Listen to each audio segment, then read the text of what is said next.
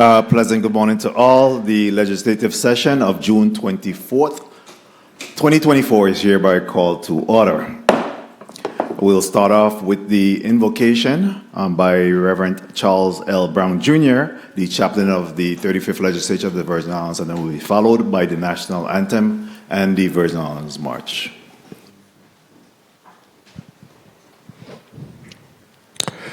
Let us look to the Lord.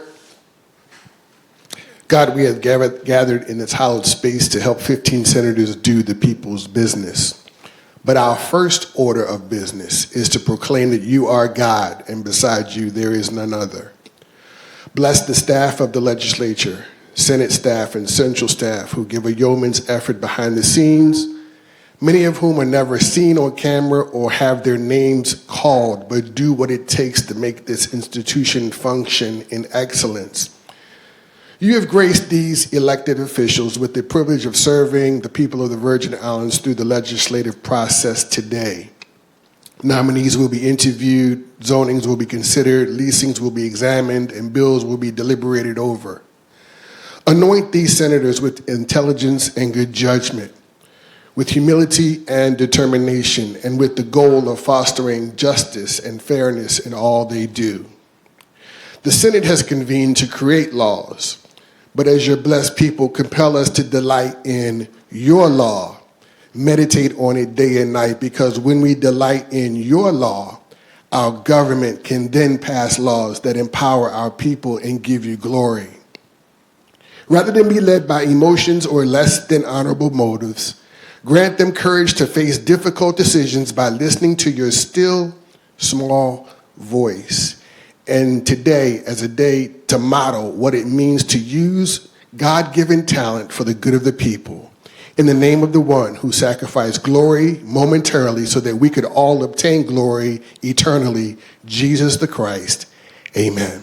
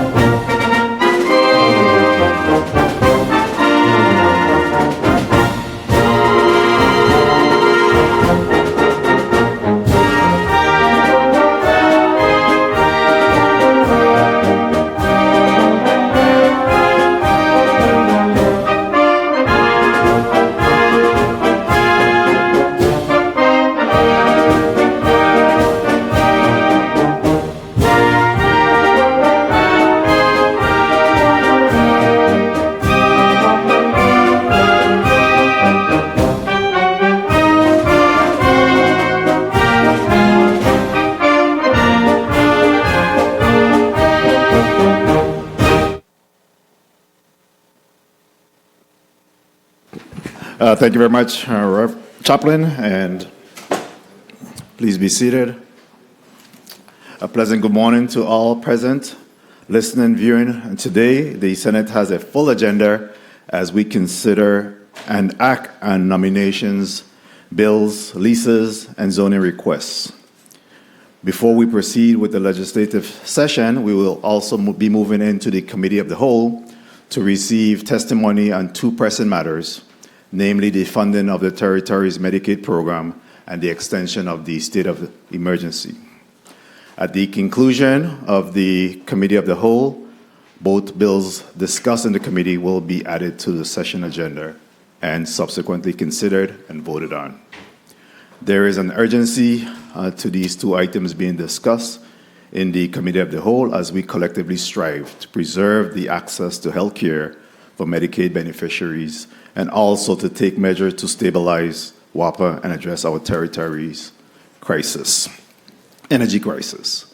Before we proceed, I'd like you to join me in a moment of silence where once again we recognize the passing and the burial of Pamela C. Richards, a lifelong public servant who, in addition to serving as the territory's tourism commissioner, notably served as the executive director of the legislature in the 29th and 33rd legislatures. We extend our condolences to her family and give thanks for her life of leadership and service to the people of the Virgin Islands.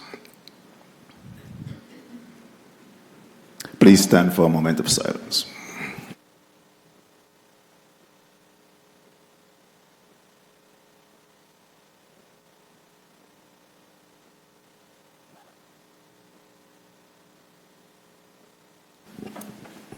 Thank you. At this time, I'd just like to remind all present to please turn your cell phone off or unmute as not to interrupt these proceedings and to ask the Madam Secretary to call the roll. A pleasant good morning, everyone. I will begin the roll call. Senator Marvin A. Blyden. Senator Blyden, present. Senator Angel L. Bolquez Jr. Senator Bolquez, present. Senator Diane T. Capehart. Present.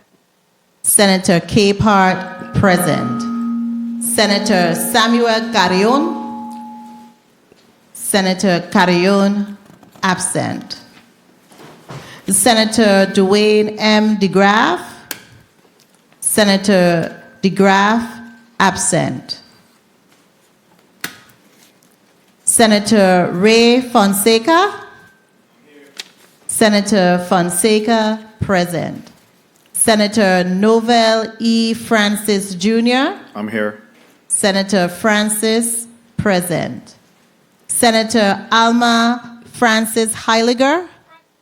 Senator Francis Heiliger, present. Senator Donna Fred Gregory.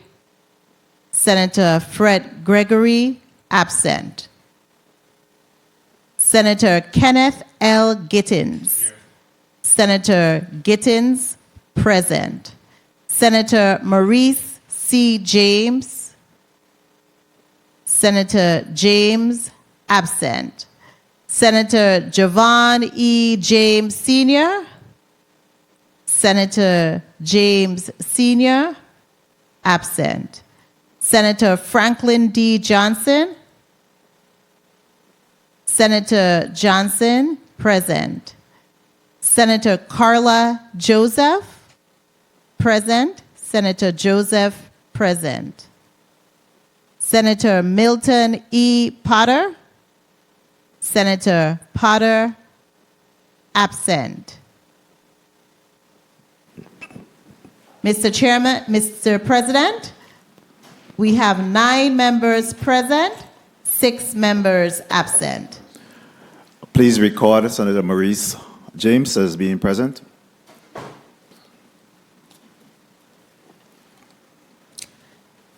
The tally now is 10 members present, 5 members absent.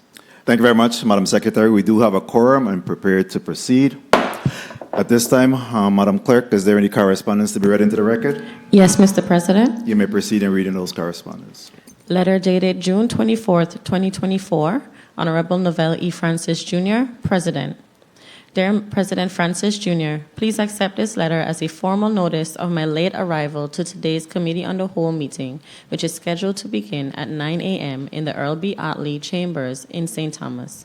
Please have all circulated documents placed on my desk for immediate review upon my arrival. Thank you for your consideration on this matter. Kindest regards, Donna Fred Gregory, Senator, 35th Legislature of the Virgin Islands. Letter dated June 24th, 2024, the Honorable Senate President Novell E. Francis Jr. Dear President Francis, due to travel limitations, I will be late for the legislative session scheduled for Monday, June 24th, 2024, at the Earl B. Otley Legislative Hall on St. Thomas. I am requesting that my tardiness be excused, and I apologize for any inconvenience this may cause. Thank you for your kind consideration in this matter. Respectfully, Javan E. James Sr., Senator, 35th Legislature of the Virgin Islands. Letter dated June 24th, 2024, Honorable Novell E. Francis Jr. Dear President Francis Jr., I will be unable to attend today's scheduled Committee of the Whole meeting and legislative session of the 35th Legislature of the Virgin Islands. I am currently out of the territory addressing an unforeseen personal matter. Please record my absence as excuse. I thank you in advance for your understanding in this matter and sincerely apologize for any inconvenience my absence may cause. Sincerely, Milton E. Potter. Letter dated June 24th, 2024, Honorable Novell E. Francis Jr., President, 35th Legislature of the Virgin Islands. Dear President Francis Jr., due to a family medical emergency, I am out of the territory and will not be in attendance for today's legislative session and Committee of the Whole on Monday, June 24th, 2024. I ask that my absence be recorded as excuse. I regret missing this very important meeting and apologize for any inconvenience my absence may cause. I kindly request that any relevant information distributed during the session be shared with my office. Thank you for your consideration and understanding. Sincerely, Samuel Carrion, Senator, 35th Legislature of the Virgin Islands. This concludes the reading of the correspondence, Mr. President. Thank you very much, Madam Clerk, and please record Senator Samuel Carrion and Senator Potter as excused. And certainly when we'll recognize Senator Fred Gregory as soon as she arrives, as well as Senator Javan E. James Sr. We know he had some flight complications. His flight started to make its way here and had to return back to St. Croix. So we wish him safe travels, and we'll recognize him as soon as he arrives. And please record Senator Minority Leader Dwayne DeGraff as being present. Madam Secretary, tally at this time. Mr. President, we have 11 members present, 2 members absent, and 2 members excused. Thank you very much, Madam Secretary. At this time, Madam Clerk, please read today's agenda into the record. The 35th Legislature will convene into the Committee of the Whole to receive testimony on the following. Bill number 35-0291, an act appropriating the sum of $3 million from the General Fund of the Treasury of the Government of the Virgin Islands to the Department of Human Services to pay providers and vendors that participate in the Medicaid program and for other related purposes. Invited testifiers, Honorable Kevin McCurdy, Commissioner, Department of Finance, Honorable Avril George, Commissioner, VI Department of Human Services, Gary Smith, Director, VI Medicaid Program, VI Department of Human Services, Danelle Baptiste, Assistant Commissioner, VI Department of Human Services, Lydia McGrath, Chief Financial Officer, VI Department of Human Services. Bill number 35-0292, an act to renew and extend the Governor's executive order and proclamation declaring the state of energy emergency in the Virgin Islands to avert an energy crisis. Invited testifiers, Honorable Kevin McCurdy, Commissioner, Department of Finance; Kimika Woods, Acting Director, Office of Management and Budget; Kevin Williams, Chief Policy Advisor, Office of the Governor; Daryl Jashin, Director, Vitima; Andrew Smith, Chief Executive Officer, Water and Power Authority; Ashley Bryan, Interim Chief Operating Officer, Water and Power Authority; Kyle Fleming, Chairman, Water and Power Authority Governing Board. The 35th Legislature will reconvene into legislative session to consider the following: consideration of nominations: Lindell A. Williams, nominee, Virgin Islands Waste Management Authority, Board of Directors, St. Croix; Con J. Davis II, nominee, Virgin Islands Waste Management Authority, Board of Directors, St. Thomas. Consideration of zonings: Bill number 35-0137, an act granting a use variance for parcel number 9-3, Estate Glucksburg, number 22, Cruise Bay Quarter, St. John, Virgin Islands, to allow the applicant to lease individual bedrooms under the category lodging/rooming house. Bill number 35-0241, an act granting a zoning use variance for lot number 3, 2nd Street, subdivision of Estate Thomas, Kings Quarter, St. Thomas, Virgin Islands, to allow for a restaurant and a fruit bar.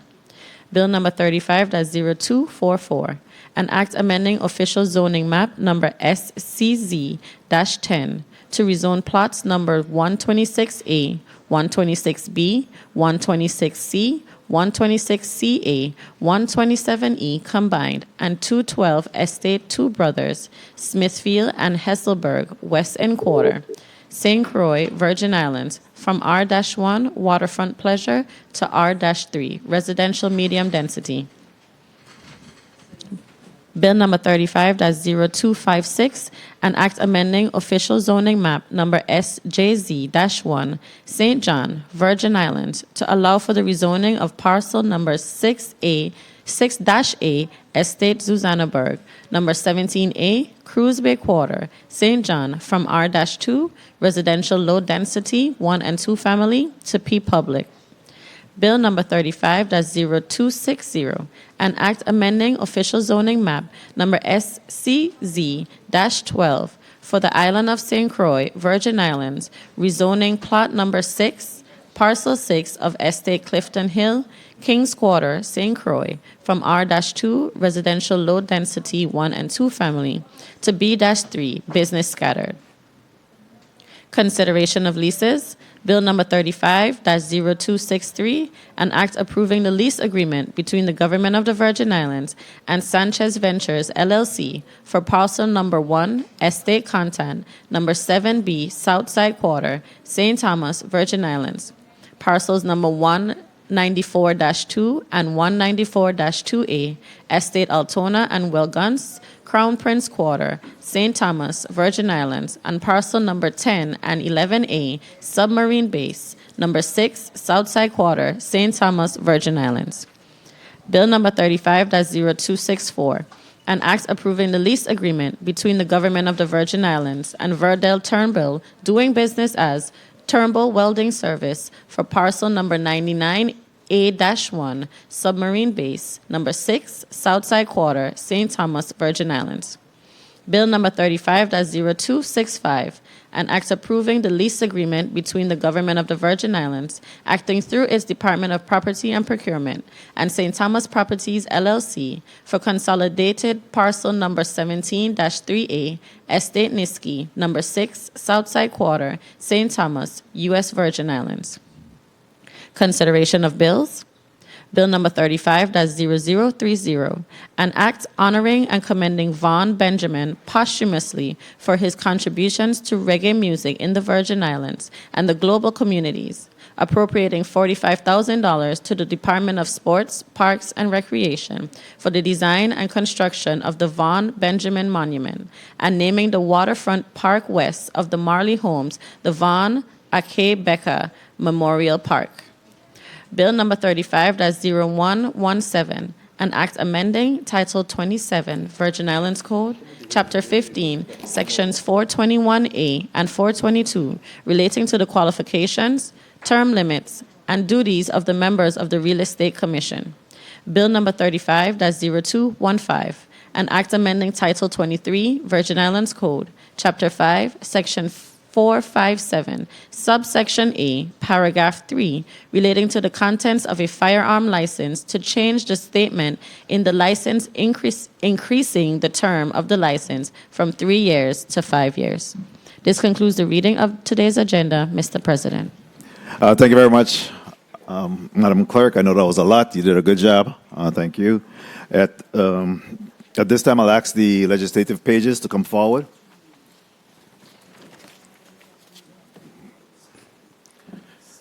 Today we have two legislative pages that will be assisting my colleagues and I with the workflow for today.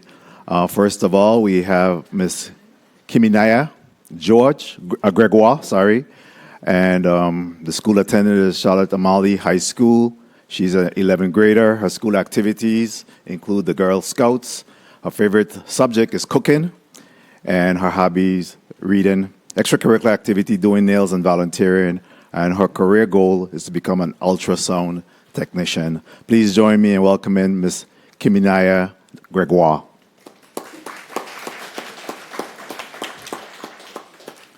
Next page this morning is Kalea Redden Moses. She's attending the North Carolina Central University, a junior college, and her school activities is a proud member of the marching band. Her favorite subject is history, and her hobby is doing hair. And of course, her career goal is to become an entrepreneur and a business owner. She didn't tell me what business she intends to own, but we look forward to your entrepreneurship. Please join me in welcoming Ms. Kalea Redden Moses. Thank you very much, Pages, and work hard today, and you'll get a stipend as well as lunch at the end of the day. All right, so colleagues, you heard it. We do have a long agenda.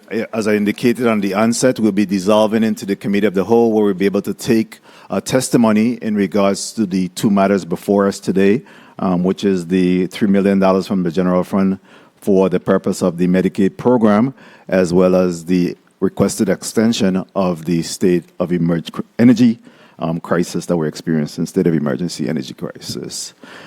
So at this time, we'll dissolve into the Committee of the Whole, and we'll take a 2-minute recess to bring in our testifiers. Stand in recess for 2 minutes.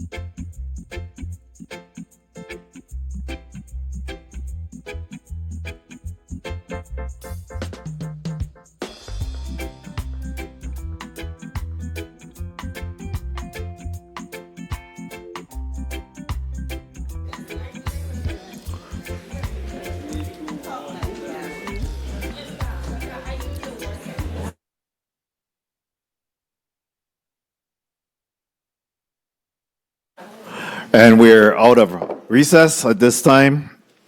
Of course, we'll be entertaining the testimonies on Bill number 35-0291, as well as Bill number 35-0292. Let's go to the testifiers table to recognize our testifiers today. And first of all, we'll start off with, on my right to the left, and we'll start off with the Director of Energy, WAPA Chair, Mr. Director Kyle Fleming. Good morning. Kyle Fleming, Director of Virgin Islands Energy Office, Chairman of Virgin Islands Water and Power Governing Board. I do not have testimony today. Yep. Director Gerald Joshin, Director of ITEMA. Good morning. Good morning. Kevin McCurdy, Commissioner, Department of Finance. Good morning, Senators. Kevin A. Williams, Sr., Chief Policy Advisor for Governor Bryan and the acting incident commander.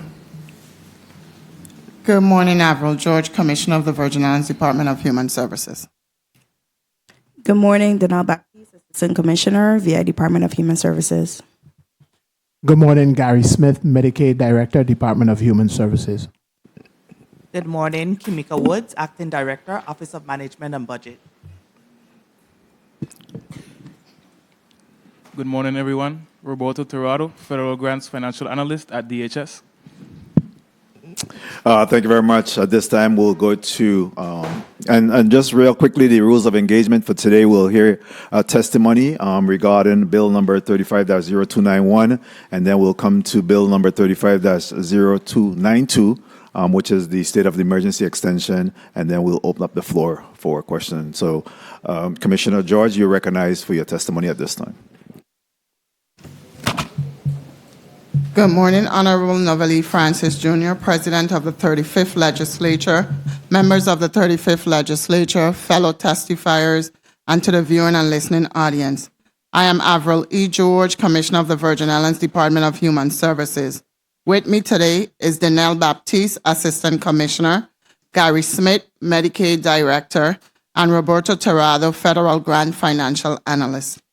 We appreciate the opportunity to be here today to provide testimony on Bill number 35-0291, an act appropriating the sum of $3 million from the General Fund of the Treasury of the Government of the Virgin Islands to the Department of Human Services to pay providers and vendors that participate in the Medicaid program and for other related purposes. The Virgin Islands Department of Human Services is the state agency who administers the Medicaid program in the territory.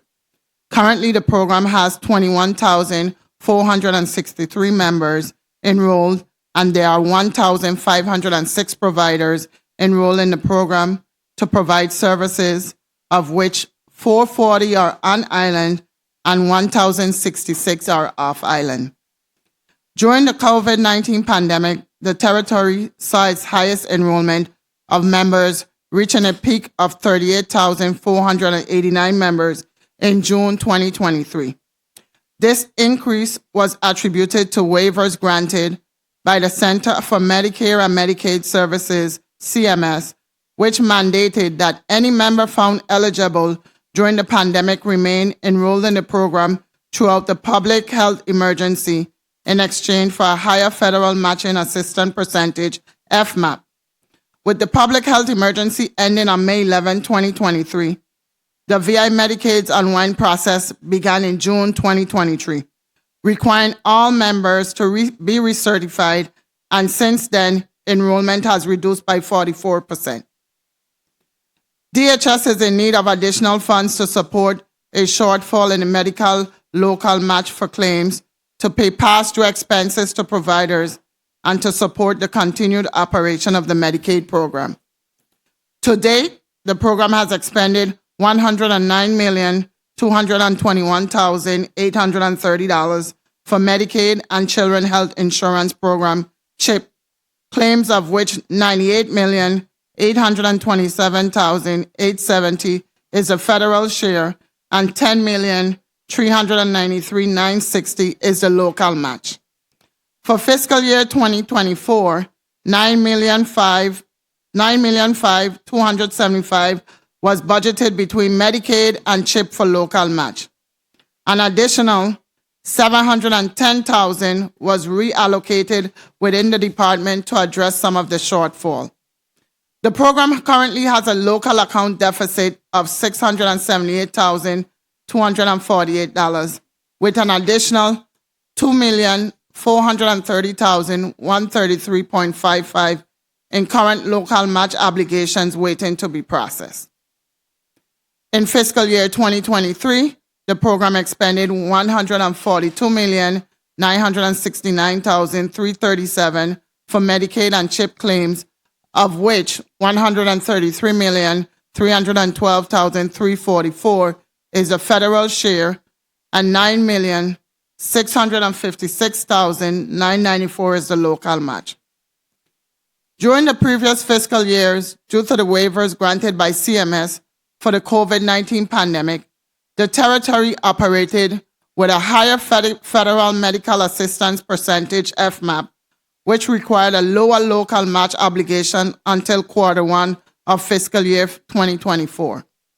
When it returned to the statutory 83%, requiring a 17% local match.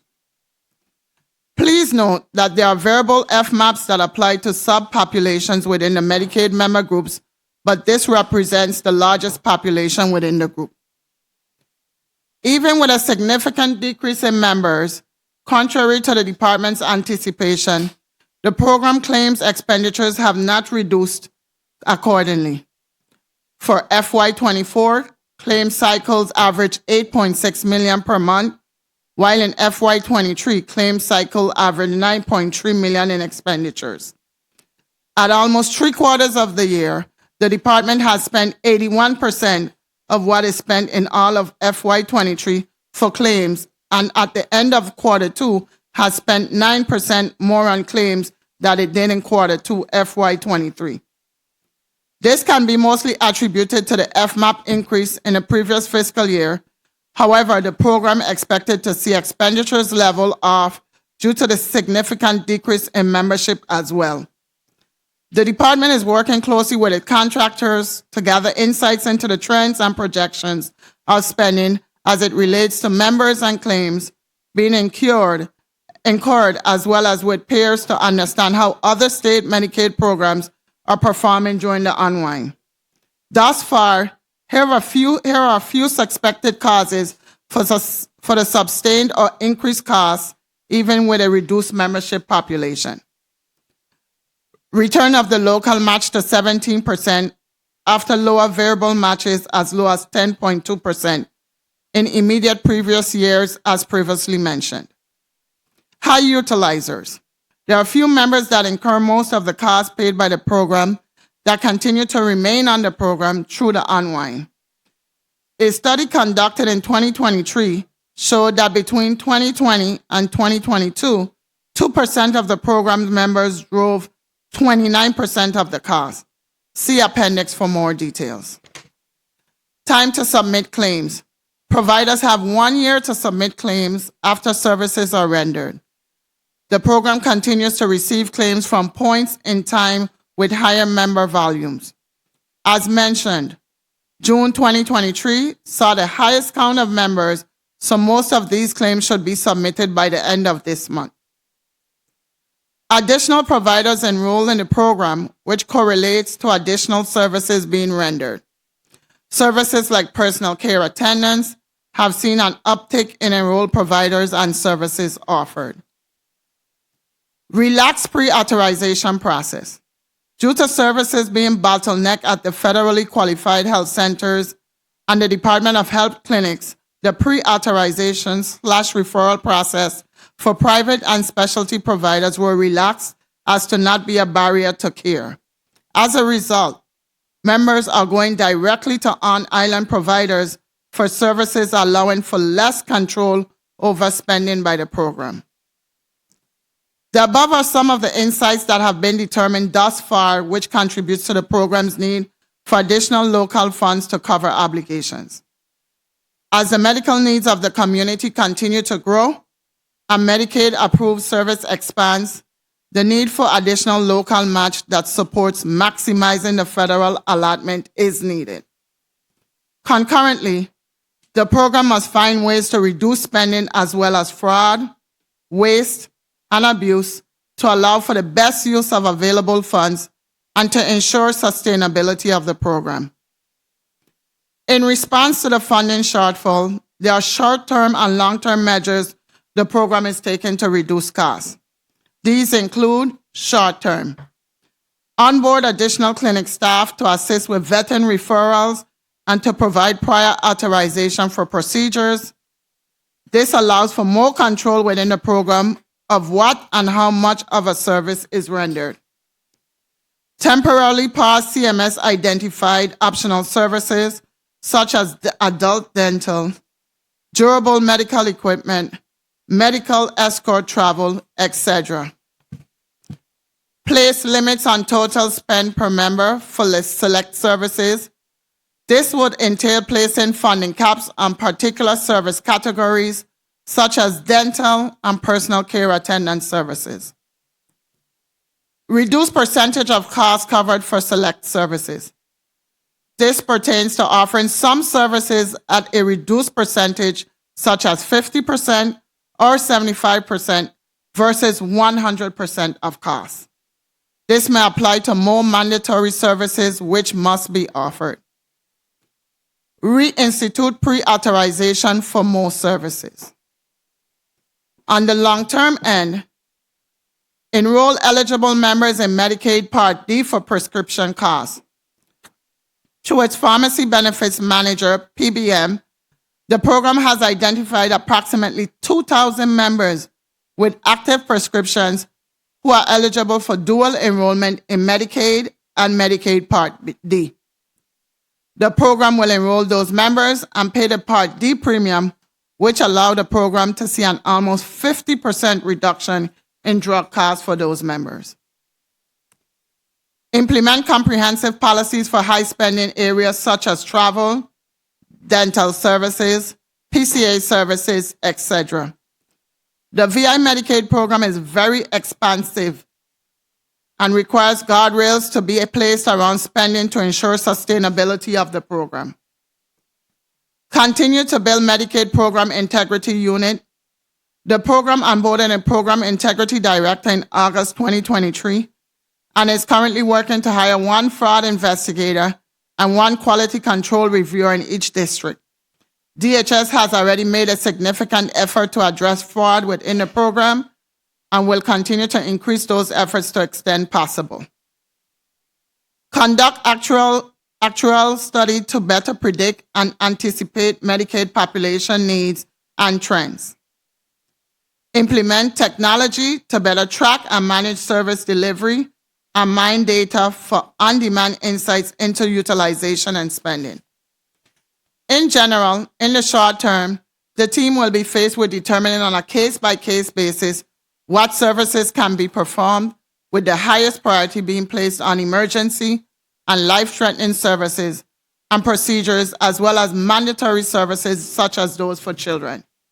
In this vein, the department sent out a notice to the public regarding temporary service adjustments effective July 1st, 2024, which temporarily limits or in some instances pause services such as adult dental, medical escort travel, personal care attendant, durable medical equipment, and non-emergent prescriptions.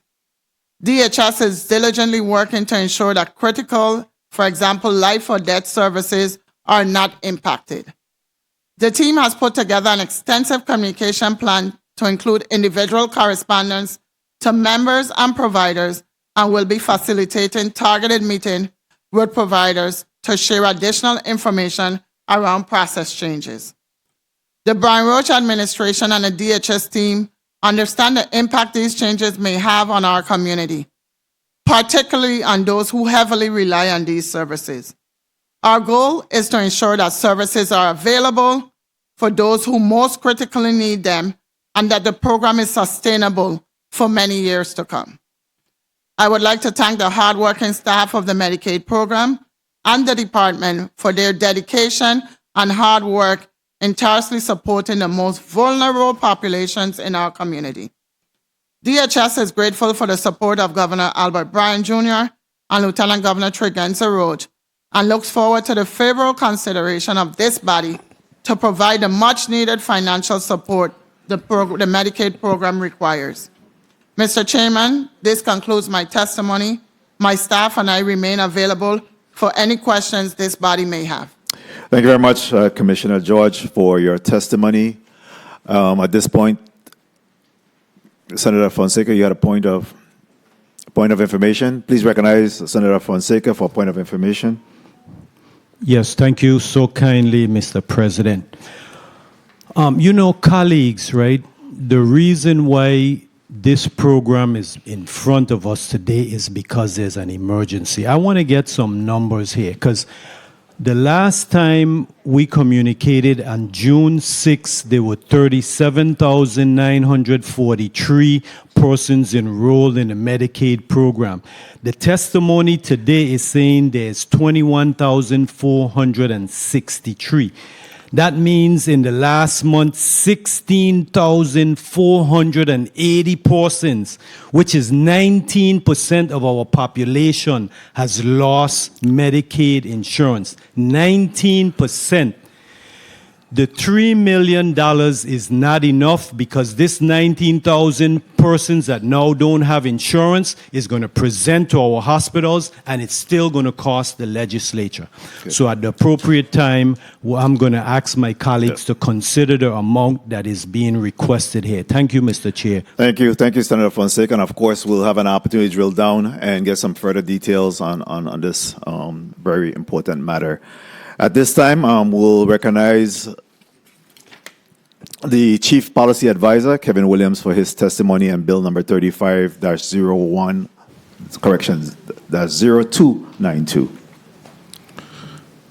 Good morning. Honorable Novell E. Francis Jr., Senate President of the 35th Legislature, and other members and staff of the 35th Legislature, and the listening and viewing audience. My name is Kevin A. Williams Sr., Chief Policy Advisor to Governor Albert Bryan Jr. Thank you for this invitation to offer testimony on Bill number 35-0292, an act renewing and extending the state of emergency in the U.S. Virgin Islands based on the power and energy crisis for an additional 90 days from June 22, 2024 to September 19, 2024.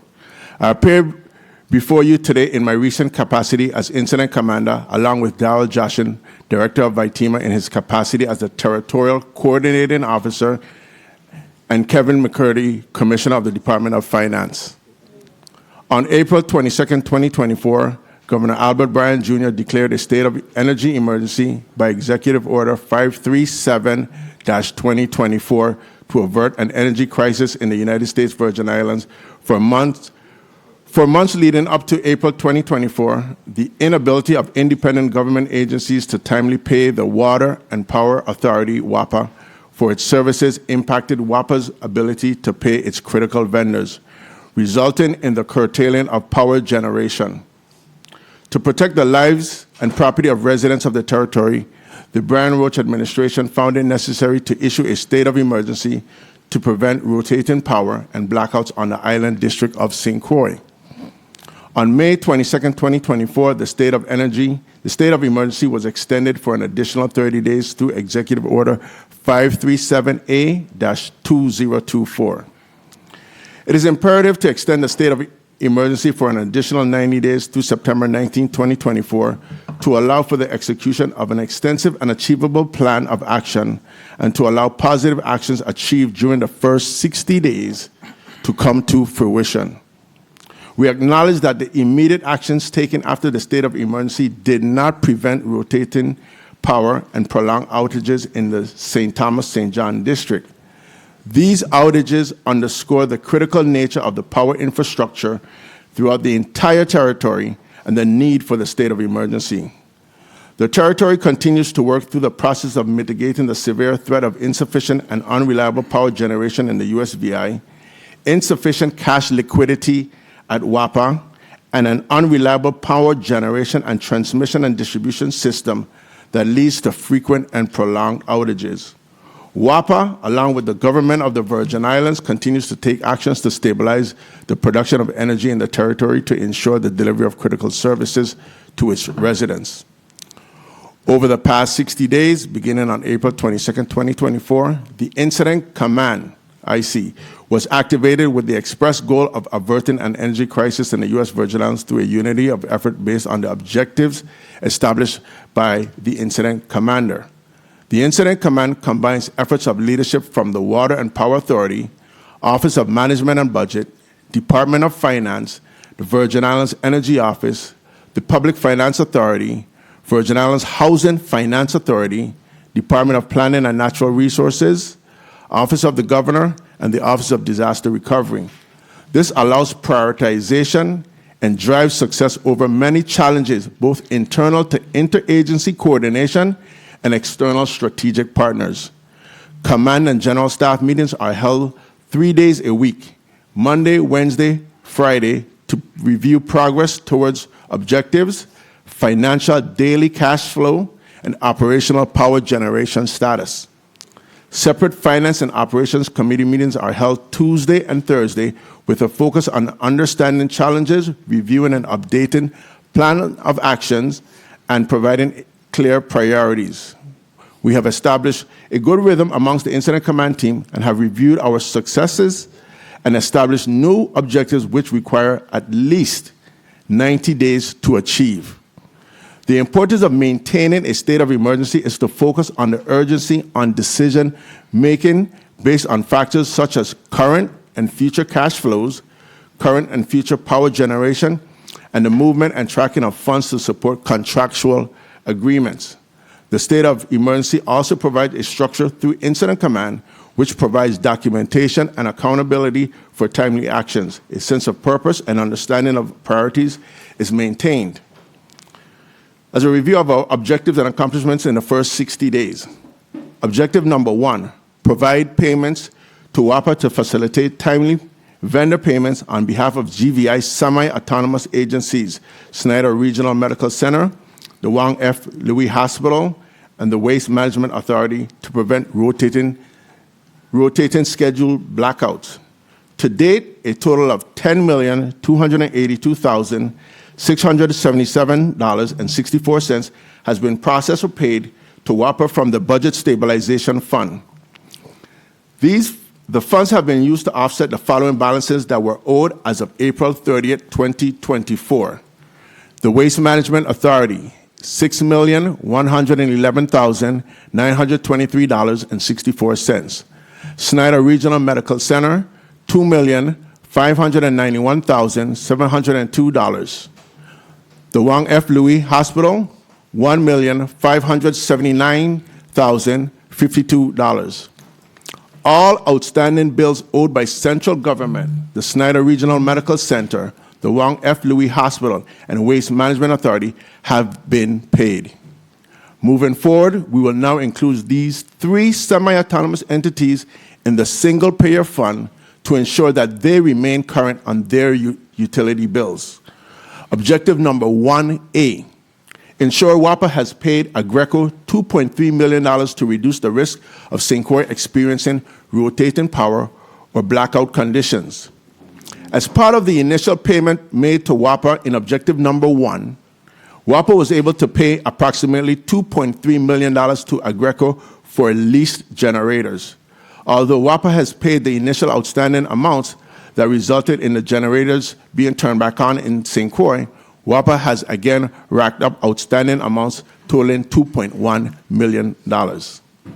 Additionally, payments to 7 Seas for water productions of approximately $4 million were made. Finally, WAPA has escrowed funds to assist with resolving the Wärtsilä contract.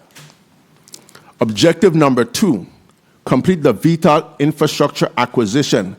The GVI government fully expects to close the VTOL infrastructure acquisition by the end of July 2024. This accomplishment will secure WAPA's access to the propane infrastructure and remove that debt off its balance sheet. This will also pay back the $45 million line of credit to the GVI. We are currently wrapping up the 30-day required environmental review phase. The Virgin Islands Housing Finance Authority anticipates submitting the entire packet to the Department of Housing and Urban Development by June 26, 2024, a mere 2 days away. Once HUD reviews and approves the packet, we will be ready to proceed with initiating the closing process. Objective number 3, assist WAPA with improving its cash flow and reducing its liquidity gap to meet critical payments. Effective June 1, 2024, the Incident Command, through external counsel and WAPA, negotiated new reduced LPG transportation rates from 73 cents to 59 cents per gallon for 9 months with Vital. These new rates have the effect of saving WAPA approximately $900,000 monthly on shipments of propane versus the spot price rate Vital was charging prior to the new contract. At the end of the 9-month period, WAPA will solicit on the open market for fuel transportation services in hopes of achieving additional competitive responses and even lower transportation costs.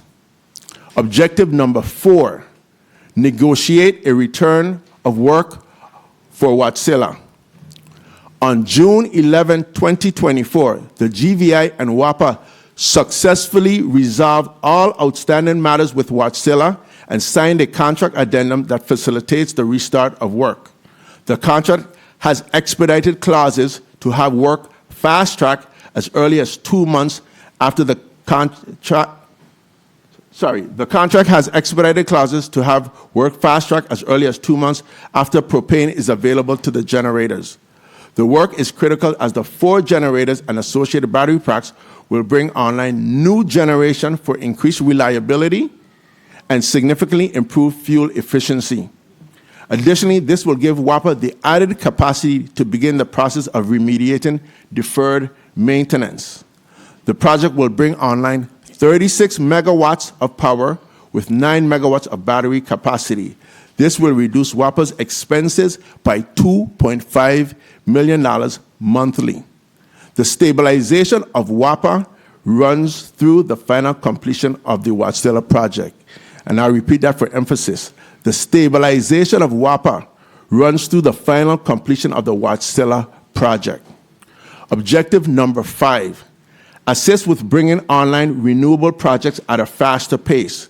The Incident Command continues to facilitate communications between WAPA, U.S. Department of Energy, Virgin Islands Electron, the National Renewable Energy Labs, and Sargent and Lundy to push for expected measurable progress in getting the Petronella solar site connected.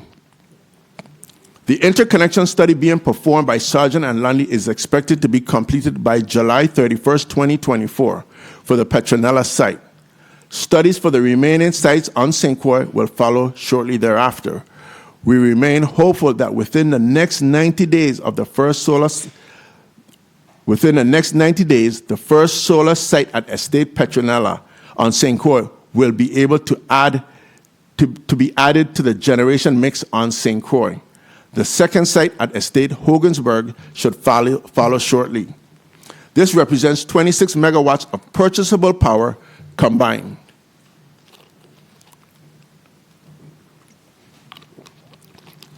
While none of these actions independently solves WAPA's problems, all of them are part of the plan to make improvements at the authority. To be clear, many of the projects listed above were experiencing severe delays or were at an impasse. The existing state of emergency and incident command structure has facilitated progress on these items within a 60-day period. These projects were marred by contract disputes and liquidity issues that prevented timely actions. WAPA has been grappling with under recovery of rates. It costs the utility 55 cents per kilowatt hour to serve its customers, but its regulated rate only permits WAPA to charge customers 41 cents per kilowatt hour. This is a direct impact of approximately $5 million monthly. Billing, inability to bill and collect in a timely manner. WAPA reports that it collects cash from customers for over 98% of its services it bills for. However, it underbills customers because of its failing automated meter reading infrastructure. C, inability to stay current with critical and core vendors. D, generation that is old and unreliable due to deferred maintenance. E, generation that runs on higher cost diesel fuel. St. Thomas Unit 15 should have been replaced already. St. Thomas Unit 23 is not reliable, and without it, generation becomes insufficient. Many of the units are derated, which means that they are not efficiently generating power. The transmission and distribution sector, feeder 11 is down. That prevents a loop on the St. Thomas grid. Only one undersea cable is operable to serve St. John. The other two cables are not in service. Overgrown vegetation impacting lines. This will only get worse as a result of the steady rains in the territory. An extension of the state of emergency is necessary to provide support to WAPA. It sends the right signal to our federal partners, including President Joseph Biden, the Department of Energy, the Department of Interior, and FEMA of the status of our energy environment. It finally brings a consistent focus and coordination necessary to get WAPA initiatives moving, and most importantly, to keep them moving. While some may speculate that the state of emergency is simply to resolve an acute generator issue, the extended request is needed because the authority on a weekly basis needs assistance to keep the lights on. WAPA's critical payments include fuel suppliers, payroll, debt payments, lease of generators, and water production.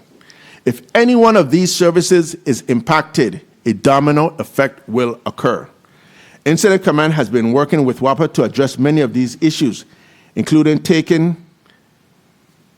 actions taken include expediting our single payer payments, working with other non-single payer entities to ensure they pay their bills on time, and collaborating with vendors to resolve issues.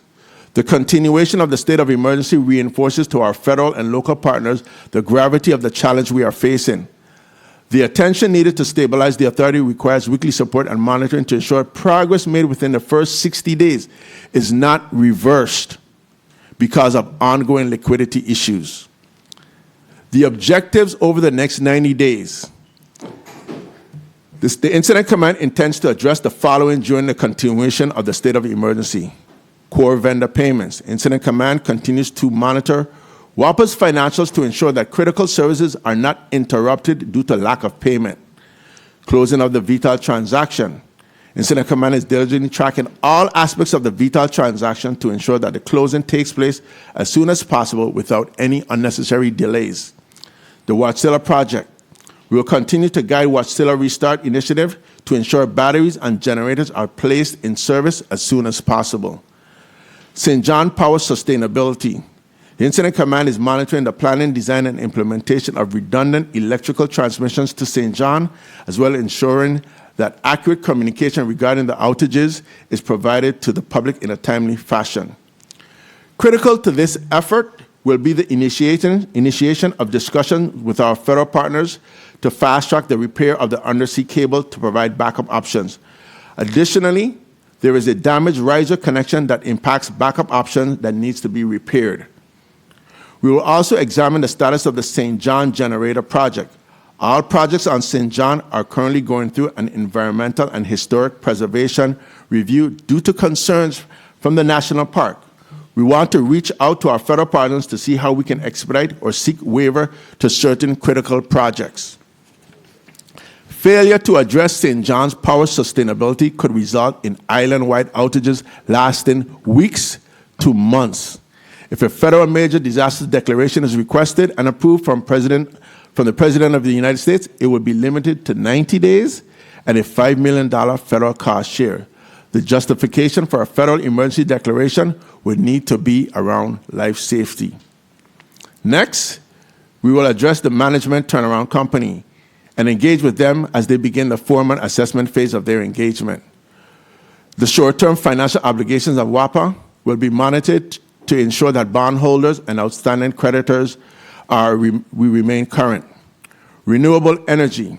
The Incident Command is prioritizing and exploiting connections of solar sites to add generation capacity to the electric grid. We are seeking to get the interconnection study completed as soon as possible. We are also facilitating communication with all parties to execute battery leases and amended power purchase agreements. We will also be focused on WAPA's strategic planning to maximize revenue collections as well as their deferred maintenance issues. WAPA's entire fleet of gas turbines are significantly overdue for major maintenance. Major maintenance is typically performed on a gas turbine every 2 years, but WAPA's gas turbines have not had major maintenance performed in over 10 years. Due to the amount of time major maintenance has not been performed, the cost will be higher. Currently, there's a $34 million in deferred maintenance costs covering the generators units on St. Thomas and St. Croix. On St. Thomas, Unit 15 has $5 million, Unit 23 has $7 million, and Unit 27 has $5 million, for a total of $17 million worth of deferred maintenance. On St. Croix, Unit 17 has $5 million, Unit 19 has $5 million, and Unit 20 has $5 million, for a total of $15 million. There is a need for $2 million in parts and spares. As a result of the number of years behind in major maintenance, WAPA's generators are beginning to be derated in the output capacity. Unit 15 on St. Thomas has been derated to 14 megawatts. Unit 27 on St. Thomas has been derated to 16 megawatts. The risk, if major maintenance is further delayed, is continued derating of generators and more units operating on costly diesel fuel rather than cheaper propane fuel. Hurricane preparedness. As hurricane season has begun, challenges remain with ensuring sufficient storage capacity for water and diesel fuel is maintained. WAPA has a need to have transformers on orders and agreements in place with their suppliers. The critical paths for WAPA hurricane preparation include 1, fuel inventory of propane and diesel, 2, water inventory, and 3, transmission and distribution material and supplies, some like transformers with a 60-week lead time. For safety, the propane supply system shuts down 24 hours before expected landfall of a major storm. So systems operate on diesel until a storm has passed. The cost of one-day supply of propane is approximately $300,000. For hurricane season, ideal propane supply is a minimum of 75% total capacity for St. Thomas and St. Croix, which equates to 20 to 24 days for St. Thomas and 17 to 20 days for St. Croix. St. Thomas is currently above the level with 38 days, and St. Croix is below with 4 days of propane. The cost of one-day supply of diesel is $750,000. Ideal diesel requirements for St. Thomas is 14 days, and St. Croix is 14 days. Both St. Thomas and St. Croix are below the hurricane season requirements, with St. Thomas at 10 days and St. Croix at 3.5 days. This means within 1 week of a storm passing, if we cannot get fuel to St. Croix, it will be unable to produce power beyond the solar farm at Spanish Town. For water supply, St. John has 3 days, 66% capacity. St. Croix has 4 days, 57% capacity. And St. Thomas has 9 days, which is 66% capacity. St. Thomas 7 Seas output capacity is 3.3 million gallons per day, and 7 Seas output capacity is 3.7 million gallons per day. So, the path to ending the state of emergency. Continued urgency is needed to bring energy stability and reliability to WAPA's ratepayers. This problem cannot be solved overnight or in 30 or 60 days. The additional 90 days is needed to allow the utility to work through liquidity issues, management changes, stabilize or amend agreements, and foster renewed cooperations between WAPA, its board of directors, its strategic partners, and the government of the Virgin Islands. There are opportunities to further reduce the gaps between what the authority charges and the cost of energy production. The pathway is clear: competitive fuel transportation costs, reduce debt, cheaper and cleaner renewable energy, more efficient generators, new management and management structure, all ratepayers paying their fair share, and all necessary support on recovery projects. This is not the time to remove the focus and attention to this critical issue, only to be forced back into a worse predicament at the next catastrophic event. WAPA is out of surgery, but remains in intensive care and requires round-the-clock attention. In conclusion, there are critical and immediate actions that can and must be taken to protect the safety of our residents. We request that the state of emergency be extended to facilitate the resolution of the authority's most dire and disruptive issues. Through the Incident Command Team and through the help of the legislature, we can address the needs to mitigate the ongoing critical threat to the people of the Virgin Islands. Thank you, Senate President Novelle E. Francis and other members of the 35th Legislature for your attention and support as we address the energy issues confronting the territory. We look forward to the opportunity to continue serving our stakeholders and delivering impactful results in the coming period. I would like to thank the entire Incident Command team for their contribution and participation in our daily meetings. We remain available to answer any questions you may have regarding our request to extend the state of emergency. Thank you. Thank you very much, Chief Policy Advisor Kevin Williams, Senior, for your testimony. At this time, Madam Clerk, please, Incident Commander, correct? Incident Commander. And Madam Clerk, at this time, please read the correspondence and testimony of Mr. Andrew Smith into the record. Thank you.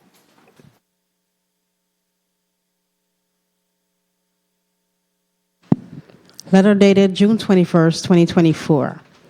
Via electronic mail. The Honorable Novelle E. Francis Jr., Legislature of the Virgin Islands, 3022 Estate Golden Rock, Christiansted, St. Croix, VI 00820. Dear President Francis, thank you for the invitation for the Virgin Islands Water and Power Authority, WAPA, or the Authority, to testify regarding Bill number 35-0292, an act extending the state of emergency declaration. Relevant testimony is attached. The term of my employment as Chief Executive Officer and Executive Director with the Authority ends June 30th, 2024.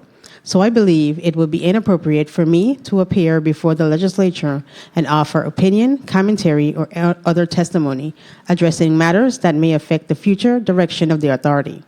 Accordingly, I am respectfully declining to attend the June 24th, 2024 hearing.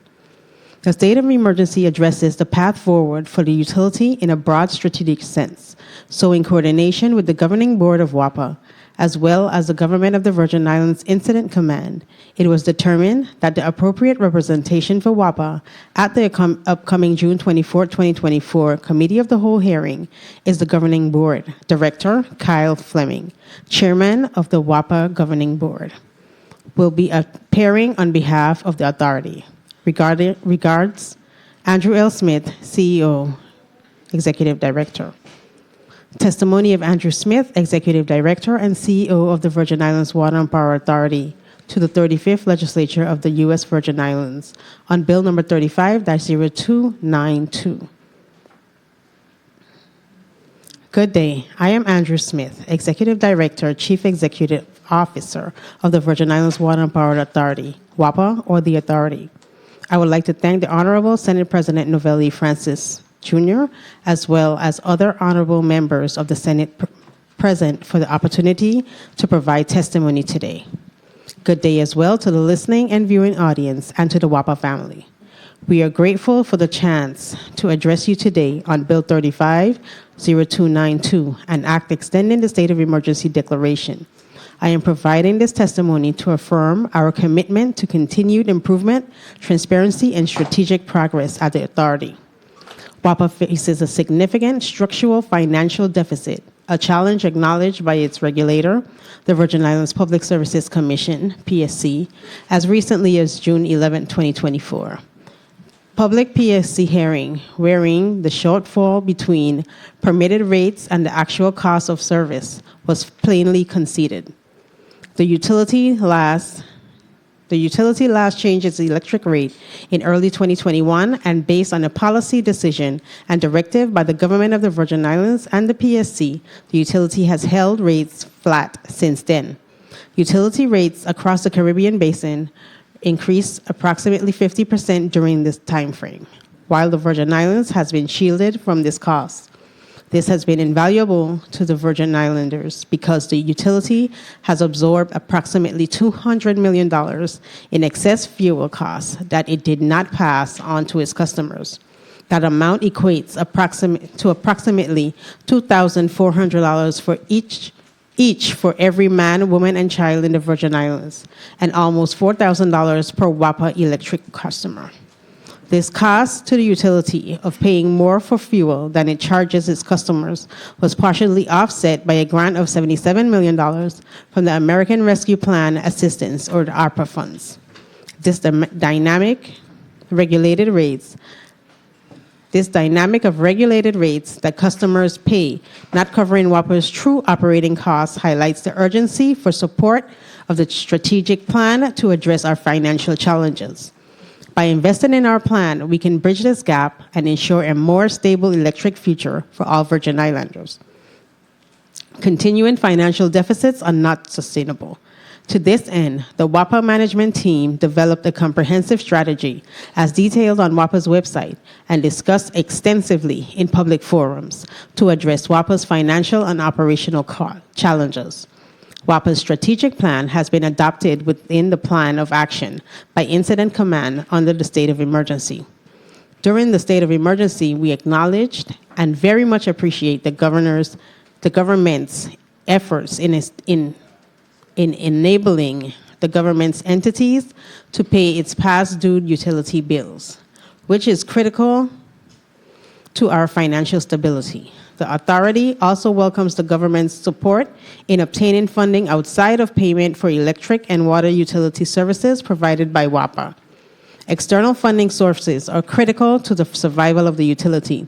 As detailed in this testimony, the Virgin Islanders are being protected from the high cost of fuel. However, the utility cannot survive without external funding to close the approximate $5 million monthly gap between its revenue and cost. This support is necessary until the benefits of our strategic initiatives are fully realized.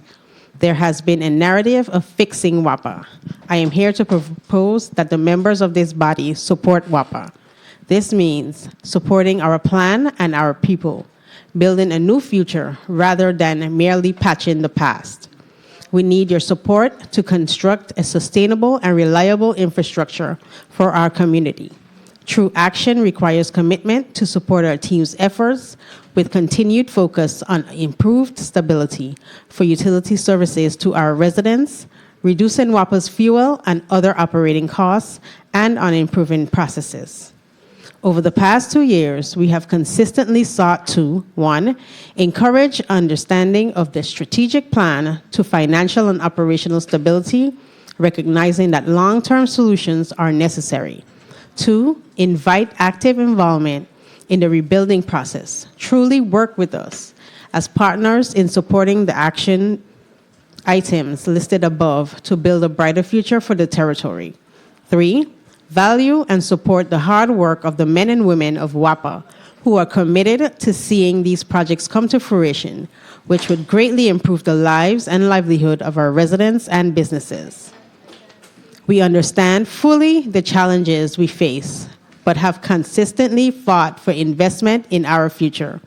By supporting WAPA's comprehensive strategic plan, you are investing in the future of our community. Your support is crucial for the building reliable infrastructure and sustaining the community members who make our society thrive. We strive for transparency and are here to present the facts. we seek support from the Senate and the community at large, aiming for open, candid dialogue.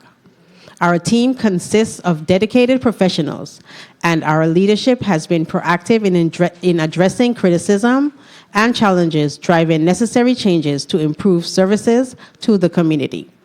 Thank you for your attention and support as we navigate these complexities. This concludes my testimony.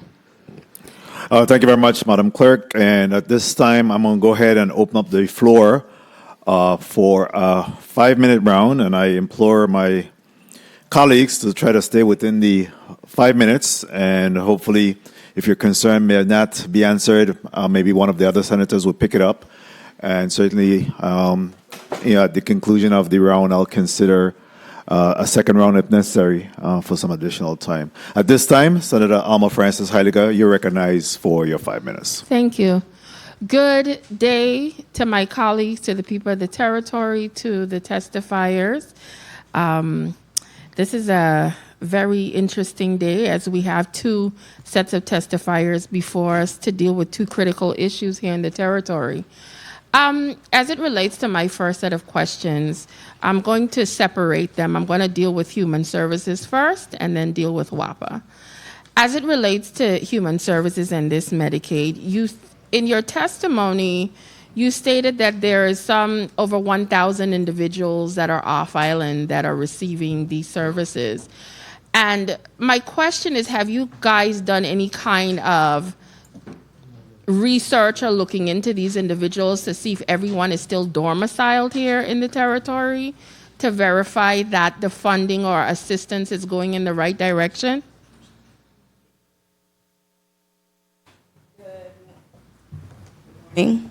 Morning. Danelle Baptiste, Assistant Commissioner. The 1,000 plus individuals that were mentioned were actually providers that are off island. Oh, those are the providers off Correct. island. Okay, I wanted to make sure. The other question I wanted to ask had to do with you had a issue when it came to individuals getting services, and what I was concerned about is if we don't provide this money, what kind of major impact do you see would happen in this territory?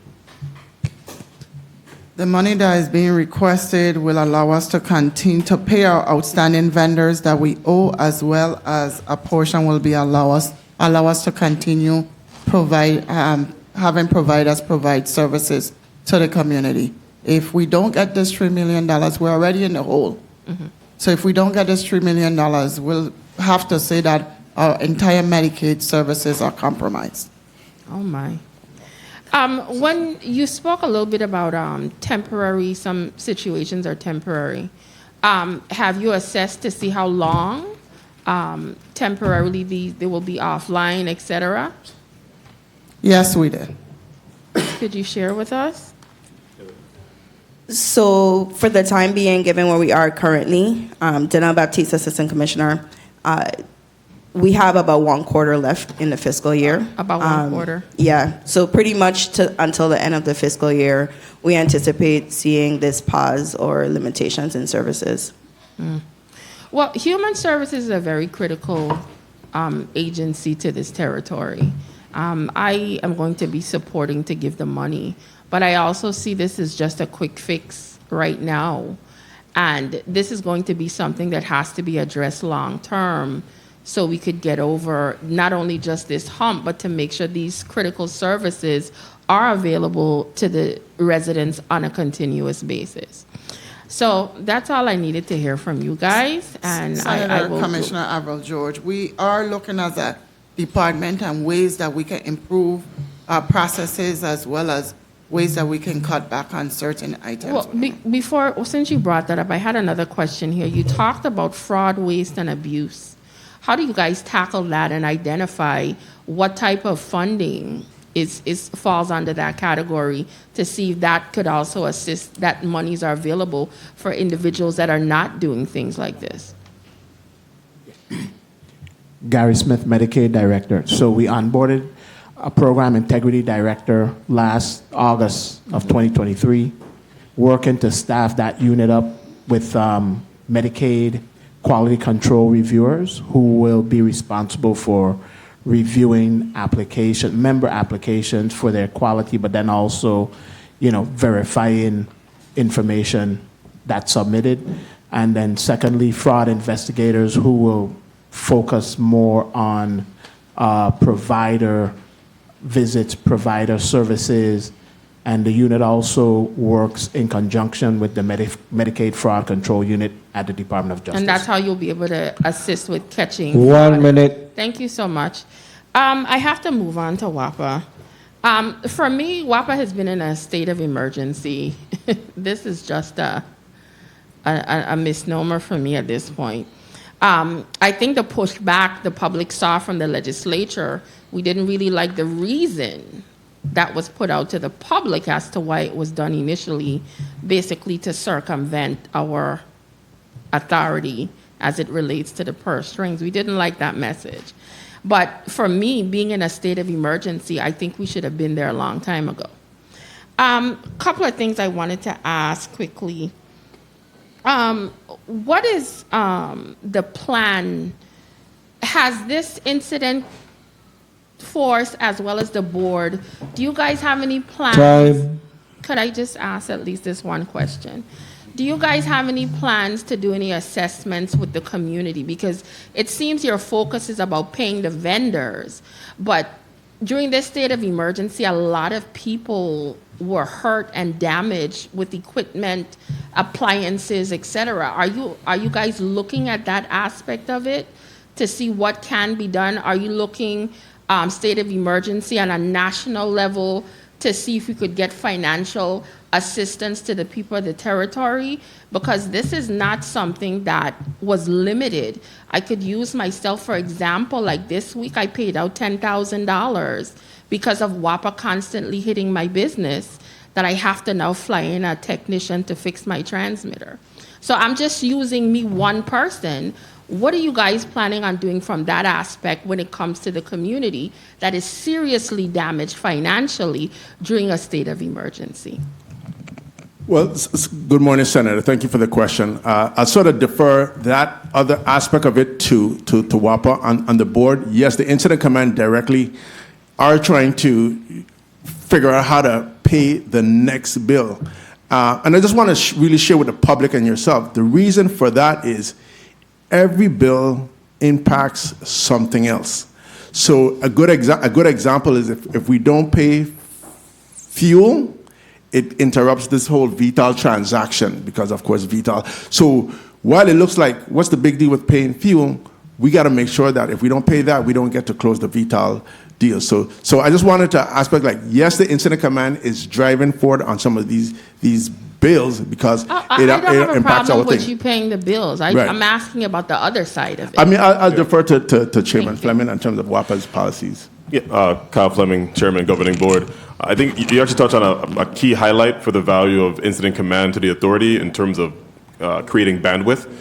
Being able to have support, Incident Command works very clearly on making sure the critical vendors and our support on the operational side is that bandwidth is growing, which also frees up bandwidth for the rest of the team relative to being able to address other issues as well. So I think it's both direct and indirect support by allowing for bandwidth to be enabled, which allows for key areas such as you mentioned to be addressed as well. Okay, what are your plans to actually do it? I heard what you said, but you didn't really answer what I asked. Yeah, the authority. We've had, if you think back to, for example, like the water crisis last year, we had a very, very extreme community engagement, which we had to do as a result of being able to put some of the concerns at rest. We already have a foundation of that. I would say we are certainly, as we're kind of still, the dust is clearing on some of the recent rotations. Now we can start going through really the assessments to be able to devise that plan specifically. But again, having the bandwidth to do that is critical, and that's where the collaboration. Thank you, Mr. Chair, and I'll be sending y'all my bill. Thanks. Thank you very much, Senator Francis Heiligan. I think the question, Director Fleming, is whether or not there is a mechanism by which the public will be reimbursed for any damage to the equipment and supplies. I think that's kind of where the the senator was headed. We're taking. Do you have a response to that? So there isn't a direct plan for that as of yet. As I said, that's something we can free up time to devise. Thank you. Senator Blyden, you recognize for your point of information. Thank you. Thank you so much, Mr. Chair.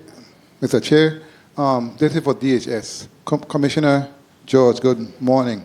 In respect to my last colleague line of questioning, where it comes to the providers and the arrearage, have there been any assurance that once payment is received, that these providers will continue to accept payments on behalf of those patients? As of today, we had no providers that stated that they would stop work. Okay, very well. Thank you for that. Thank you, Mr. Chair. Thank you very much, Vice Chair Blyden. Next, the Chair will recognize Senator Franklin Johnson. You're recognized for your 5 minutes. Good morning. Thank you very much, Mr. Chair. Good morning to my colleagues. Good morning to the viewing and listening audience. And good morning to the testifiers. Senator Johnson, hold your thought real quick. I'm sorry. I just want to recognize the presence of Senator Donna Fred Gregory. Good morning, Senator. Thank you for joining us. You may proceed. Start the Senator's clock at this time. Thank you very much, Mr. Chair. I sat here and I listened to this testimony, and I really strictly deal with WAPA. I'm very, very disappointed, and I'll tell you why I'm disappointed. This deal that we made with Vital Now, that we already had spoken about, that once we pay off Vital, we would go to open market. But we went and strike a deal with Vital Now, telling us how much they're going to save us. It tells me that Vital been ripping us off from the beginning. They could come and offer these deals right now from 73 to 59 cents. Why did we strike a deal with Vital when we're coming to the end of closing off this deal and could have gone to open market? Why did we strike a deal with Vital at this time? Somebody answer that, please. So, good morning, Senator, and thank you for the question.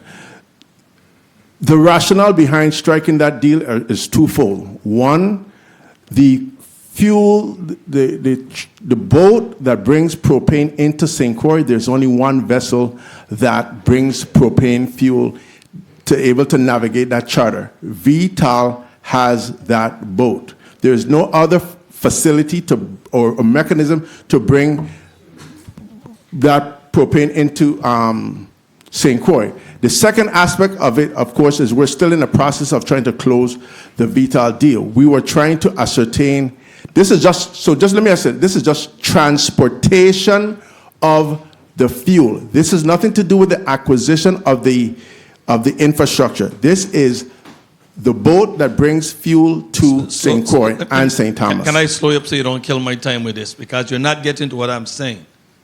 And I'm going to repeat it again. In your statement, we're talking about closing off the deal with Vital by the end of July. Am I right to say that? For the infrastructure. And at that time, we could have gone to open market for purchasing fuel. Am I right to say that? No. Why not? Simply because the time it takes to go out on the open market and solicit and bring a boat from other parts of the world would have not been sufficient. We have a contract right now with Vital. No. The transportation contract for Vital lapsed, and the WAPA and Power Authority was buying fuel on what's called a spot market, which means it's open without a contract. And so that price went from 63 cents to 73 cents from December to just June, in which we were able to negotiate instead of an open, no contract amount, an amount that was 59 cents for a 9-month period. What that does is allows WAPA to go through the process of doing the solicitation on the open market and not have any impact to the delivery of fuel to St. Croix. But we're locked in right now for this 59 cents, are we not? At a cheaper rate than we were since December. Did anybody look at what the open market is right now? If you don't mind, I'll say, so work was done across the board, not only looking at the market, working with fuel consultants that do nothing exclusively other than assess the market. And one of the things that we indicated was the first quarter of the year is primarily where you essentially exit the spot market. So you'd be able to, that's when most of the long-term fuel contracts are secured. This arrangement essentially allows us the timeline to ensure this reduction as of now and puts us in the perfect timeline to engage a long-term, lower cost alternative in the traditional method of the industry. Correct me. The spot market is in Vital? No. Who is the spot market? It's an open market. Any fuel supply. Then if it's an open market, why did we go into agreement with Vital? You're talking about the spot market, right? But still we run into a deal. 1 minute. So, if I may, the reason for the spot market versus having a contract is you lock in the rates. WAPA was at the behest of Vital. That rate could have changed from 73 cents to 75 cents, and we would not have been able to do anything but to absorb it. So this allows us to not only de-escalate any increase of rates, but also lock us in at 59 cents until the point where the Vital deal closes. We could go back out to market properly and invest with all the suppliers and transition safely from one vendor to the other vendor and not have any disruption of propane supply to the territory. Who are all the members on the incident command? So as I mentioned again, it is the Office of Management of Budget, Department of Finance. Who replaced Jennifer O'Neill at this moment? Ms. Kimika Woods. Go ahead, and the rest members? Okay, Commissioner McCurdy, Department of Finance. Mr. Eugene Jones from Virgin Housing Finance Authority. Mr. Kyle Fleming, Director Joshin, Attorney Evangelista from Office of Legal Counsel. Mr. Nathan Simmons from PFA, Ms. Attorney Lorelei Farrington, Director Adrian Williams Octilin from ODR, of course the entire WAPA C-suite team, and Commissioner Jean-Pierre Oriol for DPNR. From the time that we went into this emergency crisis, somebody tell me what have been done. What have been done to make changes, because since we went in it, St. Thomas suffered more blackout than anything else. So please tell me what have been done for the first 60 days, because I don't support extension of 90 days. Because based on your testimony, based on the testimony you give me here, what in a big crisis and 90 days ain't gonna fix it. So thank you for that, Senator. As in my testimony, I did acknowledge several things that were done within a 60-day period. We have now a signed agreement with Wärtsilä. That agreement was pending from since December. Work stopped from since December. So that is a significant improvement. We have saved WAPA about almost $1 million monthly going forward.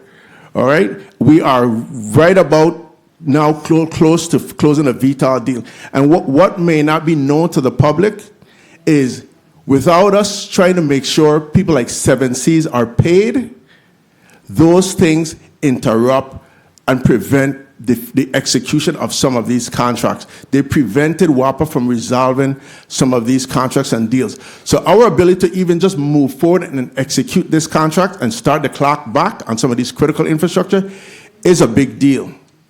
If I may wrap up on this, 7 Seas isn't paid based on consumers paying their bill? 7 because Seas. What are we dealing with from 7 Seas? Correct. And that is the point in terms of the state of emergency. WAPA is not in a position to pay all of its critical vendors monthly, including 7 Seas. The generator plants need water to run on. And so without 7 Seas, that impacts electricity as well. I'm glad you said that, because 7 Seas don't pay us one dime for power, not one dime, but we're paying them for water. And we expect to always meet that grade. It's not going to happen. 7 Seas use WAPA electricity to do this water, and they're doing it for free. Why are we giving somebody something free but expect a better outturn? I'm good with this. I'll deal with Commissioner, and I have something that I would like to help Human Service as soon as I get my amendment. And I do agree with my colleague over there that the $3 million is not going to be sufficient. And when it comes to people health, I have a lot of concern. Thank you very much, Mr. Chair. Thank you very much, Senator Johnson. Senator Fred Gregory, recognized for your point of information. Thank you, Mr. Chair, and good morning. Good morning to the testifiers, and good morning to my colleagues. Don't go, Senator Johnson. So I'm following up on Senator Johnson's discussion of earlier. And I think that what I heard, when I was walking on the floor, I think I heard that you, Mr. Williams, said that there's only one vessel. Did we do any market research? Did we do any market research to determine what other available fuel vessels were available to this territory? Because I believe that they are. Yeah. So the question was asked earlier if we had assessed the market. That is something that is as a Yes or no? yes. And what was the outcome? There are other vessels in the world, like in terms of globally. Very few in the Caribbean region. And so when Did you find any in the Caribbean? Answer the question straight. Other vessels in the Caribbean region. Yeah, to my understanding, I know CPA Williams said one. We were aware of potentially two in the region. Okay, so that's the point, and that's the point my colleague was trying to make, that for some reason we believe that we always have to err on the side of Vital. And if there were other vessels available within the Caribbean, what we should have done is get their information and determine the best price for the people of the Virgin Islands. I think that's that's what we want to see. Thank you, Mr. Chair. Thank you very much, Senator. For Gregory, before we go to Senator DeGraff, the Minority Leader, I want to recognize the presence of Senator Javon E. James, Sr. Morning, Senator. Thank you for joining us. Senate Minority Leader, Senator DeGraff, you're recognized for your 5 minutes. Thank you, Mr. Chair. Good morning, colleagues. Good morning, testifiers, all viewing, listening, and present. The problem I have with the state of emergency was WAPA came before us. The governor had a team where the Office of Management and the Budget Director came and spoke. If you had a prepared testimony from then, the acting OMB Director could have read it. You prepared a testimony for us for today for an extension. When I subpoenaed Director Joshin, Commissioner McCurdy, and the OMB Director, prior to when the state of emergency was already formed, no information came to us. Today, to date, you are telling me about financials. Do you have documentation to show us the financials? Show us how much money WAPA is collecting on a monthly basis. Show how much money we are spending. Show us all of these documentation. Show us the vessels, the two vessels, what it would cost for one vessel to do it. Show us. We're in a state of emergency now. Everything has shut down. You have control. You have meetings Monday, Wednesday, and Friday. Tuesday and Thursday that shows financials. Show us the documentation. You want me to support something now, don't just come and talk to me, because you originally went into the state of emergency without talking to me. You said, to hell with me, to hell with the Senate. We going into our state of emergency, whether I like it or don't like it. Fine, take this. So now, then let's be respectful, because the bottom line is the people suffering. They're going to say, hey, all of us in here doing well, it have no impact on them. The people suffering. Don't come before me now, I want 90 days with cat in bag. I don't buy cat in bag from Savan. We don't do that. Show me the documentation. Show me the contracts that went in, that when we finished paying Vital, that Vital saying it done. Show it to me. Show me that contract. Don't come and tell me we have been in contract with Vital for donkey years. We have destroyed this territory. So if you're going to come to me to convince me to give you 90 days, 90 seconds, just show me the documentation. Show me this, that we don't have a choice. So we deserve to give you that chance. You know, are you trying something? Yes, you're in a state of emergency. I have no doubt that the professionals that sit before us here are doing their job. But for me as a senator who represents the people, it's total disrespect to me. You can't come now and then what are you going to tell the constituents? Oh, you believe that? God, that's what's going to happen. You really believe that? No, for me, show me. So if you don't mind Mr. Williams, Incident Commander Williams, do you have the documentation? Yes, we do. I do have the VTOL contract. I do have and we do have some of the financials that support many of the statements that we've made. Right, you have some, but that's what I'm saying. I want all that you have in the 60 days that you had. You should be able to. You should be able. You know the government sent out a budget books that have over 500 pages. They bust your brain with numbers and stuff. Bust my brain now. This is what it is I'm saying. If I'm asking for anything out of place or that's improper, you tell me. You tell me if I come to you and say, hey, this bag here got $1 million in it. Give me $1,000 and give it to you. That's what I'm saying. You need to be able to tell me. I telling you right now, me voting for 90 days. I don't fumble, I don't bumble. Nobody gonna ask me what I gonna say. Me voting for it. But I ain't voting for it not because you came here, not because I want to be rude to anybody, but because I felt you didn't have that opportunity to sit down with me before and explain to me. And I put in a subpoena for members here. They didn't show up. Nothing was so you had to forewarn and you had to say, come right. That's all I'm saying. Come right, I'm gonna support you. Because it's for the people. We all in this here together, you know. Don't think that I think you're the enemy. I don't. We all in it. But I'm saying the people deserve more. And for the Department of Human Services, in closing out, I see that you have time.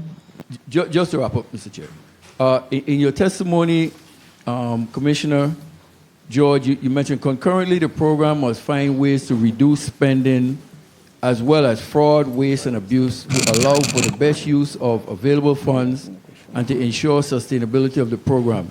You have short-term goals and you have long-term goals.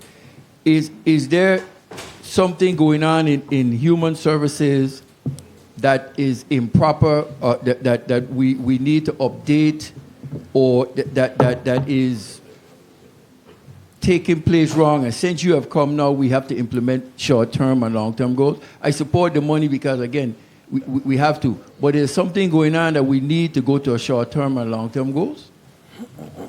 It's just, Commissioner Avril George, it's just putting things in place to make sure that we have a plan, to make sure that we're not just flying a word, trying to find a word, to make sure that the team knows what's our focus to prevent us from being in this position again next fiscal year. Okay. What can we do? What can we change? What processes we could implement to make sure that we're not here before the Senate again with requesting funding for Medicaid going forward? Okay, thank you. Thank you, Mr. Chair. Thank you. Thank you very much, Senator DeGraff, our Minority Leader. Before we go to the next senator, I wanted to ask you, Commissioner George, are you aware of any additional funding that came in as a result of the creation of the MOFOCU, which is the Medicaid Fraud Investigative Unit? Part of the benefit of establishing a unit in justice as well as human services, when we moved that legislation, was that there will be some additional financial benefit to the government of the Virgin Islands. Are you aware, Mr. Gary Smith? You were very much instrumental in the whole discussion back then. Are you aware of any financial benefit that was received? Gary Smith, Medicaid Director. You're absolutely correct, Senator. However, there are investigations ongoing that we can't speak to, and then also the implementation of technology to assist in that area as well. But you're speaking about overpayments coming back. There are a couple of requests to some providers having to repay overpayments. Very well, thank you. At this time, the chair will recognize Senator Javon E. James Sr. for his 5 minutes. Greetings to the people of the U.S. Virgin Islands. Thank you, Mr. Chair, for the time. Greetings, testifiers. My question to either Kevin Williams or Mr. Kyle Fleming, it's regarding the whole, I think it's a 90-day plan based on the state of emergency. I know on page 6, you basically have like bullet points, and it speaks about the different things that you want to do. But in the actual plan within your circle or your team, do you have the timelines and dates as opposed to what we have here today? Because I don't really see any timelines. It speaks to some good things, but no timelines. So, really and truly, that's sort of what the 90-day plan effort is. We have developed, there are a lot of interim dates for each one of those items, but really the 90 days is to really focus in and through the incident command, develop and drive those. So we know what the overall objectives are. We have some preliminary timelines, and we will be driving towards putting those things in place and driving them within that 90-day period. So there are specific timelines. They're not in my testimony, but I can provide them to you. Yes, I would like to see a well-detailed plan, because to say to this body, give you all 90 days. Yes, in the committee of jurisdiction, we can always bring the WAPA and the necessary stakeholders in, but once we give you this power, we want to make sure that, one, we don't really have to micromanage you. We can just look at the plan and look at the different details. And from there, we can say, okay, we leave them alone because we know they're working on this around this time, but there are no dates in here. So let me just kind of clarify. Within the emergency sphere, we normally set objectives and you work through those and you adjust on a day-to-day basis. And I'll give you a good example of the timelines and the plans. With the the Watsilla deal and the contract, we stressed out so that within 30 days, within 60 days, the batteries will come online. So we're working this within a 90-day and a 30-day scheme. In 60 days, the batteries will come online. We want to be able to, now that we have a signed agreement with Watsilla, to be able to see how we can bring half of those generation units online sooner. Those are some of the things that we're trying to work in within that 90 days, that one gets us some reliability and some fuel efficiency. So this is not easy. This is not a normal project plan where you sit down and you adjust and you develop a plan and you says, this is what we work with. We have to actually adjust day to day, week to week, to make sure that we could keep this thing going. And so it is not the normal, set up plan, but we do have some within each objective, some timelines or goal points that we want to establish and meet within that 90-day period. So what series of events need to happen before we see the closing of the VTOL transaction? What series of events? Right now,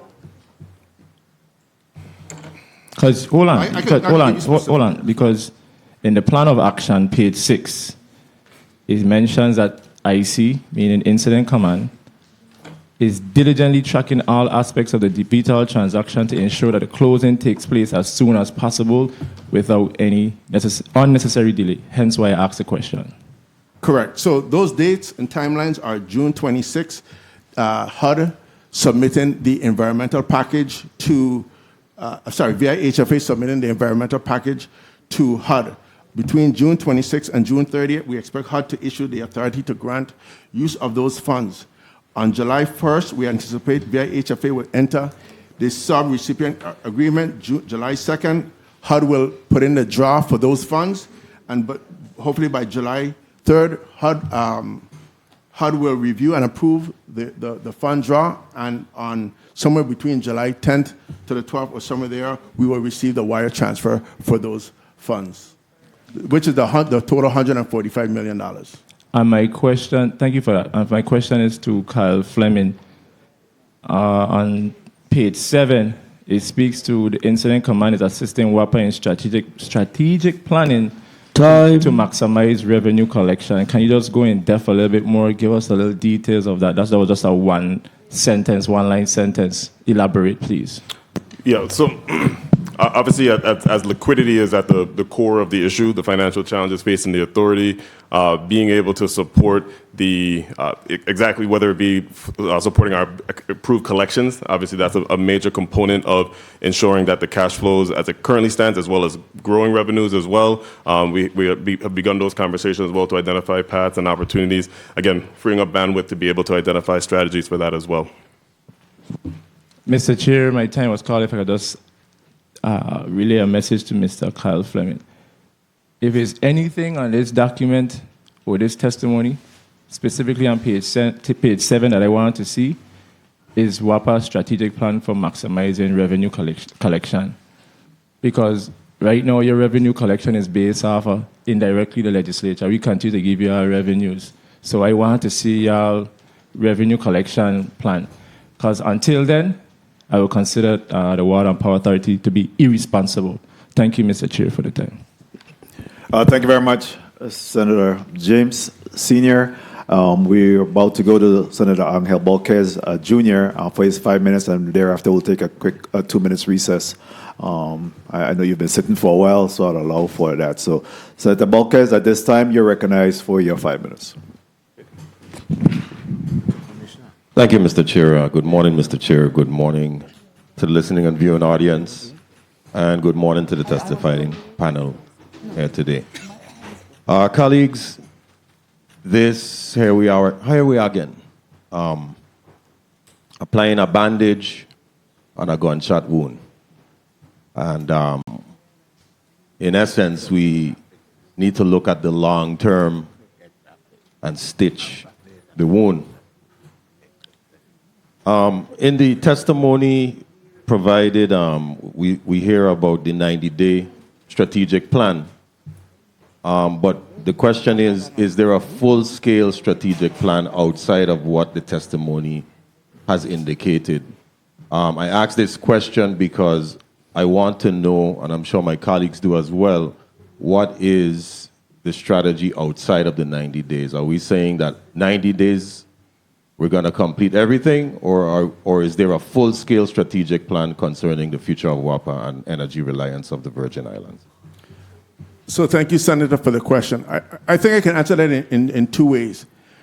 90 days is us trying to deal with the state of emergency, the acute problems where generators may turn off like in the next 3 days. We may be back in that position in the next 3 days. So I get it that we want the long-term aspect, but I just want the community to know that we are not out of the woods, and we could be back in rotating power schedules in a short time. So within the 90 days, we are trying to see how we could bring down to some extent the cost gap that WAPA has with what it collects and what it pays out. That's step one. There's many things in works, which is some of the solar, the batteries, getting unit 15 right now that's running on diesel to run on propane. Those are things that will reduce WAPA's cash outflow in the immediate. And there is where lies the concern, because in theory, we know what we need to do. Right. In theory, we know that we need to augment the grid. We know that we have to sort of facilitate the financial challenges that WAPA has. But in the long term, the application side of it is the most challenging part, whether it's financial resources, whether it's human resources for that fact, in the sense of having the right people for the right job, in the sense of completing some of these tasks at hand. And I'm curious to know what sort of key performance indicators you've set aside for yourself concerning how you're going to be able to complete this strategic plan in this 90 days and outside of that. What are some of the things that your milestones concerning completing these tasks at hand? So the 90 days is the extension of the state of emergency. It's not a 90-day strategic plan. So WAPA has a full-blown strategic plan for where the utility wants to go. What we're saying is within the 90 days, we're telling the legislature and the public, these are some core things that has to be done within a 90-day period to open up the things that you guys want to see happen. If we don't do this and WAPA fails next week, we don't get to all the We don't get to the midterm or the long term before our people start to suffer.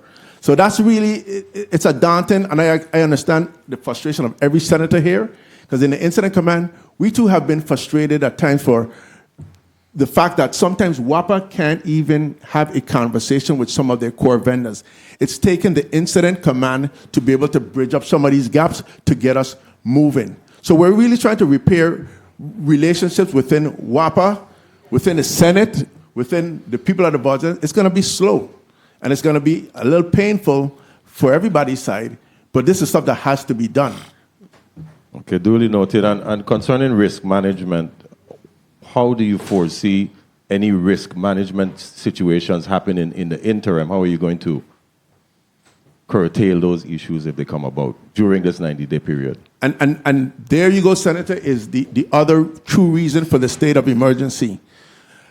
The state of emergency requires all the GVI entities to work together. It also says WAPA, which is not under autonomous entity, to be able to work with us together. We have to make sure that if WAPA has a hiccup, that we step in. So and just as the Senator is a good example of this is the Wardsilla project. The Wardsilla project, although we've signed an agreement, we're gonna get us started, they have to bring propane to these units within X number of days. If we fail to bring propane to those units per the contract, of course, we don't follow the contract. Things don't happen. So we're monitoring that from a risk standpoint, and anything that creeps up that will allow those things to happen, that's where within this 60, 90-day period, we can step into whatever and make sure that we continue to march forward and not backwards. So we're managing risk on a day-to-day basis. Understood. And I believe one of the big issues, if I may, Mr. Chair. Thank you, Mr. Chair. I believe one of the big issues that you're facing is the $34 million in deferred maintenance costs. As we know, whenever WAPA has to go down for maintenance, that means loss of service for our people. And in fact, we really need to work on augmenting the grid to be able to have battery backup so that when maintenance takes place, the battery backup can still provide service for those customers. How are we outside of what's taking place in this 90 days that we're talking about, how are we going to take care of that $34 million in deferred maintenance costs? So let me be honest with you, Senator, and the entire public. We are not doing anything with the $34 million in deferred payments. WAPA cannot really execute deferred maintenance because it does not have sufficient generation online to be able to take those units offline to do maintenance. That's why when I said the stability of WAPA runs through the Wardsilla project, adding 36 megawatts onto the grid allows now WAPA to take diesel units offline, save money, but also now be in a position to go and maintain one of these units. A huge problem that we discovered within the last 2 weeks is Unit 15 in St. Thomas District is necessary to keep the lights on right now. That unit has an issue that is forcing it to run on diesel, which is bleeding the utility of additional funds. So until we could get Unit 15 back on propane, we can't keep the lights on, and we can't save cash in the bank to be able to do some other things. It is that challenging, a daunting of a task ahead of us. Thank you for your responses, and I appreciate the team getting together and trying to fill in the gap in the sense of what should have already been the responsibility of the Water and Power Authority. And I'm hoping that we all can work together in order to solve this quandary. Thank you, Mr. Chair. Thank you very much, Senator Bolquez. Point of information, Senator Johnson. Thank you very much. Please recognize the mic of Senator Johnson. I said going on recess, but he asked for a point of information. Thank you very much, Mr. Chair. I want to go to page 8 on your testimony. You said for hurricane season, ideal propane supply is a minimum of 75% total capacity for St. Thomas and St. Croix, which equates to 20 and 24 days for St. Thomas and 17 and 20 days for St. Croix. Page 8. St. Thomas is currently above the level with 38 days, and St. Croix is below the level with 4 days. break this down to me. How do we have such a large disparity? One island have 38 and one have 4, and I live in St. Croix. And I'm going back for St. Croix. How do we get to such a large disparity when it comes to 38 days versus 4 days? Thank you, Senator. And just for the record, I live on St. Croix too, so I share those sentiments. It is based on generation, what the island is burning. So although St. Thomas has a large supply of propane, they're right now burning diesel. St. Croix is burning more propane based on the generation that has been dispatched by the Water and Power Authority. So if I'm only using one generator on propane, it's going to last me longer in terms of number of days. That ain't explaining my question, but we'll talk after. We got to go and break. Thank you. Thank you very much, Senator Johnson. At this time, we'll take a 2-minute recess. You relieve yourself.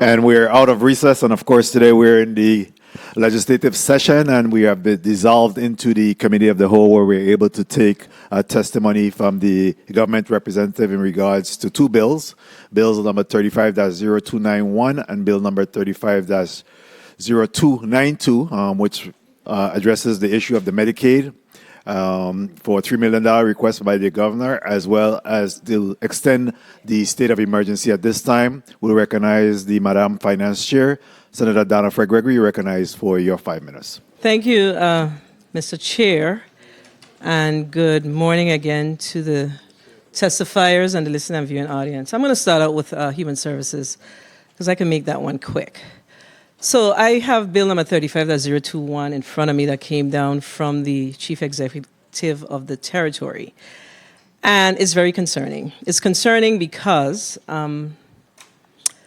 we just had our mid-year review, and we were told that we have a 91, so I speak as a chair of the Finance Committee as I speak about this.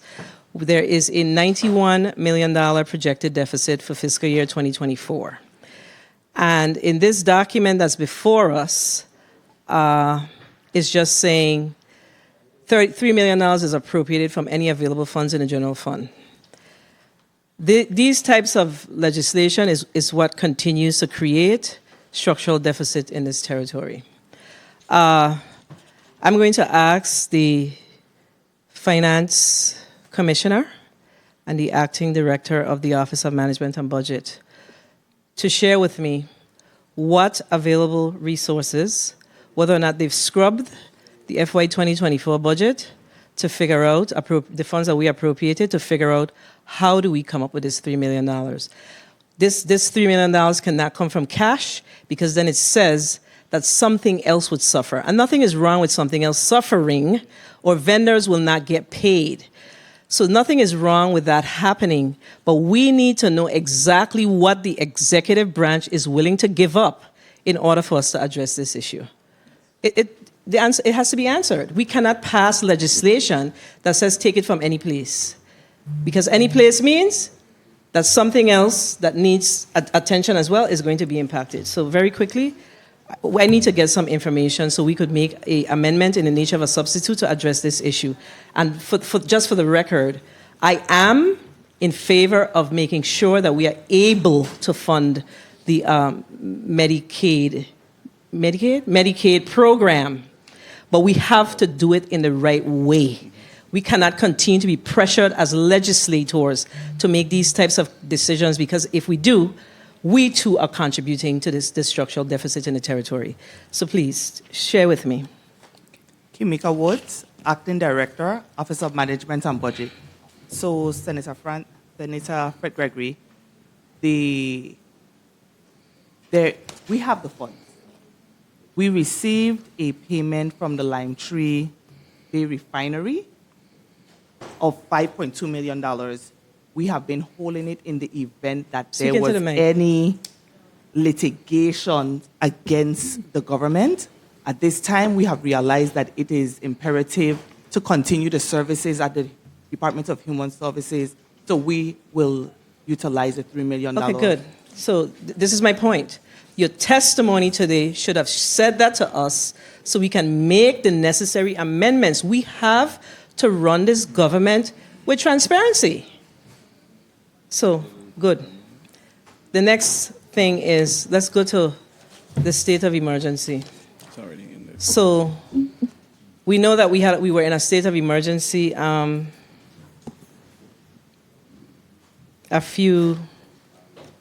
we've been in a state of emergency. This is an extension request.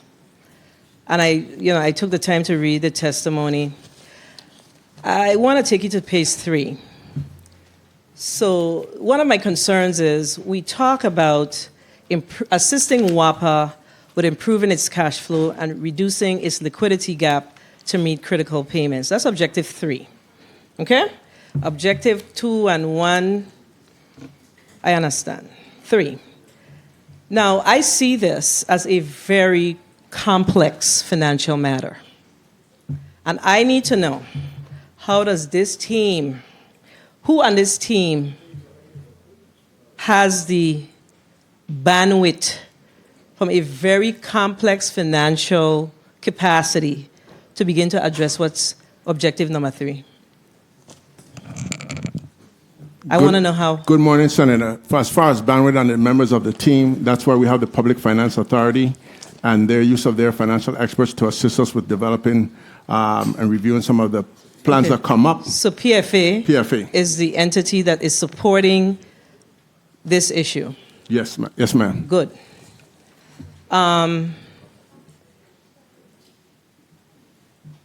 You talked about assist with bringing online renewable projects at a faster pace. And then you said, we remain hopeful that within the next 90 days. And I think one of my colleagues talked about timelines. We cannot remain hopeful when we share, when we lay out that we have a challenge, we have to demand. So who are we remaining hopeful with? All right. We need a timeline as to when this estate Petronella will be online. It needs to be clear. We should have had that timeline embedded in this testimony. We cannot continue to make decisions in the dark. You may proceed. Thank you, Senator. The timelines for the Petronella site are: 1, the WAPA board is meeting this Thursday. We hope and expect that they will sign and execute the battery. You see the word you'd like to use? Well, hope. This is a problem. Hope and expectations. At what point are folks going to be directed to do their jobs? Because you're going to come back here in the next 90 days after this and talk about you hoped for, but it didn't happen. You see the challenge we have? Because we know that we need to do this, But the problem is, every time we find ourselves in a situation like this, you know what happens? The government comes, they give us half the information, and then when we say yes, they do whatever they want to do. You understand our frustration? I do, Senator. Okay. I just don't want to speak for the board.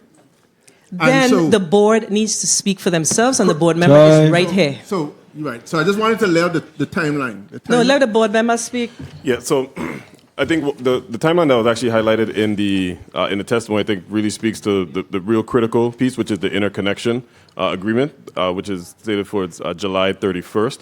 Because that ultimately, whatever is built, the connection to the grid is where the benefit to the territory is realized. And that timeline is one of the most critical that the team has been, not just locally, both we've had participation from the DOE and the National Renewable Energy Laboratories in support of that timeline. And that is the key piece in terms of timing relative to the solar sites. Okay, so my time has been called. So I'm going to ask Mr. Chair to allow me to just wrap up, because there's something where I'm confused. So, Mr. Williams, you speak about the board, but we are in a state of emergency. So who's really running the issue? The board or the team from the state of emergency? Because at this point, if we say yes today, then it says that the board, we don't have to wait for the board to make these decisions. You all are confusing me. So I go back to, and I took time to review, if I may, on the chair's time. I took some time to review the executive order And the executive order made clear that the governor says, I direct all agencies under the direction of the governor to fully cooperate with the Office of Management Budget and the incident commander and any representative thereof in furtherance of this order. All agencies not under the direction of the governor are requested to provide such assistance as required.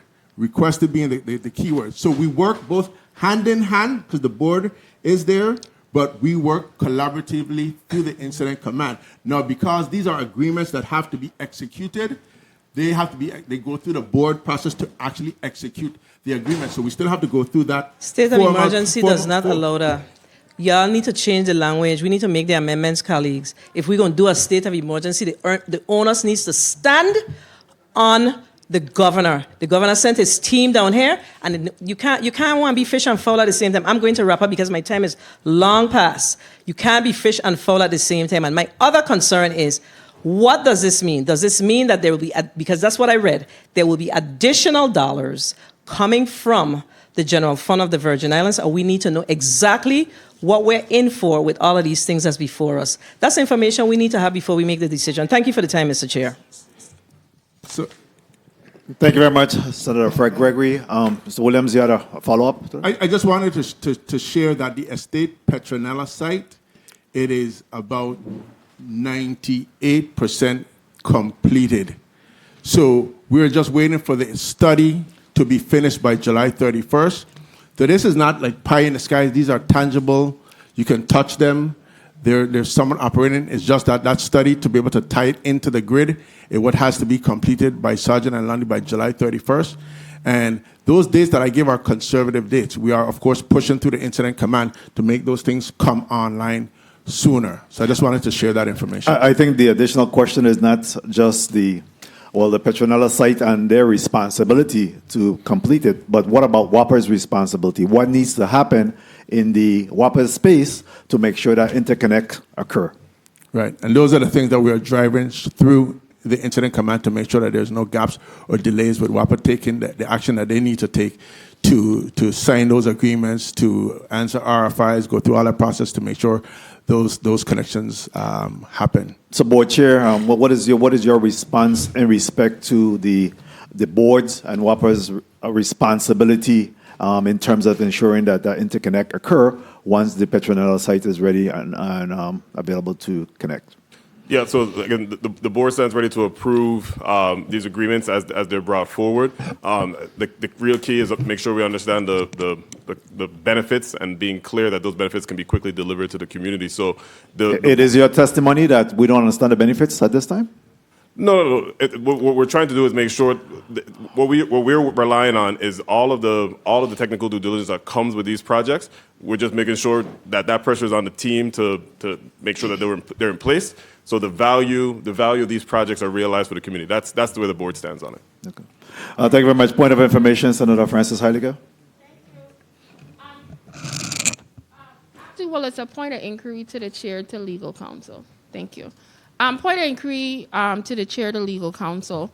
As it relates to Bill 350292, how this bill is drafted at the request of the governor, I'm concerned at the drafting of it, and I need some legal advice. Our current law says that state of emergencies cannot, after the initial 60 days, has to roll over in 30-day intervals. With us drafting it this way and now changing it to 90 days, are we now going to be in conflict with the current law?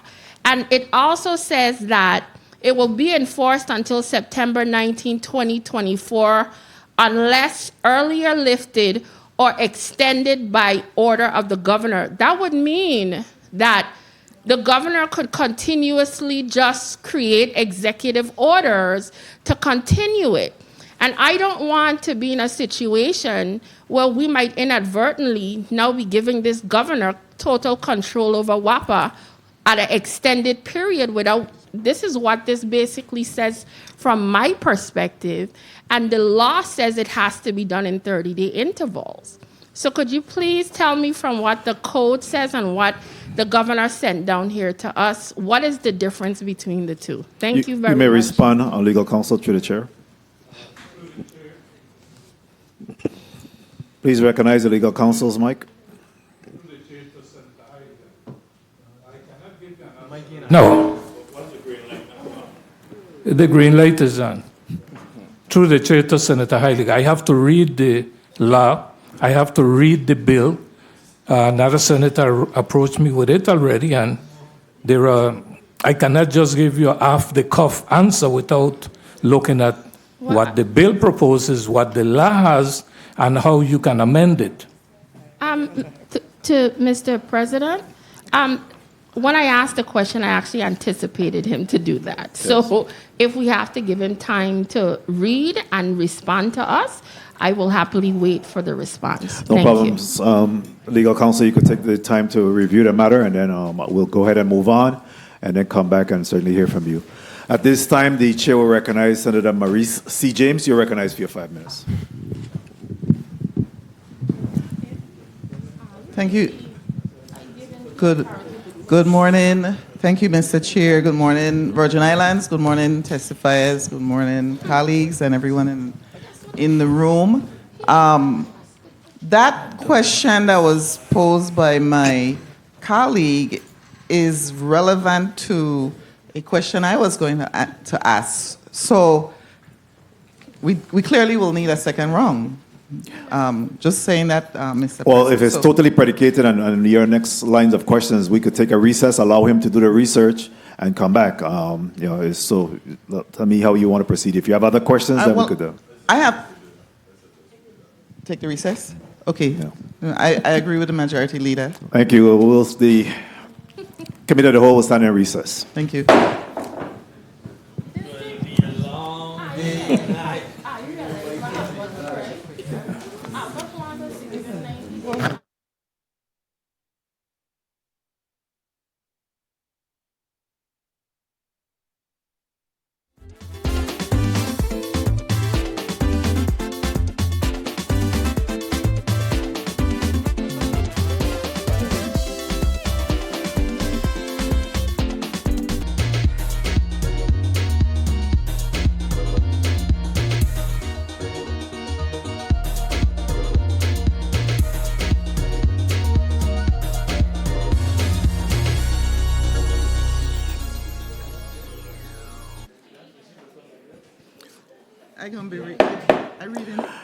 We are out of recess at this time. We had a question for legal counsel, and he has done his review and research and prepared to respond. Legal counsel, you recognize. Through the chair to Senator Heiliger, as the law stands right now, the governor would have been required to submit a request for an extension of the state of emergency, which he did, timely. The bill now that's before you seeks to extend the time that he has requested for a state of emergency to 90 days. The bill as written would allow the governor to lift the time. For example, he grants you 90 days. He can lift that at any time before the expiration of time, or under the bill, he can extend it just outright. You will be giving him that authority. You can amend. This question was posed earlier by Senator Gittins. I was in the process of looking at the research to give him an answer. So really, as Senator Gittins, your request, again, if you decide to submit an amendment, you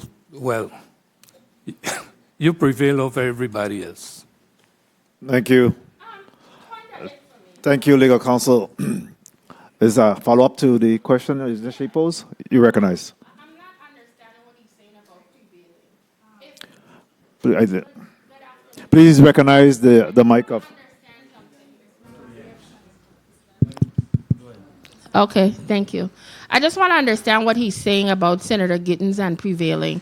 If you have a personal conversation out in the hall versus a senator asking for a request on the Senate floor, I am trying to understand what all the extra conversation was about because we just trying to make sure we get the pertinent information. Thank you. I think the legal counsel have responded to your request, Senator. At this time, we'll recognize Senator Maurice C. James for her 5 minutes. You keep me out of the map. Good. Thank you. Thank you, Mr. Chair. I pulled up the law also, and I guess through the chair, can we, as a legislature, give the governor more than 30 days? Or does this law specifically only allow 30-day periods of a state of emergency? Through the chair, to legal counsel. Legal counsel, you may respond. Through the chair to Senator James, as the law stands right now, the governor can request a state of emergency for 30 days, but before the expiration of the 30 days, the governor can submit legislation to the legislature for an extension of time. I don't see any particular restriction on the amount of time, but it is up to you, the legislature, to decide to give him a 30-day increments of 30 days, 15 days, 20 days. Is up to you. Through the chair, one more question. If the legislature does not consider subsequent requests for extension and we do not act within 5 days, Then he gets an automatic 30-day extension. where does it say he gets an automatic 30-day extension? If the legislature fails to consider the request within the 5-day period, the state of emergency automatically extended for an additional 30 days. But Section through the D. chair, through the Section D. so that's where the 30 days comes in. Additional 30 days if we don't respond. Right. That's outside of what's being requested here today. Okay. And how? One more question. So the legal counsel is saying that we can in fact give 90 days through this piece of legislation, proposed bill. However, under Section H, we can limit or modify the powers. Correct, legal counsel? Through the chair to Senator James, yes, you're correct. Okay, thank you. Thank you, legal counsel. So, the question is, this is to Mr. Williams. Instead of asking for, you believe that it will require 90 days in order to execute on whatever it is that you're executing on. Let's just put it that way. The time. What? Mr. Chair. Well, my questions really are, go ahead. Okay. I'm going to switch because I really wanted to ask the Department of Human Services. I got. Well, you pose a question to him, sir. Allow him to respond, and then any additional questions you may proceed with. Okay. Thank you, sir. Yes, Kevin Williams, Chief Policy Advisor, Incident Commander.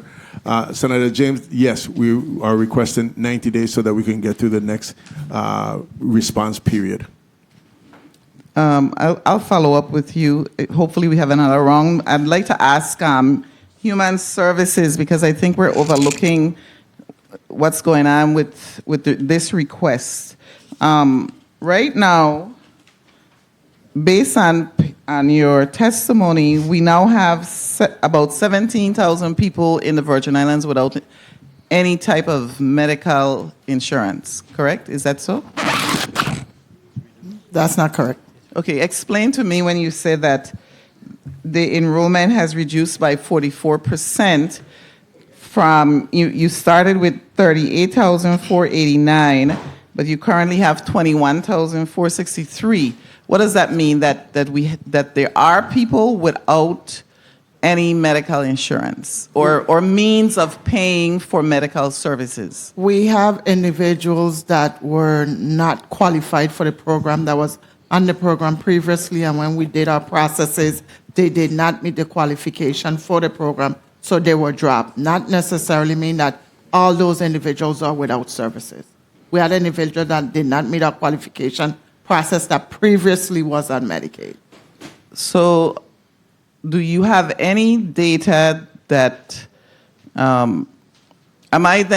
is then the assumption that because they were no longer qualified because of the pandemic qualifications that they met, that now they are in fact covered somehow? Because do you understand my concern? My concern is that we have people who are going to present to the hospital, and I had a conversation with my colleague, the chair of health, and that's a big concern. What happens to all those people who no longer are eligible under the Medicaid program? Danelle Baptiste, Assistant Commissioner. So you're correct, Senator, in that a portion of those individuals may not have health insurance. We are not currently tracking of the people who no longer qualify for the program, exactly where they stand in terms of a status of coverage. But some of these individuals may have taken on employment. They may be working within the government. They may have private insurance. But there's a strong possibility that some of those individuals do not. It's important to note that the reason why they are no longer qualified mostly is due to a change in income. But the poverty level in the Virgin Islands, and specifically on St. Croix, is very high. So we can't ignore what this is going to do to our people who are already suffering, correct? That's correct. Okay, I'm not going to go any further because I'm pretty sure my colleague following up will continue it, and I don't want to abuse my time. Thank you, Mr. Chair. Thank you very much, Senator James, Maurice C. James. And point of information, Senator Capehart.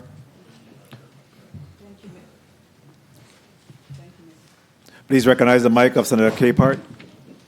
Thank you, Mr. Chair. I just wanted to do a follow-up question as my colleague posed about those 17,000 people who are no longer eligible for Medicaid. Presumptive eligibility is where those individuals who don't have health insurance that go to our hospital. Has there been a education and outreach in the community to say, hey, those 17,000 individuals who just came off of Medicaid, your option of using presumptive eligibility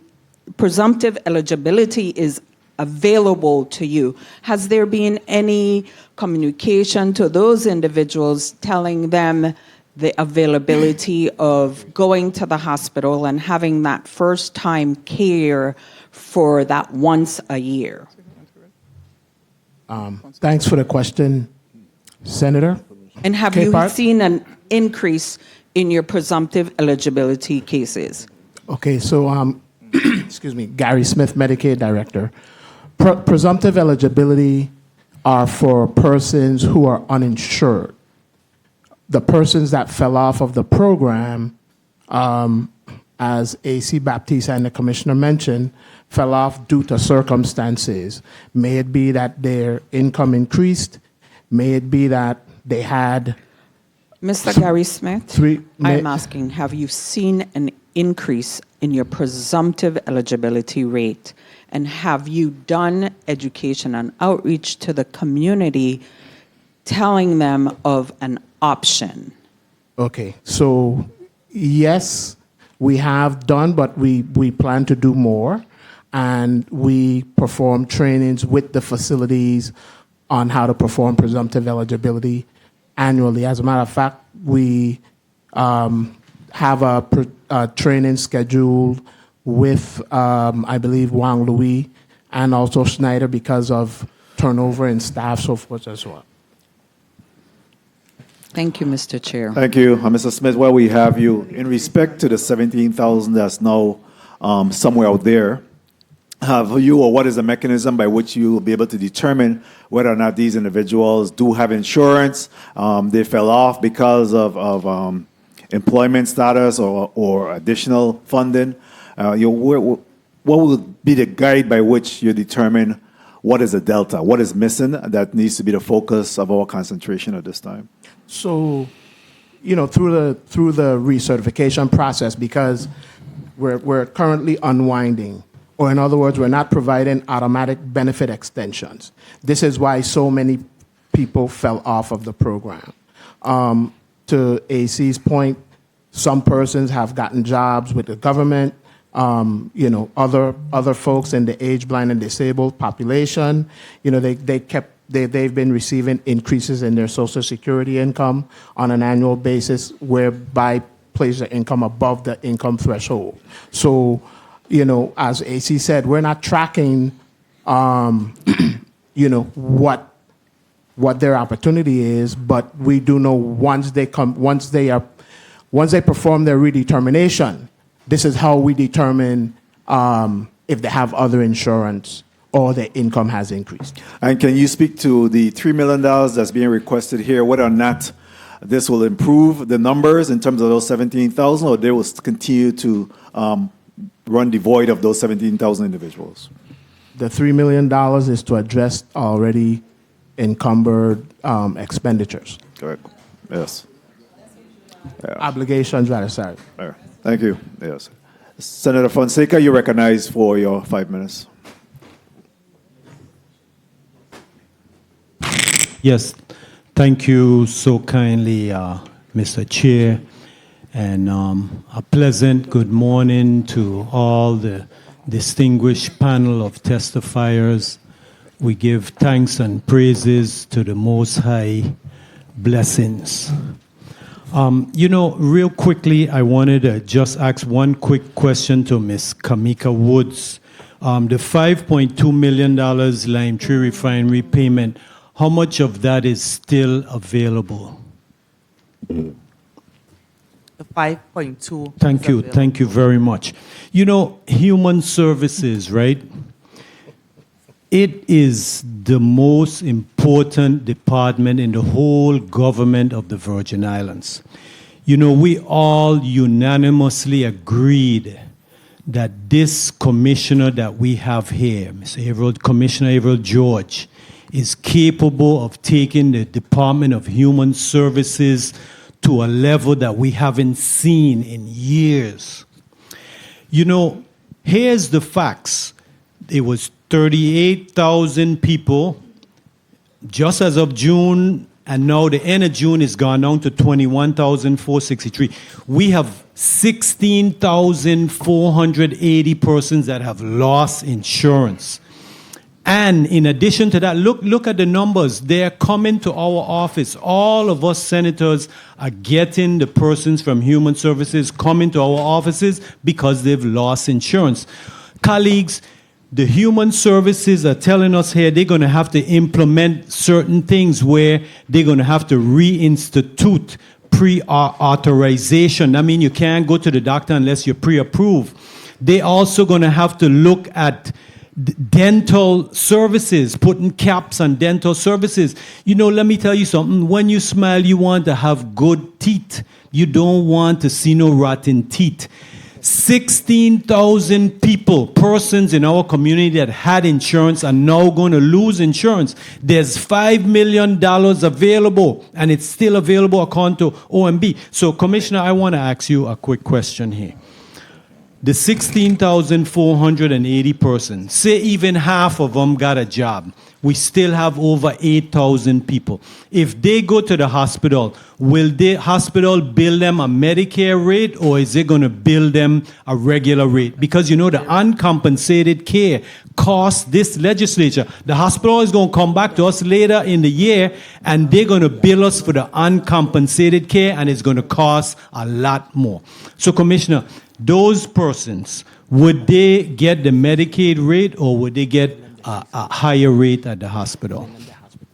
Commissioner Averill George, some individuals will be eligible for Medicaid based on the presumptive eligibility, but others will be uncompensated care. So you see that? It's the bill is self-pay. The self-pay, we know what the self-pay is because they're not going to be able to self-pay because they was on Medicare rate. And even though the director, Gary Smith, told us that they working and they're now above the eligibility, we know the Medicaid eligibility is the poverty line. They are not going to be able to pay to fix their teeth. Right now, there's a lady in my office just Friday. 2 young, brilliant guys, 15 years old, they have a problem with their eyes. They're identical twins. Gary know who they are, but we can't afford to pay for the surgery. It's about $21,000 for each one. We cannot afford to pay for their surgery. How can we let our own people go uninsured when they were insured before? Real quickly, I want to get to WAPA. 1 minute. You know, I'm going to tell you, I'm an optimist, right? And the proposal that Mr. Williams presented here today, I have to say congratulations.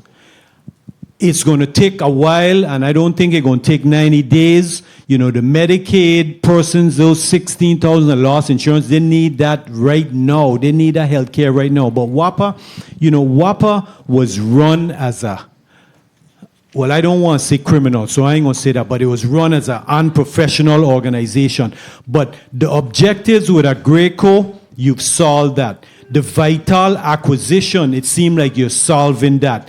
The LPG transportation rates, you were able to get that from 73 cents down to 59 cents. You're saving about $900,000 monthly. Folks, I know it's not going to happen over there, but these are real solid progress in WAPA that's coming on.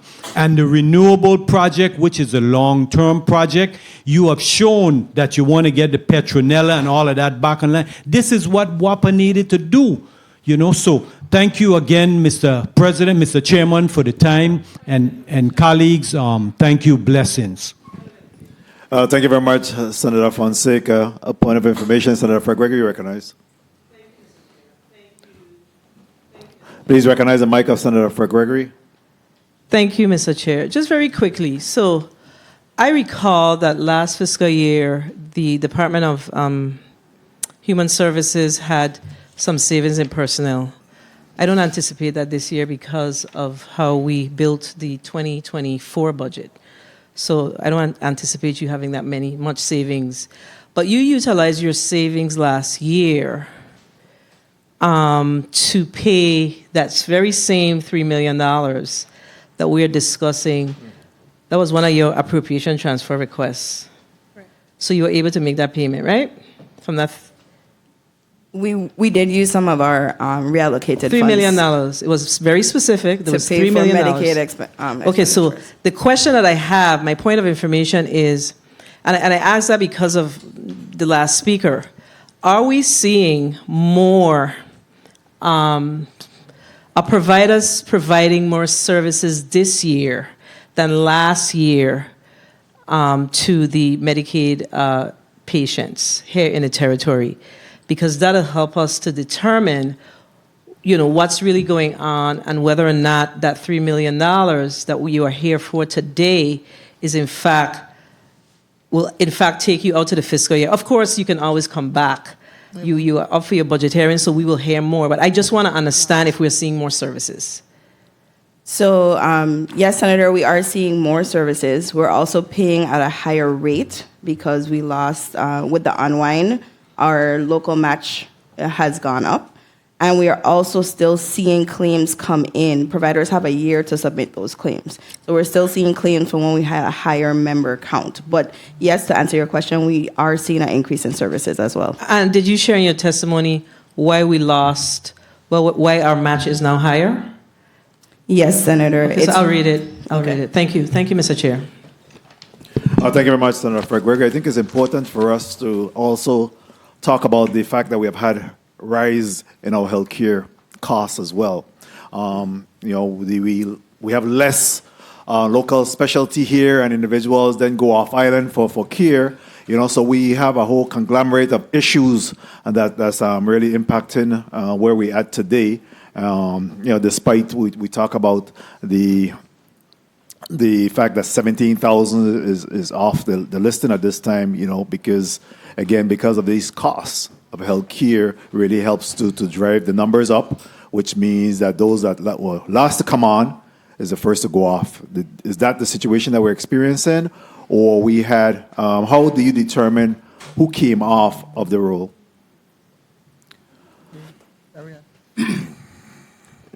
Gary Smith, Medicaid Director. It's difficult to anticipate healthcare costs. Someone can present at a hospital with a cardio issue. They may require intervention. We don't have a cardio interventionist here in the territory. I think Schneider just recently hired one. That person has to go off island. Someone receives a gunshot. We have no trauma, acute or critical neurological issues or conditions. So it's difficult to anticipate, even though, the 17,000 folks fell off, but you still have, to AC Baptiste testimony, 2% of our Medicaid population driving 29% of the expenditures.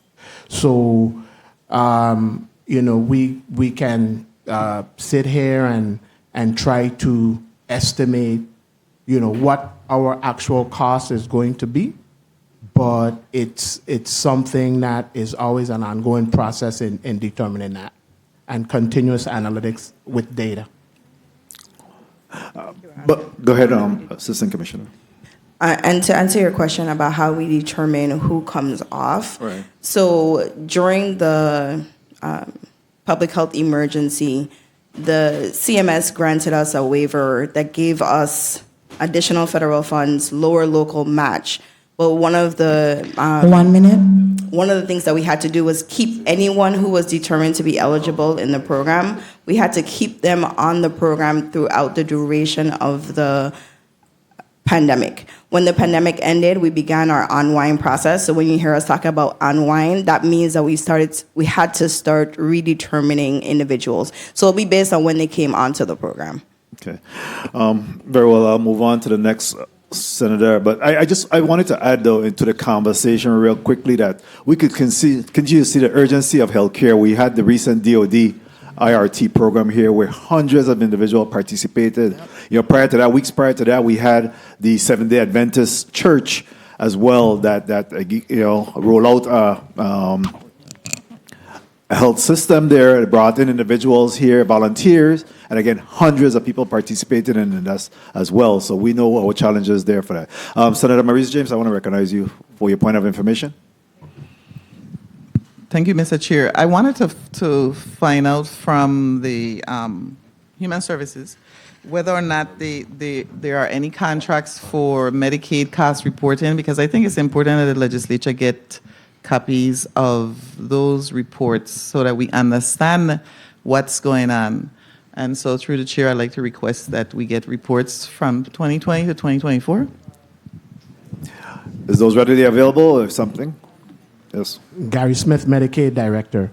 We have completed cost reports, which have officially been submitted to CMS for FY11 through 13, fiscal year 14, 15, 16, 17, 18, and 19 are currently under review and hopefully will be submitted officially to CMS next month. We're talking about 5-6 years behind? Yes. Okay. And there, to add, we are also in the process of working to resolve the contracting issue so we can get those completed. Who's responsible for doing that? That's the question. Responsible for putting together the cost analysis. The cost reports. We were 3P Consulting was contracted with us. Just to follow through on what you just asked. Yes. And so you said they were. So who is now handling the cost reports? And why are we behind? And can we catch up? Because how do we solve this problem if we don't have current information? Yeah, so again, Senator, thanks for the question. Gary Smith, Medicaid Director. So we are working out the contractual issues with 3P, and hopefully they will be able to be onboarded to get us caught up. Thank you, Senator Capehart. I know you're patiently waiting. Senator Blyden, have a quick point of information. You recognize? Thank you, Mr. Chair. Mr. Smith, the consultant company, what the cost to the department for that service? Cost report? Yes. The last contract we had, I think it was around $800,000 annually. Thank you so much. Annually, for how many years? What the time frame? I believe the contract was a 3-year with 2 optional renewable years. Wow. What point are we at in the contract? Where are we at? So we are working on an RFP. Excuse me? RFP. Thank you so much. Thank you, Mr. Chair.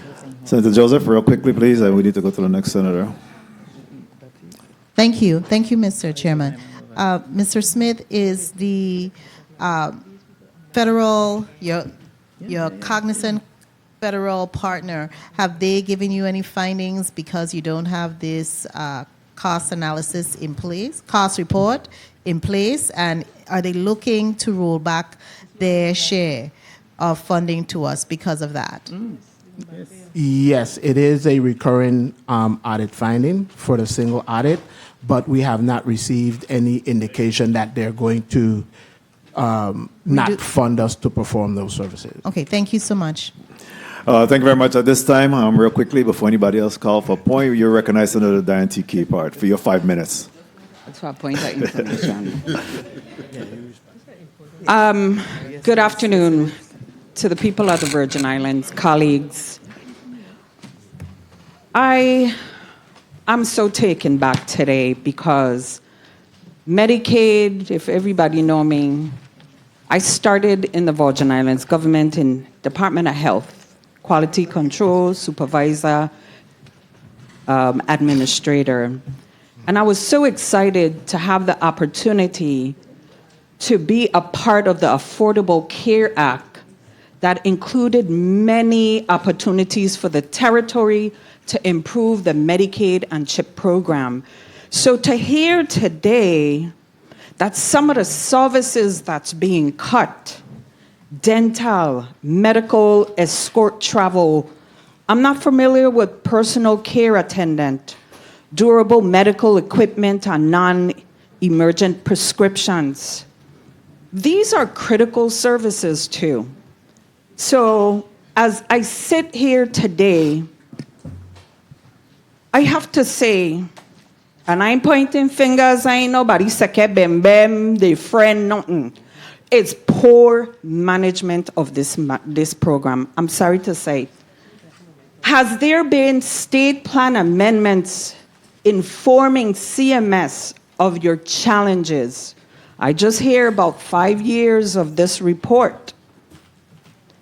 It's the lack of staff also to execute a lot of these things that we are experiencing today. Have you submitted to CMS state plan amendments stating the challenges informing of the financing, paying vendors, and paying providers? I have 5 minutes and 99 questions, please. Danelle Baptiste, Assistant Commissioner. No, Senator, we have not submitted state plan amendments. However, we have a very close working relationship with CMS. And, they are aware of a lot of the challenges that we do face. And a lot of these things we are discussing with them to see what assistance they can provide to us as well. Can you provide through the chair your last audit findings? I want to get to something that in your testimony on page 4, long-term, the enrolling of eligible members in Part D through its pharmacy benefits manager. You said, which if you were able to enroll these 2,000 members, the program will see the 50% reduction in drug costs for those members. How many employees do you have enrolling these members to enroll the Part D? So this would be conducted by our contractor, our pharmacy benefits manager. They would be the one enrolling those individuals. So you don't have people in Medicaid staff doing that anymore? Correct. And we're not currently doing it. It is one of our short-term plans to do so, and it will be conducted by our contractor. You could save money by having your staff do it. It was done once before. And I may add that it will be at no cost. It would be at no cost? Yes. Okay, good. What about, do you have presently on board, you said quality control reviewers. How many you have now? We do not currently have any quality control reviewers for the Medicaid program. I mean, as you have your certification specialist, you should always have a Medicaid quality control reviewer who would be able to help you with your challenges as to the integrity of the program. 5 minutes ain't enough, but I'm just saying, this program, this is insurance for for individuals who have no insurance and for the low income. And I would love to see that it get back to the days when medical escorts, so you're saying that when individuals, you send them off island, they won't have anyone to escort them? We will not be able to reimburse them for those costs. Okay. I have a question for Mr. Kyle Flemings. I won't beat the horse, but how much reduction would the territory see when we implement these solar projects at Hogansburg and the one up East End? I don't, at this point, I don't have a quantified savings for the Petronella and Hogansburg sites. You have no percentage. You, as the energy man, you can't say, well, we'll have a 10% reduction, 20% reduction. You can't say. Yeah, unfortunately, it's a bit more complicated than just looking at the pure percentages of it, because it's also looking at what the solar does in conjunction with the improvements to the generation as well, and the reduction in fuel costs there. I just don't have the answer right now. I can certainly circle back with the team and get a more quantifiable response. Yeah, the territory would like to know how much would be a savings when these things are implemented. Mr. Chair, if I may conclude, also in the testimony, Mr. Williams, you mentioned we are currently wrapping up the 30-day required environmental review phase. Who's completing this environmental review? The Virgin Islands Housing Finance Authority. Do you know when was the last time an environmental review was completed? For this project? Yes. No, this is the one environmental review that is necessary to close the deal, to my knowledge. So the deal that they had before, they had an environmental review, correct? For Vital. Yeah, for which part of that project? Because this is just the buyout of, or not the acquisition of the facility. So are you talking about this? As far as I know, this is the environmental for the buyout, for the acquisition, of the propane infrastructure. Okay, thank you for that clarification. Thank you, Mr. Chair. Thank you very much, Senator Capehart. Before we go to the next senator, Mr. Smith, what is the income eligibility for Medicaid enrollment right now? So for a single adult in the modified adjusted gross income category, it's $15,654.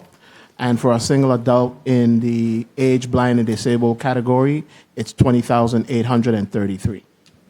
And for each additional household member, about $5,400 in the Magi and $7,200 in the age, blind, and disabled, ABD. Thank you for that. I think it's important for the public to be aware of that. Senator Gittens, Majority Leader, you're recognized for your 5 minutes. Thank you, Mr. Chair, and good afternoon to all. WAPA, I tell you. Let me first thank the legal counsel for his explanation earlier. And colleagues, may I remind you all that this type of thing is exactly what happens when we create laws specifically for individuals and not for the people of these Virgin Islands, and at times for the wrong reasons. See where we are today? It comes back to bite us in the behind. I caution you. To whom it may concern, my off-the-record conversation with the legal counsel earlier should not be a fight between us.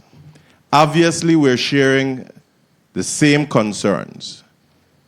So let's fight together on behalf of the people of this territory. Now, as I look at this whole thing, it's sending me back to when I work in the federal government, you know, and I always say that we should not be negotiating from a point of weakness. And that's where it appears that we are at right now. I told you all, you know, this vital thing stinks, and it stinks to the core.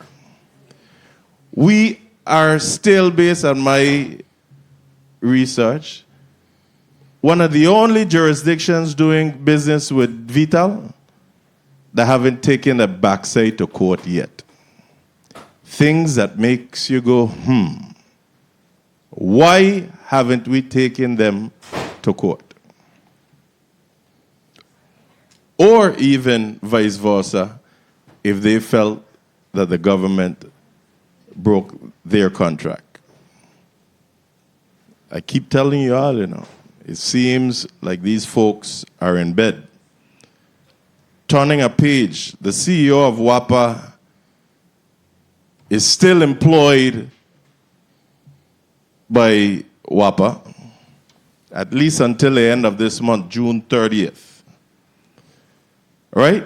But yet still, in a statement, it was determined that the appropriate representation for WAPA at the upcoming June 24th Committee of the Whole hearing, which is now, that he wouldn't show up, and that Director Kyle Fleming of the Governing Board will appear on behalf of the authority. Who in the world is going to answer the operational questions that this body has?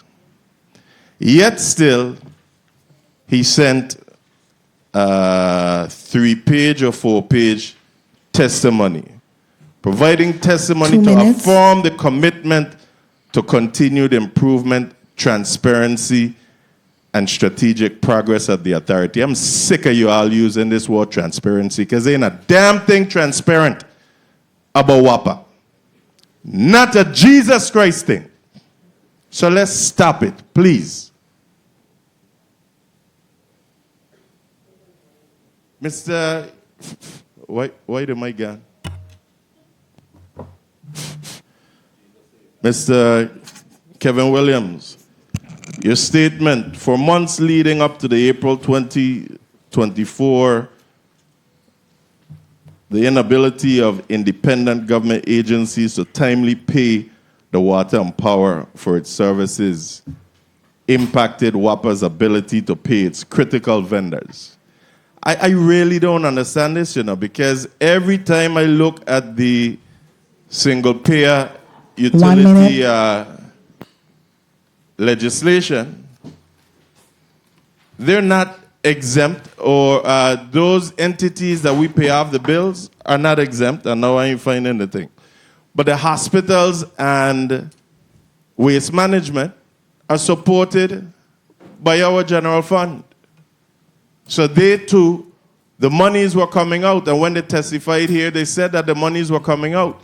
So where is these monies going? 30 seconds. My one question to you is, before I go over to Human Services, do you intend to use any general fund monies for any of this project, and especially during the state of emergency? Good afternoon, Senator. Yes or no, because I've got seconds now and I need to go to Human Services. I can't say. Okay, you can't say. All right. Human Services. And my full support is behind the commissioner and her team to make the changes necessary. But the word or the saying on the streets is that besides waste, fraud, and abuse, that in this program you're all spending like a bunch of drunken sailors. We got to put a handle on something. Every Medicaid program should have a program integrity unit that assesses waste, fraud, and abuse. May I conclude? Thank you. Do you have a program up and running that is staffed with trained individuals looking at waste, fraud, and abuse and making referrals to the proper law enforcement agency? And if yes, how many people are in this unit? We don't have a full staff. We have one individual, Mr. Kevin Denim, and he has been seeking assistance from Okay, one individual. Southeast. He's been seeking assistance from Southeast, which has been assisting the team with identifying fraud, abuse, and waste. Thank you. One individual. We need to help you to make sure that you can staff up this unit because it's necessary. What are your top 5 providers paid by VA Medicaid over the last 3 fiscal years? You have that with you? Yes. If you don't have it to say it now, can you provide it through the chair? We have it with us. AC Baptiste will provide that. Can you tell us, please? Our top 5 providers, give or take over the last 3 to 5 fiscal years, includes the Royal Schneider Hospital, Jackson Memorial Hospital. We have Mr. Dwayne Jones, VI Dental Center, Governor Juan F. Louis Hospital, and Nicholas Children's Hospital. We also have Frederick's Head Healthcare that also fluctuates in and out that top 5. So in your top 5, based on your knowledge of this program, you think that a dental office should make it to your top 5? Yes or no? No, Senator. Exactly. Exactly. And my understanding is that you're doing things outside the allowable costs, and I will end here. Why are we paying for multiple hotel rooms for individuals traveling on these and not having shared rooms? So, Senator, the only time that we will pay for the multiple rooms is if, in fact, that hotel does not offer multiple beds within one room. And if we have a medical escort that's traveling that's not a spouse or a child, and they're not able to share a bed, then we're having to pay for 2 separate rooms. So we do have an instance like that with one of our hotel partners. Thank you for your response. Colleagues, besides giving them the $3 million, which is insufficient, we need to ensure that we're able to assist them in providing funding to beef up and man this program integrity unit. Too much waste, fraud, and abuse going on. Thank you, Mr. Chair. Thank you very much, Senator Gittins. Before we go to the next Senator, Chairman Fleming, can you speak to what is some of the austerity measures being deployed or employed by the Virgin Islands Water and Power Authority, in addition to all the work that's being done by the IC? What are some of the other initiatives undertaken by WAPA to help to address this emergency crisis? Yeah, so I touched on collections earlier. I think one of the points I would like to highlight on that is that there has been a very concerted effort from the financial team. One second, because I don't think your mic is on. Please recognize the mic of Director Fleming, Chairman Fleming. Go ahead. Yep.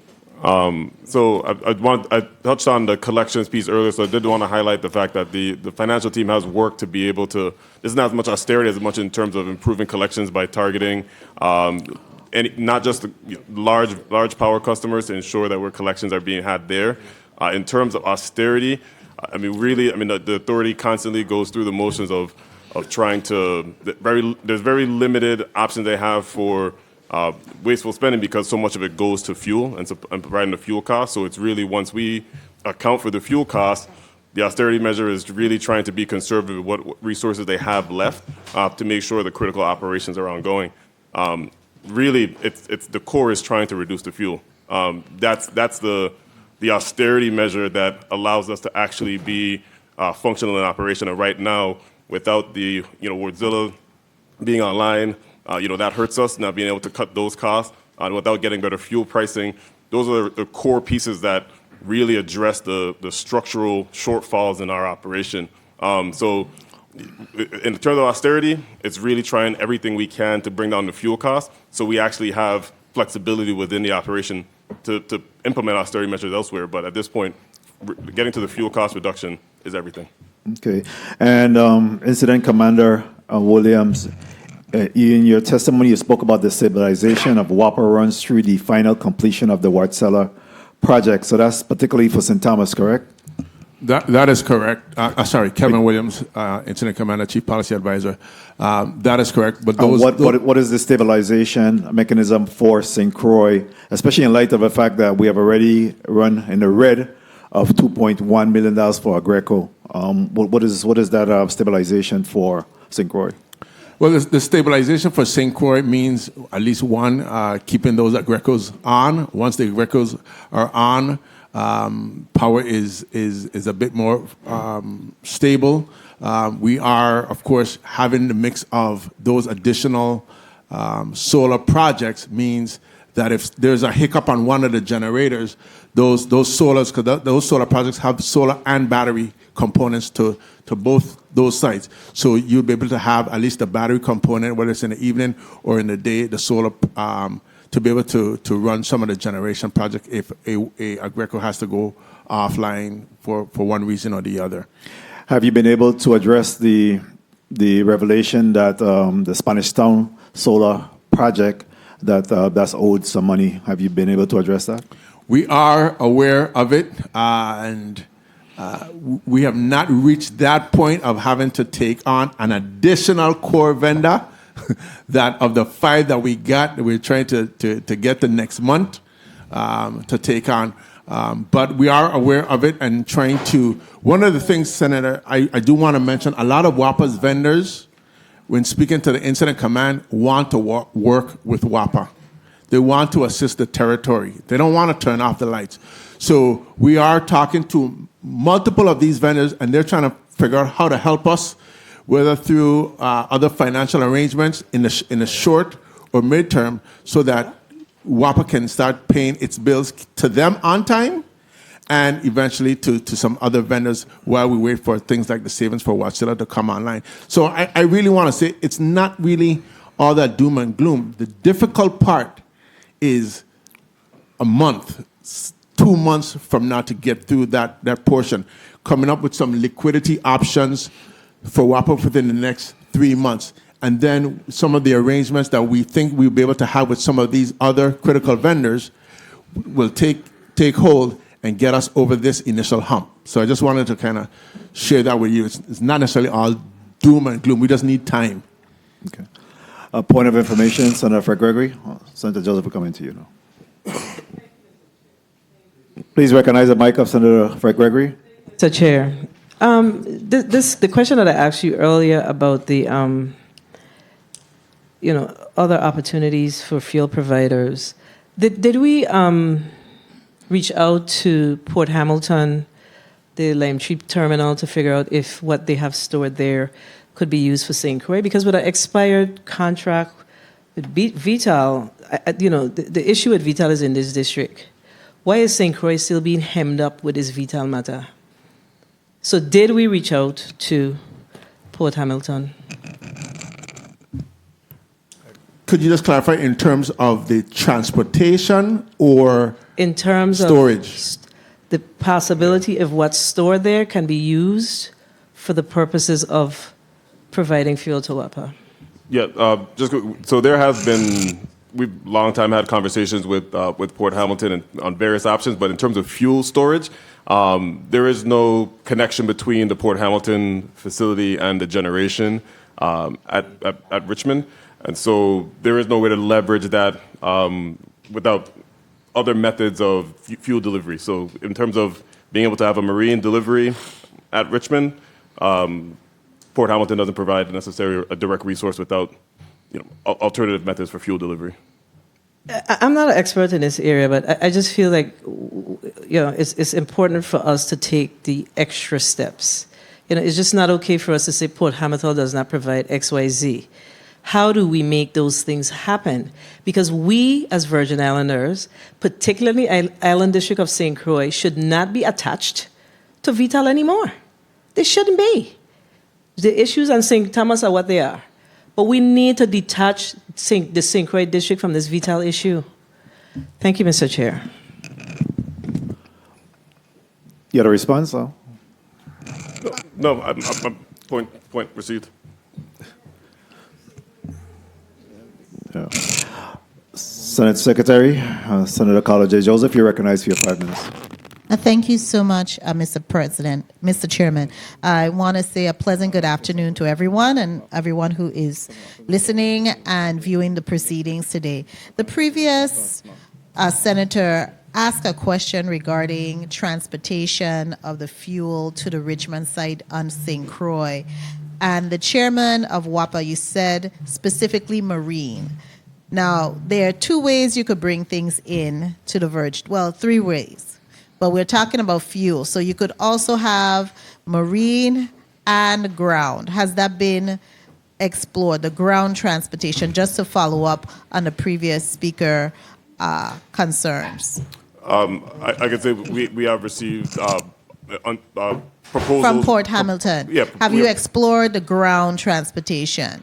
We have received a proposal. I'm sorry, you haven't received a proposal, but no. I said we have received a proposal for ground delivery from Port Hamilton.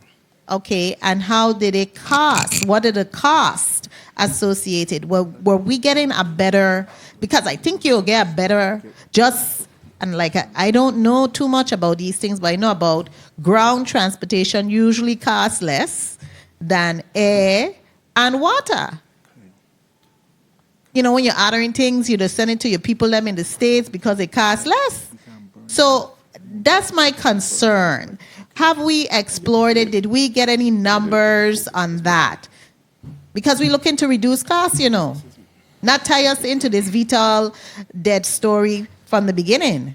So, yeah, I think one point I think that's important, especially as we talk about the acquisition piece, right? That's been one of the core pieces. Until we get through the acquisition, okay, no. I'm sorry to interrupt you, no problem, my dear chairman, but did we look at the cost? That's what I'm trying to understand. Was a cost analysis done?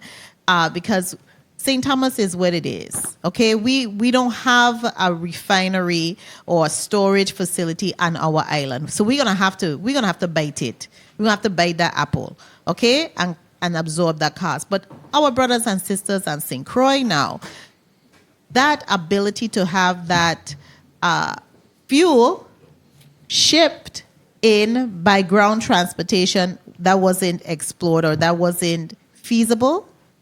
No, I guess what I would say quickly is, as we go to open market, right? As we go into open market to assess all options for fuel delivery, there would be no option that is not explored and fully vetted for options for fuel delivery for. Okay, so is it that we don't have a choice? Let me just ask the hard question. Is it that we don't have a choice here? Everybody has a choice. Is it that we don't have a choice but to use this contractor, Vital, whose executive have been charged and convicted of bribery? Okay? We don't have a choice here in the Virgin Islands. Is that what the issue is here? So let me just try to quickly answer your question. Senator, in effect, right now, we really don't have a choice. And let me explain why. For both islands, the contract between WAPA and Vital was essentially in breach. And in December of 2022, Vital pretty much decided, because WAPA was in breach, turned off the siphon. Right? Both districts, it's still the same propane terminal that Vital has for both St. Thomas and St. Croix. There's a storage facility at each plant. Right? And so when we did look at how do we get propane from at least on St. Croix, that trucking cost, you still got to pay to bring the propane from wherever to the islands, and then you still have an additional delivery cost to move small increments, which is sort of truckloads, from there to the plant. So what we did was, while we worked through all of those logistics, we tried to get the rates down, and then, like Chairman Fleming says, then WAPA would sort of vet the whole options out, see what responders are there, what they can provide, and at what cost. In a formal solicitation process, so that we can move. But I just want everybody to understand where we are with the Vital acquisition. Vital would be removed out of the propane storage option. WAPA would own that facility, and we wouldn't have to do business with Vital anymore for that particular piece. Okay, so I understand all of that, but I do have a concern. I keep saying that this body passed that turnaround company. And I know from being in a housing authority, when the housing authority, Mr. Chairman, I do have a next question, but it is I just want to make my statement. When the housing authority in 2003 went into receivership, you know what happened to all of those contracts? They were terminated. Every single one. I have one person here who was there, right, at the helm, okay, when they took over. That's why I voted for that bill, because I know about turnaround companies. And I have one person who is in this body who was there when we came out, when we went in and came out of receivership. Okay? So that's what needs to happen. We have to find a way, right? And we have a whole bunch of lawyers, right? They need to work and try to get us out of this mess. And I think the turnaround company would have effectuated that. I do have a question, Mr. Chairman, for Human Services. Now, we have the $3 million that you are proposing, but I did some quick math. And I know that the cost that you incur isn't a fixed cost like some other grants. It is dependent on the type of services and the need that you're filling. But based on your testimony on page 2, you're saying that 9.3 million, it averages 9.3 million a month, you know, for Medicaid costs. And so now we, the Virgin Islands, have a responsibility, because these are the least among us. These are our citizens, our elderly citizens. And I know you said 2% of the program members drove 29. I'm sure most of that 2% is the elderly people. That silver tsunami that it is here. That silver tsunami is here, okay? And it's driving these cars, and we want to take care of them and treat them with a level of dignity, because we are here because of them and their sacrifices. So is that 3 million going to be sufficient? Because I did a little calculation, and I came up for a 12-month period just using this and dividing it by the 17, multiplying it by the 17% match, I came up with it's going to cost us a total of $18,972,000 for 12 months, just using that, and about $1.5 million a month. Is that something that sounds correct to you? Yes, it does, Senator. Okay, so this ain't gonna be enough. I gonna just say it. This ain't gonna be enough. And our responsibility here, colleagues, is to take care of the least among us. I go and pay my taxes happily because I understand what feeds our economy. Bigs, real talk. The taxpayers' money is what feed and take care of all of our people who are in need. And I'm not gonna sit here and be a hypocrite and say, I am going to see how much we could give and squeeze out from any other place to give to our elderly and to those least among us. Thank you so much, Mr. Chairman, for the time. Thank you very much, Senator Joseph. And I say that Vital have us over a barrel, whether we want to accept it or not. They have us over a barrel. And our exercise, our push is to really ensure that VIHFA is able to complete this transition come July.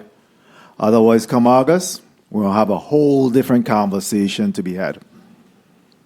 Continue to praise the federal government in one instance, but again, they continue to push back and hold us up in being able to get this noose from around our neck with the Vital issue. Until such time that we're able to get out of that, we'll continue to pay. So, and they did a good job. They ain't locking just in Croy, they ain't dropping just in Thomas. The territory wide, they have us locked in. So we have to continue to hold hands together to make sure that we're able to come July, see to it that money is paid out, how the $145 million, so we could get ourselves out of Vital. Point of information, Senator Capehart.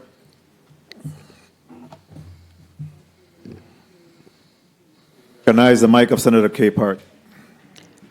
Thank you, Mr. Chair. I asked Mr. Williams regarding the environmental review, and while I was researching, trying to get some information of the last environmental review, it actually didn't even state anything about the Virgin Islands. But what I did find was the Office of the VI Inspector General's executive summary, and I would recommend, as we have no choice but to do what we have to do for the citizens of the Virgin Islands to remain with light, to look at the following summarizes the major findings from the inspection of the WAPA Vital fuel contracting process and transactions. I won't go through all the findings, but project planning, project cost, WAPA's procurement guidelines. I beg you to look at these because they're very important. And one that really stands out is WAPA board and management did not fully exercise due diligence in undertaking the LPG conversion project. Thank you, Mr. Chair. Thank you very much, Senator Capehart. Next, the chair will recognize Senator Blyden. Vice President Blyden, you recognize Vice Chair. You're recognized for your 5 minutes. Thank you so much, Mr. Chair. Good afternoon again to my colleagues. Good afternoon to the people of the Virgin Islands. Good afternoon, testifiers, and thank you so much for your testimony. I'm going to focus my line of questioning on the Department of Human Services. As was stated, this is one of the most important departments in the government that deals with everyone from cradle to grave, and especially our most vulnerable population, our young and seniors. But let me go to the testimony from Commissioner George in terms of the funding shortfalls and the long-term and short-term measures in addressing this shortfall. But for sure, my colleagues are correct. The $3 billion, it ain't even close to enough to deal with this situation. But I want to focus my line of questioning on revenues for the department. And let me ask you, or anyone that can answer from the department, in respect to the medical assistance program and the cost allocation plan. Do you have a cost allocation plan at the department? No. At this time, we don't. Because I believe this is necessary in order to maximize federal reimbursement. That's critical in terms of revenues to the department. And I know that in respect to the department, the territory is basically failing to claim millions of federal dollars in various programs, particularly those funding under the Title IV-E program, which those dollars will provide reimbursement to the territory. So let me ask a question in respect to reimbursement dollars, especially to those different vendors that's off island for our residents, especially those for children in the Department of Human Services custody. Have you guys been going after those dollars from the off-island vendors, etc., for those expenses? At And this time, we'll have to dig deep and get that answer for you, Senator. Excuse me? We don't have that answer among us. We'll get that answer for you. How much do we spend off-island dollars do we spend with off-island vendors for services to the department? Say for the last 3 fiscal years. Clarification, Senator. Are you speaking specifically to Medicaid or for the Yes. department? Medicaid, definitely. I don't have the sum figure for you. I think we can get that because right now I only have it broken down by provider. Very well. I think that's very important and very critical because, like I said, there's a lot of money that's sitting out there that we need to go after, and that's available to us and to the department in that respect. I know Commissioner George got on board, but there's a lot of money out there for the department that will assist in that respect. In addition to that, let me speak to what was stated and the 17,000 folks being dropped from Medicaid within the last 12 months. And I know a question was asked earlier in terms of what happened to those folks, and we are not tracking them. There should be a tracking system.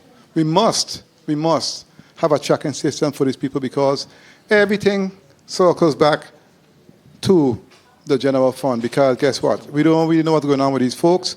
Many of them probably got an increase, as you said, in their income, got a job, and it was stated how much, what the maximum income for individuals. One person is $15,660 and $31,932 for a family of 4.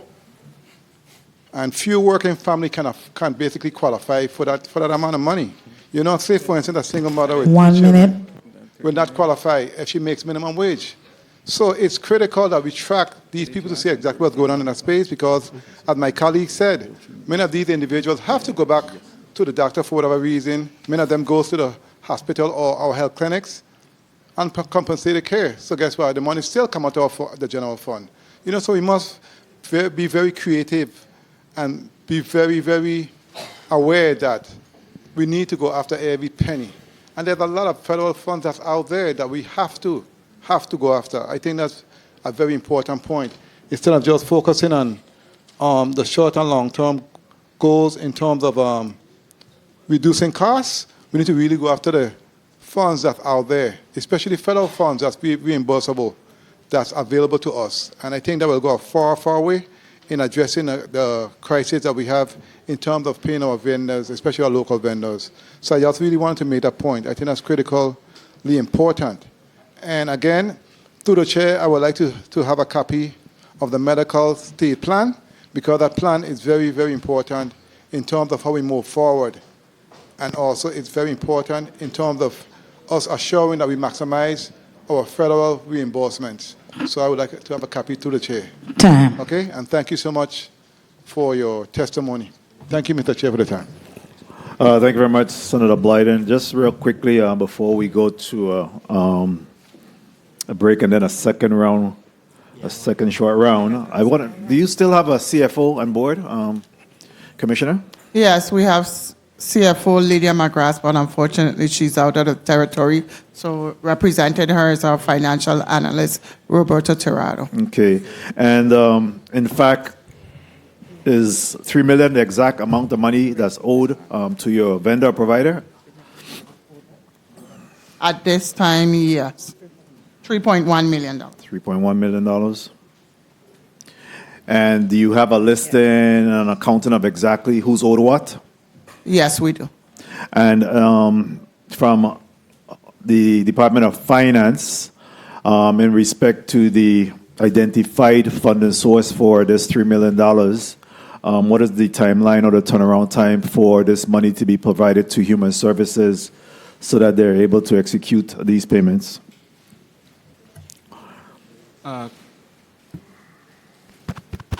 Kevin McCurdy. Please recognize the mic of Commissioner McCurdy. Just again. 24 to 48 hours. 24 to 48 hours? Correct. Okay. Very well. So what's the trigger? Once the bill is approved, sent up to the governor, then you'll make the necessary accounting. That to is them. correct, Senator. Yeah, and then once the money gets to human service, what's the turnaround time for it to get to the vendors or providers? Approximately 7 to 10 days. 7 to 10 days. Okay. And I see Williams in regards to the June 26th date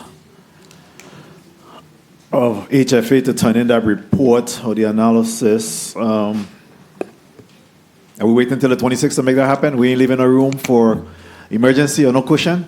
So that is this, Kevin Williams, Chief Policy Advisor. Good afternoon, Senator. That is the statutory environmental period, that 30 days that HUD has, that we just have to sort of wait it out. We can't shrink that by any means. For that time? Yeah. So, okay. So that report, as you have communicated with HFA, is ready and available to go? We have already prepped for that date. We have already prepped certain documents that WAPA would need once the approval comes back, so we could timely turn that around as well. So we're sort of projecting forward all the steps that we need to do to make sure that, again, there's no delay in processing this transaction. And that's happening all at the IC level? That coordination is what's happening, and that's really the key to making sure we don't bounce a document from one agency and they spend 3 days waiting on it because they're busy with something else and the time runs. It all happens in coordination at the incident command. Okay.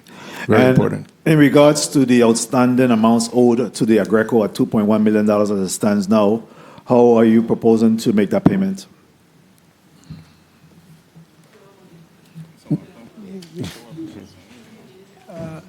Well, this week, we have that before us.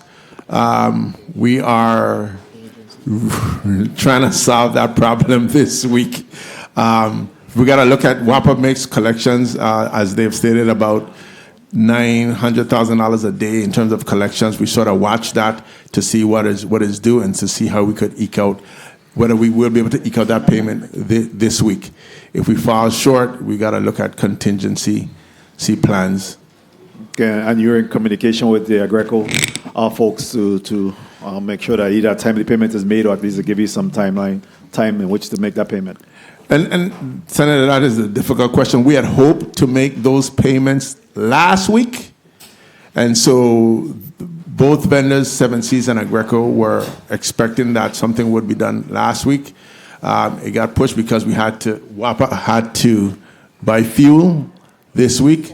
And so we're hoping to see if we can really take care of those issues this week. And that's to understate, that's why this is really a week-to-week issue that we sit at and we look at and really supports why we need the 90 days, why we need a collaboration between all the members in the incident command, and why we really come into the legislature to seek collaboration with you guys as well, because that is also needed.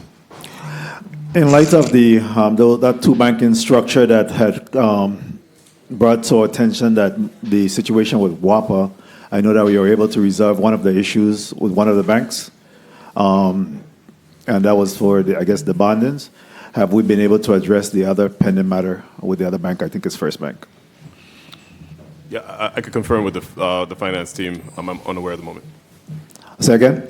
So I could confirm with the finance team. I'm unaware at the moment. You're unaware of the status of that? Okay. And what is the exit plan in terms of the discussion with the CEO? Is there any specifics that you're expecting to get from him as he makes his exit plan? Is there any documentation, any requirements, any advice? Where do we go from here in regards to now moving to that next CEO of WAPA? Yeah, this has been certainly a parallel track of dealing with today while also having to think about tomorrow from the board standpoint in terms of kind of defining what that leadership transition will be. I think ultimately the incident command has been helpful in terms of there's an extreme amount of knowledge sharing of the real-time issues. So there's that's happening in real time as well, which is helping kind of set a portfolio of information that will support that transition as it fits.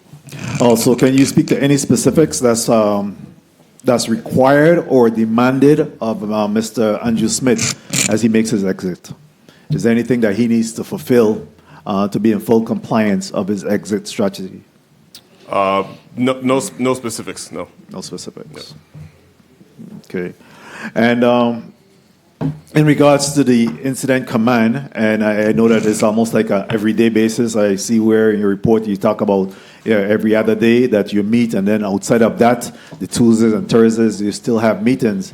What else is left? I mean, you have most of your key individuals that sit right there in the incident command. What else, with over the next 90 days, based on what you intend to benefit from, what else do you see is the benefit of having this incident command remains in place? Well, I'll start and Kevin transition. Just to be short, the constant awareness of the dynamic issues that the authority faces and the continued collaboration on solving them is really the key support. And I do think the definite support of the governor standing in when we have major issues, if we run into a shortfall, we run into a major snag or impasse, the governor has really been able to step in, at least to have a higher level conversation to some of these vendors and saying, you're about to impact the people of the Virgin Islands.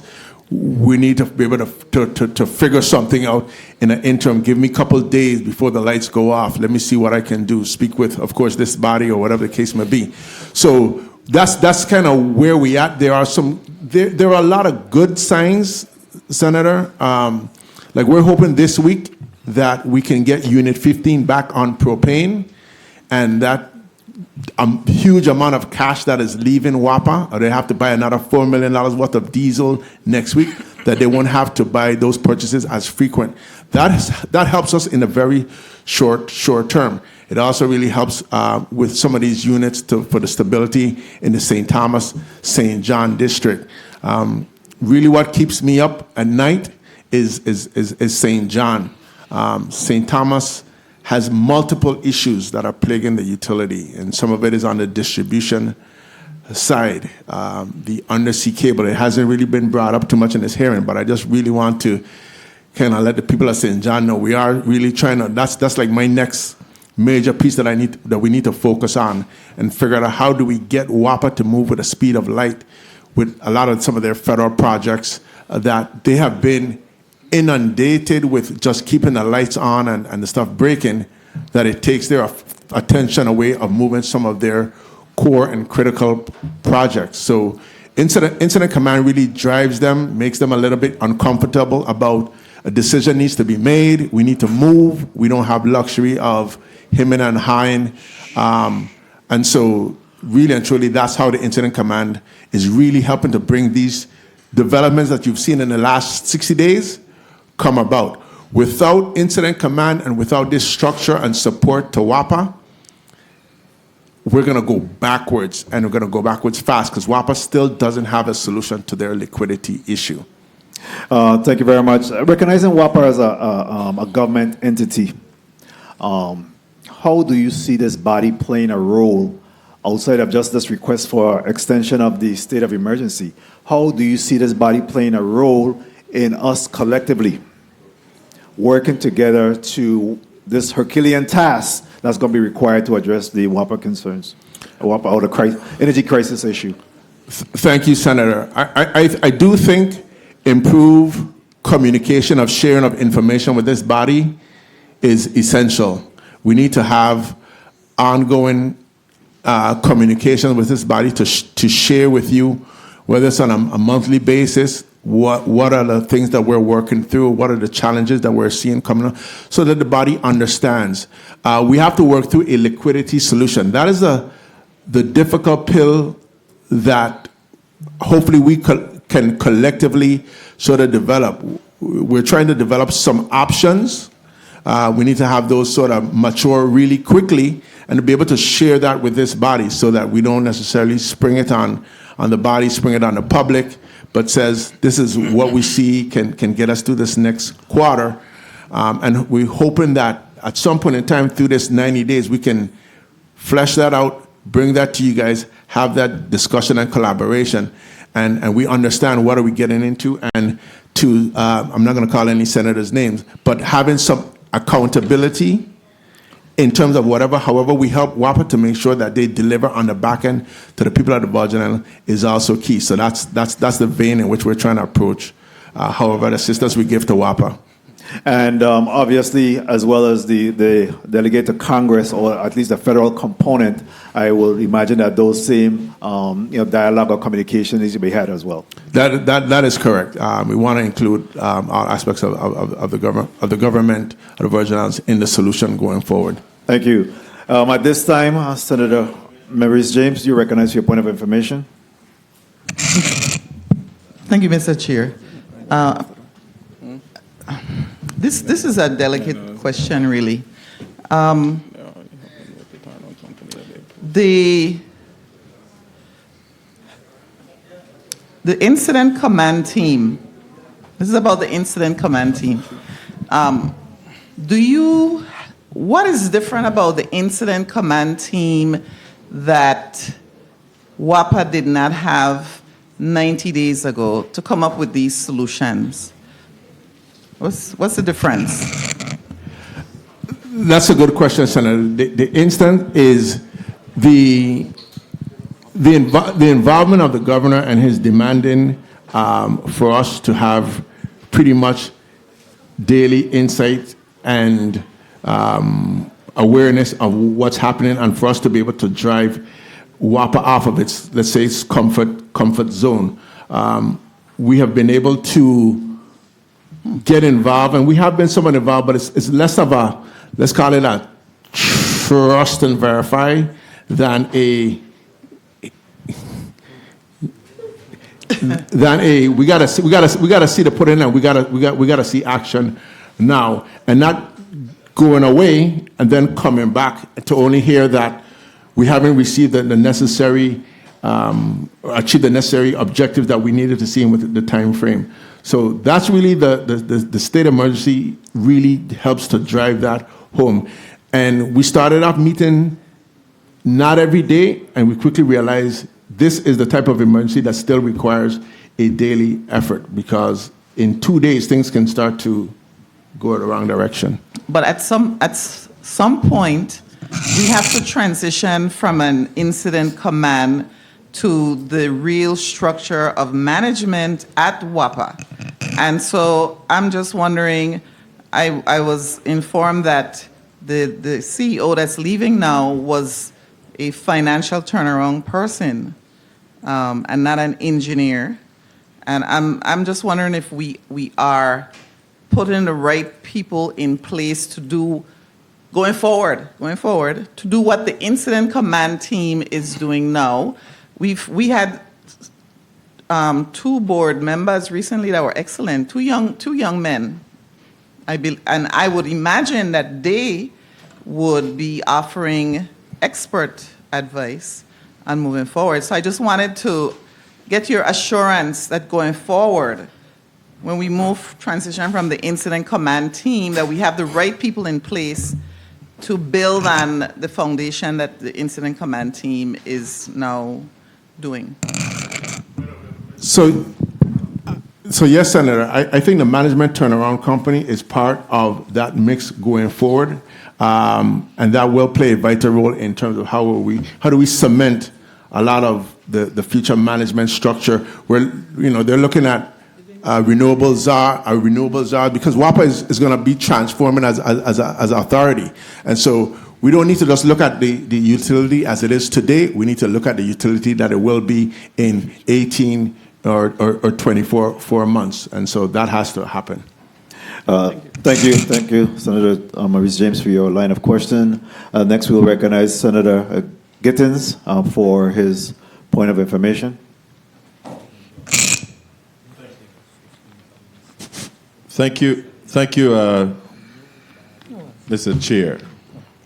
You know, I'm looking at the previous Inspector General report done on WAPA dating back to 2021. Let me ask you, the Watsella units that's coming online in the next coming months, what type of fuel they're going to be using?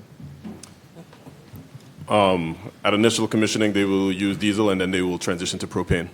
And why are you using diesel when we paid all these millions of dollars for the conversion to propane? It's a specification of the generator provider. It is just to at the initial commissioning, and then it is then transitioned to propane. They begin fired on diesel and then transition to propane on a full-time basis. You know, again, looking at this report, right? It spoke about WAPA's board and management not fully exercising due diligence. Going back to the finance chair earlier point of information, asking about if you did due diligence and these barges and whatnot. I'm also looking at the board, that the board did not ensure that it mitigated WAPA's financial risk when they approved a particular project without detailed engineering plans, etc. I just want to caution you all that even under a state of emergency, we have to perform due diligence and be accountable for our actions.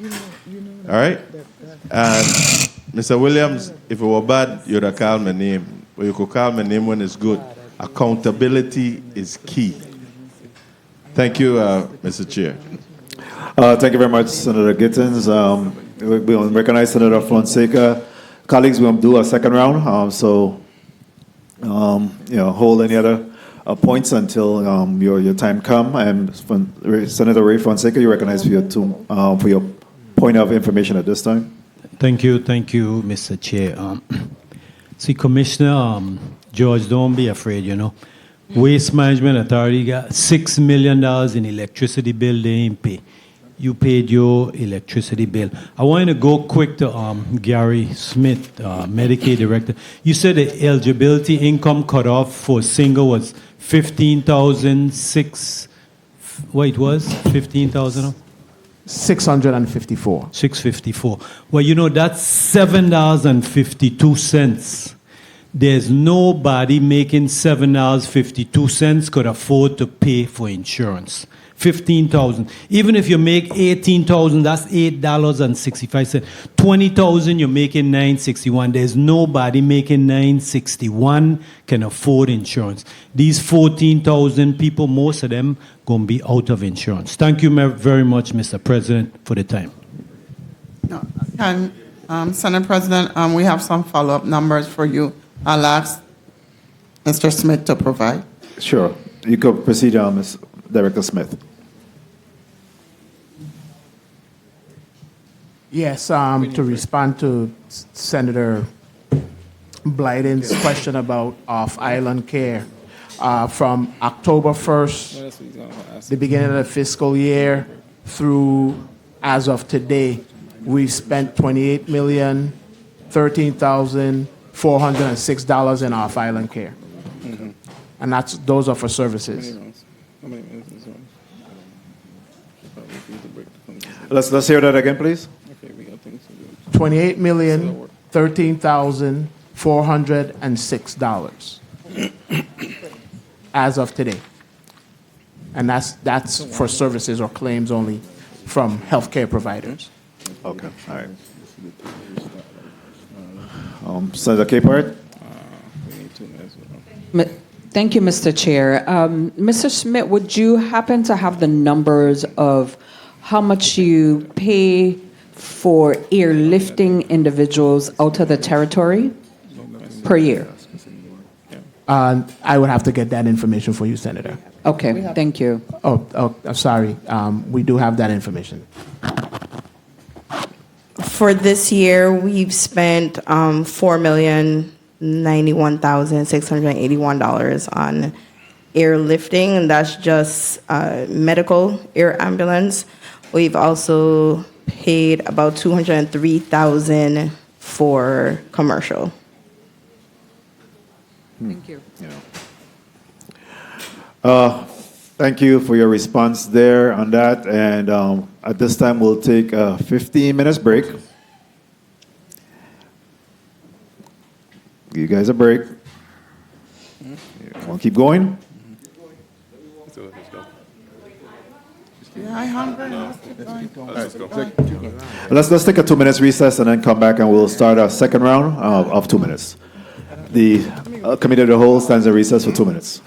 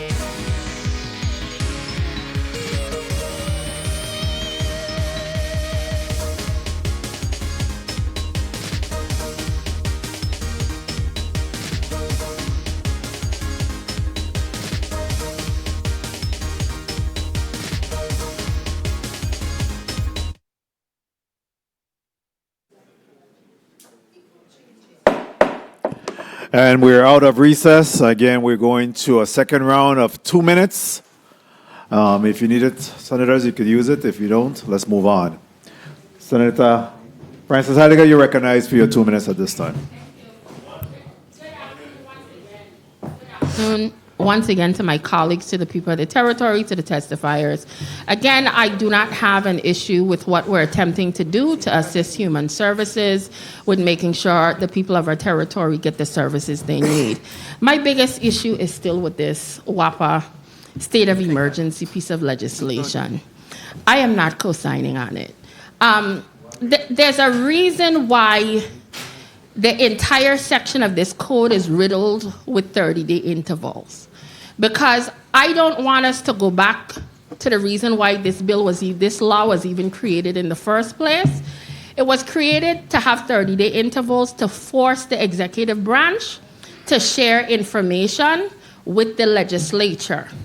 Now, one of the things that this law says, no state of the emergency may continue longer than 30 days unless renewed by the governor. It speaks to what has to be included if he's going to submit for renewal. It specifically says to request must include specific reasons for the extension, the time period for the extension, and the plan of action to address the conditions that necessitate the extension. If we attempt to change and go contrary to what our law already says, we're going to be blocking out 90 days where the executive branch don't have to tell us nothing. They don't have to share us any information with us if they don't feel like it. And I am to the point where I would rather it continue in 30-day intervals for us to get the necessary information, because that is why the law was created in the first place. You know, I listened to a lot of what was shared today. I do believe WAPA is in a state of an emergency. I'm going to repeat that. But some of the things that we are cheerleading, if it was not for bad management, if it was not for lopsided deals, we would not have been in this situation in the first place, that we even have to be here cleaning it up. So say one, say two for me. But at the end of the day, it is important that we try to change the entire structure of WAPA, the mechanism of how we do things, pay our vendors in a timely manner, and it is my hope that at some point my colleagues will support my piece of legislation. I'm attempting to special order for us to put 2 ex-officio members on the board of WAPA so that we will not be consistently blindsided every time situations happen here in the territory when it comes to this utility. Thank you very much. Thank you very much, Senator Alma Francis Heidegger. Next, the chair will recognize Senator Franklin D. Johnson. You're recognized for your 2 minutes. Thank you very much, Mr. Chair. I recall when Andrew Smith came here, and when he came to us, he talked about changing the culture in WAPA. And the culture that he was talking about is a lot of the corruption and just not people not just doing the job and being accountable. And the same thing happened under his watch. Companies getting action to work without going through the bidding process. Companies that not located in this territory getting job because of friends. So my question is, what is the incident command going to do to address the root cause of the financial instability of WAPA? What are you saying to WAPA to cut out all of this bad dealing under the table, excessive spending because somebody want to give somebody a contract, and then left us holding the bag and making these decisions every time the gun is put to our head? Help me out. So I think what Kevin Williams, Chief Policy Advisor, Incident Commander, what the Incident Command is trying to do is make sure that WAPA operates in a more efficient manner. The rates of 51 or 55 cents a kilowatt, and the disparity between what they charge, what they are able to charge, that's the gap that we need to bring in. No matter what we say in terms of contracts and so forth, the cost to produce power must come down. That is where you get the authority in a better position to be able to adjust and be more nimble. Right now, they are in such a bad condition that the true cost of electricity goes higher when they create what they call their dispatch plan. If a unit that they based on a rate they think is going to end up charging 51 cents, and that unit in their plan, that unit was running on diesel, and now it was running on propane, and now it's running on diesel.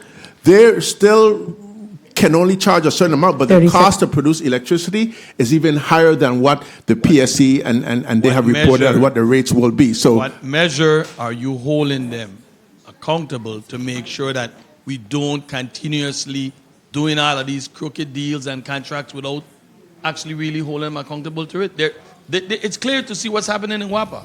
And when Andrew Smith come here, that was one of the things he talked about, the culture of WAPA. And when he spoke about the culture, he was referring to all of these contracts that was just being nilly-willy handed out. So what are you guys doing to stop Time. it? That's my question. Well, that's who they send. To the board, then. As the chairman of the board, we review all contracts that are over the CEO's delegation of authority. And as the board, when I first joined the board, which was over 5 years ago, we had the first measures that were put in place in terms of the protocol was ensure a conflict of interest, essentially not waiver, but certification was tied to every evaluation committee that reviews contracts that the board ultimately reviews. So from a board standpoint, the checks and balances are there. The board dropped sleep. I can show you an instance of a company that got a contract through the second man in command that left. And Andrew Smith, the second guy, the next financial guy that he brought, where he got a contract for his friends on the mainland that doesn't have no business license here. I can show you that. So please, let we don't go this way. So you guys drop sleep on that. But I'm going to wrap up with one question to Avril George. What are you guys, if I may, what are you guys doing, Commissioner Avril George, in regards to fraudulent cases, and how many fraudulent cases have you guys discovered already so far? If there's any, how much fraudulent case, and what are you doing to address dealing with these fraudulent cases? Good afternoon, senators, listen audience. Gary Smith, Medicaid Director. There are a couple of fraudulent cases, I would say numbering between 4 to 6 currently, under investigation. And we do have a couple of providers that are on payment suspension while investigations continue. Hopefully, suspension without pay. Thank you very much, Mr. Chair. So, if I may, yes, that suspension of payments means that no claims are being processed and paid or paid.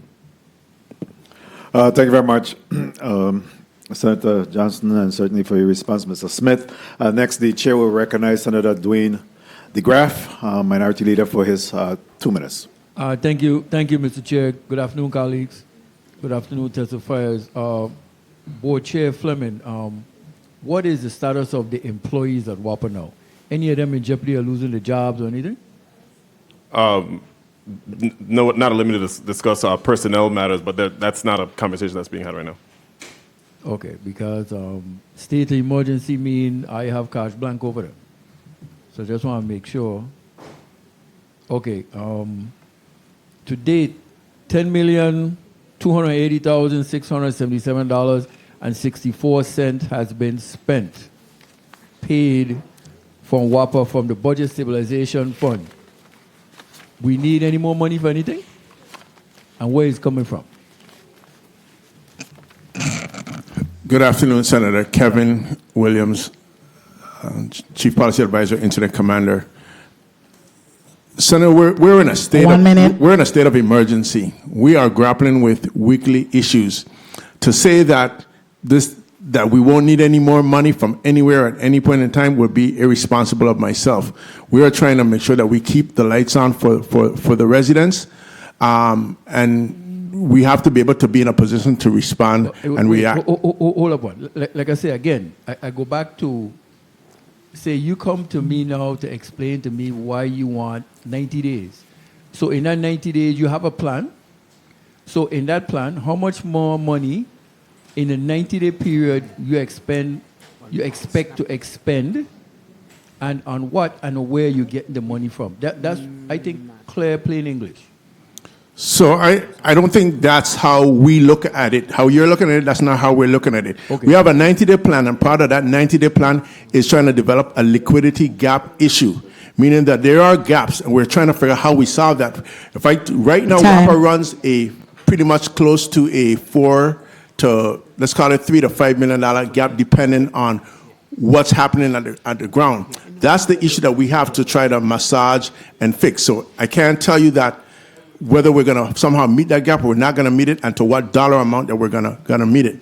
If a situation arises that we need to use it based on a state of emergency, we have to use it from whatever available funds that there are, so that we can make sure we keep the lights on to the territory. It will be that type of situation that we would have to use funds. Whether the lights stay on, St. Thomas is in rotating power, or blackouts, that's what we're trying to avert. So just to wrap up, Mr. Chair. So based on your testimony, I can tell you in the next 3 months, you can have that $15 million gap, $5 million per month. That's what you said. Maximum. But right. Is that what I'm going to use? I can't say that I'm going to use $15 million. No, not what you're going to use. What the gap is. The gap is $5 million a month. Correct. So in the next 90 days, I can tell you there will be a $15 million gap. So all I was saying is, in your meetings that you have from Monday to Friday, what mechanisms do you have in place to address a $15 million gap, something that you know, not the unknown, the known, and where do you intend to get that money from?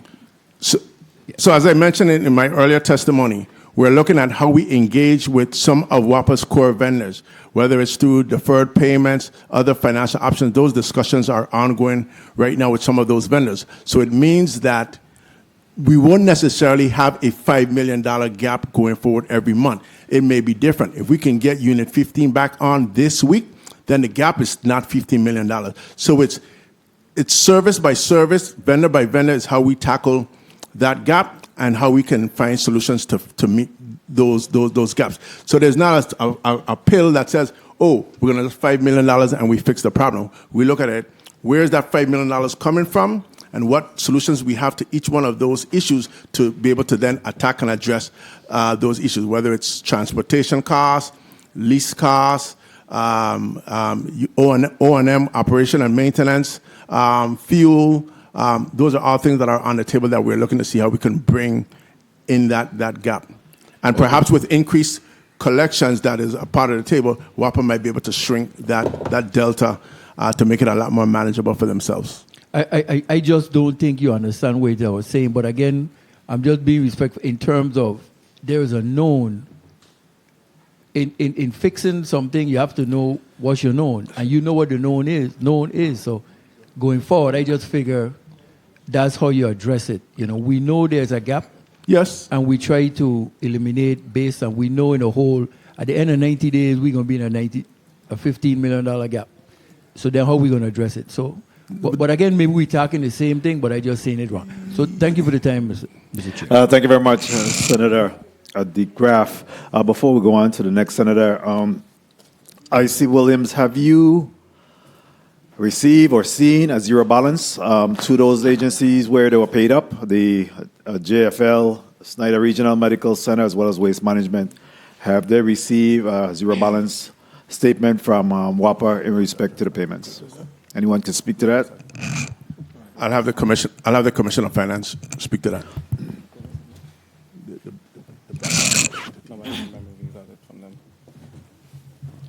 Yeah, we've seen a report that showed that's where credits. The answer is yes. Yeah, I mean, they will start accruing again. Yes, Senator. The answer is yes. We have received documentation to show that there have been zero balance. Great. Thank you. Thank you for that. Because that assures that at least there's a stop to at least those pending payments, and then everything else will be moving forward. So I appreciate your response to that. Next, we'll recognize Senator Giovanni James Sr. for his 2 minutes. Greetings once again to the people of the U.S. Virgin Islands.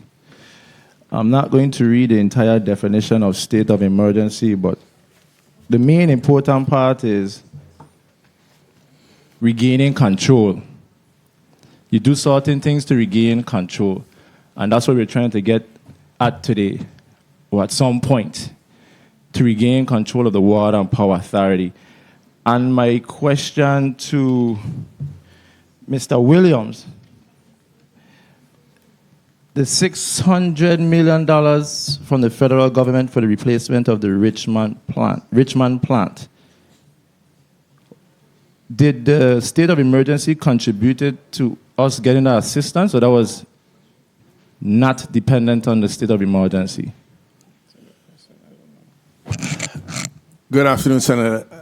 That's a good question. I think maybe only the federal partners in their mind, whether that played a part in their decision to 1 minute resolve the. So my question to you is: the conversation started regarding the $600 million.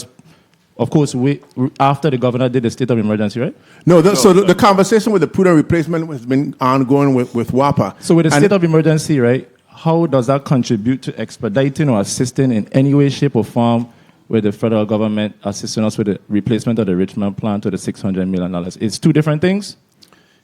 I would say there are two different things. It gives us a future outlook if we know that we're going to be able to change the generation in Richmond, and that we also know we have propane coming online. The decision making in terms of how do you marry renewable energies with what the plant is generating gives us a better vision for it in making those decisions, how we prudently replace the generation at the plant. So your objectives for the next 90 days, I saw that you list them out. You had what? 1, 2, 3, 4, 5, 6, 7, 8, 9 bullet points. And out of those 9 bullet points, there were no mention of the $600 million. That's why I asked if there's intertwined. Right, because the prudent replacement is going to be a little while out. Okay, just want to make sure. Thank you, Mr. Chair, for the time, because when people hear these news, they're expecting things to happen immediately. So we need timelines and dates. So when I put out them press release, at least give us some timelines and dates. Thank you, Mr. Chair, for the time. Thank you very much. I think a very important point also to add to that, Mr. Williams, is the fact that as we continue to go through this state of emergency, that at least we'll be given some visibility by the federal government in terms of the urgency and the crisis that we're in our energy. Is that the case? That is the case. That is the case, Senator. The role we are speaking with our federal partners, trying to figure out how they can assist us. They do participate in specifically like on the interconnection studies. We have multiple federal partners on those calls with us. The next meeting we have is this Friday with them to receive an update on the new renewable side of the house. So those things are ongoing, and really the state of emergency, they're looking at this as well, and wanted to know that yes, the territory is serious about really trying to address these issues, and it's important. That's why it's kind of important that we really project to the public that it's not just finally getting on board with the WAPA board and the incident command, the executive branch and the legislative branch and our delegate to Congress. We really got to be on board on this if we're really going to solve this WAPA problem. There's not a second really go around in my book. That brings me to the question is, what kind of technical assistance are we getting? Obviously when we talk about the Ernst & Young and these various consultant groups, part of that was to bring in some level of expertise or consultation from technical experts. Are we seeing any technical expertise aiding and assisting in this Herculean task of the energy crisis that we're experiencing? Definitely say confidently yes to that. I mean, we have certainly seen, you mentioned some of the financial technical assistance, but I think the technical, like the actual engineering and operational technical assistance is just as important. As we look at that $600 million that was raised by the senator before, I look at that as an opportunity for the authority to dream big. We've been having to tackle a lot of projects in a very piecemeal nature, whether it's this generation here, maybe a substation there, where this is a far more holistic set of funding that the requisite subject matter expertise that goes along with planning and strategically building out and maximizing those resources are certainly there. We've expanded upon some of the project management technical assistance that have been supporting some of the federal projects, expanding those into more task orders that address whether it be even the St. John generation, emergency generation scoping. So we're building on some of the technical resources that we have now, expanding those scopes, adding that, so that way we're looking at all of these, again, operational structural projects as much as we're looking at the financial as well. Thank you for that. Senator Joseph, you asked for a point of information? Yes, Mr. Chairman. I wanted to ask a question surrounding WAPA e-LIAC. What is the rate that we are charging to the customers, the ratepayers? For the LIAC? Yeah. I could confirm, but it's currently 22 cents per kilowatt hour But approximately. how much does WAPA incur, actually, your actual amount? Because this is a bulging deficit. How much is your rate that you actually incur as far as your e-LIAC? What is the amount? So I'll confirm specifically, but I could just if you notice based off of the testimony, we collect at 41 cents, where the true cost is closer to 55. That variance is tied to the fuel. So you're looking at over 10 cents. So we are going delta. to see a deficit anyway, because you aren't collecting as much, you aren't collecting your true amount by the ratepayers, us. Yeah, I mean, we start every month in the red, yes. Right, and the reason why we paid in about $77 million in ARPA fund was to bridge that gap. So we're going to still have a level of structural deficit because the rate is too low, and it is far lower than the amount that we pay for the gas. Thank you so much, Mr. Chairman. Thank you very much, Senator Joseph. Senator Balkaz, you're recognized for your 2 minutes. Thank you. Thank you, Mr. Chair. My 2 minutes, I'm going to focus on human services. I neglected to ask them a question in the previous round. I wanted to start with claims backlog. Being that claims backlog is something that would definitely hit you in the future and could potentially cause an issue to put you back in the same place that we are right now. And being that providers have about a year to submit claims, how are you expecting to deal with that concerning backlog issues that come up, especially during the peak enrollment period, and the impact that they might have on your financial strains?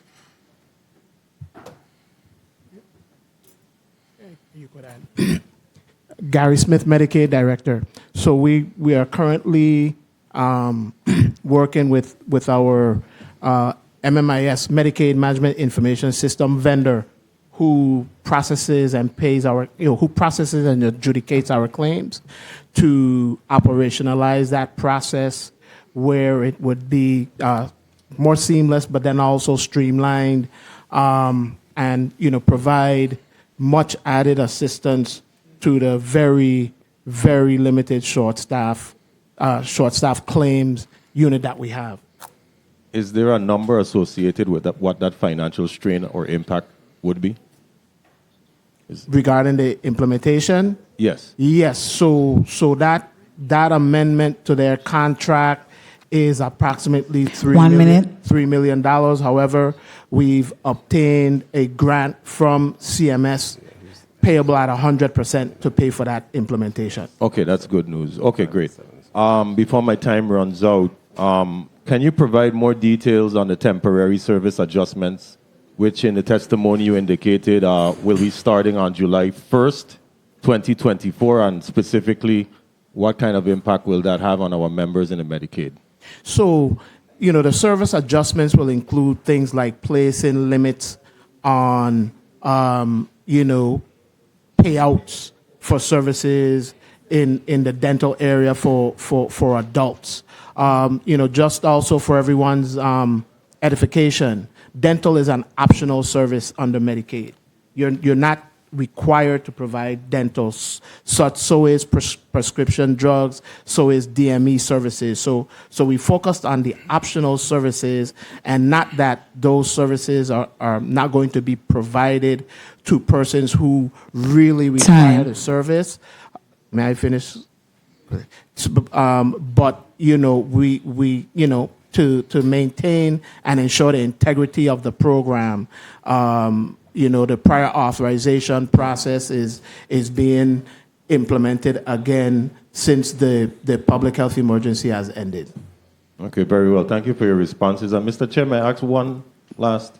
You may, Senator. Thank you so much, Mr. Chair. Concerning Section D of the Medicaid, I believe that deals with prescription drugs. What sort of impact are you going to see concerning if we're not able to meet the delta in the sense of, in the future concerning the backlog? Is that going to have any impact on Section D? So the Part D program is a program where we will be enrolling eligible Medicaid members to Medicare Part D, which will enable the Medicaid program to save as a primary payer. So those claims will be paid by Medicare, and Medicaid will then, take care of any deductibles, co-pays, and also CMS is assisting in providing funding to pay the premiums for those individuals. So it's a big saving to the program where Medicare will be acting as a primary payer versus Medicaid, which in now those approximately 2,000 members, we are paying we are paying as a primary care. So we're taking on that expenditure 100%. Okay, thank you so much for your responses, and thank you for the time, Mr. Chair. Thank you very much, Senator Bolquez. Next, we'll recognize Senator Donna Fred Gregory. You're recognized for your 2 minutes, Madam Finance Chair.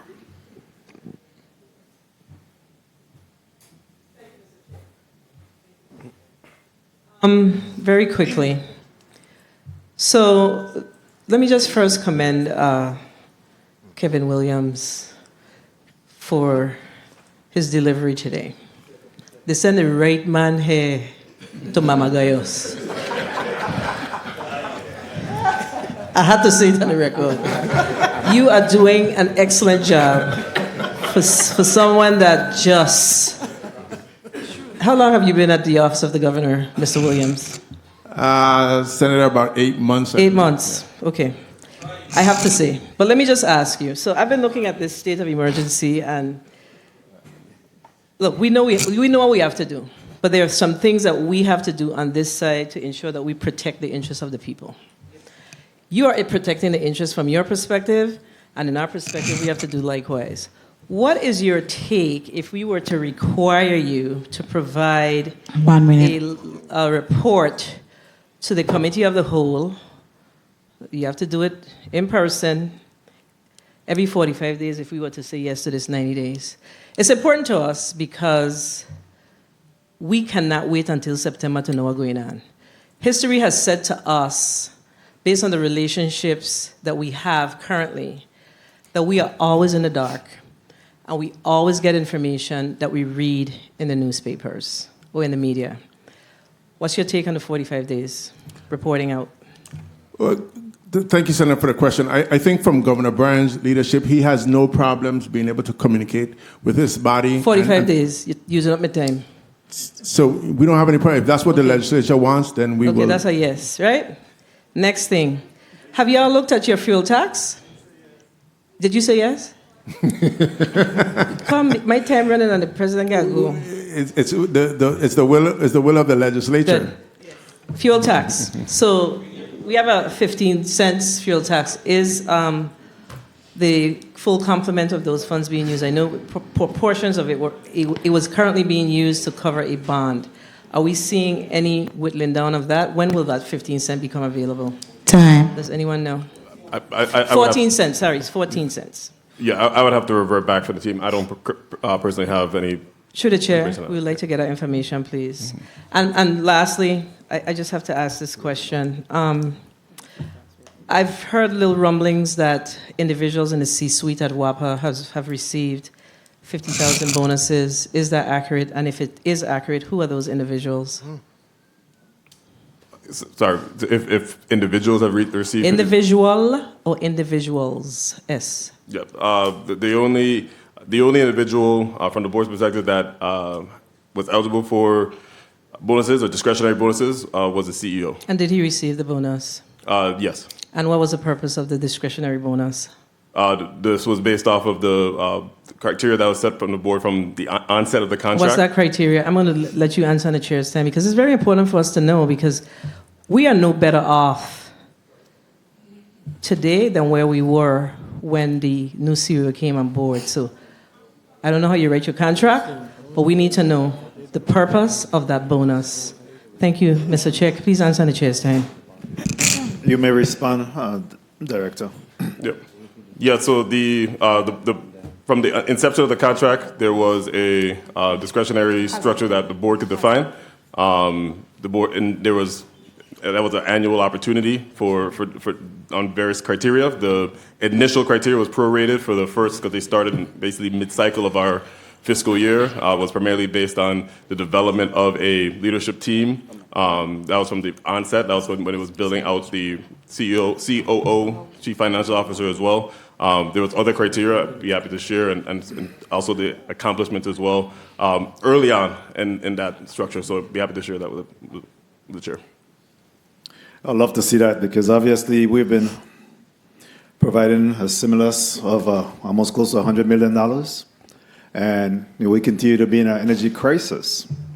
So I'm not sure what the bonus really entails, but I'd love to see what qualify for that requirement. It's just, I don't know. We continue to find ourselves in these predicament. I certainly won't dwell on that today because we're trying to move forward on this particular issue. But we had to take over. We had to take over of Government House by creating a whole incident command system to be able to get a lot of these things that we expected the board and the CEO to have addressed. And still we're talking about rewarding inadequacies, in my opinion. Unacceptable. But again, we won't dwell on that today.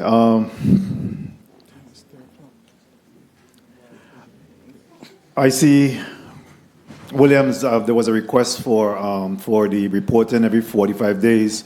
What about the opportunity for one or two members to sit within the IC again to be able to get a perspective of what's happening, be able to report back to the legislature about what's occurring there?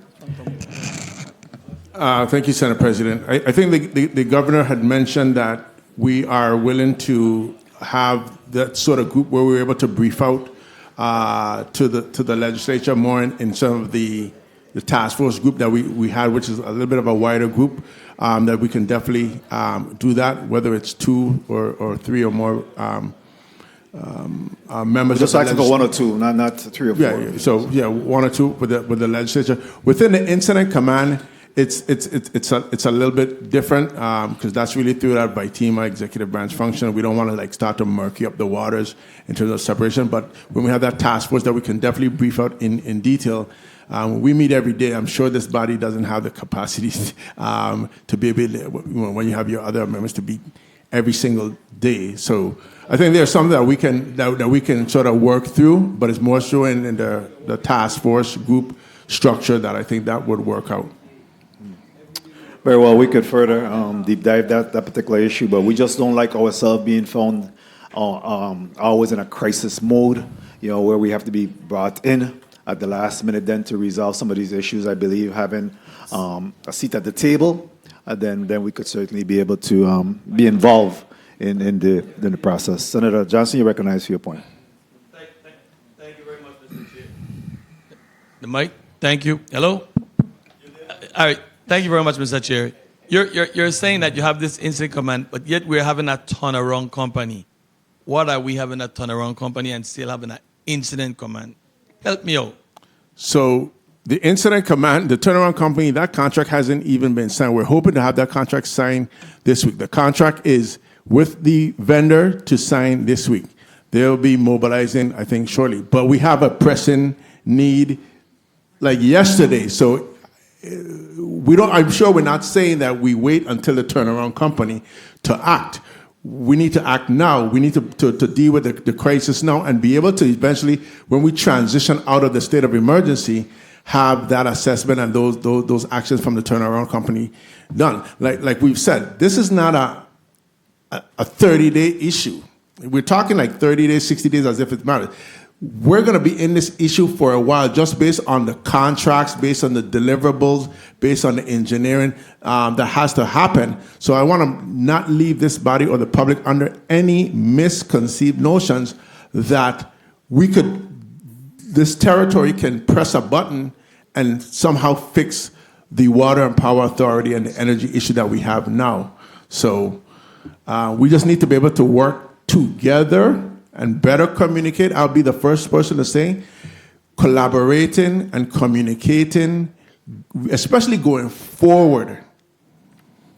I'm new to this in this realm, but I know everyone is listening. We have to be able to do this going forward. And so if we can do it going forward, whatever adjustments that we need to make together, then we will do so. And that's what I think when we first started the incident command, with WAPA, there was a little bit of a getting straightened out how this thing is going to function. I think we've straightened that out. We're now branching out to this body and to be able to better communicate to the public. So if next week a generator trips and the power goes out, that we can better explain to them what is happening, why, and not because a state of emergency was called mean that the power won't go out tomorrow. So we have to do a much better job of that. And for this particular issue, I'm not saying all the others, but this particular issue, we're going to have to really work together to get over the hump. Thank you very much for that. Is the incident command aware of this $50,000 payment that went out to pay the CEO? We are aware of the contract that the CEO has with the... I ain't asking about contract, the payment. The $50,000 payment is what I'm asking about, not no contract. No. Okay, thank you. Who's next? I don't even know. Senator Maurice James, you're recognized for your 2 minutes. Senator James, you're recognized for your 2 minutes. Maurice C. James. Thank you, Mr. Chair. I'm very clear about the difference between a turnaround company and an incident command, because we surely do not want to give the powers of an incident command to a turnaround company, management company. No way. Okay? That's not how it works. Okay? So the turnaround management company is going to make recommendations while the incident command exercises power and authority over what's going on in the territory.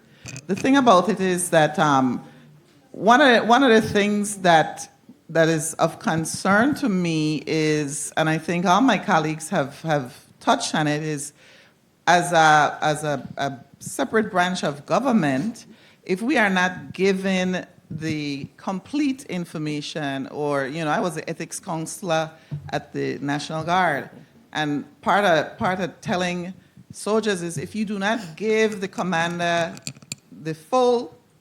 all the information, they cannot make 1 minute. an informed decision, which is what is happening with us as a legislature when you do not give us all the information. My biggest concern right now is the sentence on page 3 that talks about the vital infrastructure acquisition. That last sentence is just troubling me. Once HUD reviews and approves a packet, is there any chance that they're not going to approve the packet?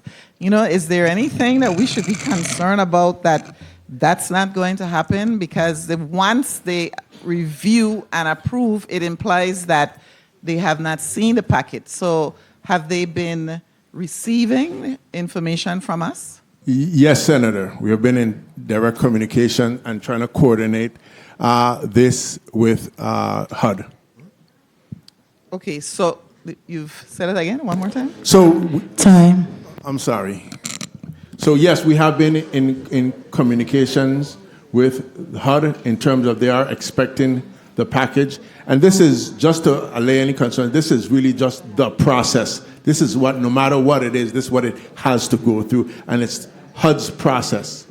Because the reason is, since you are the person requesting, I just found it interesting that you said you expect to close by the end of July, which implies to me that you have some control over the deadline. Do you have control over the deadline? No, we don't. And that's why it says expected by the end of July.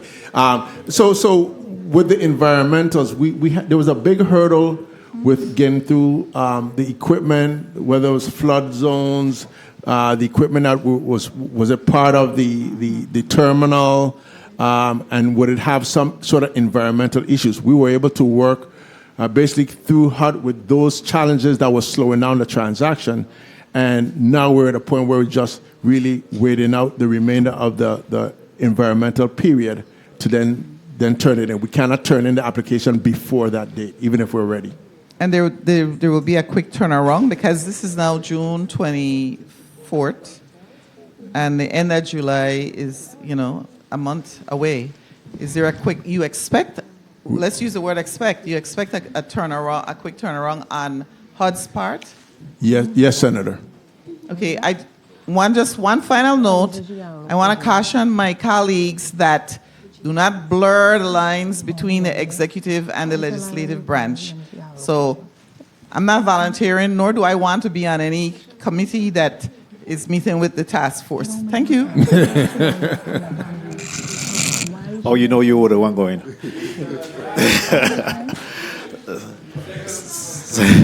Senator Fonseca, you're recognized for your 2 minutes. Yes, thank you, Mr. Chair. Real quickly, I'm in full support of the plan submitted by, articulated by Kevin Williams. I hope Carl Knight had something to do with it because, he's very qualified local Virgin Island.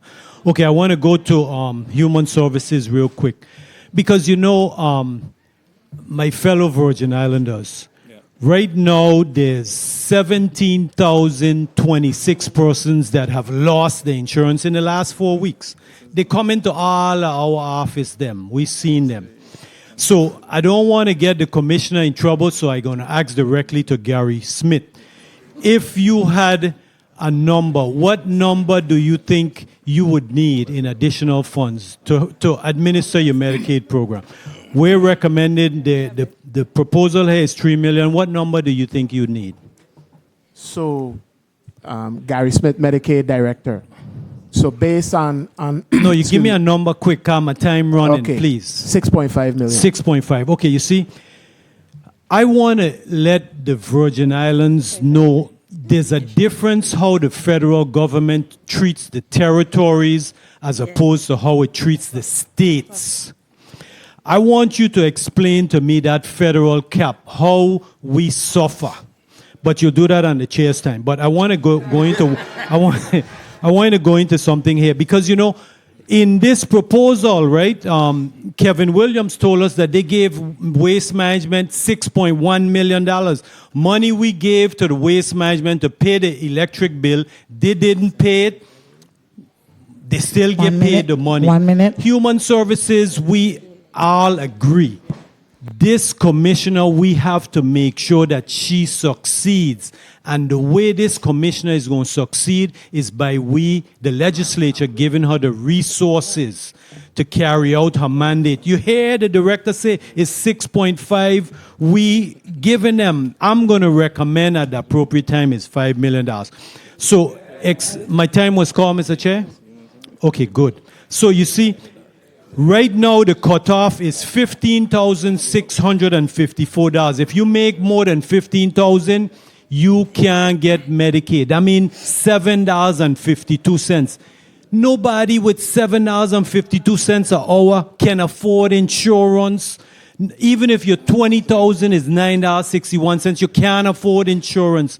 We have an ability, the opportunity here to help these 17,000 people that don't have insurance. So please explain to us the difference with the federal cap and how the territories are treated different from a state. Thank you, Mr. President. Gary Smith, Medicaid Director. So the territories programs are capped. It's under 1108, Section 1108 under the Social Security Act of the U.S. Congress, where we are capped based on the CPIU, Consumer Price Index.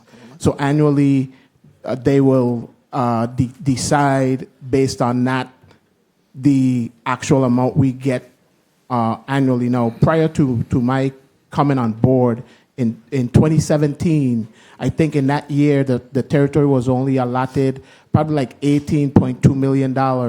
So, you know, every February following the beginning of the fiscal year, the federal dollars were exhausted. So that meant, you know, funding for any Medicaid services was 100% local, and the match was 55-45. So the Bipartisan Budget Act was passed in 2018, where we received 100% FMAP. 1 minute. And we continue to be blessed by Congress, where they when those funds expired in September 2019, they passed PL 116-94, allotting us, the Virgin Islands, $120 million for fiscal year 20 and 21.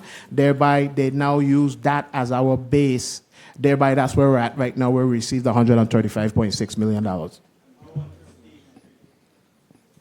Say that again? You're asking how the states treated. The states' programs are open-ended. So, you know, if I was the Medicaid director for a state program and I saw the need for an additional $100 million to finish out the fiscal year, I could submit that request on my CMS 37 report. That report is your funding report that you submit on a quarterly basis to CMS. Time. Thank you for saying that. But I think that there was one time that our match was actually at 55-45. Yes. And we have seen significant improvement here. At one point, we're even up to 100%, which was greater than many other states that don't have that level of coverage there. Can you speak to how many individuals were able to come in on that when we got that 100%? So, you know, that goes back to where we almost got to 40,000 members after the 2 Category 5 storms. CMS allowed us to provide automatic extensions. You know, after the 2 storms, a lot of folks lost their jobs. Right. So we had an influx of members come in, got Medicaid, and then after that, you had COVID. So we had to continue providing benefits to those members until the public health emergency expired, which it expired in March of 2023, thereby our unwinding or ensuring that every member on the Medicaid program recertified beginning in June of 2023, thereby those 17,000 members falling off the road. So let me ask you a question. Is the Medicaid transferable? Because we have had a population loss of almost 20,000 individuals, or individuals that were perhaps registered here, eligible here in the Virgin Islands. Are they able to transfer with that elsewhere? So in order, you cannot have you cannot be enrolled in 2 Medicaid programs at the same time. So you would have to notify us to cancel your benefits here, and wherever you are in the States, the mainland, or another territory, to be able to apply for their program. So in order for that to happen, you have to give up what's here, or you're able to transfer it? Yes, you have to give up what's here. You're not able to transfer? No. The program. Thank you. Right. Senator Capehart, you're recognized here 2 minutes. Thank you, Mr. President. I'm glad that Mr. Gary Smith gave that little clarification, because Medicaid has come a long way. colleagues, actually, a family of five used to, their allowable income was a family of five, 9,500. 9,500. Your allowable amount was 5,500 for each additional person, $1,000. So Medicaid has come a long way. But what I want to see Medicaid do is run like an insurance company, like a private insurance company. Don't think of it as this is for the low income, no income. Those claims positions, provider relations, outstation eligibility workers, special services, that certification unit, your backbone of Medicaid. You got to fill those positions. In your short term, in the testimony, onboard additional clinical staff to assist with vetting referrals and provide prior authorization for procedures. Our people need health insurance, and it's very important that we hire people to fill these positions.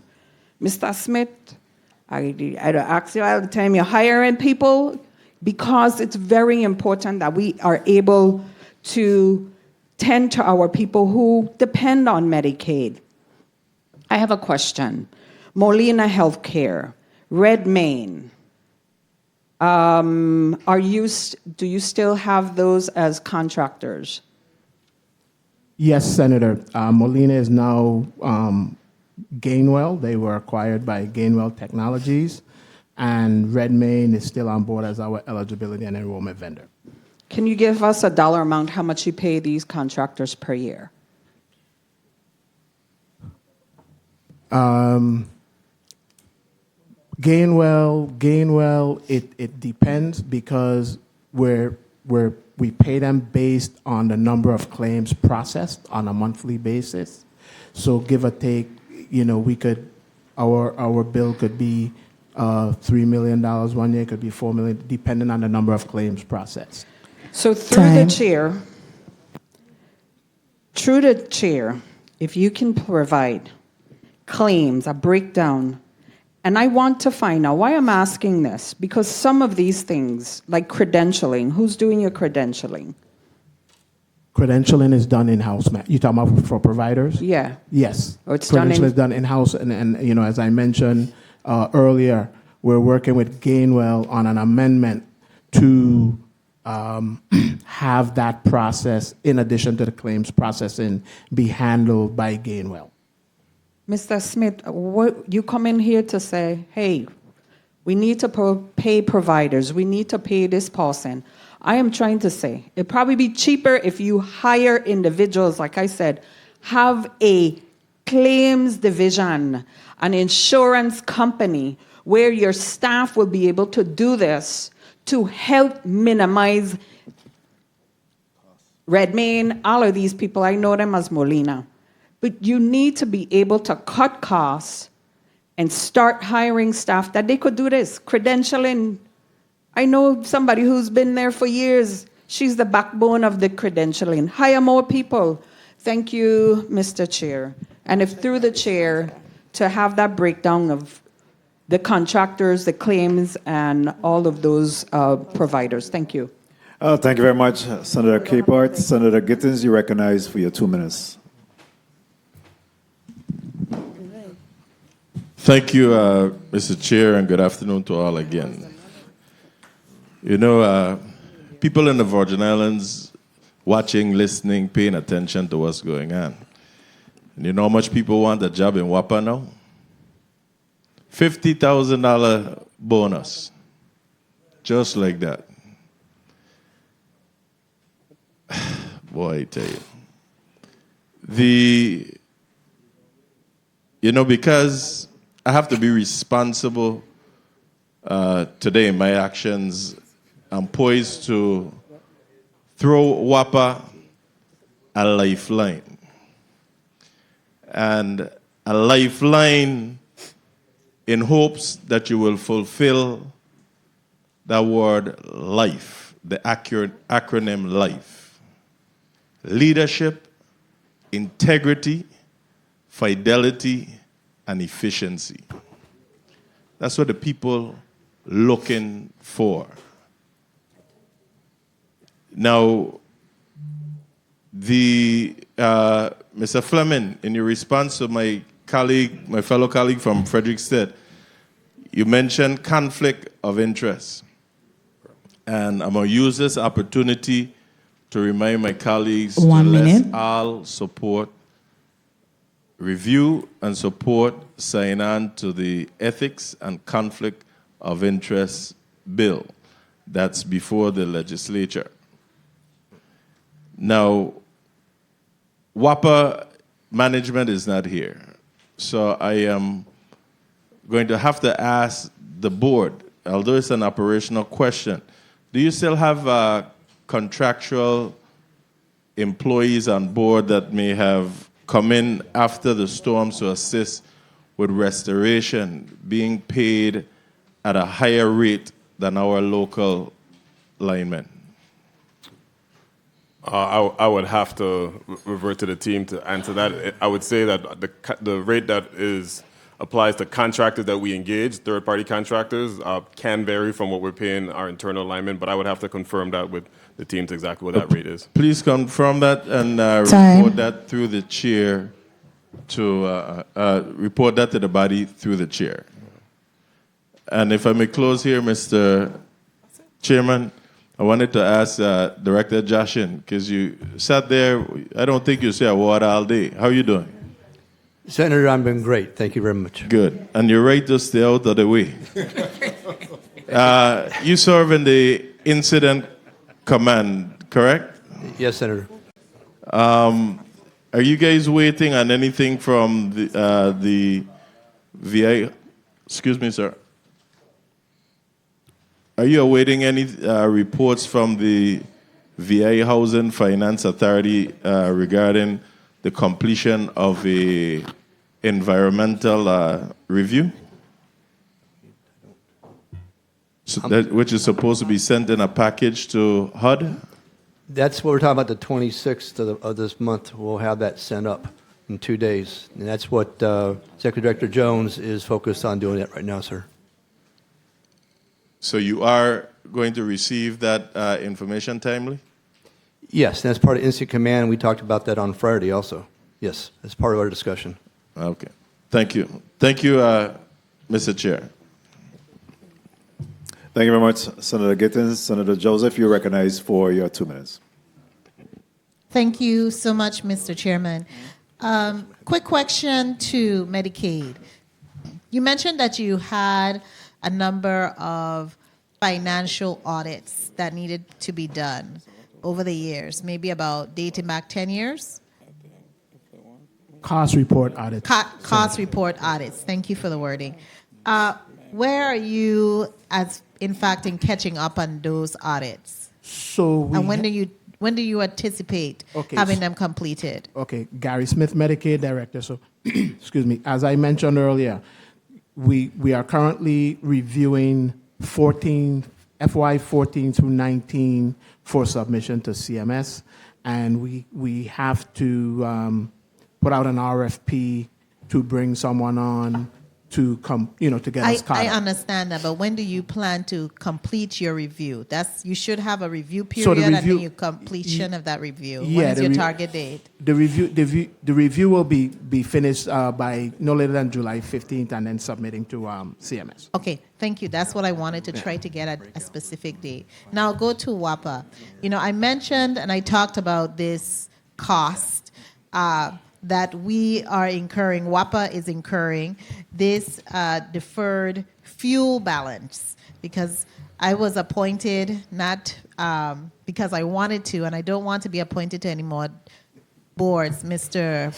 President, Mr. Chairman, but I was appointed to the PSC, and their Georgetown consultants, and I pay keen attention to this, indicated that WAPA has a deferred fuel balance of 72 million deferred fuel, and now at the end of this month, this deferred fuel balance will have escalated to $148 million. $148 million. Mr. Chairman, are you aware of this? And what is the recommendation? And what is the Time. what is WAPA looking at doing to address this? Because some of those costs were carried and supported by subsidy from the ARPA. This is a real thing. So tell me what is the plan?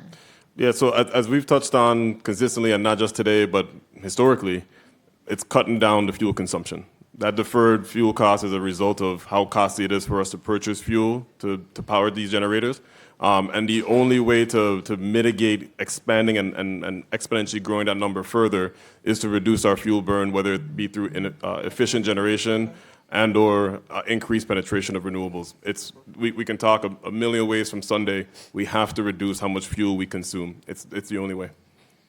Let me just wrap up and say the only way that I see that we have an out is we have to put those renewables online. That has to be number one priority. Those renewables have to come online because that's the only other items that we haven't put in this pot. We have to get the renewables, the solar, the wind, whatever other renewables online as soon as possible. Thank you so much, Mr. Chairman, for the time. Thank you very much, Senator Joseph. And the renewables are, in fact, a part of this mix. They are in this pot. That is a critical component to this pot that you spoke about. My concern is that with the 2 or more renewables that we're looking at, we're talking about perhaps producing almost 44 megawatts of power. Is that correct? So the two sites, the Hogansburg site and the Petronella site combined accounts for 26. And that would be peak power, during the daytime. So that would be likely between 9 a.m. and 5 or 6 p.m. when that peak offset would be available. And plus, there are also battery storage on those. Yes, but what the battery storage as it's configured currently keeps that, well, if we stick with Petronella, that would keep that 16 megawatts available to offset, using generation for more consistently throughout that daytime period. So it doesn't necessarily run into the night. We're not looking at 24/7 solar offsets with the configuration of battery, but it does provide a significant peak shave, if you will, during the available hours. And then our current peak hours is how much megawatts are you utilizing right now in current? St. Croix peaks a little bit over 40 megawatts, closer to 42 megawatts in the high heat of the summer. St. Thomas peaks between about 55 and 60 megawatts during the same period. And is there a similar configuration for renewables here in St. Thomas? There are projects laid out, both wind and solar for St. Thomas. Those are a little bit longer in the timeline of development, but there are projects scoped out for St. Thomas as well. Okay. Very well. Senator Blyden, you're recognized for your 2 minutes. Thank you, Mr. Chair. I want to go back to Director Smith, I'm sorry, I'm tripping. Director Smith, in respect to the federal match, right? And under the provision of the federal legislation that increased the federal matching percentage and the cap on federal spending, the territory is required to submit a report to Congress each fiscal year. So my question to you is, have you submitted the report to Congress for fiscal year 20, 21, and 23, showing how the territory has, I quote from the Congressional Research Service report, increased access to healthcare as a result of the increased funding? Have that been done? Yes, Senator. Those reports were submitted back in those fiscal years. Can you send a copy to the chair? I'll appreciate it. And also, let me ask, before my time runs out, I guess, Mr. Williams. No, I'm sorry, Mr. McCurdy. Either or. What payments have been made under the state of emergency, and to whom, and from which fund we have gotten those funds for those payments? We've paid $10.2 million We've utilized the budget stabilization fund. I think Mr. Williams have the breakout of those vendors that were affected. Please.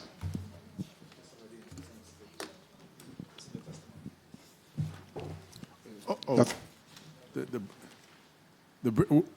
Good afternoon, Senator. The breakout of the $10 million is $6,111,923.64 for waste management for their past due utility bills. Sonata Regional Medical Center was $2,591,702, and for their past utility bills, and the Wang F. Louis Hospital was $1,579,052 for their utility bills. Thank you so much. Thank you, Mr. Chair, for the time. Thank you very much, Senator Blyden. I think that this completes our round of questions. In this second round, I don't have any additional questions at this point. What I'll do is allow for Mr. Williams, Chief Policy Advisor and Incident Commander, to close out, as well as Commissioner Avril George. I will start off with you, Commissioner.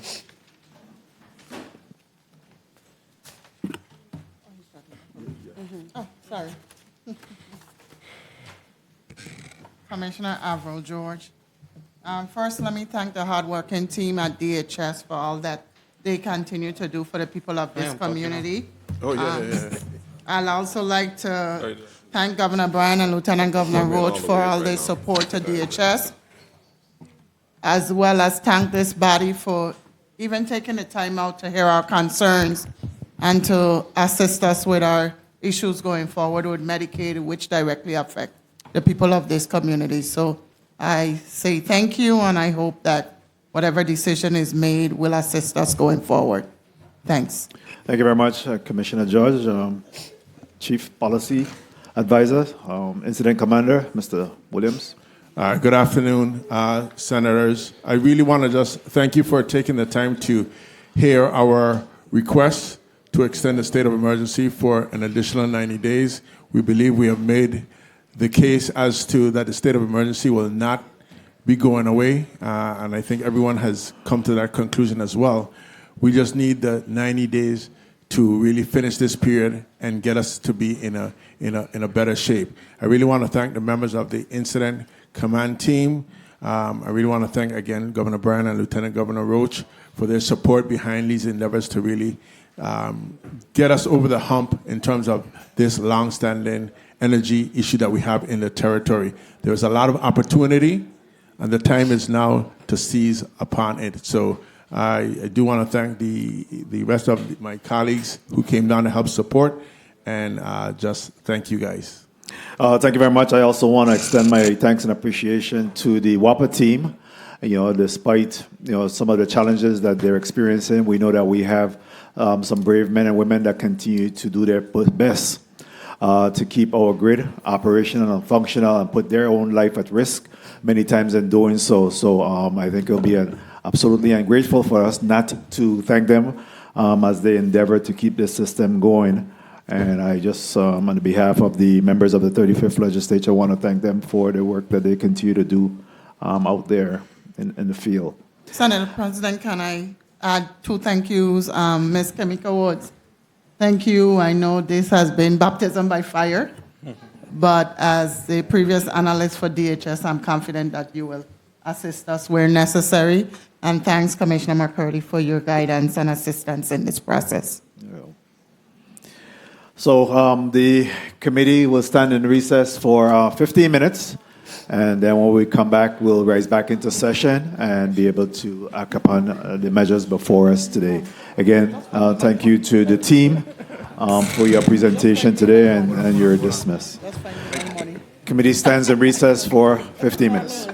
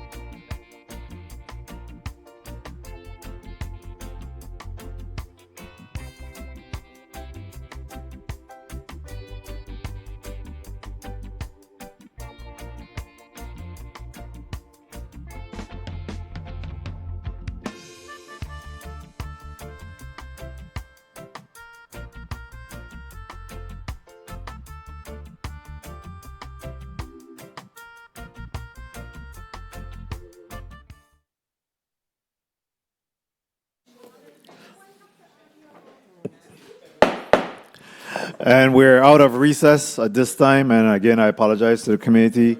There is a lot of moving parts as we have just been in the committee of the whole, and now we're moving back into formal legislative session. At this time, Senator Gittins, I recognize you for a motion. Thank you, Mr. President. Mr. President and colleagues. Excuse me? You want me to withdraw? I withdraw my motion. Yeah, let's do a quorum call, please. Madam Clerk, a quorum call. Senator Marvin A. Blyden. Senator Blyden present. Senator Agnew L. Bocas Jr. Senator Bocas Jr. present. Senator Diane T. Capehart. Senator Capehart present. Senator Samuel Carrion. Senator Carrion absent. Senator Dwayne M. DeGraff. Senator DeGraff present. Senator Ray Fonseca. Senator Fonseca present. Senator Novell E. Francis Jr. I'm here. Senator Francis Jr. present. Senator Alma Francis Heiliger. Senator Francis Heiliger, present. Senator Donna A. Fred Gregory. Senator Fred Gregory, present. Senator Kenneth L. Gittins. Here. Senator Gittins, present. Senator Maurice C. James. Here. Senator James, present. Senator Javon E. James Sr. Senator James Sr., present. Senator Franklin D. Johnson. Here. Senator Johnson, present. Senator Carla J. Joseph. Present. Senator Joseph, present. Senator Milton E. Potter. Senator Potter, absent. Mr. President, 13 members present, 2 absent. Thank you very much, Madam Clerk. Again, we acknowledge 13 members present, 2 members absent. At this time, Senator Gittins, you're recognized for your motion.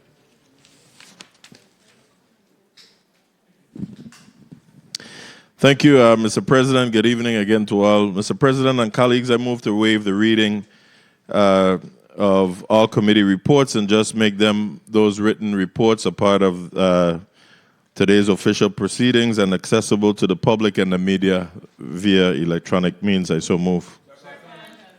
Motion properly made by Senator Gittins, seconded by most, if not all. Hearing no objections, so ordered. Motion again. Motion, Senator Gittins. Thank you, Mr. President. Mr. President and colleagues, again, I move to order today's agenda with blocks and debate times as follows. Block 1 would be consideration of nominations of Lindale Williams to the Waste Management Authority Board for St. Croix, Con Davis to the Waste Management Board in the St. Thomas District. Consideration of zonings, Bill 35-0137, 35-0241, 35-0244, 35-0256, 35-0260. This will be Block 1 with a 2-minute debate time. Block 2 will be the consideration of leases with Bill number 35-0263, 35-0264, 35-0265 with a debate time of 2 minutes. And Block 3, consideration of bills 35-0030, 35-0117, 35-0215. I so move with a block debate time of 4 minutes. I so move. Motion properly made by Senator Gittins for blocking of today's agenda, as well as allocation of time, debate time. Hearing no objection, so ordered. Special orders. Motion. Motion, Senator Gittins. Thank you, Mr. Chair. Move to special order and place in Block 2 the Seja Farm lease agreement between the Seja Farm and the government of the Virgin Islands in Bill number 35-0261 be placed as the last item in Block 2. I so move. Do you have additional leases? In Yes. that block? Also, the Rumina lease in Bill number 35, that's 0255, to be also placed in Block 2 as the last agenda item. I so move. And also, I move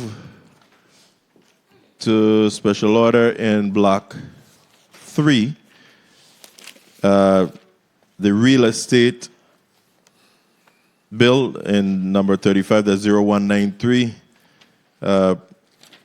to Block 3 as the last agenda item. I so move. Yeah, second by the Vice President. Motion properly made by Senator Gittins and seconded by Senator Blyden. Hearing no objection, so ordered. Also, I move to special order bill number 35, that's 0236, regarding the digital services, and be placed in the third block as the last agenda item. I so move. Motion properly made by Senator Gittins and seconded by Senator Joseph and Senator James Sr. Hearing no objection, so ordered. Also, I move to special order bill number 35, that's 0292, the bill that we just discussed earlier regarding the state of emergency. I so move.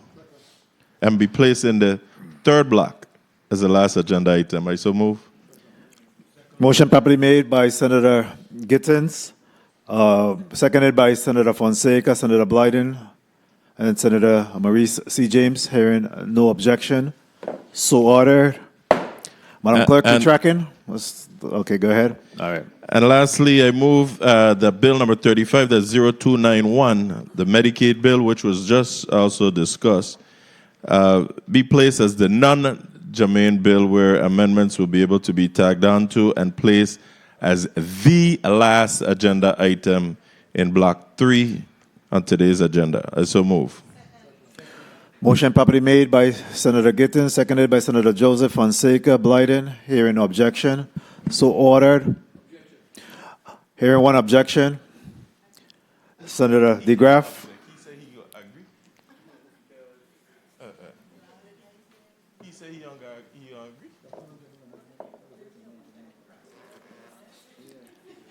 Let's not waste time, man. We've done 6 o'clock already. No, they'll be the last item in block number 3 and the designated as the non-germane bill. The first 2 blocks combined.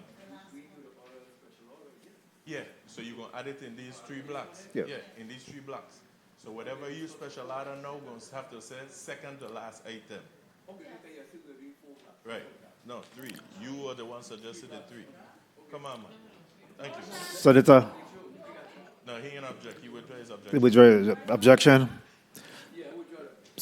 Senator Fred Gregory was already asked to be recognized for her special order. Over. Okay, all right. Senator Alma Francis Heiliger, you recognized for your motion? Hold on. You got to think my hearing no objection. He withdraw his. He withdrew. Yeah. I acknowledge that already. Hearing no objection, so ordered for bill number 35, that's 0291, the Medicaid, which will be the last item in block number 3, and non-germane bill. Motion, Senator Francis Heiliger. I move to override Bill number 35-0268, an act amending Title 23, Virgin Islands Code, Chapter 10, Subchapter 1, relating to the declaration of a state of emergency by the governor and the matters related thereto, to be placed on the agenda, the item before the last item in the third block. I so move. Senator, you have to restate that. I think you're asking for override, and you putting it on the agenda. Oh, yes, sorry. I so You moved. recognize for a restatement. Okay. I am going to withdraw. I had quite a bit of motion. I move to override Bill number 35-0268, an act amending Title 23, Virgin Islands Code, Chapter 10, Subchapter 1, relating to the declaration of a state of emergency by the governor and matters related thereto. I so move. Motion properly made by, for override by Senator Francis Heiliger, seconded by Senator DeGraff. Roll call on the measure. You need 8 in order to move this on to the next round.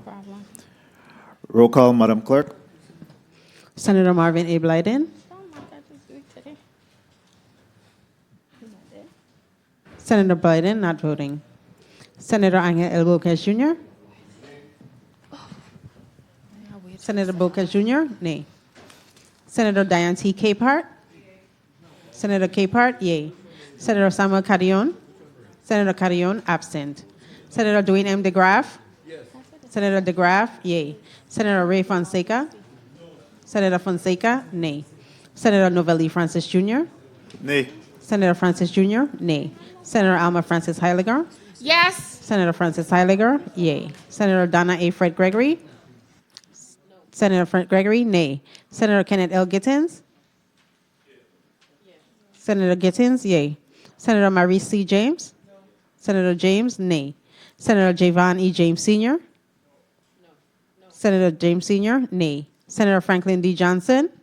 Senator Johnson, yay. Senator Carla J. Joseph. Senator Joseph, yay. Senator Milton E. Potter. Senator Potter, absent. Mr. President, 6 yeas, 6 nays, 2 absent, 1 not voting. Thank you very much, Madam Clerk. The measure fails. Motion, Senator Francis Heidegger. Alma Francis Heidegger, you recognize for your motion? Thank you. I move pursuant to Rule 509B of the Rules of the 35th Legislature to Special Order Bill number 35-0248, a resolution petitioning the United States. 1 second, Senator. We do have another override. Let's go to the other override at this time, and then we'll come back and deal with your motion. Well, one moment. Yes. I thought this section is for overrides and special It orders. is, but we're trying to be consistent with So it. You we're just doing came it out of a together? special order, so I'll come right back to you, Senator.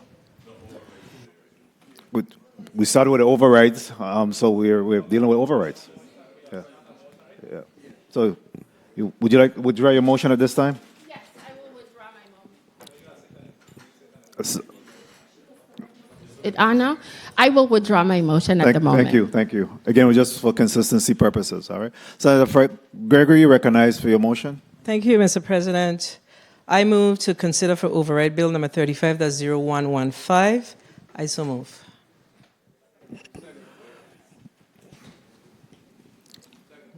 Bill number 35-0115 is the Fair Chance for Employment Act for individuals re-entering our community. I so Motion move. properly made by Senator Fred Gregory, seconded by Senator DeGraff and Senator Bocas. Roll call. We need 8 in order to move this on to the next level. Senator Marvin A. Blyden. Senator Blyden, yay. Senator Angel L. Bocas Jr. Senator Bocas Jr., yay. Senator Diane T. Capehart. Senator Capehart, yay. Senator Samuel Carrion. Senator Carrion, absent. Senator Dwayne M. DeGraff. Senator DeGraff, yay. Senator Ray Fonseca. Senator Fonseca, yay. Senator Novelli Francis Jr. Yay. Senator Francis Jr., yay. Senator Alma Francis Heiliger. Yes. Senator Francis Heiliger, yay. Senator Donna A. Fred Gregory. Yes. Senator Fred Gregory, yay. Senator Kenneth L. Gittins. Yes. Senator Gittins, yay. Senator Maurice C. James. Yes. Senator James, yay. Senator Javon E. James Sr. Yes. Senator James Sr., yay. Senator Franklin D. Johnson. Yes. Senator Johnson, yay. Senator Carla J. Joseph. Yes. Senator Joseph, yay. Senator Milton E. Potter. Senator Potter, absent. Mr. President, 13 yeas, 2 absent. Thank you very much, Madam Clerk. Let me get a tally again, please. 13 yeas, 2 absent. Thank you. Thank you very much. The motion carries. Motion. Motion, Senator Fred Gregory, you recognize for your motion for override at this time. Mr. President, I move to override the governor's veto of Bill number 35, that's 0115. I so move.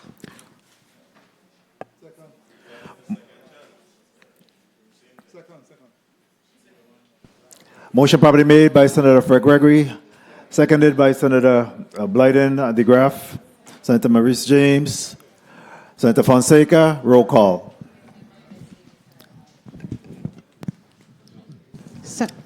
Senator Marvin A. Blyden.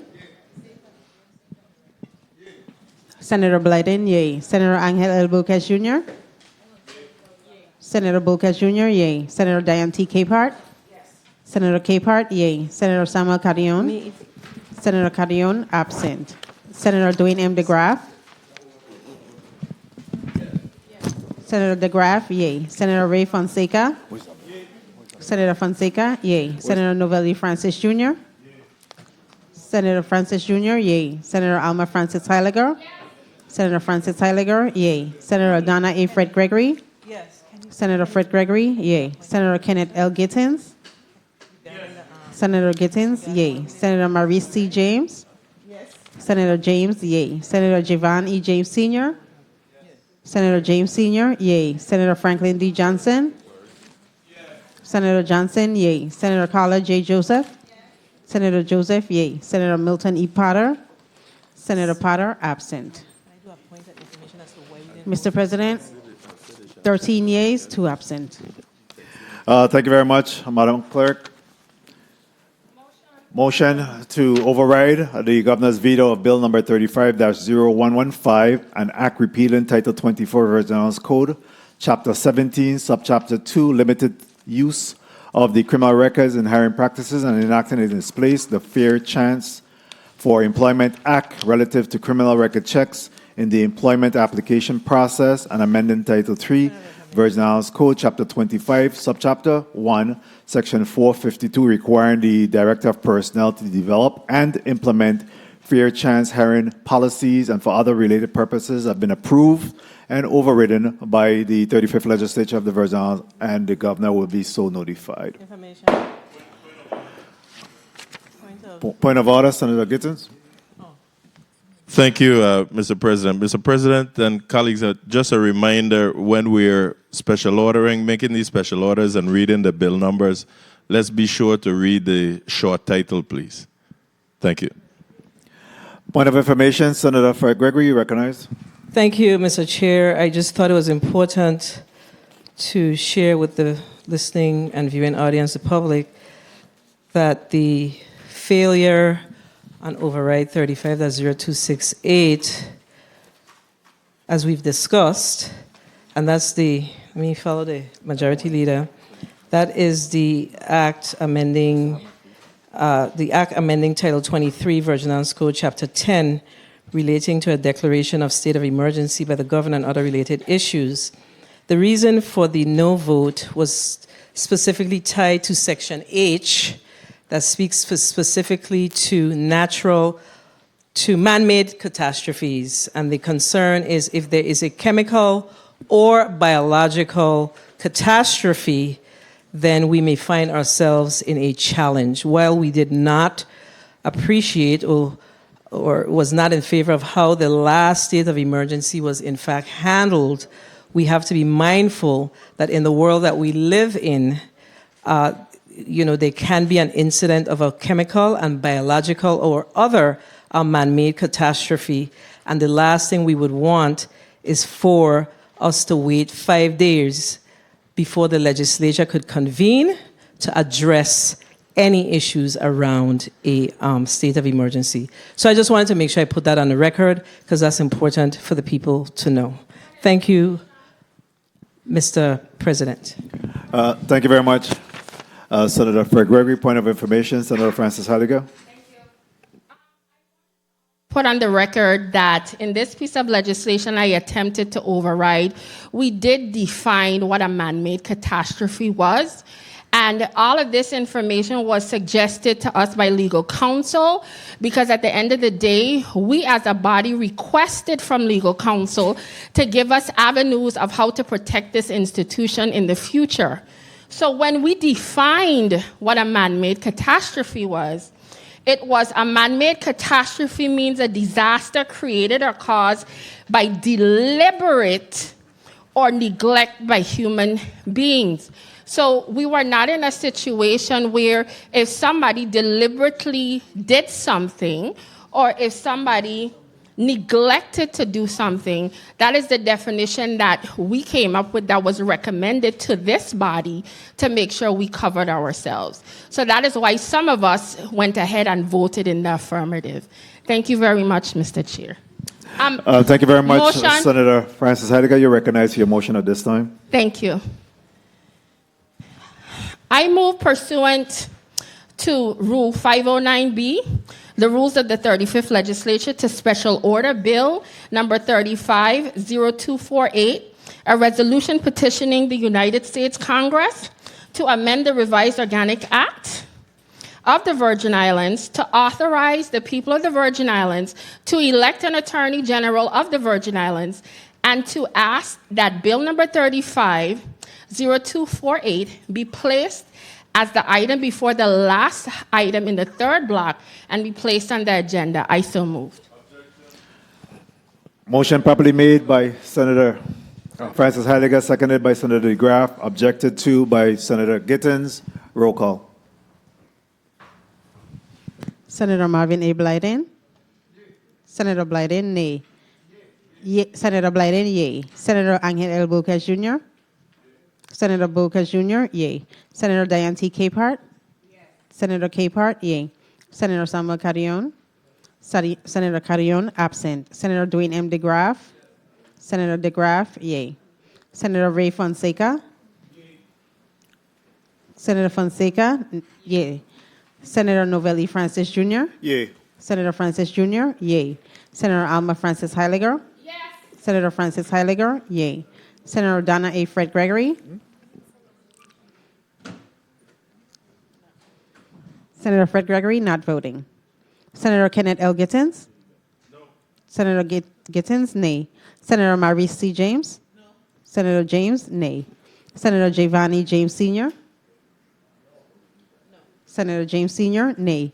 Senator Franklin D. Johnson? No. Senator Johnson, yay. Senator Carla J. Joseph? Yes. Senator Joseph, yay. Senator Milton E. Potter? Senator Potter, absent. Mr. President? Please record Senator Fred Gregory's vote as no. Please record Senator Francis' vote as no.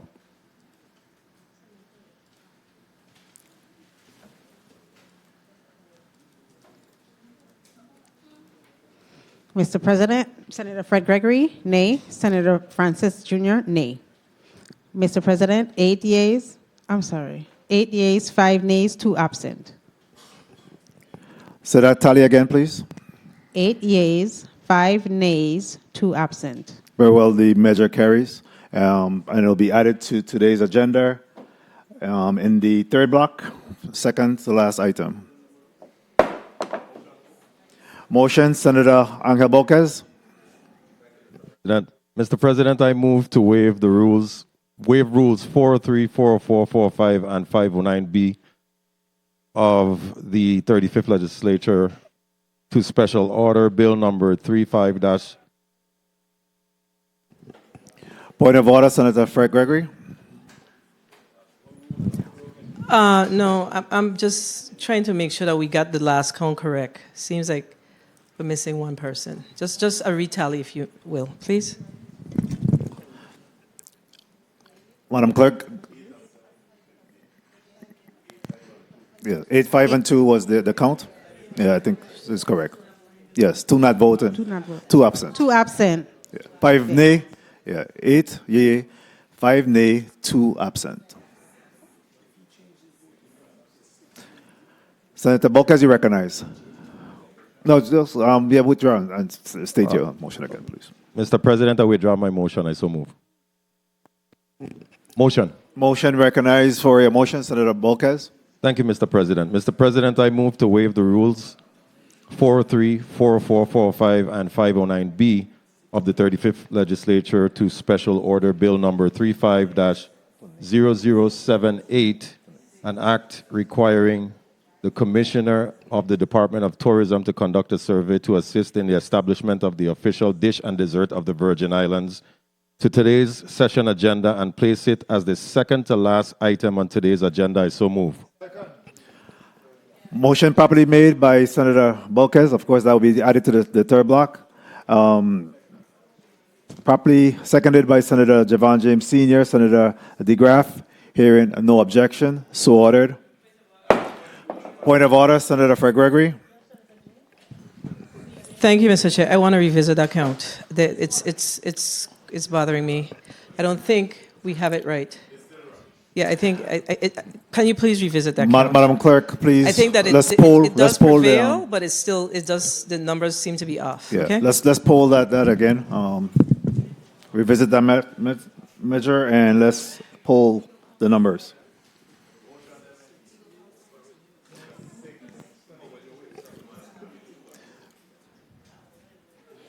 Yes. Tell me the results of the roll call. So I guess somebody wrong. Senator Marvin A. Blyden, yay. Senator Angel L. Boquez, yay. Senator Diane T. Capehart, yay. Senator Samuel Carrion, absent. Senator Dwayne M. DeGraff, yay. Senator Ray Fonseca, yay. Senator Novelli Francis Jr., nay. Senator Alma Francis Heiliger, yay. Senator Donna A. Fred Gregory, nay. Senator Kenneth L. Gittins, nay. Senator Maurice C. James, nay. Senator Javon E. James Sr., nay. Senator Franklin D. Johnson, yay. Senator Carla J. Who said nay? Okay. I don't say nay. I said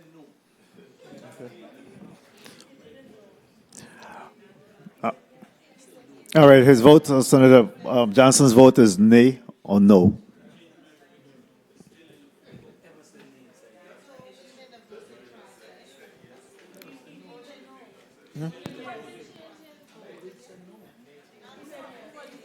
No, he said nay. No. He did not say yes. He said no. We're in account, Senator.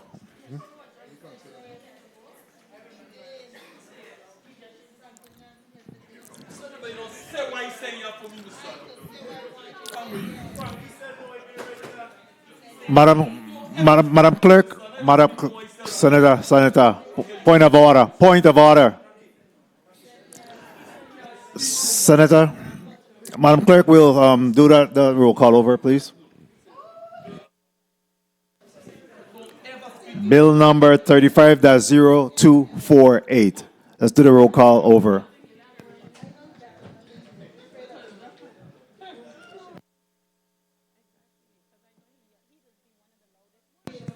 Senator Marvin A. Blyden? Senator Blyden, nay. Senator Angel.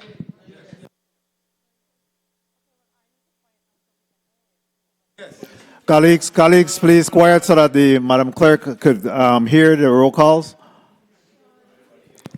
Senator Marvin A. Blyden? Senator Blyden, yay. Senator Angel L. Boquez Jr.? Senator Boquez Jr., yay. Senator Diane T. Capehart? Senator Capehart, yay. Senator Samuel Carrion? Senator Carrion, absent. Senator Dwayne M. DeGraff? Senator DeGraff, yay. Senator Ray Fonseca?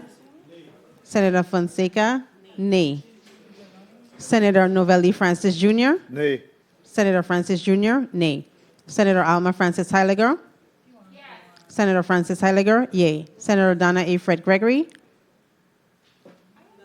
Senator Fred Gregory, nay. Senator Kenneth L. Gittins? No. Senator Gittins, nay. Senator Maurice C. James? No. Senator James, nay. Senator Javon E. James Sr.? No. Senator James Sr., nay. Senator Franklin D. Johnson? No. Senator Johnson, nay. Senator Carla J. Joseph? Yes. Senator Joseph, yay. Senator Milton E. Potter? Senator Potter, absent. Mr. President, 6 yeas, 7 nays, 2 absent. Very well, the measure fails. Point of order. Please recognize the mic of Senator Francis Heiliger. I would like to do a point of inquiry to the president.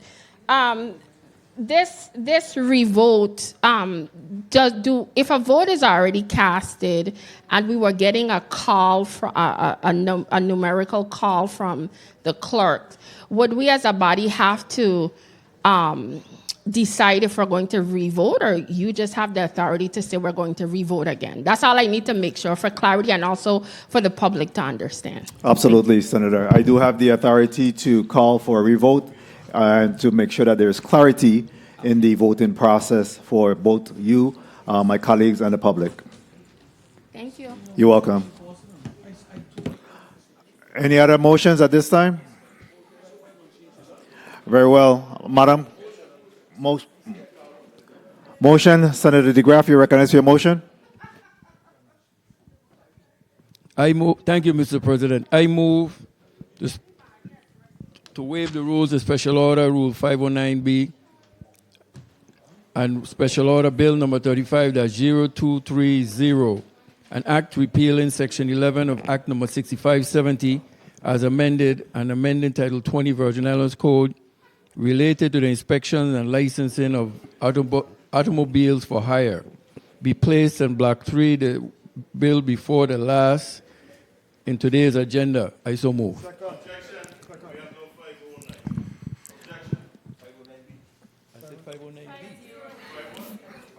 509. Senator, please restate your motion. I ain't gonna argue that one. I move I withdraw. I should just make the corrections. I do a technical amendment and make it 509B. I so move. Restate the motion, Senator. I withdraw my motion. Motion, you recognize your motion, Senator DeGraff. I move bill number 30. I move to waive the rules 509B and special order bill number 35-0230, an act repealing section 11 of Act number 6570 as amended and amending Title 20 Virgin Islands Code relating to the inspection and licensing of automobiles for hire be placed in block number 3, the bill before the last in today's agenda. I so move. Motion properly made by Senator DeGraff, seconded by Senator Javon James Sr., Senator Blyden. Hearing no objections, so ordered. That rounds out all of the motions at this time. Madam Clerk, please call up the first items in block number 1.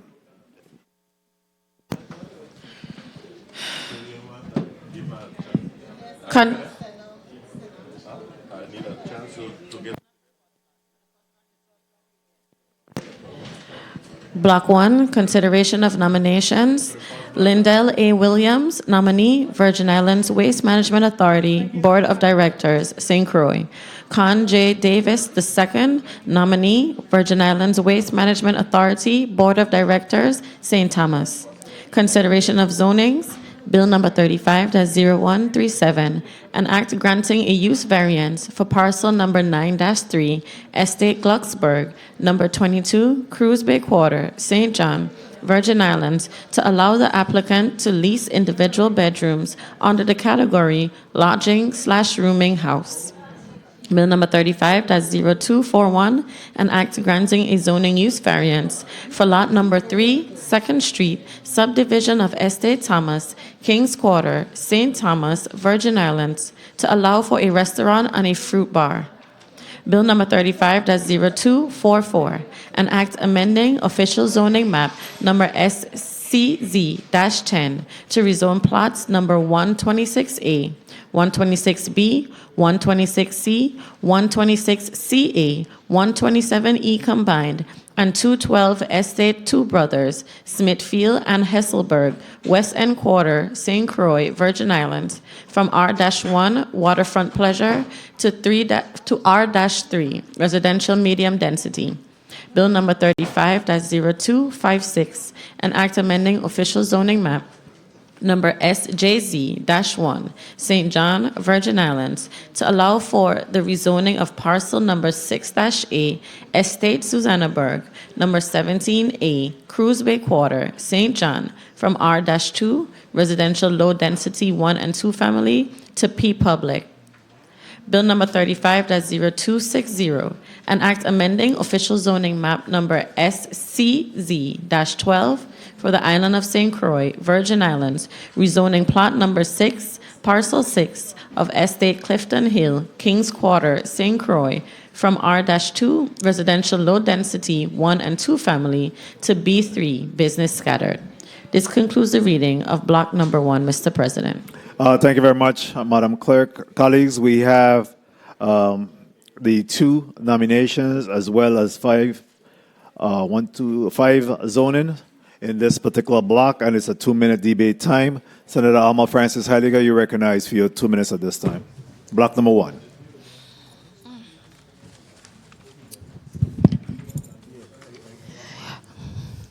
Good evening to my colleagues. Good evening to the people of the territory. Good evening to everyone. I know we have this is interesting because this is the first time session has really kicked in this late, but this is part of our jobs and we're here for the long haul. But as it relates to block number 1, Lindell Williams, as a member of the Waste Management Authority Board, as well as Nell Davis II as a member of the Waste Management Authority Board, I did have opportunity to really listen to these, and I don't have a problem with these individuals. I think when it comes to these particular positions, it is important that we make a serious attempt to improve and revamp the Waste Management Authority. And I did enjoy listening to these 2 individuals while they shared their vision as to what direction the Waste Management Authority should go in. So I fully support these 2 nominees. As it relates to the zoning, I really did not have any major issues as I had an opportunity to listen to quite a bit of these, even in regards to some of the zonings for St. John, as well as those in the St. Croix district. I am in support for any particular project that potentially could help spur our economic growth. Some of these projects had to do with dealing with providing specific type of housing and any type of programs that I believe that we need as a community to continue to build ourselves. So as it relates to this particular block, I am in full support of this. So I will vote in the affirmative at the appropriate time. Thank you, Mr. Chair. Thank you very much, Senator Alma Francis Heidegger. Next, we recognize Senator Franklin D. Johnson. You're recognized for your 2 minutes. Good evening, Mr. Chair.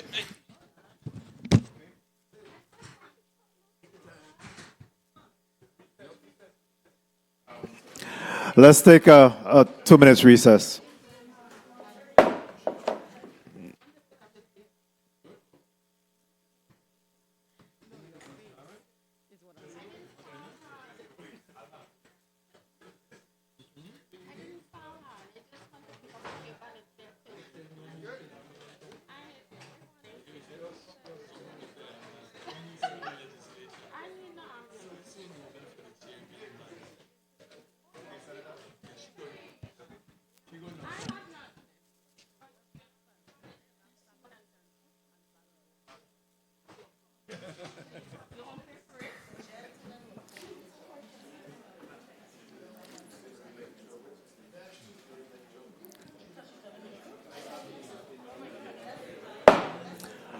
And we're out of recess at this time.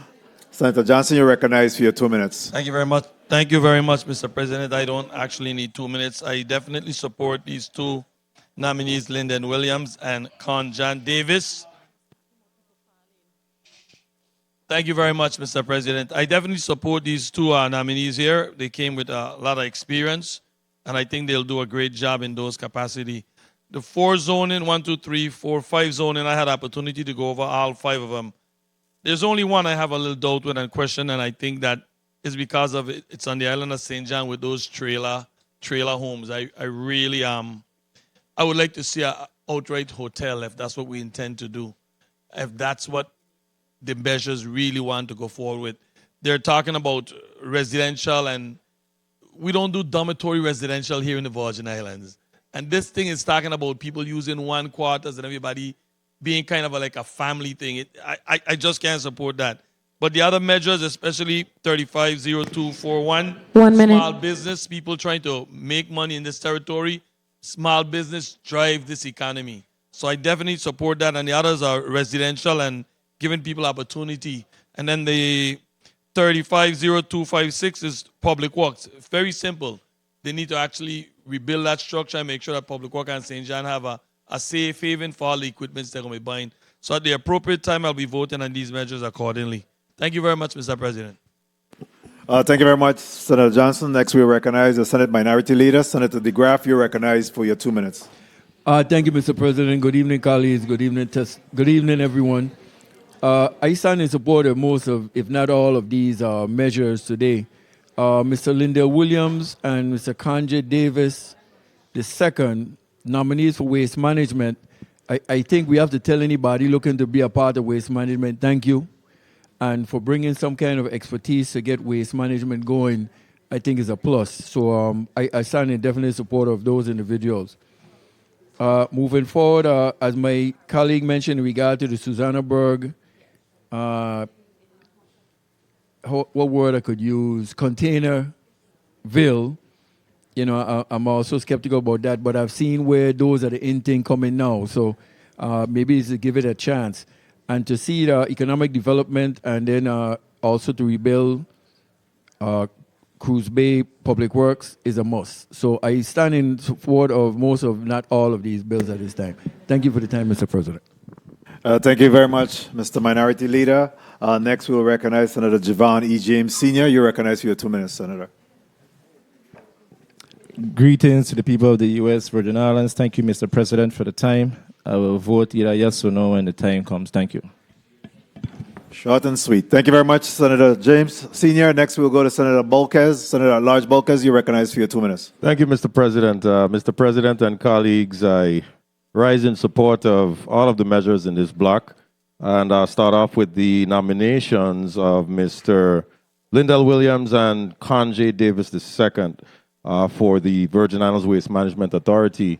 I would say the Waste Management Authority has a very instrumental role in our territory in the sense of it's tied to a number of things to include the health and well-being of our territory, and in addition to that, tied to the economy in the sense of its marketability and promotion to the tourism market. So I'm looking forward to all the wonderful and great things that both of these nominees are going to provide for the Waste Management Authority, a board that has not been in function for quite some time, and we're trying to get all of the members associated with the board to be nominated so that they can do those jobs. In reference to Bill number 35.0241, granting a zoning variance use for lot number 3, 2nd Street, St. Thomas, for a restaurant and fruit bar. This variance encourages local entrepreneurship and enhances our community amenities, and they will be adhering to our 4 zoning designations. Bill number 35.0244, which is Estate Two Brothers St. Croix, from W1 Waterfront Pleasure to R3 Residential Medium Density. This zoning aligns with the residential development while promoting a balanced growth for the West End quarter of St. Croix. As for Bill number 35-0256, which rezones parcel number 6, Estate Susannaburg St. John, from R2 to low density to public. This change will facilitate definitely more public lands on the island of St. John, something that we have a disparity of in that island. So I look forward to voting in the affirmative for all of these measures. Thank you for the time, Mr. President. Thank you very much, Senator Angel Bolquez Jr. Next, we'll recognize Senator Donna Fred Gregory, Finance Chair. You're recognized for your 2 minutes. Thank you, Mr. President. I will vote my conscience on the zonings that's before us, but I will say that I am very happy that we are, for the nominees, that we are considering young people to serve on these boards. I have known Mr. Cmte Davis II since he was a young kid growing up here in the Virgin Islands, and I must say that I am very pleased to see that he is given an opportunity to be nominated for the Virgin Islands Waste Management Authority. We need fresh minds, fresh thoughts around moving waste management forward. And likewise, Mr. Lindell A. Williams, he actually served as the Commissioner of Public Works many years ago, and I am in full support of his work as he did an exceptional job when he served as Public Works Commissioner. I reserve the balance of my time. Thank you very much, Senator Fred Gregory. Next, we'll recognize Senator Maurice C. James. You recognize for your 2 minutes. Thank you, Mr. President. I rise in support of the measures in this block. I want to point out that with respect to Department of Public Works, this rezoning will bring them in compliance and allow them to use federal money on a disaster recovery project to rebuild a maintenance building, and that's excellent that's happening because of the recovery. Bill number 35-0244, of course, economic development, that's Sandcastle on the beach in Frederickstead. And the developer plans to build more hotel rooms, which we need on St. Croix. With respect to bill number 35-0241, I'm in support of that. Again, small business, local business, economic growth. When it comes to the nominees, well, Linda Williams and I went to St. Joseph High School together, and we served in the military together. So I know the quality of Mr. Williams and what he will bring. He's been away for many years, but has done really well where he is. So it's time to bring that expertise and experience back to the islands. I was impressed, although I don't know him, with Mr. Kanje Davis. And I believe that he will bring strong financial and operational expertise. 30 seconds. Through his managing profiles of millions of dollars. And so I will vote at the time. Thank you, Mr. Chair. Mr. President. Thank you very much, Senator Maurice C. James. Next, we'll come to Senator Ray Fonseca. You recognize for your 2 minutes. Yes, thank you so kindly, Mr. President. I rise in support of all of these bills and the leases. I'd like to talk briefly about one bill number 35-0263. So we're going to be leasing for 30 years this property here. It's Estate Content 7B Southside Quarter, right next to Banco Popular. When you pass Banco Popular going to the airport, we're going to lease that. It's also noteworthy that it's a Hispanic business. So kudos to that. I want to talk about Bill 35-0137. This is parcel 93A. It's right up in St. John there, right down the street from Giff Hill School on Giff Hill Road. You know, it's so interesting, right? Because we always talk about the locals, them selling the land. So this is an interesting one where I think they sell a piece of land for about 500 and something thousand popa. But anyway, they're going to develop that. They're going to put some condos, one bedroom thing. The next one is Summary Con Davis, right? He has a professional background, Waste Management Authority, licensed investment banker. Excellent, awesome. You know, I wish him well. I want to spend the rest of my time talking about the nominee, Lindell Williams. You know, he was a Commissioner of Public Works under Governor Roy Snyder, and he managed a $60 million budget. You know, in those days, Public Works Department had a bigger budget than it does now, you see, because Public Works used to have the backhoe them and all of them kind of thing. Now they lease out all of these things here, and that's why when the sewer back up, the drainage clog, the gut them, they can't get them clean because they contracting all of this thing. Public Works needs to go back to how it was and have a crew where when you call them, they're going to send the backhoe, they're going to fix that gut, they're going to fix that water line and all of these things. We've come out of how it used to be operating effectively and efficiently with the Waste Management Authority. So thank you very much, Mr. President, for the time. Thank you very much, Senator Fonseca, for your comments there. Next, we'll go to Senator Diane T. Capehart. You recognize for your 2 minutes. Thank you, Mr. President, and good evening, all. Mr. President, I am in support of the two nominations that came through the Committee of Rules and Judiciary, and we had the opportunity to vet these individuals for the Waste Management Authority Board for St. Croix and St. Thomas. I must say and commend the governor for sending us two great individuals to serve on a very important board because they need to meet a quorum to get projects executed. So I am in support of Linda Williams, who I personally know, and on a professional level, I think he's prepared and ready to do the job on the board of directors.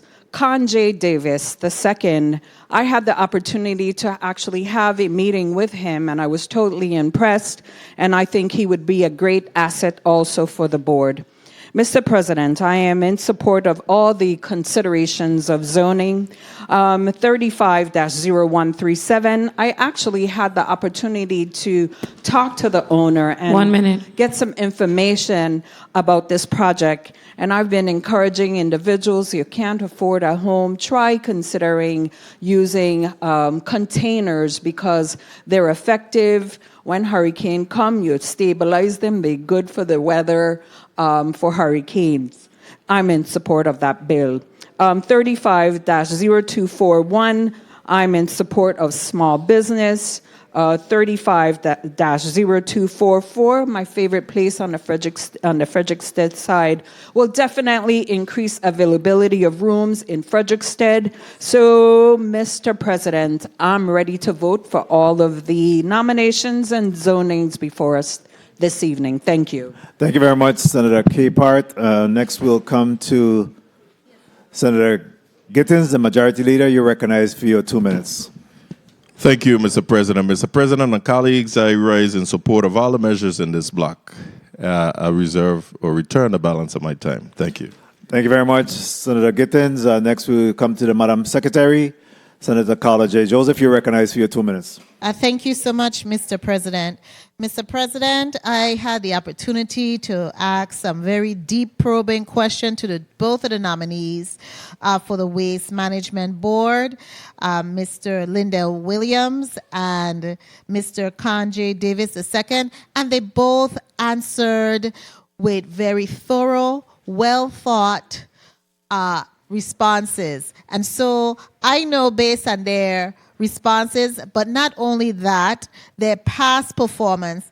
Mr. Cmte Davis, he actually worked for a company that did waste to energy, and that's something that he is going to be pushing, as well as Mr. Lindell A. Williams. He has worked and he's working with international companies dealing with waste management. And he's going to, of course, be able to lean on his background as a former commissioner of Department of Public Works, which the Waste Management Authority was under his jurisdiction. 1 minute. He served as commissioner. I also want to rise in support of, in particular, the rezoning for 35-0244. I had the opportunity to meet with the individuals from Estate Two Brothers Smithfields, that's Sandcastle Hotel. They took some time out to have a discussion with me. 30 seconds. And I am fully aligned in what they plan to do. They have other steps which include a CZM permit, so this is just one step. I'm also in support of the Public Works, Department of Public Works, and their rezoning from a R2 to a public, because that's something that is needed for them to access federal funds. So at the appropriate time, I will vote according to my conscience and the remaining items in this block. Thank you. Thank you very much, Senator Carla J. Joseph. Madam Secretary, next we'll come to Senate Vice President, Senator Marvin Blyden. You're recognized for your 2 minutes. Thank you, Mr. President, and I rise in support of all of the items in this block. In respect to the consideration of nominees, both Mr. Lindell Williams and Mr. Cmte Davis II, I listened to the testimony. I'm happy to see the board finally have members who are knowledgeable to assist the Waste Management Authority with their endeavors. Also, I will be supporting all of the bills in this block, which will spur economic development, business opportunities, compliance, and also it will add jobs to the economy. So, Mr. President, I support all the bills in this block, and thank you so much for the time. Thank you very much, Senator Blyden. I'd also like for Madam Clerk, please recognize the presence of Senator Samuel Carrion. Good evening, Senator. Thank you for joining us. And if you could just put 2 minutes on the clock for me real quick. I stand in support of all of the measures in this particular block. And of course, the consideration of the nomination, Mr. Lindell Williams and Mr. Cmte Davis II, I believe, bring a wealth of diversification to the Waste Management Authority Board. Certainly, Mr. Williams, with his military experience, government experience, and his work in the engineering field, I think will be an added benefit to the Waste Management Board, as well as Mr. Cmte Davis. His financial background and experience, too, I believe, will be a great assistance and an asset to the Waste Management Board. In respect to the consideration of the zonings, I do support all of the measures in this block. It provides business opportunity, certainly economic activity, employment in some instances, investment, medical, pharmacy in one location. And I'm resolute in terms of supporting the 1 minute. container rise build out. I believe that that's an investment and an opportunity that is currently trending elsewhere. And I believe that's the first of many to come territory-wide as we continue to struggle with available housing in our community, and I think that that will be something that will be emulated by a lot more developers as we move forward. So we are fully in support of that, and to work with them to make sure that they're in full compliance of all of the aesthetics to make sure that these containers will be well suited for housing development in the future. So, Madam Clerk, I do intend to support all of the measures in this particular block. Senator Carrion, you want some of this, or you want to pass on for the next one? You're recognized for your 2 minutes. Thank you. Thank you, Mr. President.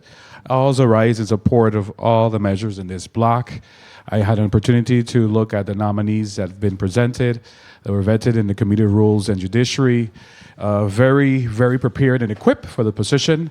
I love the way how they answer the questions. They have a plan. They're ready to act. And that's something that that is commendable. And we like when we have nominees that are willing to serve in any boards and commission.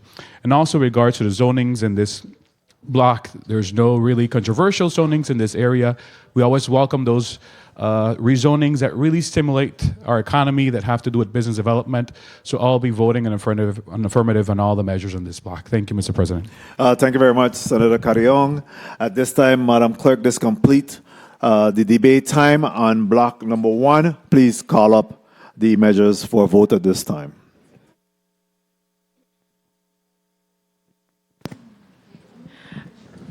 Consideration of nominations: Lindell A. Williams, nominee, Virgin Islands Waste Management Authority Board of Directors, St. Croix. Roll call on Mr. Lindell A. Williams, nominee for the Virgin Islands Waste Management Authority Board of Directors. Senator Marvin A. Blyden. Yay. Senator Blyden, yay. Senator Angel L. Bulkes Jr. Yay. Senator Bulkes Jr., yay. Senator Diane T. Capehart. Yes. Senator Capehart, yay. Senator Samuel Carrion. Yes. Senator Carrion, yay. Senator Dwayne M. DeGraff. Senator DeGraff.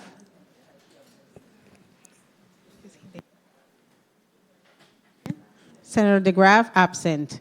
Senator Ray Fonseca. Senator Fonseca, yay. Senator Novelli Francis Jr. Yay. Senator Francis Jr., yay. Senator Alma Francis Heiliger. Yes.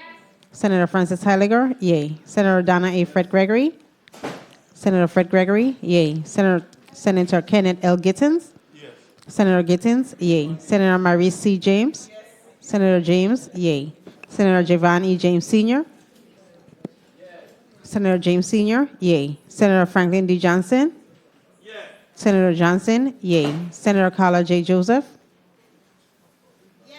Senator Joseph, yay. Senator Milton E. Potter. Senator Potter, absent. Mr. President, 13 yeas, 2 absent.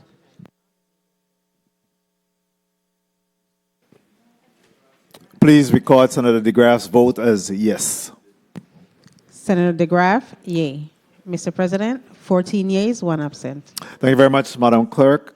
The governor's nominee for the Virgin Islands Waste Management Authority Board, District of St. Croix, Mr. Lindell Williams, have been approved by the members of the 35th Legislature of the Virgin Islands and will be sent to the governor for further consideration and action. Next nominee, Madam Clerk. Con J. Davis II, nominee, Virgin Islands Waste Management Authority Board of Directors, St. Thomas. Roll call on Con J. Davis II. Senator Marvin A. Blyden. Senator Blyden, yea. Senator Angel L. Bulquez Jr. Senator Bulquez Jr., yea. Senator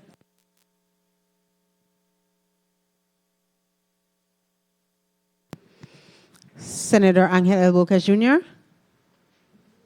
Say yes.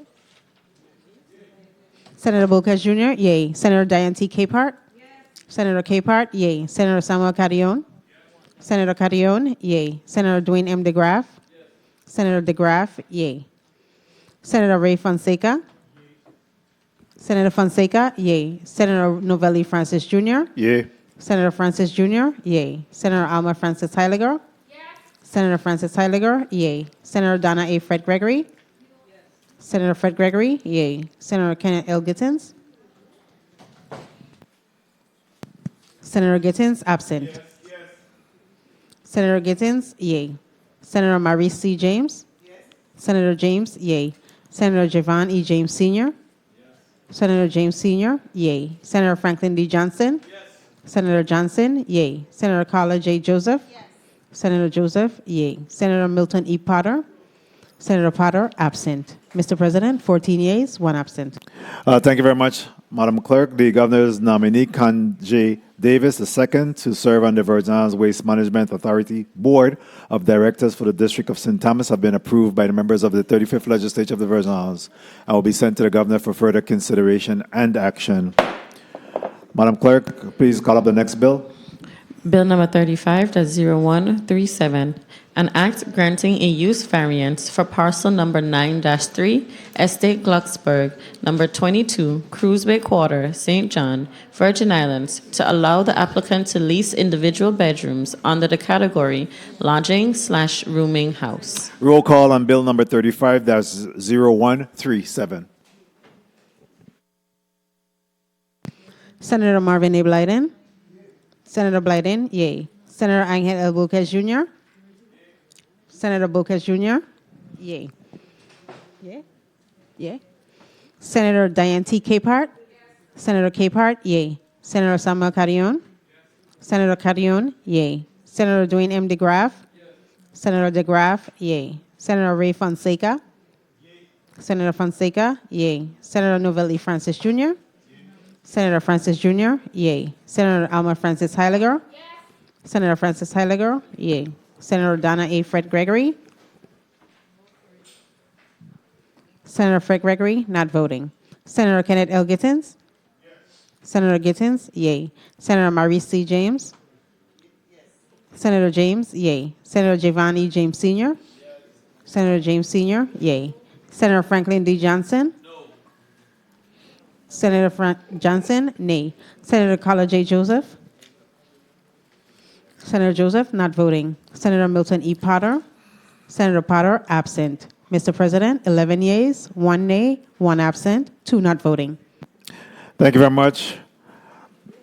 Madam Clerk, bill number 35-0137, an act granting a use variance for parcels number 9-3, Estate Glucksburg, number 22, Cruise Bay Quarters, St. John, Virgin Islands, to allow for the applicant to lease individual bedrooms under the category lodging room house has been approved by the members of the 35th Legislature of the Virgin Islands and will be sent to the governor for further consideration and action. Next item, Madam Clerk. Bill number 35-0241, an act granting a zoning use variance for lot number 3, 2nd Street, subdivision of Estate Thomas, Kings Quarter, St. Thomas, Virgin Islands, to allow for a restaurant and a fruit bar. Roll call on bill number 35-0241. Senator Marvin A. Blyden. Senator Blyden, yay. Senator Angel L. Bocage Jr. Senator Bocage Jr., yay. Senator Diane T. Capehart. Senator Capehart, yay. Senator Samuel Carrion. Senator Carrion, yay. Senator Dwayne M. DeGraff. Senator DeGraff, yay. Senator Ray Fonseca. Senator Fonseca, yay. Senator Novelli Francis Jr. Yay. Senator Francis Jr., yay. Senator Alma Francis Heiliger. Senator Francis Heiliger, yay. Senator Donna A. Fred Gregory. Senator Fred Gregory, yay. Senator Kenneth L. Gittens. Senator Gittens, yay. Senator Maurice C. James. Senator James, yay. Senator Javon E. James Sr. Senator James Sr., yay. Senator Franklin D. Johnson. Senator Johnson, yay. Senator Carla J. Joseph. Senator Joseph, not voting. Senator Milton E. Potter. Senator Potter, absent. Mr. President, 13 yeas, 1 absent, 1 not voting. Thank you very much, Madam Clerk. Bill number 35-0241, Act granting a zoning use variance for parcel for lot number 3, 2nd Street, subdivision of Estate Thomas, King's Quarter, St. Thomas, Virgin Islands, to allow for a restaurant and a food bar has been approved by the members of the 35th Legislature of the Virgin Islands and will be sent to the Governor for further consideration and action. Next item, Madam Clerk. Bill number 35-0244, an act amending official zoning map number SCZ-10 to rezone plots number 126A, 126B, 126C, 126CA, 127E combined, and 212 Estate Two Brothers, Smithfield and Hesselberg, West End Quarter, St. Croix, Virgin Islands, from R-1 waterfront pleasure to R-3 residential medium density. Roll call on bill number 35-0244. Senator Marvin A. Blyden. Senator Blyden, yay. Senator Angel L. Bocage Jr. Senator Bocage Jr., yay. Senator Diane T. Capehart. Senator Capehart, yay. Senator Samuel Carrion. Senator Carrion, yay. Senator Dwayne M. DeGraff. Senator DeGraff, yay. Senator Ray Fonseca. Senator Fonseca, yay. Senator Novelli Francis Jr. Senator Francis Jr., yay. Senator Alma Francis Heiliger. Senator Francis Heiliger, yay. Senator Donna A. Fred Gregory. Senator Fred Gregory. Senator Fred Gregory, yay. Senator Kenneth L. Gittens. Senator Gittens, yay. Senator Maurice C. James. Senator James, yay. Senator Javon E. James Sr. Senator James Sr., yay. Senator Franklin D. Johnson. Senator Johnson, yay. Senator Carla J. Joseph. Senator Joseph, yay. Senator Milton E. Potter. Senator Potter, absent. Mr. President, 14 yeas, 1 absent. Thank you very much, Madam Clerk. Bill number 35-0244, an act amending official zoning map number SCZ-10 to rezone plots number 126A, 126B, 126C, 126CA, 127E, combined, and 212 Estate Two Brothers, Smithfield and Hasselberg, West End Quarter, St. Croix, Virgin Islands, from W1 waterfront pleasure to R3 residential medium density have been approved by members of the 35th Legislature of the Virgin Islands and will be sent to the Governor for further consideration and action. Next item, Madam Clerk. Bill number 35-0256, an act amending official zoning map number SJZ-1, St. John, Virgin Islands, to allow for the rezoning of parcel number 6-E, Estate Susannaberg, number 17A, Cruise Bay Quarter, St. John, from R-2, residential low density 1 and 2 family, to P Public. Roll call on bill number 35-0256. Senator Marvin A. Blyden. Senator Blyden, yay. Senator Angel L. Bocage Jr. Senator Bocage Jr., yay. Senator Diane T. Capehart. Senator Capehart, yay. Senator Samuel Carrion. Senator Carrion, yay. Senator Dwayne M. DeGraff. Senator DeGraff, yay. Senator Ray Fonseca? Senator Fonseca, yay. Senator Novelli Francis Jr.? Yay. Senator Francis Jr., yay. Senator Alma Francis Heiliger? Senator Francis Heiliger, yay. Senator Donna A. Fred Gregory? Senator Fred Gregory, yay. Senator Kenneth L. Gittens? Senator Gittens, yay. Senator Maurice C. James? Senator James, yay. Senator Javon E. James Sr.? Senator James Sr., yay. Senator Franklin D. Johnson? Senator Johnson, yay. Senator Carla J. Joseph? Senator Joseph, yay. Senator Milton E. Potter? Senator Potter, absent. Mr. President, 14 yeas, 1 absent. Thank you very much, Madam Clerk. Bill number 35-0256, an act amending official zoning map SJZ-1 St. John, Virgin Islands to allow for the rezoning of parcels number 6A, Estate Susannaburg, number 17A, Cruise Bay Quarter, St. John, from R2, residential low density 1 and 2 family, to P, public, has been approved by members of the 35th Legislature of the Virgin Islands, will be sent to the Governor for further consideration and action. Madam Clerk, please call up the next and final item in block number 1. Bill number 35-0260, an act amending official zoning map number SCZ-12 for the island of St. Croix, Virgin Islands, rezoning plot number 6, parcel 6 of Estate Clifton Hill, Kings Quarter, St. Croix, from R-2, residential low density 1 and 2 family, to B3, business scattered. Roll call on bill number 35-0260. Senator Marvin A. Blyden? Senator Blyden, yay. Senator Angel L. Bulkes Jr.? Senator Bulkes Jr., yay. Senator Diane T. Capehart? Senator Capehart, yay. Senator Samuel Carrion? Senator Carrion, yay. Senator Dwayne M. DeGraff? Senator DeGraff, yay. Senator Ray Fonseca? Senator Fonseca, yay. Senator Novelli Francis Jr.? Yay. Senator Francis Jr., yay. Senator Alma Francis Heiliger? Senator Francis Heiliger, yay. Senator Donna A. Fred Gregory? Senator Fred Gregory, yay. Senator Kenneth L. Gittens? Senator Gittens, yay. Senator Maurice C. James? Senator James, yay. Senator Javon E. James Sr.? Senator James Sr., yay. Senator Franklin D. Johnson? Senator Johnson, yay. Senator Carla J. Joseph? Senator Joseph, not voting. Senator Milton E. Potter, absent. Mr. President, 13 yeas, 1 absent, 1 not voting. Thank you very much, Madam Clerk. Bill number 35-0260, an act amending official zoning map SCZ-12 for the island of St. Croix, Virgin Islands, rezoning number 6, parcel 6 of Estate Clifton Hill, Kings Quarter, St. Croix, from R2, residential low density 1 and 2 family, to B3, business scattered, have been approved by the members of the 35th Legislature of the Virgin Islands. Will be sent to the Governor for further consideration and action. Madam Clerk, please call up the next items in block number 2. I have it.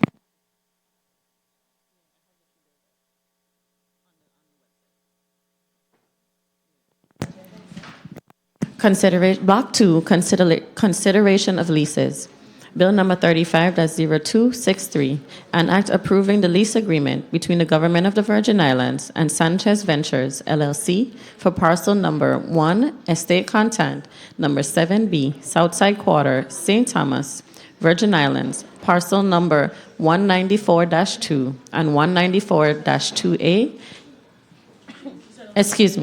Estate Altona and Well Guns, Crown Prince Quarter, St. Thomas, Virgin Islands, and parcel number 10 and 11A, Submarine Base, number 6, Southside Quarter, St. Thomas, Virgin Islands. Bill number 35-0264, an act approving the lease agreement between the Government of the Virgin Islands and Verdale Turnbull, doing business as Turnbull Welding Service, for parcel number 99A-1, Submarine Base number 6, Southside Quarter, St. Thomas, Virgin Islands. Bill number 35-0265, an act approving the lease agreement between the Government of the Virgin Islands, acting through acting through its Department of Property and Procurement and St. Thomas Properties, LLC, for consolidated parcel number 17-3A, Estate Niski, number 6, Southside Quarter, St. Thomas, U.S. Virgin Islands. Bill number 35-0261, an act approving the lease agreement between the Government of the Virgin Islands and Dale Brown and Yvette Brown, doing business as Seja Farm of the Virgin Islands, for plot number 9-P, Estate Vicorp Lands, Prince Quarter, St. Croix, Virgin Islands. Bill number 35-0255, an act approving the multi-year lease agreement between the Government of the Virgin Islands, acting through its Commissioner of the Department of Property and Procurement, and Romina Construction, LLC, for parcel number 92A, revised, Submarine Base, number 6, Southside Quarter, St. Thomas, Virgin Islands, to operate an equipment and material storage depot, yard, construction company office, and other related purposes. This concludes the reading of block number 2, Mr. President. Thank you very much, Madam Clerk. Colleagues, we do have 5 items in this block of leases. And we do have a 2-minute round, a debate time. And Senator Alma Francis Heidegger, you're recognized for your 2 minutes at this time. Thank you. I rise in support of all the leases in this block. Thank you very much, Mr. President. Thank you very much, Senator Francis Heidegger. Senator Johnson, you recognize for your 2 minutes. Record time. Thank you very much. At the appropriate time, I'll be supporting all of these measures in this block, but I'm so appreciative that Seja Farm is getting this opportunity. Seja Farm is a very, very productive farm on the island of St. Croix. From livestock, and you want to get a nice fresh chicken, check Seja Farm. I will definitely promote Seja Farm. And when they have the man cook, the cook out, bush cook, that's a very, very, very wonderful activity. And I'm so glad to see that we could extend them some more property so that they can do a lot more for the Big Island and some of the food come across here. So at the appropriate time, I will definitely be supporting all of these measures in this block. Thank you very much, Mr. President. Thank you very much, Senator Johnson, Senate Minority Leader, Senator DeGraff, you're recognized for your 2 minutes. Thank you, Mr. President. I stand in support of all of these measures. The individuals came before us and gave a great presentation. When I think of Mr. Turnbull, who's been in the business, family-owned business from 1974. Right. I hope it's going to or so pick it up and keep it going on, man. And I have to talk in terms about Seja Farms and St. Croix because I always talk about vehicle land. And everybody know if it's vehicle land and ain't for agriculture, I ain't going to vote for it. But to see that, I've seen the commercials, I've seen the produce that these individual Brown family produces, that's priceless. That's what I think agriculture is about in our territory. And if we really serious, take a page out of their book. And there's some other great farmers around the territory. But to be a part of this, I stand in full support. So at the appropriate time, I render my yes vote for everything. Thank you, Mr. President. Thank you very much, Senator DeGraff. Senator Samuel Carrion, you recognize for your 2 minutes. Thank you, Mr. President. I also rise in support of all the measures in this block.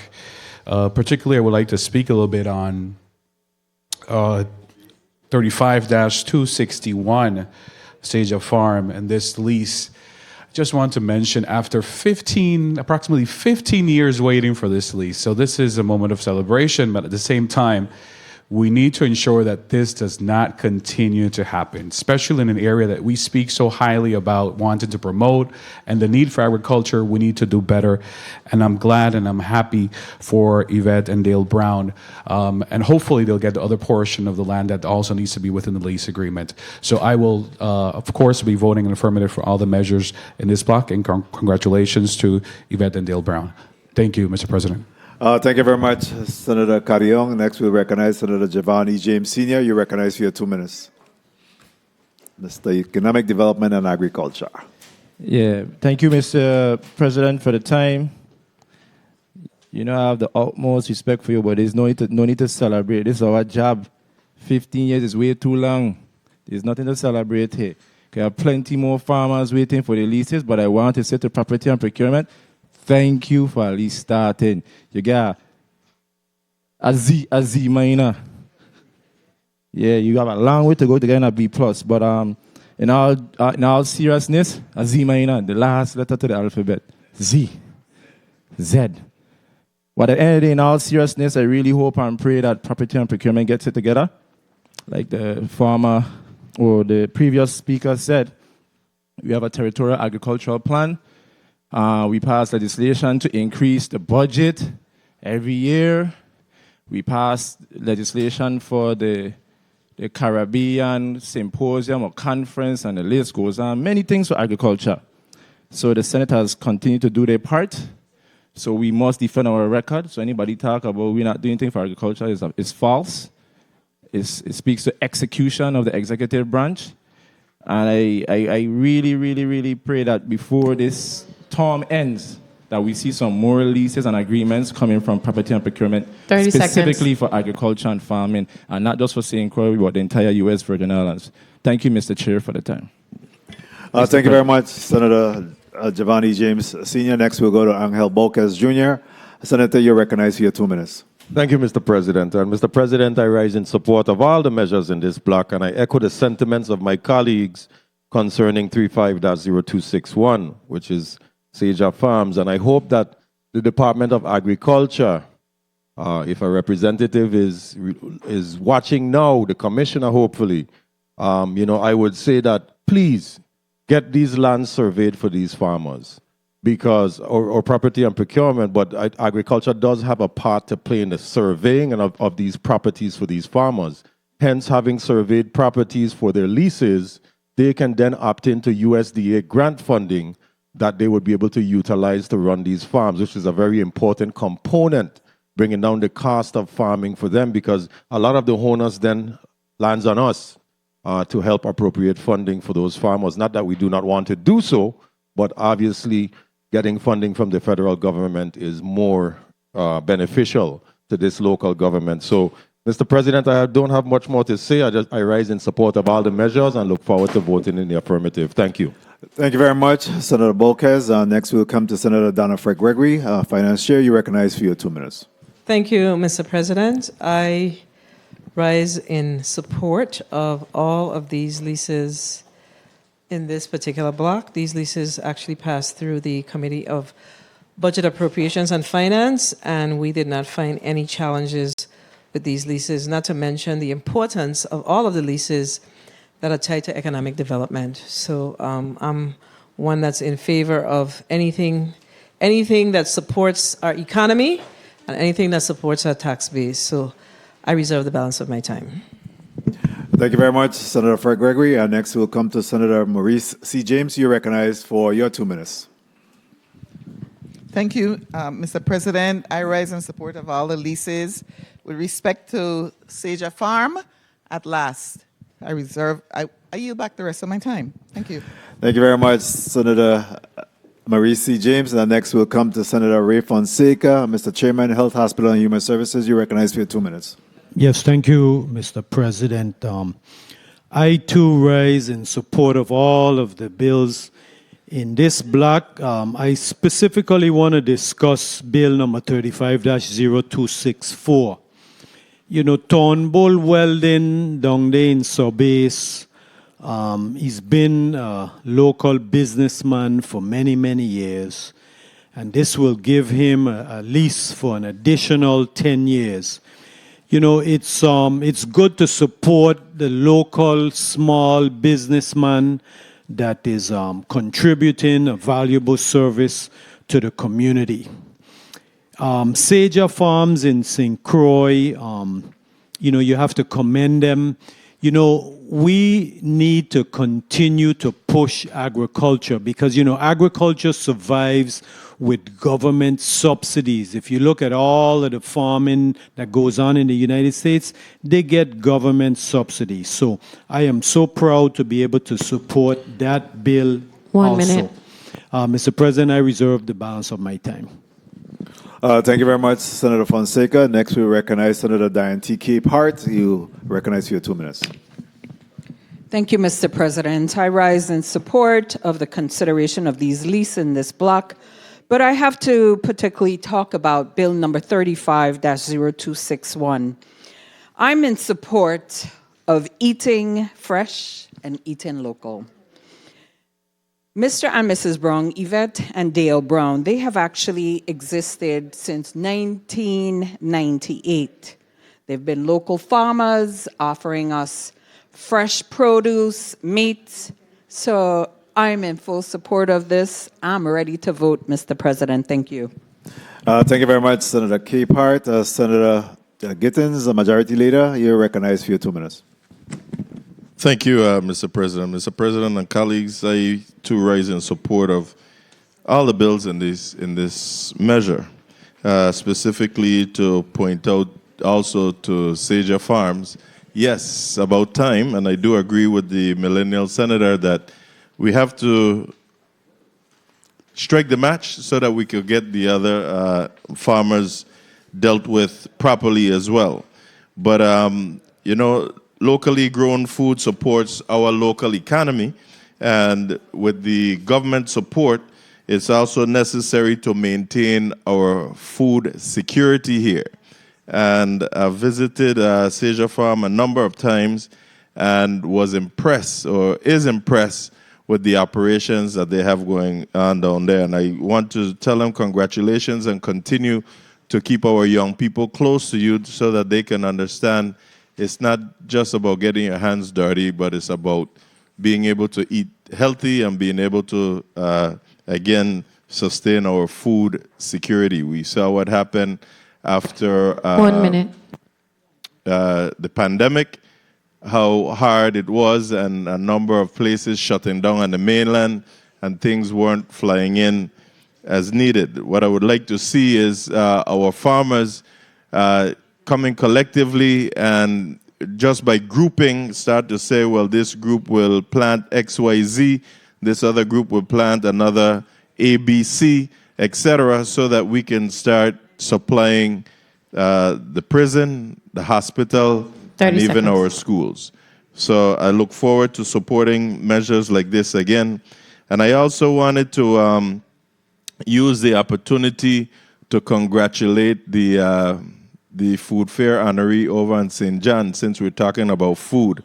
If somebody could help me with her name, again, I didn't have my notes right here in front of me. But what I loved about her speech as well, as she went up, she let all of us know that she is a born St. Johnian. And hearing that, I'm saying, colleagues, we must assist our St. John residents. Miss Margaret Sayers, yes, congratulations to you. Again, I want to say we really need to do all we can do to assist the St. Johnians in getting a hospital up and running there, and one where they can have born St. Johnians there on St. John. Thank you, Mr. President. Thank you very much, Senator Gittins. Next, we'll come to the Madam Secretary, Senator Carla J. Joseph. You're recognized for your 2 minutes. Thank you so much, Mr. President. Mr. President and colleagues, I rise in support of all of the leases in this block. They have all been properly vetted in the Committee of Jurisdiction. I want to single out two leases that I think are of particular notice, and the first is Bill number 35-0263, which is for some properties located in Altona and Wellguns for a storage facility. That's going to bring in additional monies into the coffers directly to the Virgin Islands government, the government of the Virgin Islands. Also, I want to also look at Bill number 35-0264, which is a lease agreement between Verdell Turnbull, doing business as Turnbull Welding Service, 1 for minute. parcel number 99A-1, Submarine Base. This is a family-owned business, a local-owned business, and they will be paying us annually about $10,000. $10,000, local-owned, small business operating here. And I have to say that this is what I like to see, that people are investing in 30 Virgin seconds. Islands and we are reinvesting in them and the like. Also, finally, I want to close and say the legislature is open for business where it concerns leases between the government of the Virgin Islands and agriculture, our farmers. We are what we eat. Let's keep it organic and let it keep it homegrown. Thank you so much, Mr. President. Thank you very much, Senator Joseph, for those comments. Next, we'll recognize Senator Marvin Blyden. Vice President, you're recognized for your 2 minutes. Thank you so much, Mr. President. I rise in support of all of the leases in this block. And one thing I must note, 4 of the 5 leases are all family-oriented. I must say, in respect to Bill number 35.0263, in respect to Sanchez Ventures, LLC, and this will bring in, as was said by my colleague, extra revenue to the coffers of the government of the Virgin Islands for rental space, in particular, a storage space. Bill number 35.0264, Turnbull Welding Services. They have been around for many, many years, from 1974, and they are doing recovery work in the territory in terms of welding, respectively.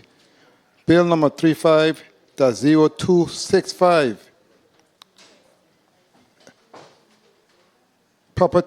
St. Thomas Properties, LLC, to create 8 parking spaces for the excise tax office, whereas access is very important when it comes to paying the bills in order to bring in revenue to the coffers of the government of the Virgin Islands. Bill number 35.0261, Cedar Farm.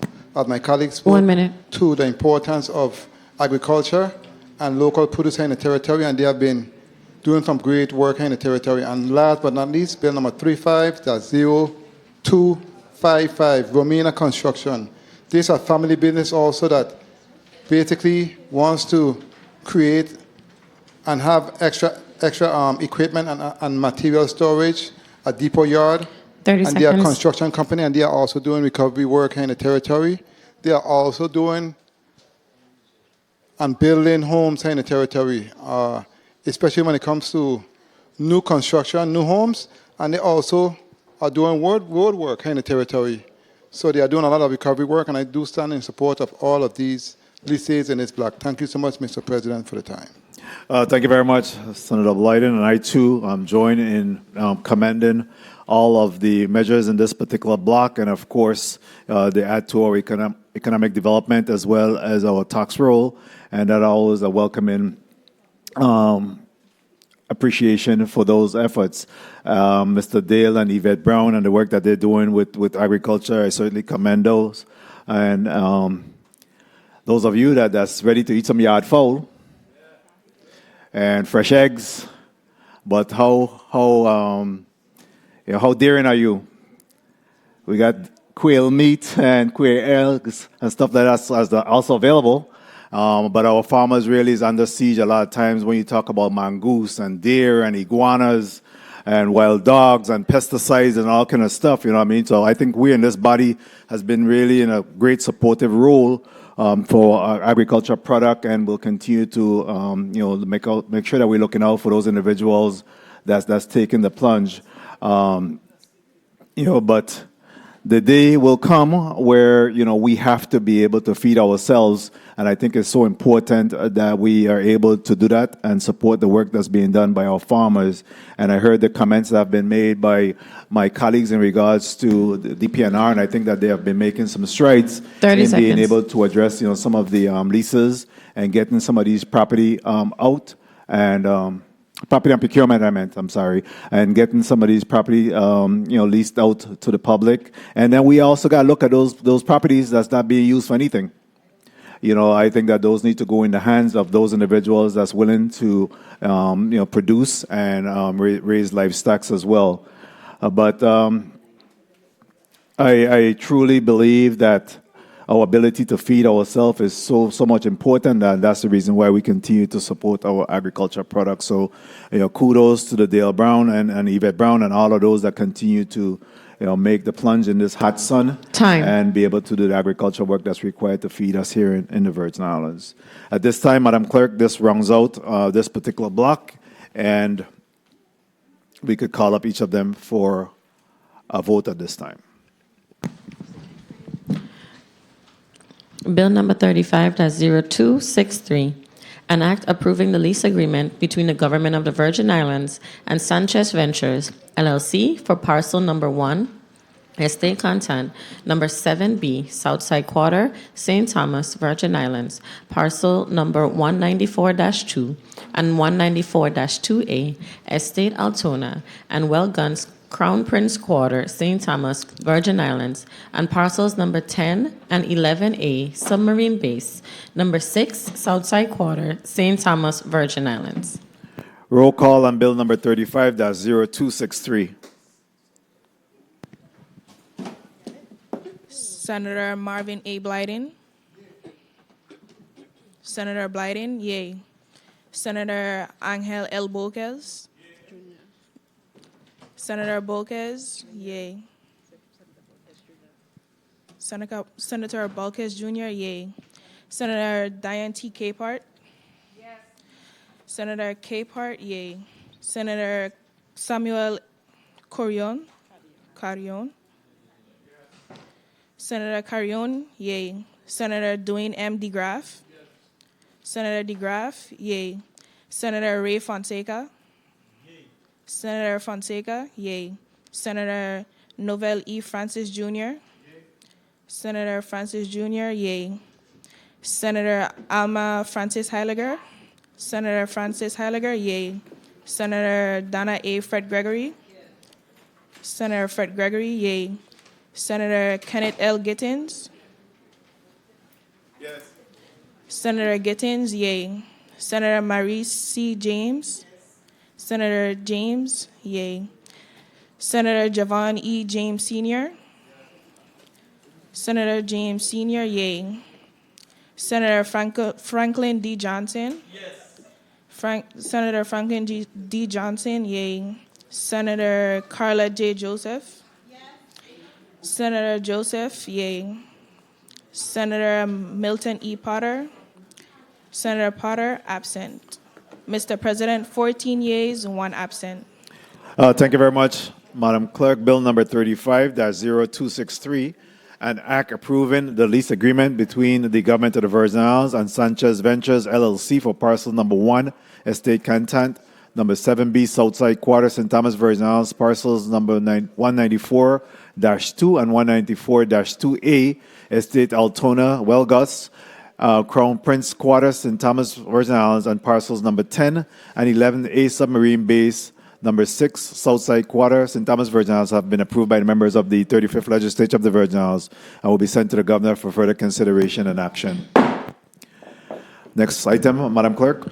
Bill number 35-0264, an act approving the lease agreement between the Government of the Virgin Islands and Verdell Turnbull, doing business as Turnbull Welding Service for parcel number 99A-1, Submarine Base, number 6, Southside Quarter, St. Thomas, Virgin Islands. Roll call on bill number 35-0264. Senator Marvin A. Blyden. Senator Blyden, yay. Senator Angel L. Boquez Jr. Yay. Senator Boquez Jr., yay. Senator Diane T. Capehart. Yes. Senator Capehart, yay. Senator Samuel Carrion. Carrion. Senator Carrion, yay. Senator Dwayne M. DeGraff. Yes. Senator DeGraff, yay. Senator Ray Fonseca. Yay. Senator Fonseca, yay. Senator Novell E. Francis Jr. Yay. Senator Francis Jr., yay. Senator Alma Francis Heiliger. Yes. Senator Francis Heiliger, yay. Senator Donna A. Fred Gregory. Yes. Senator Fred Gregory, yay. Senator Kenneth L. Gittins. Yes. Senator Gittins, yay. Senator Maurice C. James. Senator James, yay. Senator Javon E. James Sr. Senator James Sr., yay. Senator Franklin D. Johnson. Senator Johnson, yay. Senator Carla J. Joseph. Senator Joseph, yay. Senator Milton E. Potter. Senator Potter, absent. Mr. President, 14 yeas and 1 absent. Thank you very much, Madam Clerk. You're doing a good job. Bill number 35-0264, an act approving the lease agreement between the government of the Virgin Islands and Verdell Turnbull, doing business as Turnbull Weldon Service for parcels number 99A-1, submarine base number 6, Southside Quarter, St. Thomas, Virgin Islands, have been approved by the members of the 35th Legislature and will be sent to the Governor for further consideration and action. Next item, Madam Clerk. Bill number 35-0265, an act approving the lease agreement between the government of the Virgin Islands, acting through its Department of Property and Procurement, and St. Thomas Properties, LLC, for consolidated parcel number 17-3A, Estate Niski, number 6, Southside Quarter, St. Thomas, U.S. Virgin Islands. Roll call on Bill number 35-0265. Senator Marvin A. Blyden. Senator Blyden, yay. Senator Angel L. Bolkes Jr. Senator Bolkes Jr., yay. Senator Diane T. Capehart. Senator Capehart, yay. Senator Samuel Carrion. Senator Carrion, yay. Senator Dwayne M. DeGraff. Senator DeGraff, yay. Senator Ray Fonseca. Senator Fonseca, yay. Senator Novell E. Francis Jr. Senator Francis Jr., yay. Senator Alma Francis Heiliger. Senator Francis Heiliger, yay. Senator Donna A. Fred Gregory. Senator Fred Gregory, yay. Senator Kenneth L. Gittins. Senator Gittins, yay. Senator Marie C. James. Senator James, yay. Senator Javon E. James Sr. Senator James Sr., yay. Senator Franklin D. Johnson. Senator Johnson, yay. Senator Carla J. Joseph. Senator Joseph, yay. Senator Milton E. Potter. Senator Potter, absent. Mr. President, 14 yeas and 1 absent. Thank you very much, Madam Clerk. Bill number 35-0265, an act approving the lease agreement between the government of the Virgin Islands acting through its Department of Property and Procurement and the St. Thomas Properties, LLC, for consolidated parcel number 17-3A Estate Niski, number 6 Southside Quarter, St. Thomas, Virgin Islands, have been approved by the members of the 35th Legislature of the Virgin Islands and will be sent to the Governor for further consideration and action. Next item, Madam Clerk. Bill number 35-0261, an act approving the lease agreement between the government of the Virgin Islands and Dale Brown and Yvette Brown, doing business as Cedra Farm of the Virgin Islands for plot number 9-P, Estate VI Core Lands, Prince Quarter, St. Croix, Virgin Islands. Roll call on Bill number 35-0261. Senator Marvin A. Blyden. Senator Blyden, yay. Senator Angel L. Bolkes Jr. Senator Bolkes Jr., yay. Senator Diane T. Capehart. Senator Capehart, yay. Senator Samuel Carrion. Senator Carrion, yay. Senator Dwayne M. DeGraff. Senator DeGraff, yay. Senator Ray Fonseca. Senator Fonseca, yay. Senator Novell E. Francis Jr. Yay. Senator Francis Jr., yay. Senator Alma Francis Heiliger. Senator Francis Heiliger, yay. Senator Donna A. Fred Gregory. Senator Fred Gregory, yay. Senator Kenneth L. Gittins. Senator Gittins, yay. Senator Marie C. James. Senator James, yay. Senator Javon E. James Sr. Senator James Sr., yay. Senator Franklin D. Johnson. Senator Johnson, yay. Senator Carla J. Joseph. Senator Joseph, yay. Senator Milton E. Potter. Senator Potter, absent. Mr. President, 14 yeas, 1 absent. Thank you very much, Madam Clerk. Bill number 35-0261, an act approving the lease agreement between the government of the Virgin Islands and Dale Brown and Yvette Brown doing business as Sager Farm of the Virgin Islands for plat number 9P, Estate VI Core Lands, Prince Quarter, St. Croix, Virgin Islands have been approved by the members of the 35th Legislature and will be sent to the Governor for further consideration and action.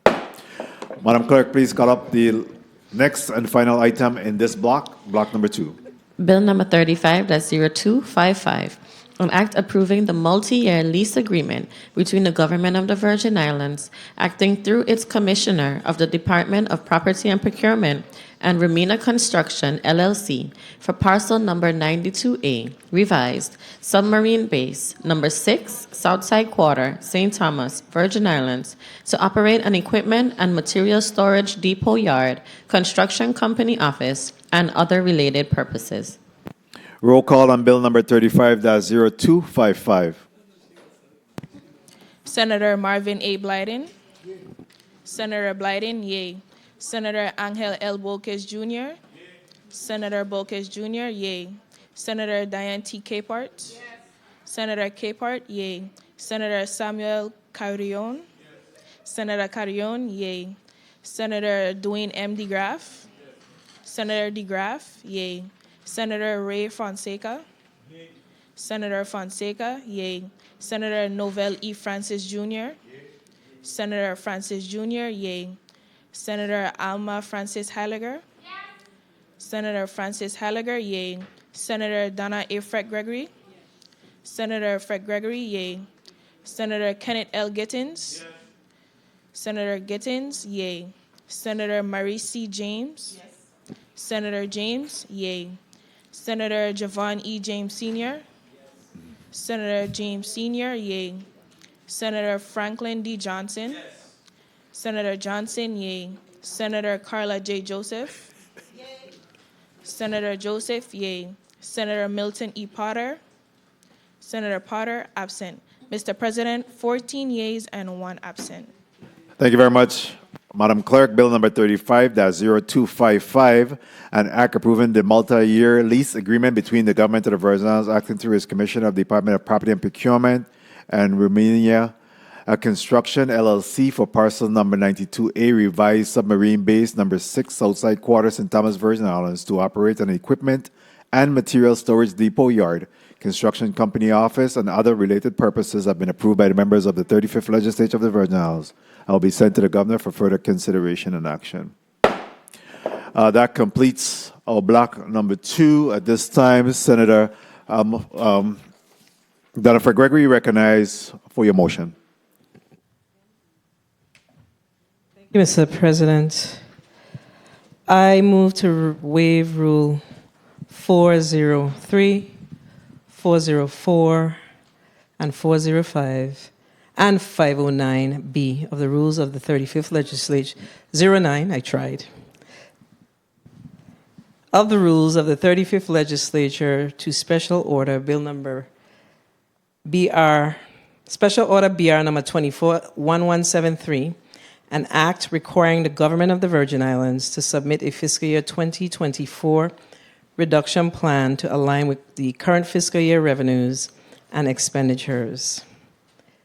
To the second to last item on today's agenda, and be given a bill number pursuant to Rule 509A, I so move. Motion properly made by Senator Fred Gregory, seconded by Senator Maurice James, Senator Blyden, and Senator Carrion DeGraff. Hearing no objection, so ordered. Mr. Legal Counsel, next bill number.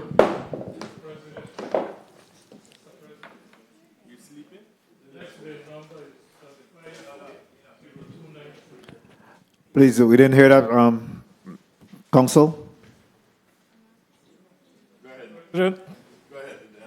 Mr. President, the next bill number is 35-0293.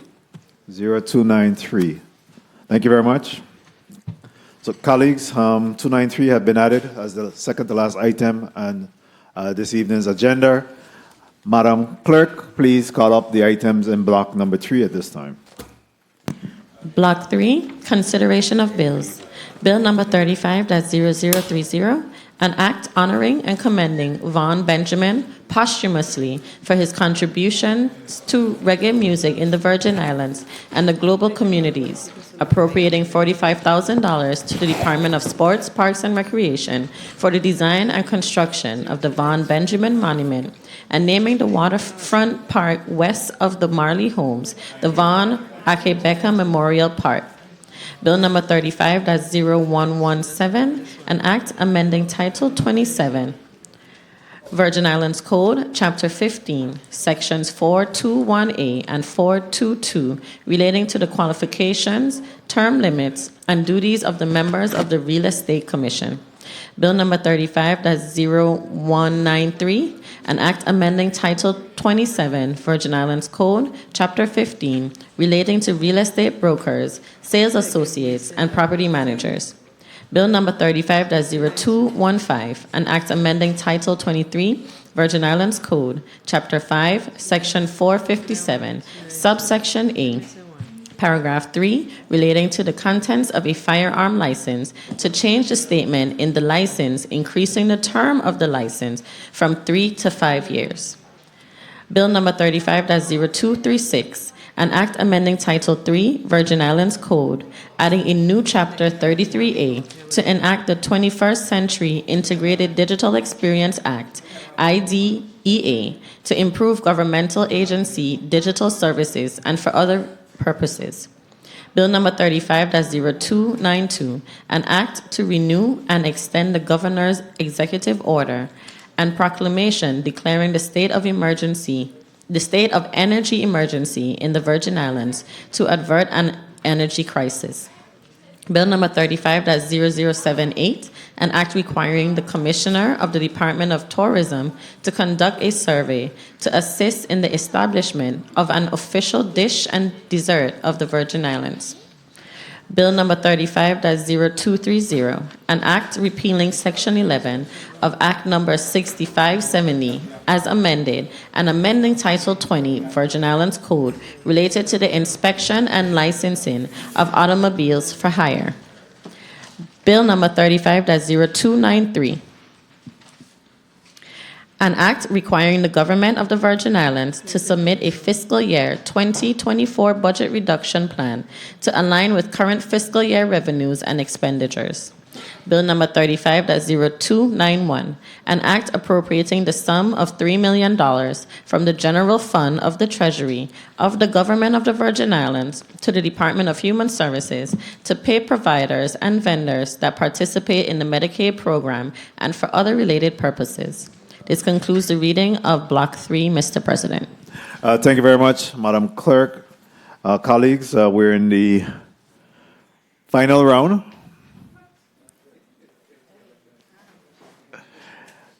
We're in the final round. Senator Alma Francis Heiliger, you're recognized for your 4 minutes at this time. Good evening once again. I rise in support of most, if not all, of the pieces in this block. As it relates to Bill 35-0030, you know, sometimes we have to take the time out to make sure that we support Virgin Islanders that have played a role in making us who we are and really marking us to the outside. And when it came to Mr. Vaughn Benjamin and his music, his participation in, as it relates to spreading the beautiful music of reggae, whether he was in bands or educating, I think it is definitely a great opportunity for this legislature to really take the time out to honor him. As it relates to 35-0215, changing basically the time frame you could renew your license for a firearm, I have learned over the years that, you know, sometimes things need to be amended as we go along, and that's one of the things, being members of this institution, we can do. So as opposed to it being set in stone, we extended it so that people don't have to keep coming every 5 seconds as it relates to dealing with firearms renewals. As it relates to 350-230. This piece of legislation speaks to the inspection of license for automobiles. I know that we had a very intensive conversation in the specific committee, and at the appropriate time, I am sure we will vote on this measure as it relates to, this one had to do with the safaris, if I recall correctly. 350291, I definitely support this piece of legislation. We have quite a bit of people that fall under human services, that get services that is vital to their survival in this territory.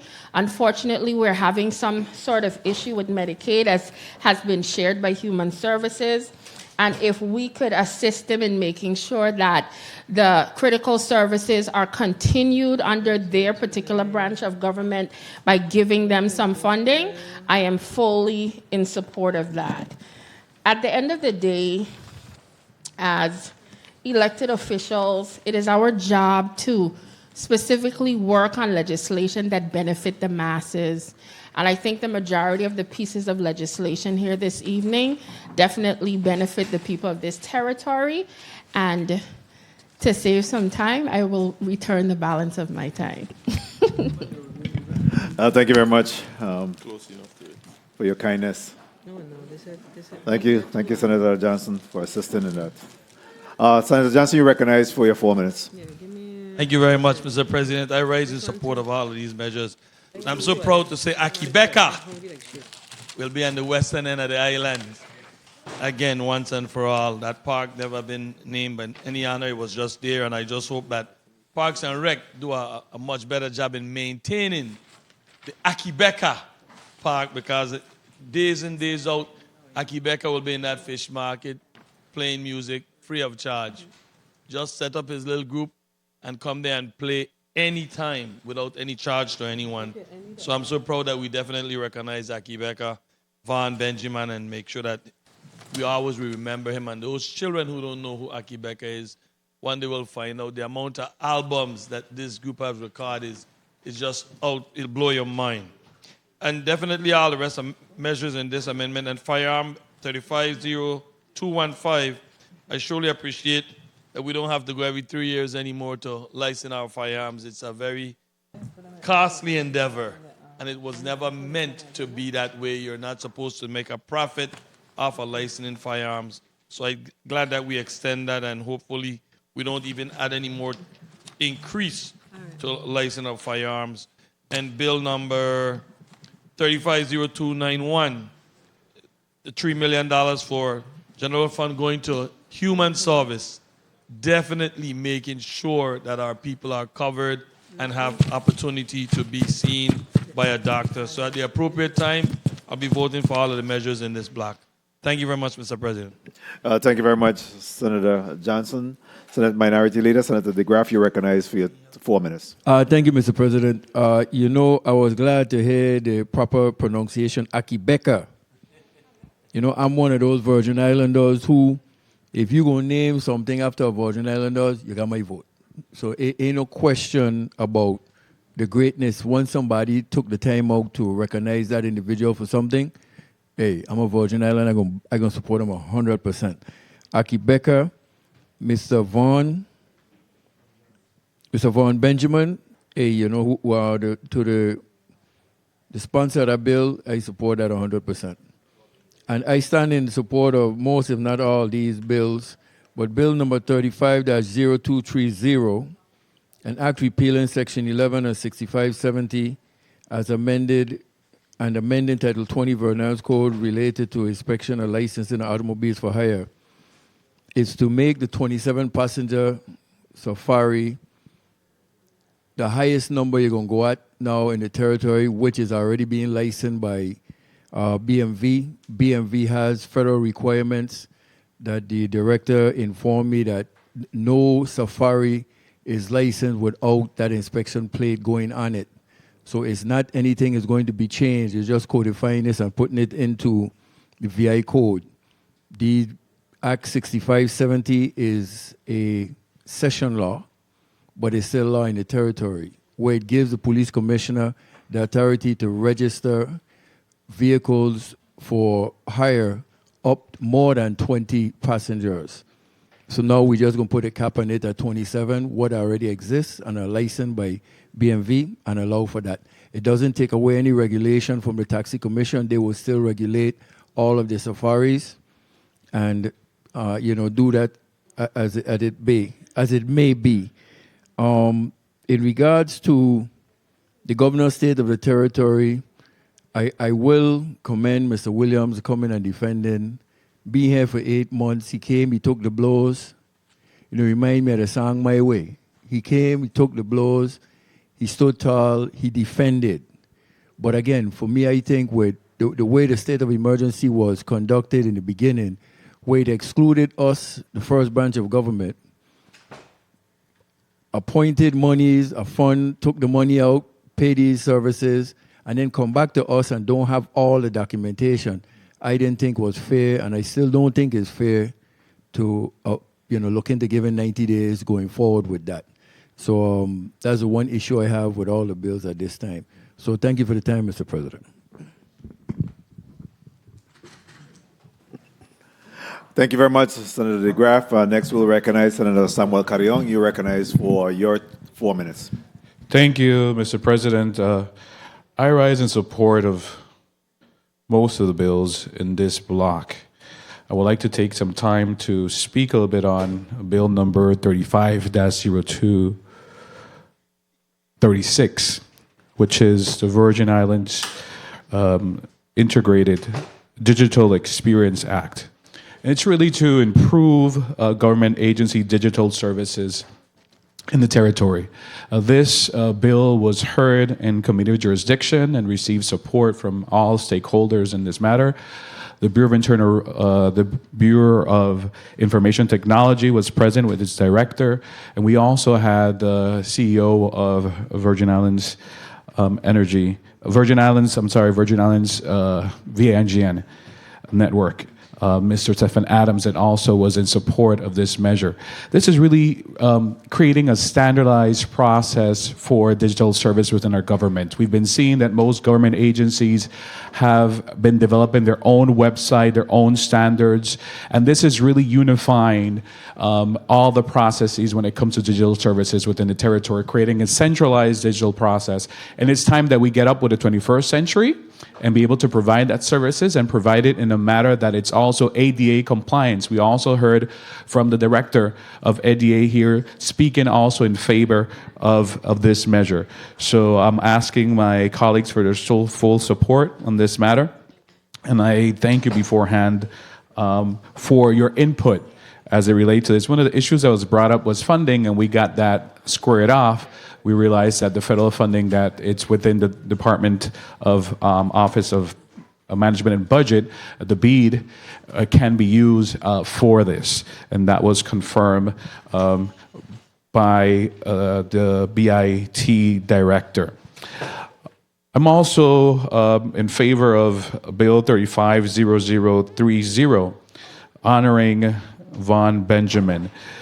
Give honor to honor deserve, and we have to recognize that he really put the Virgin Islands in a map internationally, and it's really commendable the work that he did and how his legacy continues to live on. And sometimes, we don't, it says there's not a prophet would honor his own land, but it's time that we recognize our own prophets within our land. And he's one that really spread the message across the world. So I commend the author of this measure, and I have signed on to it. Also, regards to Bill 35-0215, as it relates to the firearm license, extending the time from 3 to 5 years, I think is convenient. It creates more hassle-free. 1 minute. And it's appropriate. So most of these measures in this block, I will be voting in favor of. So thank you, Mr. President, and at the appropriate time, I'll be voting. Thank you very much, Senator Carrion. Next, we'll recognize Senator Giovanni James Sr. You're recognized for your 4 minutes. Thank you, Mr. President, for the time. Greetings once again to the people of the U.S. Virgin Islands. I stand in full support of Bill number 35-0030 to honor and commend Von Benjamin. as we support Van Benjamin without going too deep. If you just take out the beat, the rhythm, and just listen to his lyrics somehow. Bill number 35-0117. I stand in full support of that. I want to say thanks to the Senate President for having the vision, for updating that section of the VI code that speaks to the Real Estate Commission. As far as Bill number 35-0215, pertaining to firearm license, I want to say kudos to the sponsor of this measure. However, there are still some things that I want to see change in there. It has nothing to do with the legislation, it has everything to do with VIPD. For example, if you have your driver's license, you don't receive a driver's license for each vehicle that you own. In VIPD, they give you a firearm license for every firearm that you own, and then they'll put it, firearm type and the model and everything, so the whole world know your business. Those things need to stop. It's just sad. You go in other jurisdictions, you don't see those nonsense. You get a license, you're certified, do your thing. But to put for each firearm that you own, you have a separate license? Nonsense. Who have time to remember all that? But anyway, the next thing I want to see improve is streamlining the process. I have legislation. I do not plan to rush it, and if I don't get it passed in this term, I pass it down to somebody else, because there are a lot of nonsense in there, and back then it made sense. But in this day and age, legal firearm owners are not the problem in the Virgin Islands. It is illegal firearm owners. And as far as increasing the cost of firearm, if I'm not mistaken, based on per capita, we have one of the highest costs for firearm license under the US flag, per capita. You don't believe me? Go ahead and watch. So anybody that want to increase that, I will be vexed with them as well. That's nonsense. As far as Bill number 35-0078, Fish and Fungi, no-brainer. 35-0291, the funds to pay the providers, which is for the Medicaid program, and the vendors. That's a no-brainer. If anybody that owe me money, I want it to. Bill number 35-0236, the Integrated Digital Experience Act. I want to say kudos to my millennial colleague for having that vision.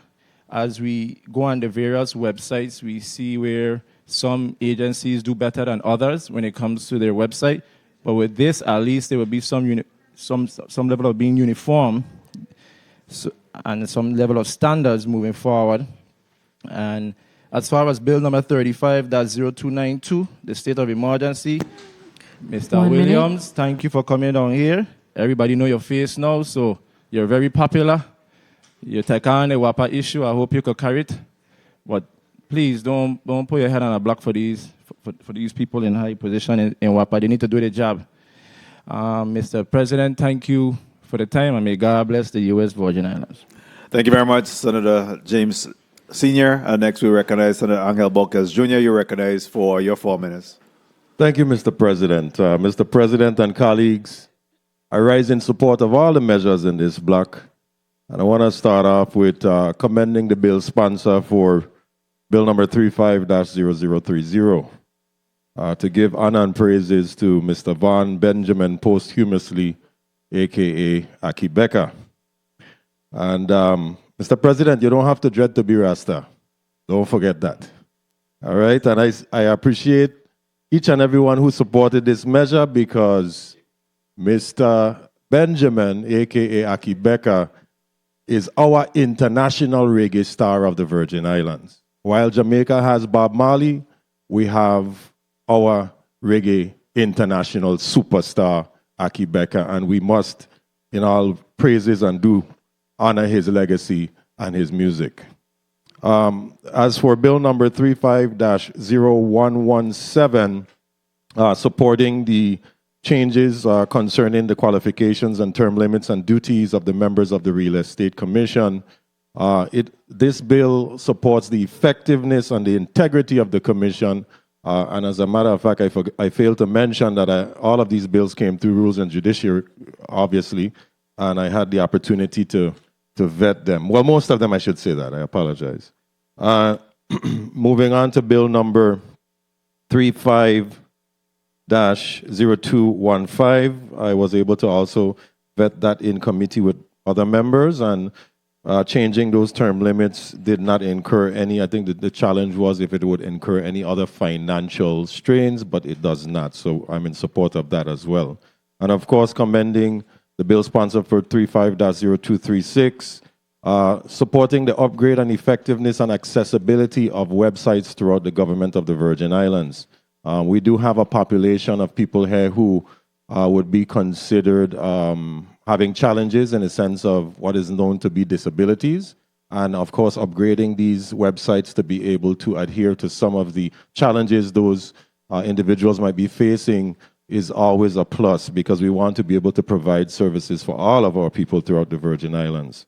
As for the critical nature of 35-0292, we know what's at hand and what must be done. I am a bit concerned because I know that technically speaking, we know what must be done, but in application, it's a whole different story, whether it's financial resources or human resources. And I'm sure that we will keep a diligent eye on what is taking place moving forward with Bill number 35-0292 and the state of the critical energy emergency of the Virgin Islands. 1 minute. As for Bill 35-0078, initially this bill started out as a survey.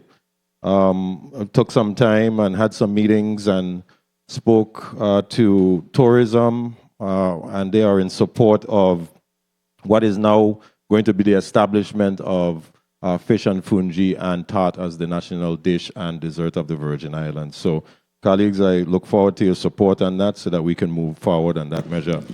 As for Bill 30 number seconds.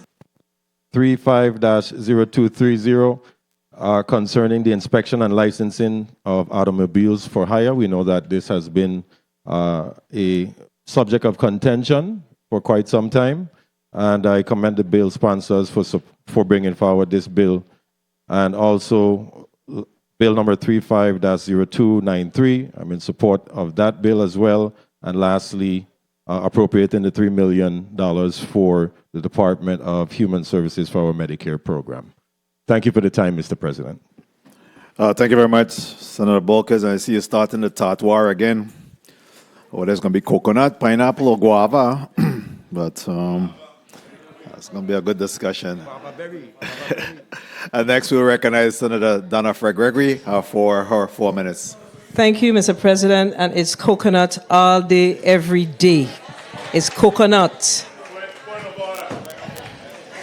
Mr. President, I rise in support of all of these measures in block number 3. And I have to say that I have to agree with the bill's sponsor on 35-0030 in support of Vaughn Benjamin posthumously. I agree that you don't have to be dread to be Rasta, and it's definitely a conviction of the heart. Absolutely. I agree. Today was a good day. We've had a lot of tough decisions that we had to make. And I just want to say that on bill number 35-0292, with regards to the executive order, this is not an easy decision for us to make. But I think that we've all agreed that we will amend the measure to ensure that we require the team, the incident command team, through the governor to ensure that they're able to provide us with 30-day updates, but not written updates alone. They have to come before the legislature to provide those updates so that people can know what's going on and we could have an idea what's going on as well and ask the relevant questions. What gets monitored gets done. And then bill number, I ain't talking about the fish and fungi. So for the fish and fungi, I am going to put out a challenge this evening to every single one of my colleagues, to include the majority leader, that if you believe that you can make a better fish and fungi than Donna Fred Gregory, come. It on. Okay, so it gonna be on. So let's talk about bill number 35-0293. We recently had a mid-year review. And part of our responsibility as legislators is to ensure that if we move a bill, if we move a budget appropriations and the revenues are not aligning, and the government shares with us that they're not aligning, it's important that we follow the money. So as a result, we are requiring the government of the Virgin Islands to submit a fiscal year 2024 reduction plan to align with its current fiscal year revenues and expenditures. This bill was sponsored by, I believe, every single legislator in this room. And it's important because we continue to talk about the structural deficit. And it is our responsibility to mitigate this deficit in as much as possible.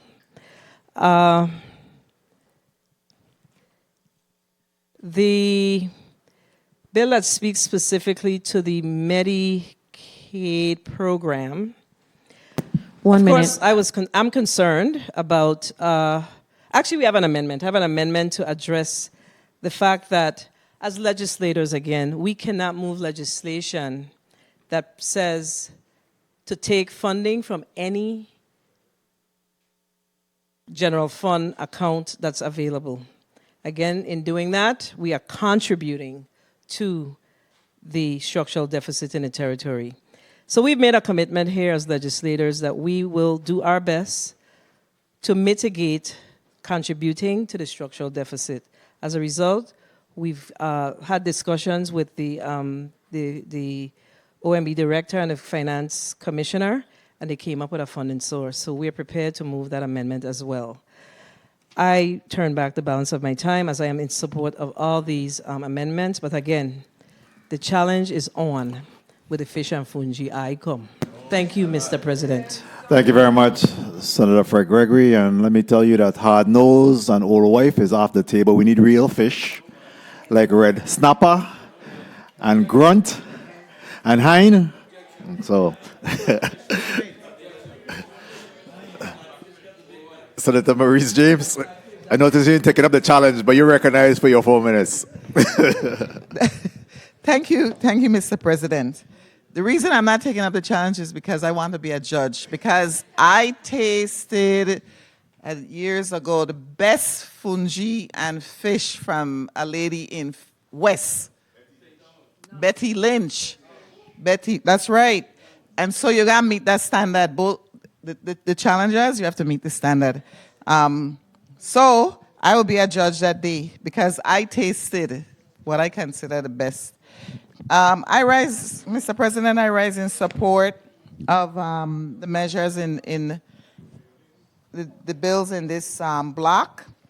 I know that there are amendments coming, which will then will convince me to support them all. I do want to start by saying that, of course, Bill number 35, that's 0291. We have to pay our vendors and our providers, so that needs to be done. And I agree with the previous colleague that we've identified a source, and that's important. With respect to the state of extending the state of emergency, we know, and we all should know, that WAPA continues to lose money on nearly every kilowatt per hour of electricity that it sells. We have to be realistic that they're not making any money, that they owe vendors in significant amounts, that it has no working capital left, and that it just needs we need to take action. I want to commend the incident command team for the progress they've made so far. So I'm in full support of that bill. With respect to bill number 35, that's 0236, I want to say that this legislation's importance cannot be minimized, and I really want to congratulate the sponsors, because once it's fully implemented, it will help all Virgin Islanders by providing greater, less cumbersome, and more efficient access to government services. And that's very, very important. In addition to that, the reports that are required by the agency heads will establish the funds necessary for implementation, as well as the projected timeline for the update to all the agency systems. I started at the back for a reason, and that is that, let's see if I, Bill number 35-0193 and the companion bill 35-0117, long overdue. They bring clarity to the real estate 1 industry. minute. And one of the added requirements in Bill 35-0117 of adding 2 members who never held any type of real estate license brings objectivity to that board.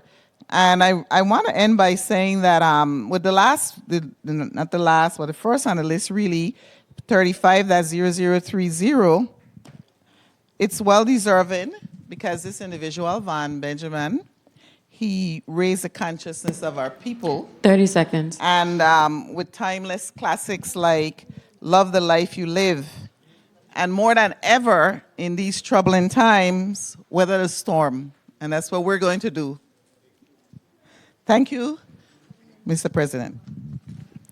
Thank you very much, Senator James, for that. Maurice James, and you gave me ghost pimples, as you call those songs. They're very deep and very, very conscious music. At this time, we recognize Senator Ray Fonseca for his 4 minutes. Yes, thank you so kindly, Mr. President. Definitely fish and fungi, but I like the hind. I like the butterfish too, but I don't know if the cushion them know about the butterfish. But I'll go with hind fish. Mr. President, I'm in support of all of the items in this agenda, but I want us to reflect a little bit on Bill number 35-0291, our Medicaid program. You see what happens here in the Virgin Islands. We, government employees, we pay 35%, the government pays 65% of our health insurance. Actually, due to the legislature, the government is paying more than the 65%.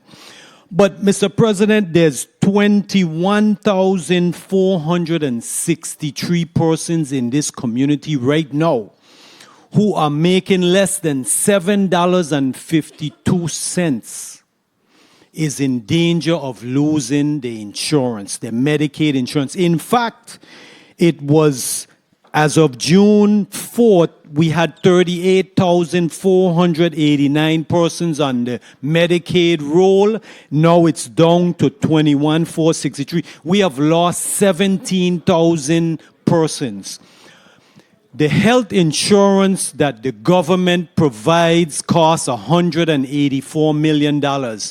That's VI government money and VI employees and retirees' money. The Medicaid program is at 83%. The federal government gives us 83%. We have to come up with 17%. You see that? We providing over 65% of the insurance for all of we who got job. But those low-income residents who have contributed to this community, we only have to come up with 13%. So I congratulate the governor with coming up with $3 million. In addition, being the chair of the Health, Hospitals, and Human Services Committee, at the appropriate time, we're going to submit an amendment because one of the biggest issues that I'm faced as the chair of the Health, Hospital, Human Services Committee is all the healthcare providers tell me the Medicaid program is not paying. Roy Lester Snyder Hospital, it's a medical emergency. Wang Louis, it's a medical emergency. East End Medical Center right now is threatening to lay off 24 employees. As a matter of fact, they've all gotten a letter effective June 16th. We've asked them not to lay off the employees so that they can get reimbursed the $550,000 Medicaid owes them. As a matter of fact, Frederickstead Health Center, even though they're doing so good, they're now upset because we're giving money to everybody else. So we coming to you. So at the appropriate time, we will make the appropriate amendment. I have to congratulate posthumously Von Benjamin Akibeka, a legend. Definitely a legend. And with the Real Estate Commission, right? 30 minutes. I love this, and I want to let you guys know that redlining, where the system where they discriminate against blacks and minorities from getting homes, mortgages, and insurance cannot be permitted in this community. So real estate agents, if a green person live here and a purple person live here, don't evaluate those two properties adjacent at different appraisal value, because what you're doing is you're putting money into the green person or the blue person just by that appraisal. Time. That's very important. Thank you very much, Mr. President, for the time. Thank you very much, Senator Fonseca, for your line. And next we'll go to Senator Diane T. Caput. You're recognized for your 4 minutes. Thank you, Mr. President. I rise in support of all of these bills before us this evening. You know, I'm happy to give my vote for bill number 350030. I could just see Vaughn right about now singing Up in the Rainforest. One of my favorites too, Senator James, was Love the Life You Live.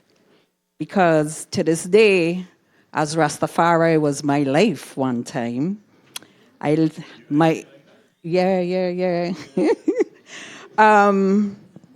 of my mottos from just music alone is live clean, let your walks be seen. So music is important to us. It helps us to become who we are. We can associate to the music. And it's sadly that Vaughn died at the age of 50, Akabeka. He was also one of the founders of Midnight. You know, that band separated. But his music will continue to live on with his unique style of singing reggae music. So I am in support of that. 35-0117. This bill, for me, allows the commission to recruit new talent and bring new ideas, new perspective, and accountability. I am in support of that legislation.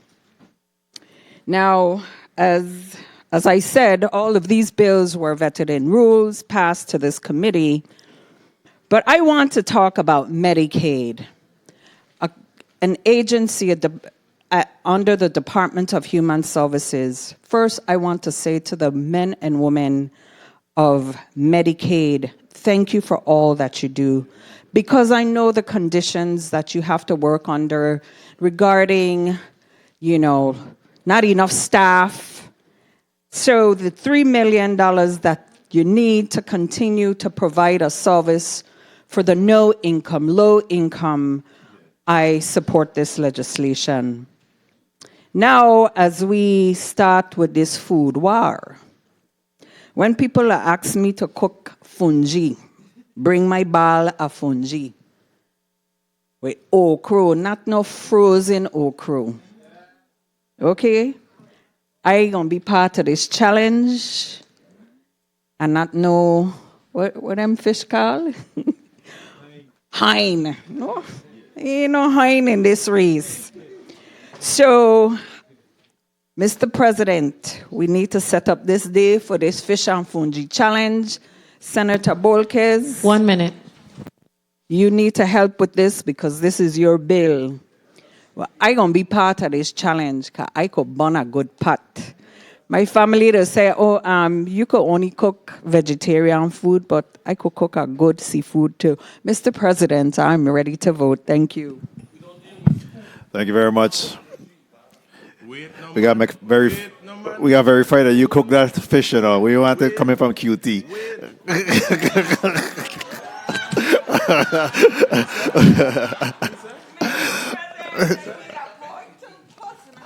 Senator Gittins, you recognized for your 4 minutes.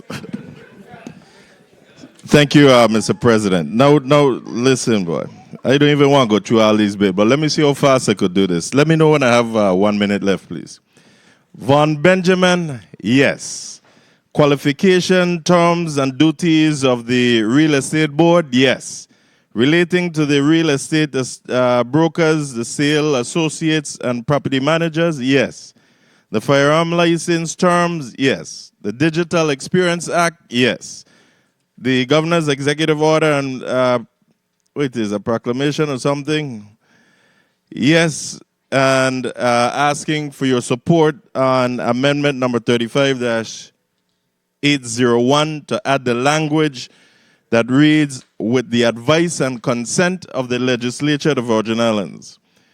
The establishment of the official dish and dessert, yes. However, it got to be fish and fungi. Now, you're talking about tart. That's the only thing that we might have a little difference. We need to look back at the records because we had some discussion, couple legislatures back, that it should be Vienna cake.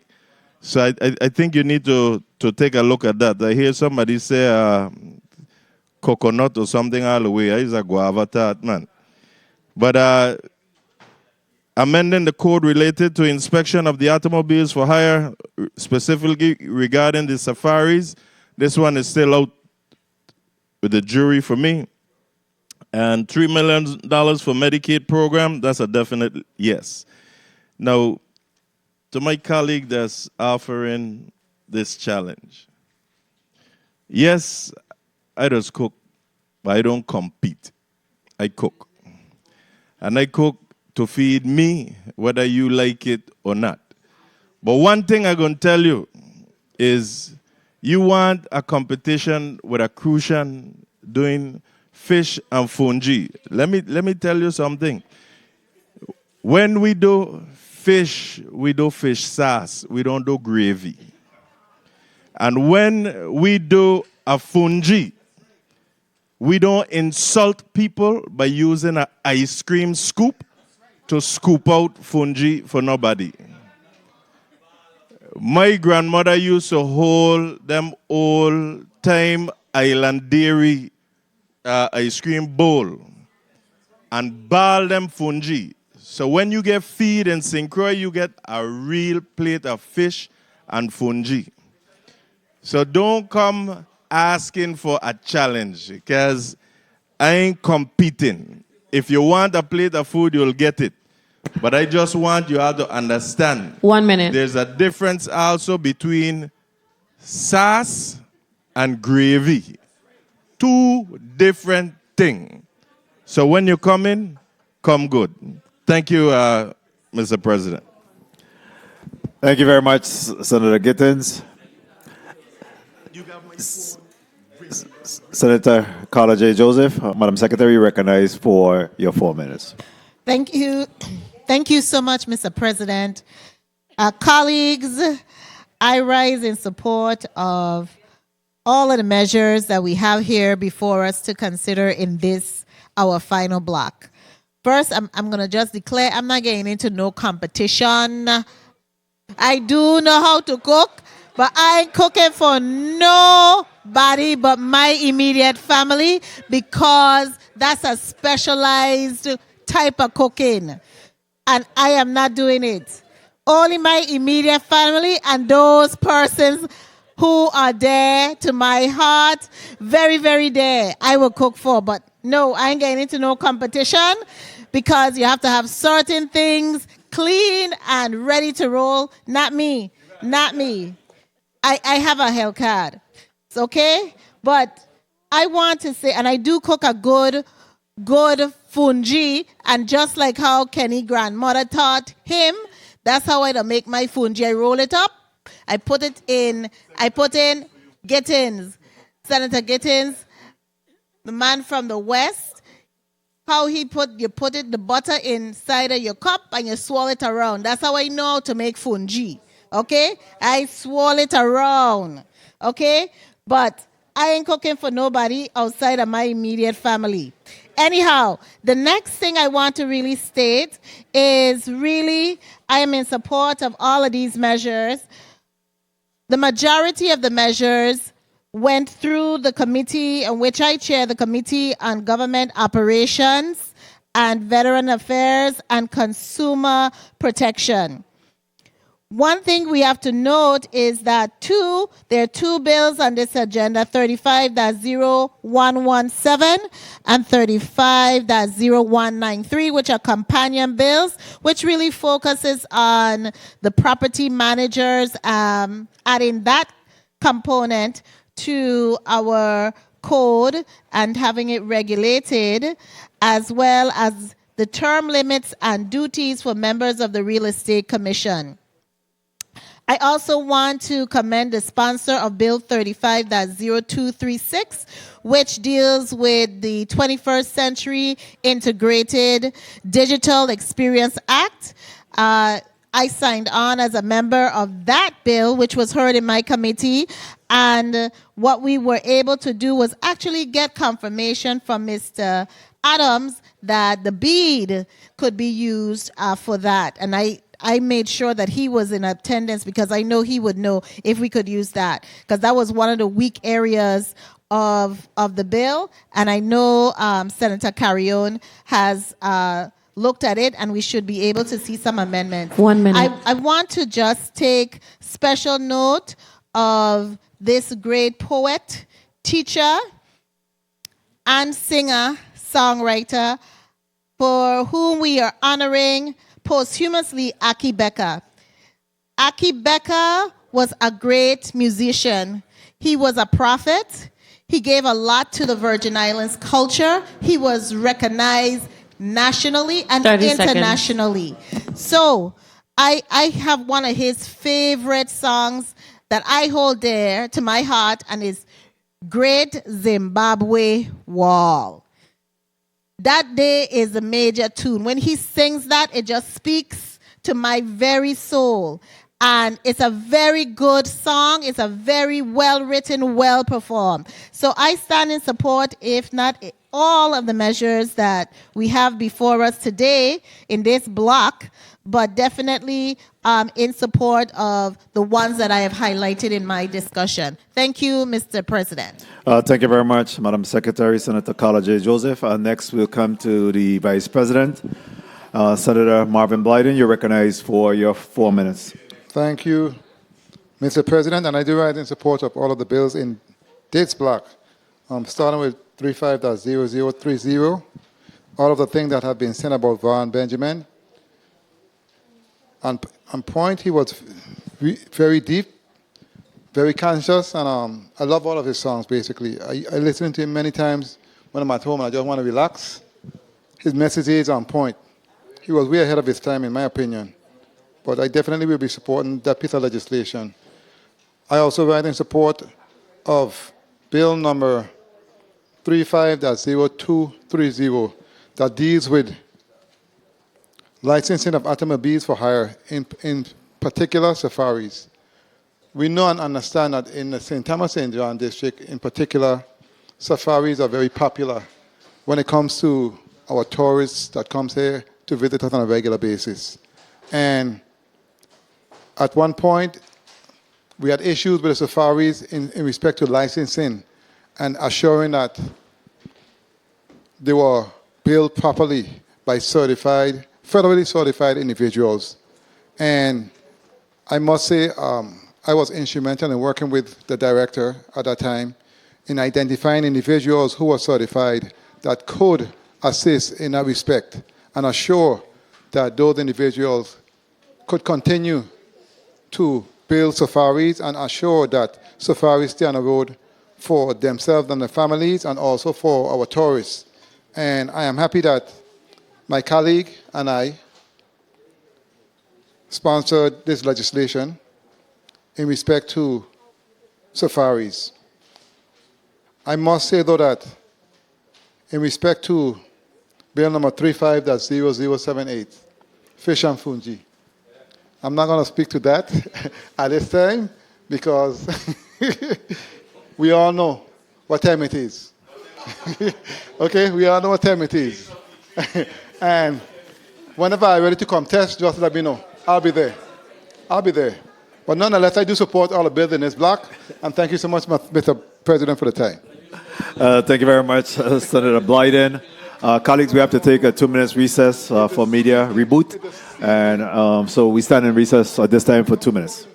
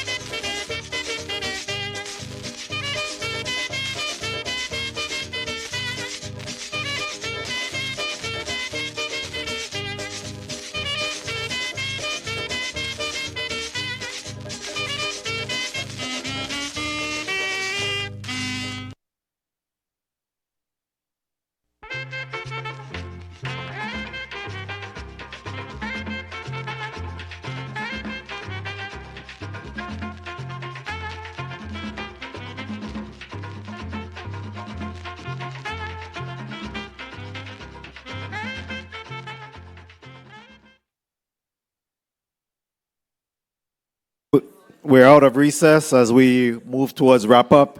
And if Madam Clerk could please, timekeeper could please put 4 minutes on the clock for me, I'll try to get through this as quickly as possible. Certainly, I am the bill sponsor on several pieces of this legislation on this particular block, Bill number 35-0030. And I want to thank all of the co-sponsors on this measure where we're recognizing and paying tribute to Vaughn Benjamin Aki Becker, and with the designation of the Memorial Park on his behalf. I can't speak about Vaughn Benjamin without including his brother, my classmate, Ronnie Benjamin, and as well as his children. And I know that they too are very proud of the work that has been done by the Midnight Band and the fact that we're working towards making sure that his work had not gone in vain, but like similar to other places have done. Midnight Band, as well as Vaughn Benjamin, Ronnie Benjamin, and the group had gone all over Europe many times, and you know there's certainly some designation back in Europe that pay tribute to these individuals as a son of the soil, more or less, where he relocated here in the Virgin Islands. You know, we certainly want to make sure that we're recognizing the contributions that he made here on that. In Bill number 35-0193 and Bill number 35-0117, again, those are companion bills that speaks to the real estate measure. We have not had a reform of our real estate laws since the 1967, before some of you in this very same body was born. So, you know, it's more than time for us to be able to address that particular issue, so we look forward to doing that. Bill number 35-0236, I want to commend the bill sponsor on this piece of legislation as we endeavor to create digital services in the government of the Virgin Islands and really digital modernization of government and the whole. We have a work cut out for us as we endeavor to do that. I think it's very important for us to move towards that. I would love to see where not just that this information is available by digital, but we want to make sure that these forms are fillable online. We want to make sure that you're capable of submitting these forms back to the government of the Virgin Islands by your cell phone and your electronic means as well. You know, I see where, and I just spoke to the Public Service Commission just earlier, well, last week, when we had them before us, where in fact their forms are available online. However, you can't fill them out online, and you don't have no clear direction of how we're able to do that. We have to move towards digital modernization, and everyone today, from young to old, do have their cell phone, and you know, certainly they should be able to do business online. Here at the legislature, we work in feverishly as well to make sure that we're modernizing our own forms and access to information as well. In the governor's request in Bill number 35-0292 with the executive order, I too want to join in commending Mr. Kevin Williams, the Chief Policy Advisor for the governor, and the work that he did today in presentation of and stepping in as a co-chair of the Incident Command System. I think he did an excellent job in carrying out that task, and we certainly want to commend him for that. On the issue of the fish and fungi and the tart, I certainly I'm happy to see that we have finally addressed this particular issue and moved this measure forward, as it has sat back for quite some time now. And of course, the $3 million that being made available to address our Medicaid situation is something that we have worked towards and prepared the necessary amendments to make sure that we get that money to the Department of Human Services to be able to provide their vendors as well as the providers in that. So in the essence of time, colleagues, those are the measures that are before us this evening. And at this time, I'll ask the Madam Clerk to please call up each of those measures for a vote at this time.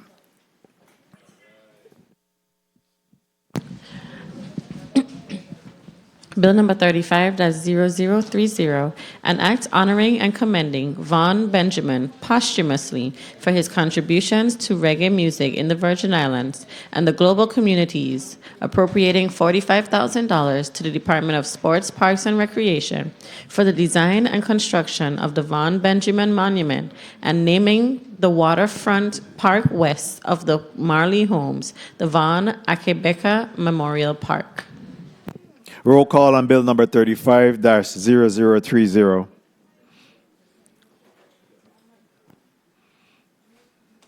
Senator Marvin A. Blyden? Senator Blyden, yay. Senator Angel L. Boquez Jr.? Senator Boquez Jr., yay. Senator Diane T. Capehart? Senator Capehart, yay. Senator Samuel Cadillon? Senator Cadillon, yay. Senator Dwayne M. DeGraff? Senator DeGraff, yay. Senator Ray Fonseca? Yay. Senator Fonseca, yay. Senator Novell E. Francis Jr.? Yay. Senator Francis Jr., yay. Senator Alma Francis Heiliger? Yes. Senator Francis Heiliger, yay. Senator Donna A. Fred Gregory? Yes. Senator Fred Gregory, yay. Senator Kenneth L. Gittens? Senator Gittens, yay. Senator Maurice C. James? Yes. Senator James, yay. Senator Javon E. James Sr.? Senator James Sr., yay. Senator Franklin D. Johnson? Yes. Senator Johnson, yay. Senator Carla J. Joseph? Yes. Senator Joseph, yay. Senator Milton E. Potter? Senator Potter, absent. Mr. President, 14 yeas, 1 absent. Thank you very much. Madam Clerk, bill number 35-0030, an act honoring and commending Vaughn Benjamin posthumously for his contribution to reggae music in the Virgin Islands and the global communities, appropriating $45,000 to the Department of Sports, Park, and Recreation for the design and construction of the Vaughn Benjamin Monument and naming the waterfront park west of the Marley homes the Vaughn Akebeka Memorial Park has been approved by the members of the 35th Legislature of the Virgin Islands. Will be sent to the Governor for further consideration and action. Next item, Madam Clerk. Bill number 35-0117, an act amending Title 27, Virgin Islands Code, Chapter 15, Section 421A and 422, relating to the qualifications, term limits, and duties of the members of the Real Estate Commission. Roll call on bill number 35-0117. Senator Marvin A. Blyden? Yay. Senator Blyden, yay. Senator Angel L. Boquez Jr.? Yay. Senator Boquez Jr., yay. Senator Diane T. Capehart? Senator Capehart, yay. Senator Samuel Cadillon? Yes. Senator Cadillon, yay. Senator Dwayne M. DeGraff? Yes. Senator DeGraff, yay. Senator Ray Fonseca? Yay. Senator Fonseca, yay. Senator Novell E. Francis Jr.? Yay. Senator Francis Jr., yay. Senator Alma Francis Heiliger? Yes. Senator Francis Heiliger, yay. Senator Donna A. Fred Gregory? Yes. Senator Fred Gregory, yay. Senator Kenneth L. Gittens? Yes. Senator Gittens, yay. Senator Maurice C. James? Yes. Senator James, yay. Senator Javon E. James Sr.? Yes. Senator James Sr., yay. Senator Franklin D. Johnson? Yes. Senator Johnson, yay. Senator Carla J. Joseph? Yes. Senator Joseph, yay. Senator Milton E. Potter? Senator Potter, absent. Mr. President, 14 yeas, 1 absent.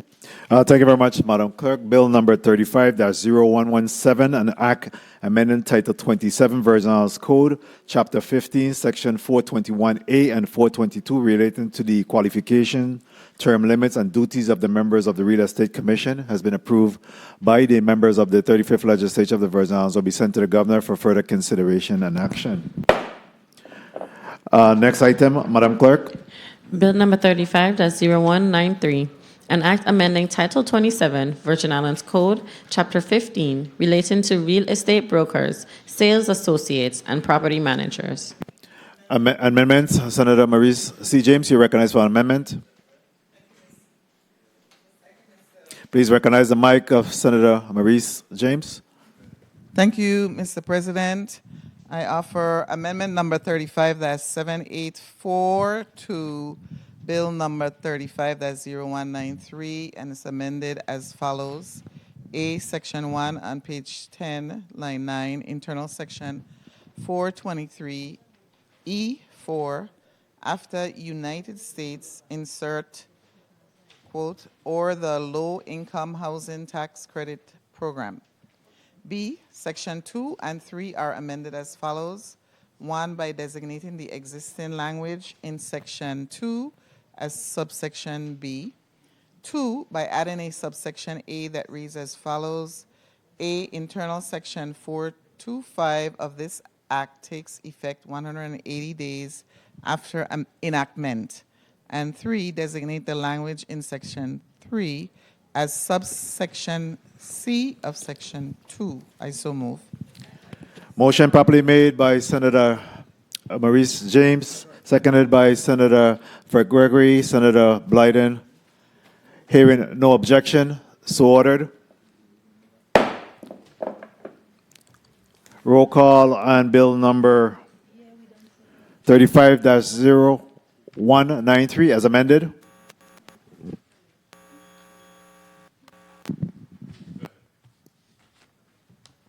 Senator Marvin A. Blyden. Senator Blyden, yay. Senator Angel L. Bokesh Jr. Senator Bokesh Jr., yay. Senator Diane T. Capehart. Senator Capehart, yay. Senator Samuel Carrion. Senator Carrion, yay. Senator Dwayne M. DeGraff. Senator DeGraff, yay. Senator Ray Fonseca. Senator Fonseca, yay. Senator Novell E. Francis Jr. Yay. Senator Francis Jr., yay. Senator Alma Francis Heiliger. Senator Francis Heiliger, yay.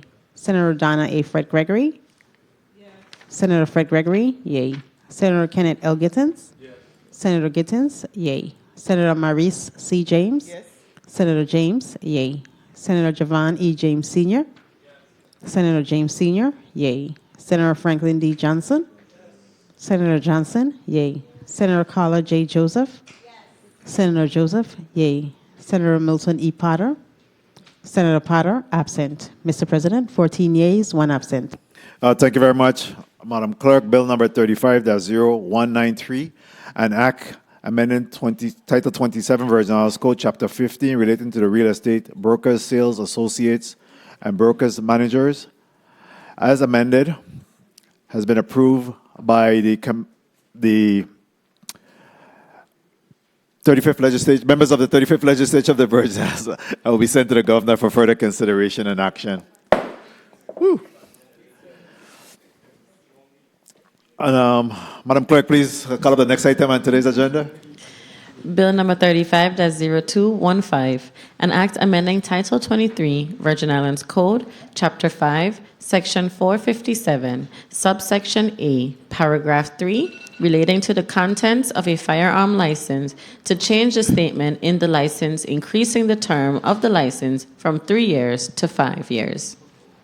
Roll call on bill number 35-0215.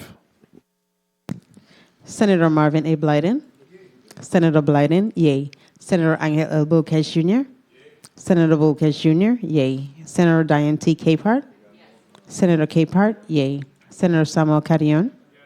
Senator Carrion, yay. Senator Dwayne M. DeGraff. Senator DeGraff, yay. Senator Ray Fonseca. Senator Fonseca, yay. Senator Novell E. Francis Jr. Yay. Senator Francis Jr., yay. Senator Alma Francis Heiliger. Senator Francis Heiliger, yay. Senator Donna A. Fred Gregory. Senator Fred Gregory, yay. Senator Kenneth L. Gittens. Senator Gittens, yay. Senator Maurice C. James. Senator James, yay. Senator Javon E. James Sr. Senator James Sr., yay. Senator Franklin D. Johnson. Senator Johnson, yay. Senator Carla J. Joseph. Senator Joseph, yay. Senator Milton E. Potter. Senator Potter, absent. Mr. President, 14 yeas, 1 absent. Thank you very much, Madam Clerk. Bill number 35-0215, an act amending Title 23 Virgin Islands Code, Chapter 5, Section 457, subsection A, paragraph 3, relating to the contents of a firearms license to change the statement in the license, increasing the term of the license from 3 to 5 years, have been approved by the Members of the 35th Legislature of the Virgin Islands will be sent to the Governor for further consideration and action. Madam Clerk, please call up the next item. Bill number 35-0236, an act amending Title III, Virgin Islands Code, adding a new chapter 33A to enact the 21st Century Integrated Digital Experience Act, IDEA, to improve governmental agency digital services and for other purposes. Amendment. Senator Samuel Carrion, you recognize for amendment. Thank you, Mr. President. I rise to offer amendment number 35-747 to bill number 35-0236, offered by myself, Senator Samuel Carrion. Bill number 35-0236 is amended as follows. A, in Section 1, internal section 896B, after commodities, insert, comma, as set forth by the Bureau of Information Technology. B, in Section 2, 1, strike both instances of 180 days and inserting 1 year. I so move. Motion properly made by Senator Carrion, seconded by Senator DeGraff, Senator Blyden, Senator Joseph. Hearing no objection, so ordered. Amendment. Senator Carrion. I rise to offer amendment number 35-783 to bill number 35-0236, offered by myself, Senator Carrion. Bill number 35-0236 is amended as follows. In the whereas clause, 1, subsection A, by inserting of the Virgin Islands after government. 2, subsection C, by striking access government services through a mobile device and inserting access government services remotely. One second, Senator. Motion, Senator Joseph, you recognize for your motion? Yes, Mr. You got to President. stand, Senator. Sorry, it's a long day, No, long night. no worries.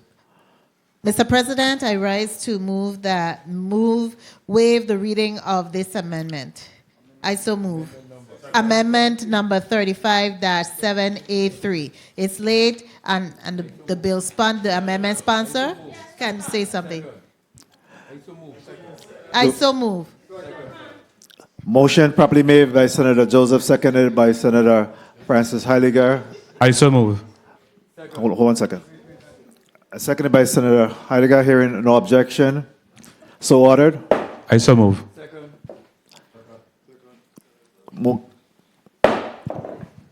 Thank you. Hearing no objection, so ordered. Roll call on bill number 35-0236 as amended. Senator Marvin A. Blyden. Senator Blyden, yay. Senator Angel L. Boquez Jr. Senator Boquez Jr., yay. Senator Diane T. Capehart. Senator Capehart, yay. Senator Samuel Carrion. Yes. Senator Carrion, yay. Senator Dwayne M. DeGraff. Yes. Senator DeGraff, yay. Senator Ray Fonseca. Senator Fonseca, yay. Senator Novelli Francis Jr. Yay. Senator Francis Jr., yay. Senator Alma Francis Heiliger. Senator Francis Heiliger, yay. Senator Donna A. Fred Gregory. Senator Fred Gregory, yay. Senator Kenneth L. Gittins. Senator Gittins, yay. Senator Maurice C. James. Senator James, yay. Senator Javon E. James Sr. Senator James Sr., yay. Senator Franklin D. Johnson. Senator Johnson, yay. Senator Carla J. Joseph. Senator Joseph, yay. Senator Milton E. Potter. Senator Potter, absent. Mr. President, 14 yeas, 1 absent. Thank you very much. Madam Clerk, bill number 35-0236, an act amending Title III Virgin Islands Code, adding a new Chapter 33A to enact the 21st Century Integrated Digital Experience Act, IDEA, to improve governmental agencies' digital service and for other related purposes, as amended, has been approved by the members of the 35th Legislature of the Virgin Islands, will be sent to the Governor for further consideration and action. Thank you. Madam Clerk, please call up the next item. Bill number 35-0292, an act to renew and extend the governor's executive order and proclamation declaring the state of energy emergency in the Virgin Islands to avert an energy crisis. Amendment. Amendment. Senator Gittens, you recognize the amendment? Thank you, Mr. President and colleagues. I rise to offer amendment number 35-801, an amendment to Bill number 35-0292 offered by yours truly. Bill number 35-0292 is amended as follows. A, on page 2, line 11, by adding, and I quote, with the advice and consent of the legislature of the Virgin Islands, end of quote, at the end of the sentence. I so move. Second. Motion properly made by Senator Gittens, seconded by Senator Javon James, Senator Carrion, DeGraff, and Senator Blyden. Hearing no objections, so ordered. Amendment. Senator Fred Gregory, recognized for your amendment. I move amendment number 35-803 to Bill number 35-0292. Bill number 35-0292 is hereby amended by inserting two appropriately numbered sections to read as follows.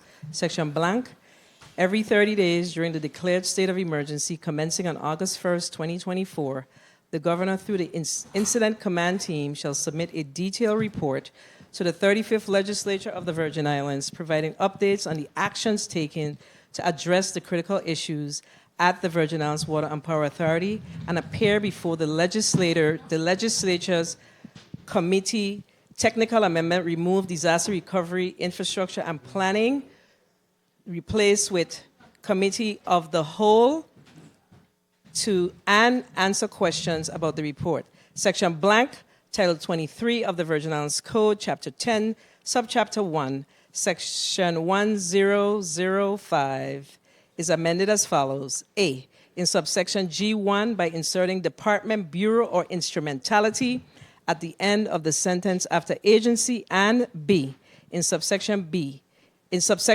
G3 by striking departments and agencies and inserting departments, bureaus, agencies, and other instrumentalities of the executive branch of the government. I so move. Second. Motion properly made by Senator Donna Fred Gregory, seconded by Senator Capehart, Senator Carrion James, Senator DeGraff, Javon James, Senator Marvin Blyden, Senator Joseph. Hearing no objections. Objection. Senator Dwayne DeGraff. Roll call on the amendment.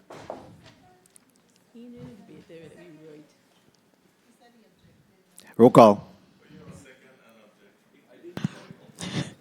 Senator Marvin A. Blyden. Senator Blyden, yay. Senator Angel L. Bocas Jr. Senator Bocas Jr., yay. Senator Diane T. Capehart. Senator Capehart, yay. Senator Samuel Carrion. Senator Carrion. Senator Carrion, yay. Senator Dwayne M. DeGraff. Senator DeGraff, nay. Senator Ray Fonseca. Senator Fonseca, yay. Senator Novelli Francis Jr. Yay. Senator Francis Jr., yay. Senator Alma Francis Heiliger. Senator Francis Heiliger, nay. Senator Donna A. Fred Gregory. Senator Fred Gregory, yay. Senator Kenneth L. Gittens. Senator Gittens, absent. Senator Marie C. James. Senator James, yay. Senator Javon E. James Sr. Senator James Sr., yay. Senator Franklin D. Johnson. Senator Johnson, yay. Senator Carla J. Joseph. Senator Joseph, yay. Senator Milton E. Potter. Senator Potter, absent. Mr. President, 11 yeas, 2 nays, 2 absent. Please record Senator Gittens' vote as yes. Mr. President, 12 yeas, 2 nays, 1 absent. Thank you very much. The motion carries. Any other amendments? Roll call on bill number 35-0292 as amended. Senator Marvin A. Blyden. Senator Blyden, yay. Senator Angel L. Bulkes Jr. Senator Bulkes Jr., yay. Senator Diane T. Capehart. Senator Capehart, yay. Senator Samuel Carrion. Senator Carrion, yay. Senator Dwayne M. DeGraff. Senator DeGraff. Senator DeGraff, nay. Senator Ray Fonseca. Senator Fonseca, yay. Senator Novelli Francis Jr. Yay. Senator Francis Jr., yay. Senator Alma Francis Heiliger. Senator Francis Heiliger, nay. Senator Donna A. Fred Gregory. Senator Fred Gregory, yay. Senator Kenneth L. Gittens. Senator Gittens, yay. Senator Maurice C. James. Senator James, yay. Senator Javon E. James Sr. Senator James Sr., yay. Senator Franklin D. Johnson. Senator Johnson, yay. Senator Carla J. Joseph. Senator Joseph, yay. Senator Milton E. Potter. Senator Potter, absent. Mr. President, 12 yeas, 2 nays, 1 absent. Thank you very much, Madam Clerk. Bill number 35-0292, an act to renew and extend the governor's executive order and proclamation declaring a state of energy emergency in the Virgin Islands to avert the energy crisis, have been approved by the members of the 35th Legislature of the Virgin Islands, will be sent to the governor for further consideration and action. Next item, Madam Clerk. Bill number 35-0078, an act requiring the Commissioner of the Department of Tourism to conduct a survey to assist in the establishment of an official dish and dessert of the Virgin Islands. Roll call on Bill number 35, amendment. Senator Bulkes, you recognized for amendment. Thank you, Mr. President. Mr. President, I move amendment number 35-541, amendment in the nature of a substitute to bill number 35-0078, offered by Senator Angel Bulkes Jr.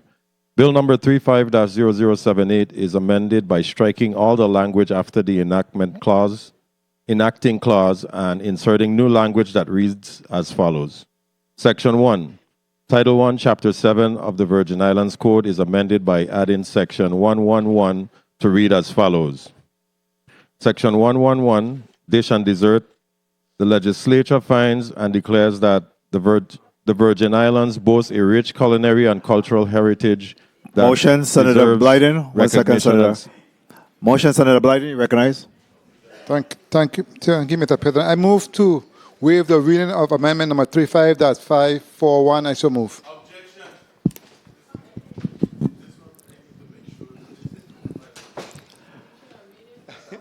Motion properly made by Senator Blyden. Second by Senator Joseph and Senator Fonseca. Objected to by Senator Gittens. 2-minute debate time.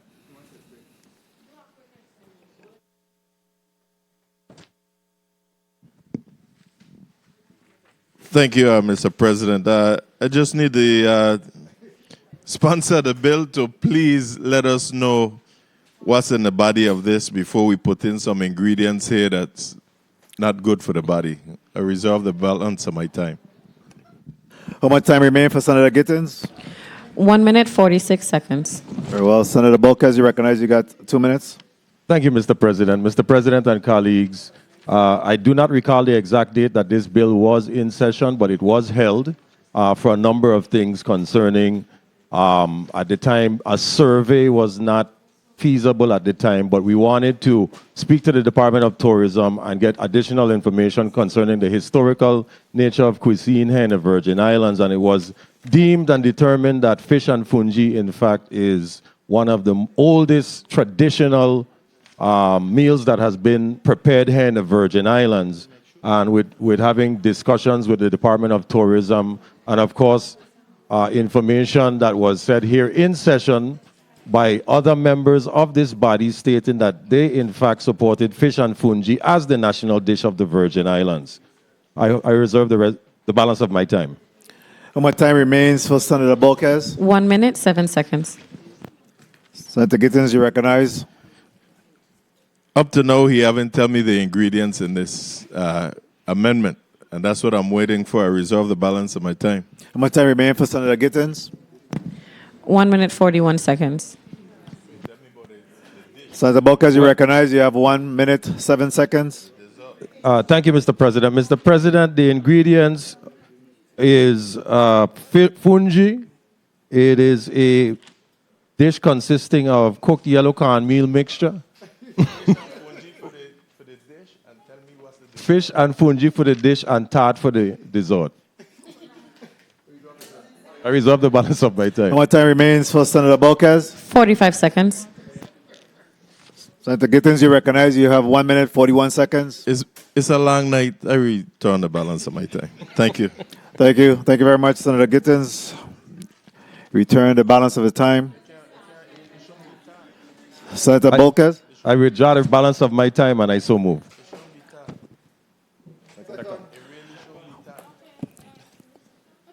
Motion properly made at this time and seconded by Senator Blyden. Hearing no objections, so ordered.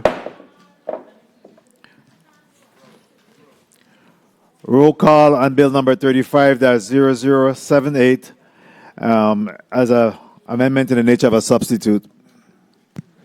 Senator Marvin A. Blyden. Senator Blyden, yay. Senator Angel L. Bulkes Jr. Senator Bulkes Jr.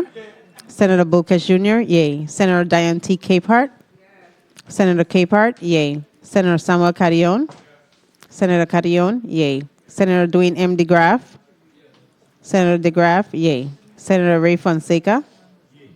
Senator Fonseca, yay. Senator Novelli Francis Jr. Yay. Senator Francis Jr., yay. Senator Alma Francis Heiliger. Senator Francis Heiliger, yay. Senator Donna A. Fred Gregory.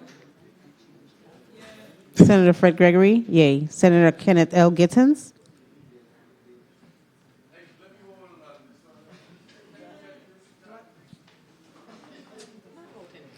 Senator Gittins, not vote. Senator Gittins, yay. Senator Maurice C. James. Senator James, yay. Senator Javon E. James Sr. Is he there? Senator James Sr., absent. Senator Franklin D. Johnson. Senator Johnson, yay. Senator Carla J. Joseph. Senator Joseph, yay. Senator Milton E. Potter. Senator Potter, absent. Mr. President, 13 yeas, 2 absent. Very well, thank you. Madam Clerk, bill number 35-0078, an act requiring the Commissioner of the Department of Tourism to conduct a survey to assist in the establishment of an official dish and dessert of the Virgin Islands as amended in the nature of a substitute has been approved by the members of the 35th Legislature of the Virgin Islands, will be sent to the Governor for further consideration and action. Next item, Madam Clerk. Bill number 35-0230, an act repealing Section 11 of Act number 6570 as amended and amending Title 20 Virgin Islands Code related to the inspection and licensing of automobiles for hire. Is there an amendment to that bill? Roll call on bill number 35-0230. Senator Marvin A. Blyden. Senator Blyden, yay. Senator Angel L. Bulkes Jr. Senator Bulkes Jr. Senator Bulkes Jr., yay. Senator Diane T. Capehart. Senator Capehart, yay. Senator Samuel Carrion. Senator Carrion, yay. Senator Dwayne M. DeGraff. Senator DeGraff, yay. Senator Ray Fonseca. Senator Fonseca, yay. Senator Novelli Francis Jr. Yay. Senator Francis Jr., yay. Senator Alma Francis Heiliger. Senator Francis Heiliger, yay. Senator Donna A. Fred Gregory. Senator Fred Gregory, yay. Senator Kenneth L. Gittins. Senator Gittins, yay. Senator Maurice C. James. Senator James, yay. Senator Javon E. James Sr. Senator James Sr., yay. Senator Franklin D. Johnson. Senator Johnson, yay. Senator Carla J. Joseph. Senator Joseph, yay. Senator Milton E. Potter. Senator Potter, absent. Mr. President, 14 yeas, 1 absent. Thank you very much, Madam Clerk. Bill number 35-0230, an act repealing Section 11 of Act number 6570 as amended and amending Title 20 Virgin Code relating to the inspection and licensing of automobiles for hire has been approved by the members of the 35th Legislature of the Virgin Islands. Will be sent to the Governor for further consideration and action. Madam Clerk, please call up the next item. Bill number 35-0291, an act appropriating the sum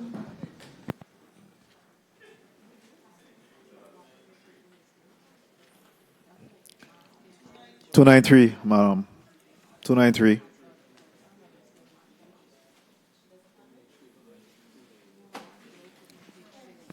Bill number 35-0293, an act requiring the government of the Virgin Islands to submit a fiscal year 2024 budget reduction plan to align with current fiscal year revenues and expenditures. Roll call on bill number 35-0293. Senator Marvin A. Blyden. Senator Blyden, yay. Senator Angel L. Bulkes Jr. Senator Bulkes Jr., yay. Senator Diane T. Capart. Senator Capart, yay. Senator Samuel Carrion. Senator Carrion, yay. Senator Dwayne M. DeGraff. Senator DeGraff, yay. Senator Ray Fonseca. Senator Fonseca, he said yes. Senator Fonseca, yay. Senator Novelli Francis Jr. Yay. Senator Francis Jr., yay.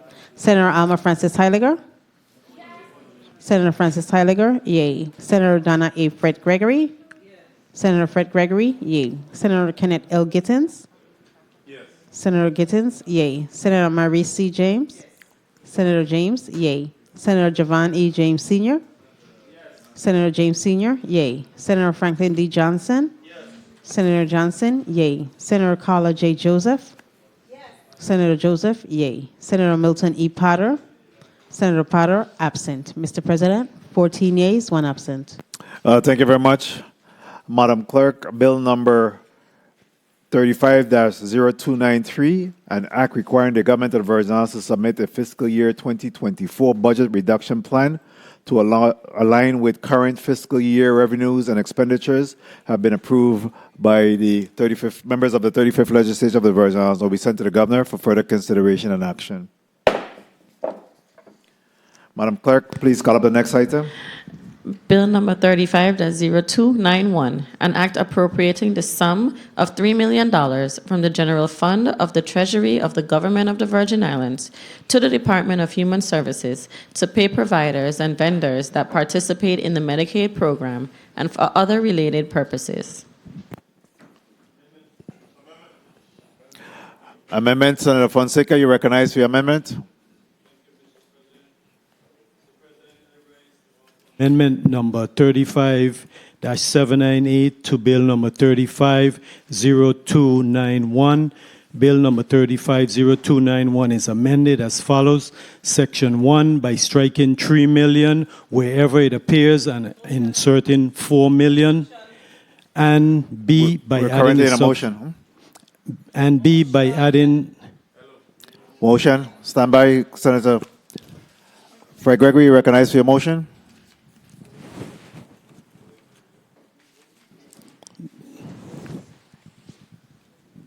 I move to waive the reading of amendment number 35-798. I so move. Motion properly made by Senator Fred Gregory, seconded by Senator Blyden. Hearing no objection, so ordered. Motion, Senator Gittins.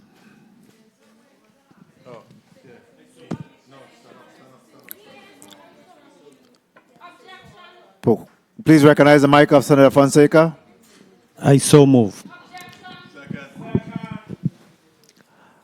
Motion properly made by Senator Fonseca, seconded by Senator Blyden.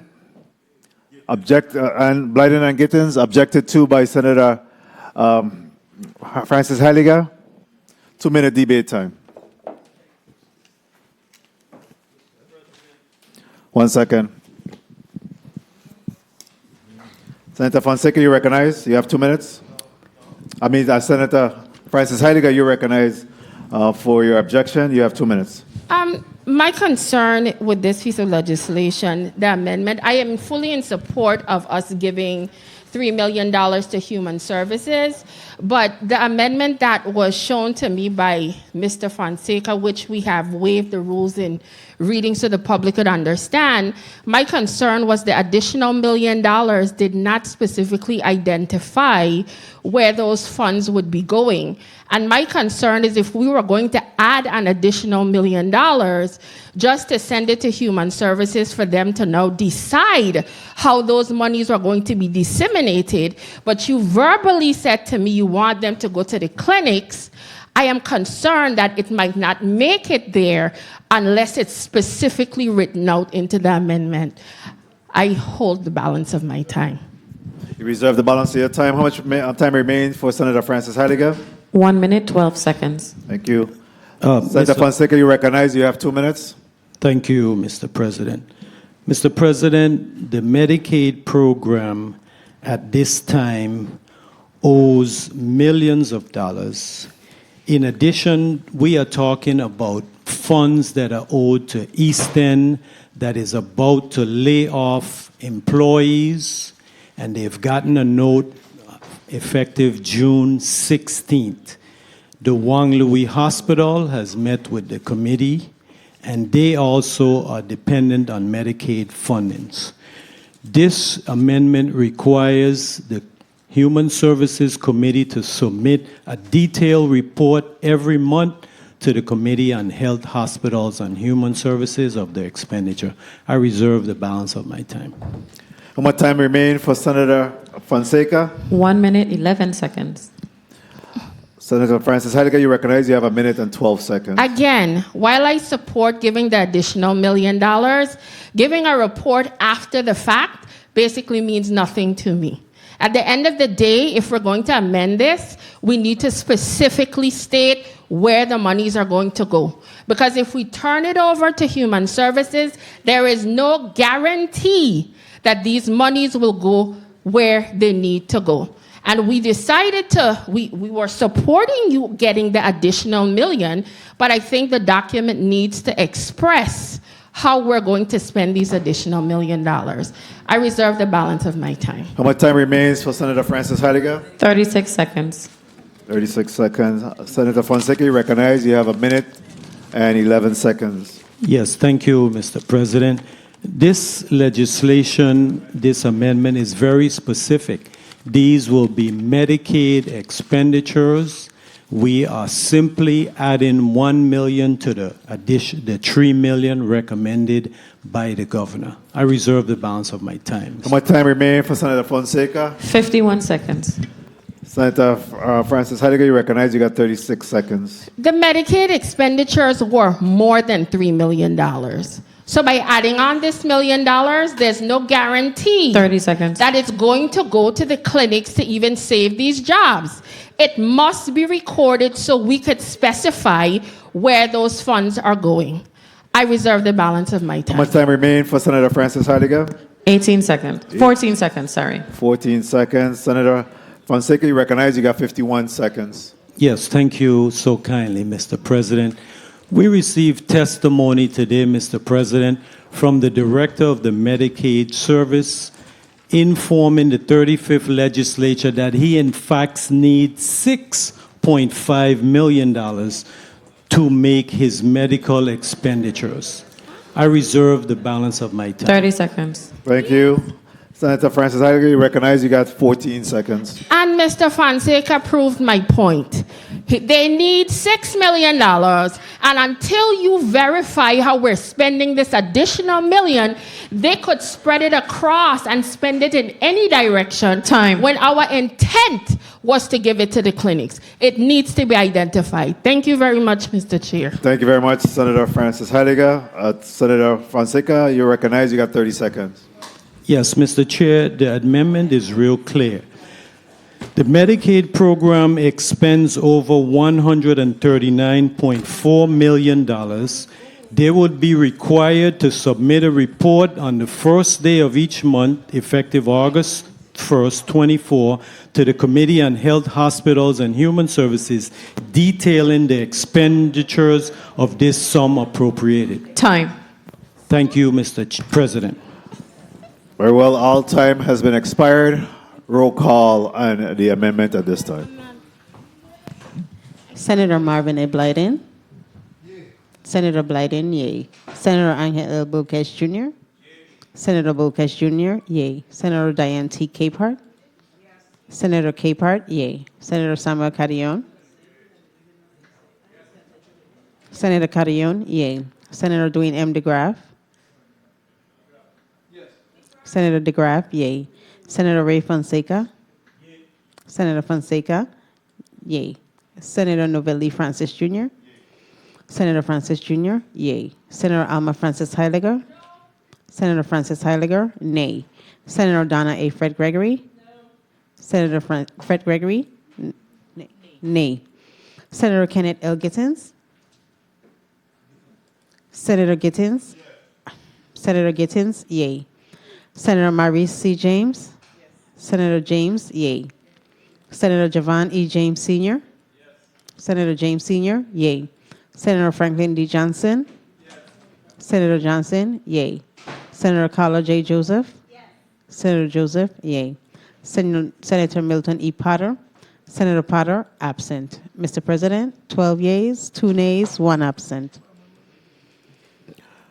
The motion carries. Amendment, Sir Fred Gregory. Amendment. Senator Gittins, you recognize for your amendment? This is 291, right? Thank you, Mr. President. Mr. President and colleagues, I rise to offer bill amendment number 35-560, which was circulated and discussed earlier. An amendment to bill number 35-0291, offered by yours truly. Bill number 35-0291 is amended by adding an appropriately numbered section to read as follows. Section blank, Act number 8437 is amended in the following instances. 1, in section 1, subsection B, by striking, open quote, containing a clause that grants the Virgin Islands Water and Power Authority as a possibility of reverter if the police department fails to construct a police station within 5 years after the transfer. End of quote. I so move. Motion properly made by Senator Gittins, seconded by Senator Bulkes. Hearing no objection, so ordered. Amendment. Senator Gittins, you recognize for your amendment. Thank you again. Rise to offer amendment number 35-775, an amendment to bill number 35-0291, offered by yours truly. Bill number 35-0291 is amended by adding an appropriately numbered section as follows. Section blank, Title 12, VIC, Section 117A is amended by inserting after legislature, and I quote, all sport and recreational fishing licenses, permits, and related fees collected under this title, federal and local grants, fines collected under 14 VIC, Section 192, gifts, donations, bequests of money, end of quote. I so move. Motion properly made by Senator Gittins, seconded by Senator Blyden, objected to by Senator Javon James. 2-minute debate time.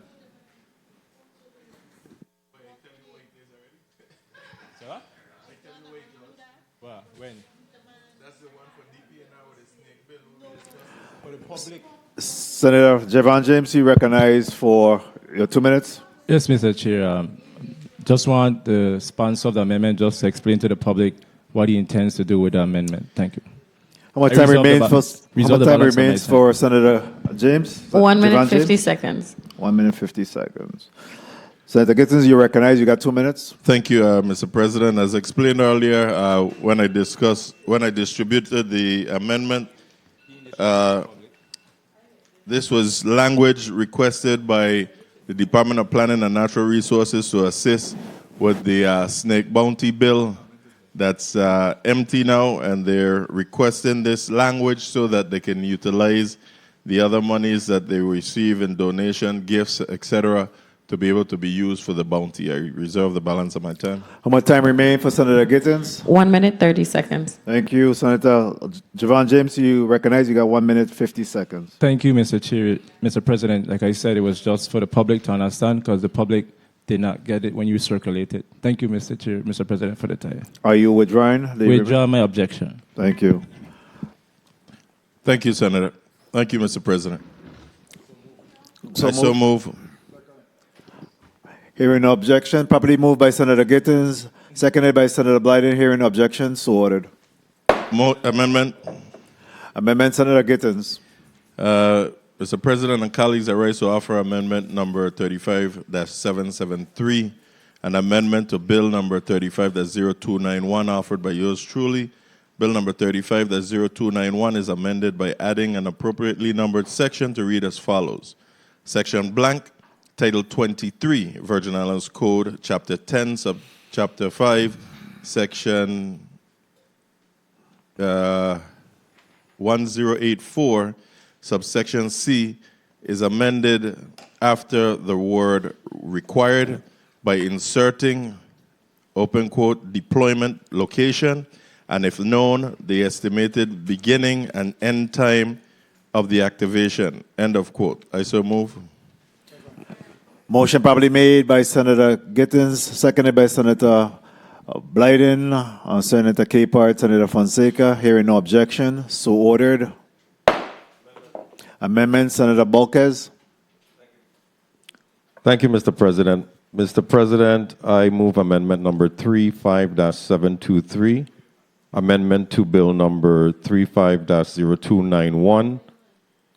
Bill number 35-0291 is amended by adding an appropriately numbered section that reads, Section blank A, Act number 8759, Bill number 35-0141, Section 1C is amended by Act number 8784, Section 3 is further amended by striking $15,000 after the IPR Friendship Day, St. Thomas, and inserting $30,000.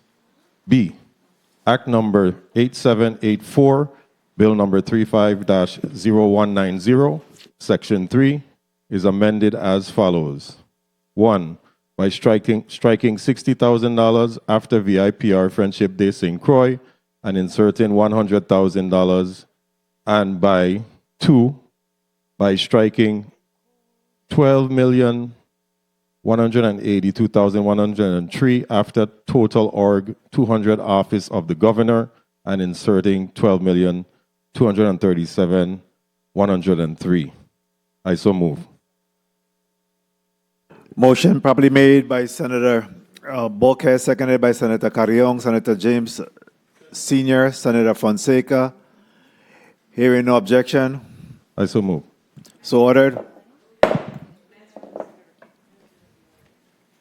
Amendment, Senator Capehart. Mr. President, I offer amendment number 35-731 to bill number 35-0291, offered by me, Diane T. Capehart, and it reads as follows. Bill number 35-0291 is amended by adding an appropriately numbered section that reads, Section blank, A, as a component of the Territorial Agriculture Plan that the Department of Agriculture developed pursuant to Act number 8404, 0404. The Department of Agriculture shall develop a comprehensive plan for the use of farming machinery, which establishes regulatory standards and provides funding recommendations for staffing, maintenance, and operation to support harvesting and expansion of food production. The plan must be comprised of 1, machine maintenance and upgrade paradigm, 2, business models for profitable and sustainable use of machinery, Motion, Senator Joseph, you recognize your motion. Please recognize Senator Joseph's mic. Mr. President, I move to waive the reading of this amendment, amendment number 35-731. I so move. Motion properly made by Senator Joseph and seconded by Senator Bolkes. Hearing no objection, so ordered. I so move. So move. Motion, amendment, Senator Bolkes, Senator Bolkes, seconded. He said so ordered on it, yes. He still say yes. I move amendment number 35, that's 797, to bill number 35, that's 0291. Bill number 35, that's 0291, is amended by inserting two appropriately numbered sections as follows. Section blank, Act number 8758, bill number 35, that's 0169, is amended in subsection A by striking 75,000 and inserting 266. 125, and in subsection B by striking 375,000 and inserting 122,981.47 Section blank A from savings realized because of the adjustment made to Act number 8758, Bill number 35-0169, as indicated in section blank of this Act, the sum of $60,893.53 is appropriated from the Educational Initiative Fund in fiscal year ending September 20th, 2024, to the Virgin Islands Department of Education, Division of Curriculum and Instruction, to print and ship the customized Virgin Islands-centric civic textbooks to each district, the sum appropriated in subsection A, and the sums appropriated in Act number 8758, Bill number 35-0169, remain available until June 30th, 2025. And this amendment is offered by Senator Novel E. Francis and Donna Fred Gregory. I so move. Motion properly made by Senator Fred Gregory, seconded by Senator Maurice James, Senator Javon James, Senator Blyden, Senator Joseph. Hearing no objection, so ordered. Amendment. Senator Fred Gregory.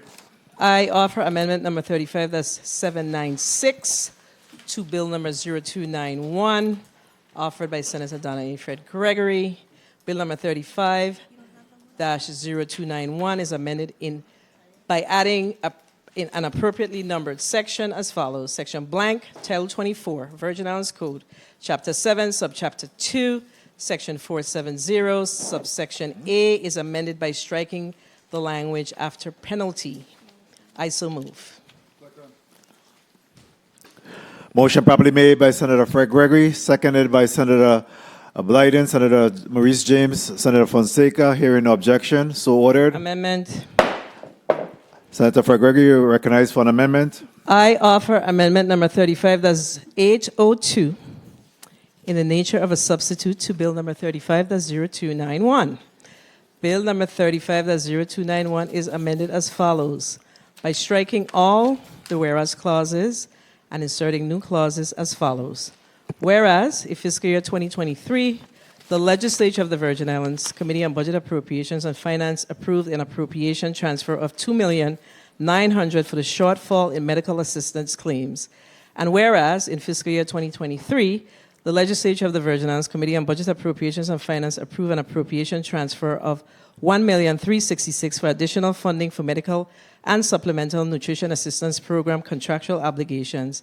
And whereas there are 21,463 Virgin Islanders enrolled in the Medicaid program, and whereas there are 1,506 Medicaid providers with 440 providers in the territory, and 1,066 providers outside the territory.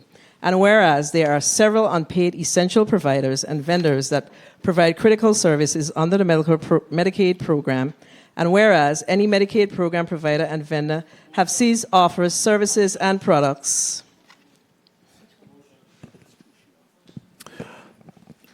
Senator Fonseca, you recognize for your motion.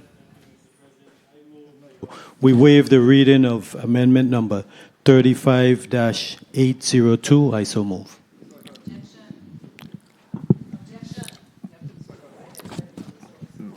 Motion properly made by Senator Fonseca, seconded by Senator Blyden, objected to by Senator Joseph. 2-minute debate time. Senator Joseph, you recognize for your 2 minutes. Thank you so much, Mr. President. Mr. President, I think because of the importance of this measure and it's in a nature of a substitute, we need to get the full reading, at least to identify where this funding source is coming from. This is an amendment in the nature of a substitute. And one of the key components to this amendment is where this line of funding is coming from. So I yield, I reserve the rest of my time, Mr. President. How much time remains for Senator Joseph? 1 minute, 20 seconds. Thank you, Mr. President. Senator Fonseca, you recognize you got 2 minutes. Yes, thank you, Mr. President. I withdraw my motion. Thank you. I return the rest of my time to No further debate time. Senator Fred Gregory, you're recognized to continue with the reading of your amendment. Whereas the Medicaid program needs a supplemental appropriation of $3 million, and whereas the non-payment of the Medicaid program providers and vendors will create a medical crisis in the territory. Now, therefore, by striking all the language after the enactment clause and inserting new language as follows. Section 1, the sum of $3 million is transferred from the Virgin Islands Public Finance Authority to the general fund of the Treasury of the Government of the Virgin Islands from funds received by the Government of the Virgin Islands from the 2021 Lime Tree Bay Refinery LLC bankruptcy proceedings. The sum of $3 million is appropriated from the general fund of the territory of the Government of the Virgin Islands in fiscal year ending September 30, 2024 to the Virgin Islands Department of Human Services to cover the shortfall necessary to pay vendors and providers that participate in the Medicaid program. I so move. Motion properly made by Senator Fred Gregory, seconded by Senator Carla Joseph. Senator Blyden, hearing no objection, so ordered.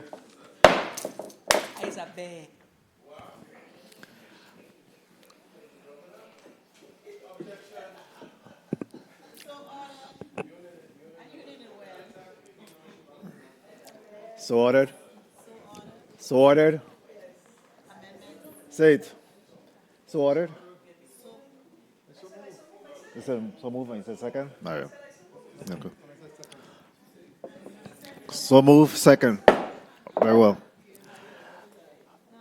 Madam, you have another amendment? Do you have another amendment, Senator Fonseca? No, we're in motion right now. Roll call and bill number 35-0291 as heavily amended.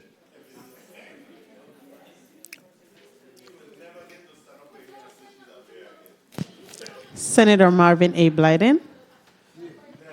Senator Blyden, yay. Senator Angel L. Bulkesh Jr. Senator Bulkesh Jr., yay. Senator Diane T. Capehart. Senator Capehart, yay. Senator Samuel Carrion. Senator Carrion, yay. Senator Dwayne M. DeGraff. Senator DeGraff, yay. Senator Ray Fonseca. Senator Fonseca, yay. Senator Novelli Francis Jr. Yay. Senator Francis Jr., yay. Senator Alma Francis Heiliger. Senator Francis Heiliger, yay. Senator Donna A. Fred Gregory. Senator Fred Gregory. Senator Fred Gregory, yay. Senator Kenneth L. Gittins. Senator Gittins, yay. Senator Maurice C. James. Senator James, yay. Senator Javon E. James Sr. Senator James Sr., yay. Senator Franklin D. Johnson. Senator Johnson. Senator Johnson, yay. Senator Carla J. Joseph. Senator Joseph. Senator Joseph, yay. Senator Milton E. Potter. Senator Potter, absent. Mr. President, 14 yeas, 1 absent. Thank you very much. Madam Clerk, Bill number 35-0291. Point of order, Senator Gittens.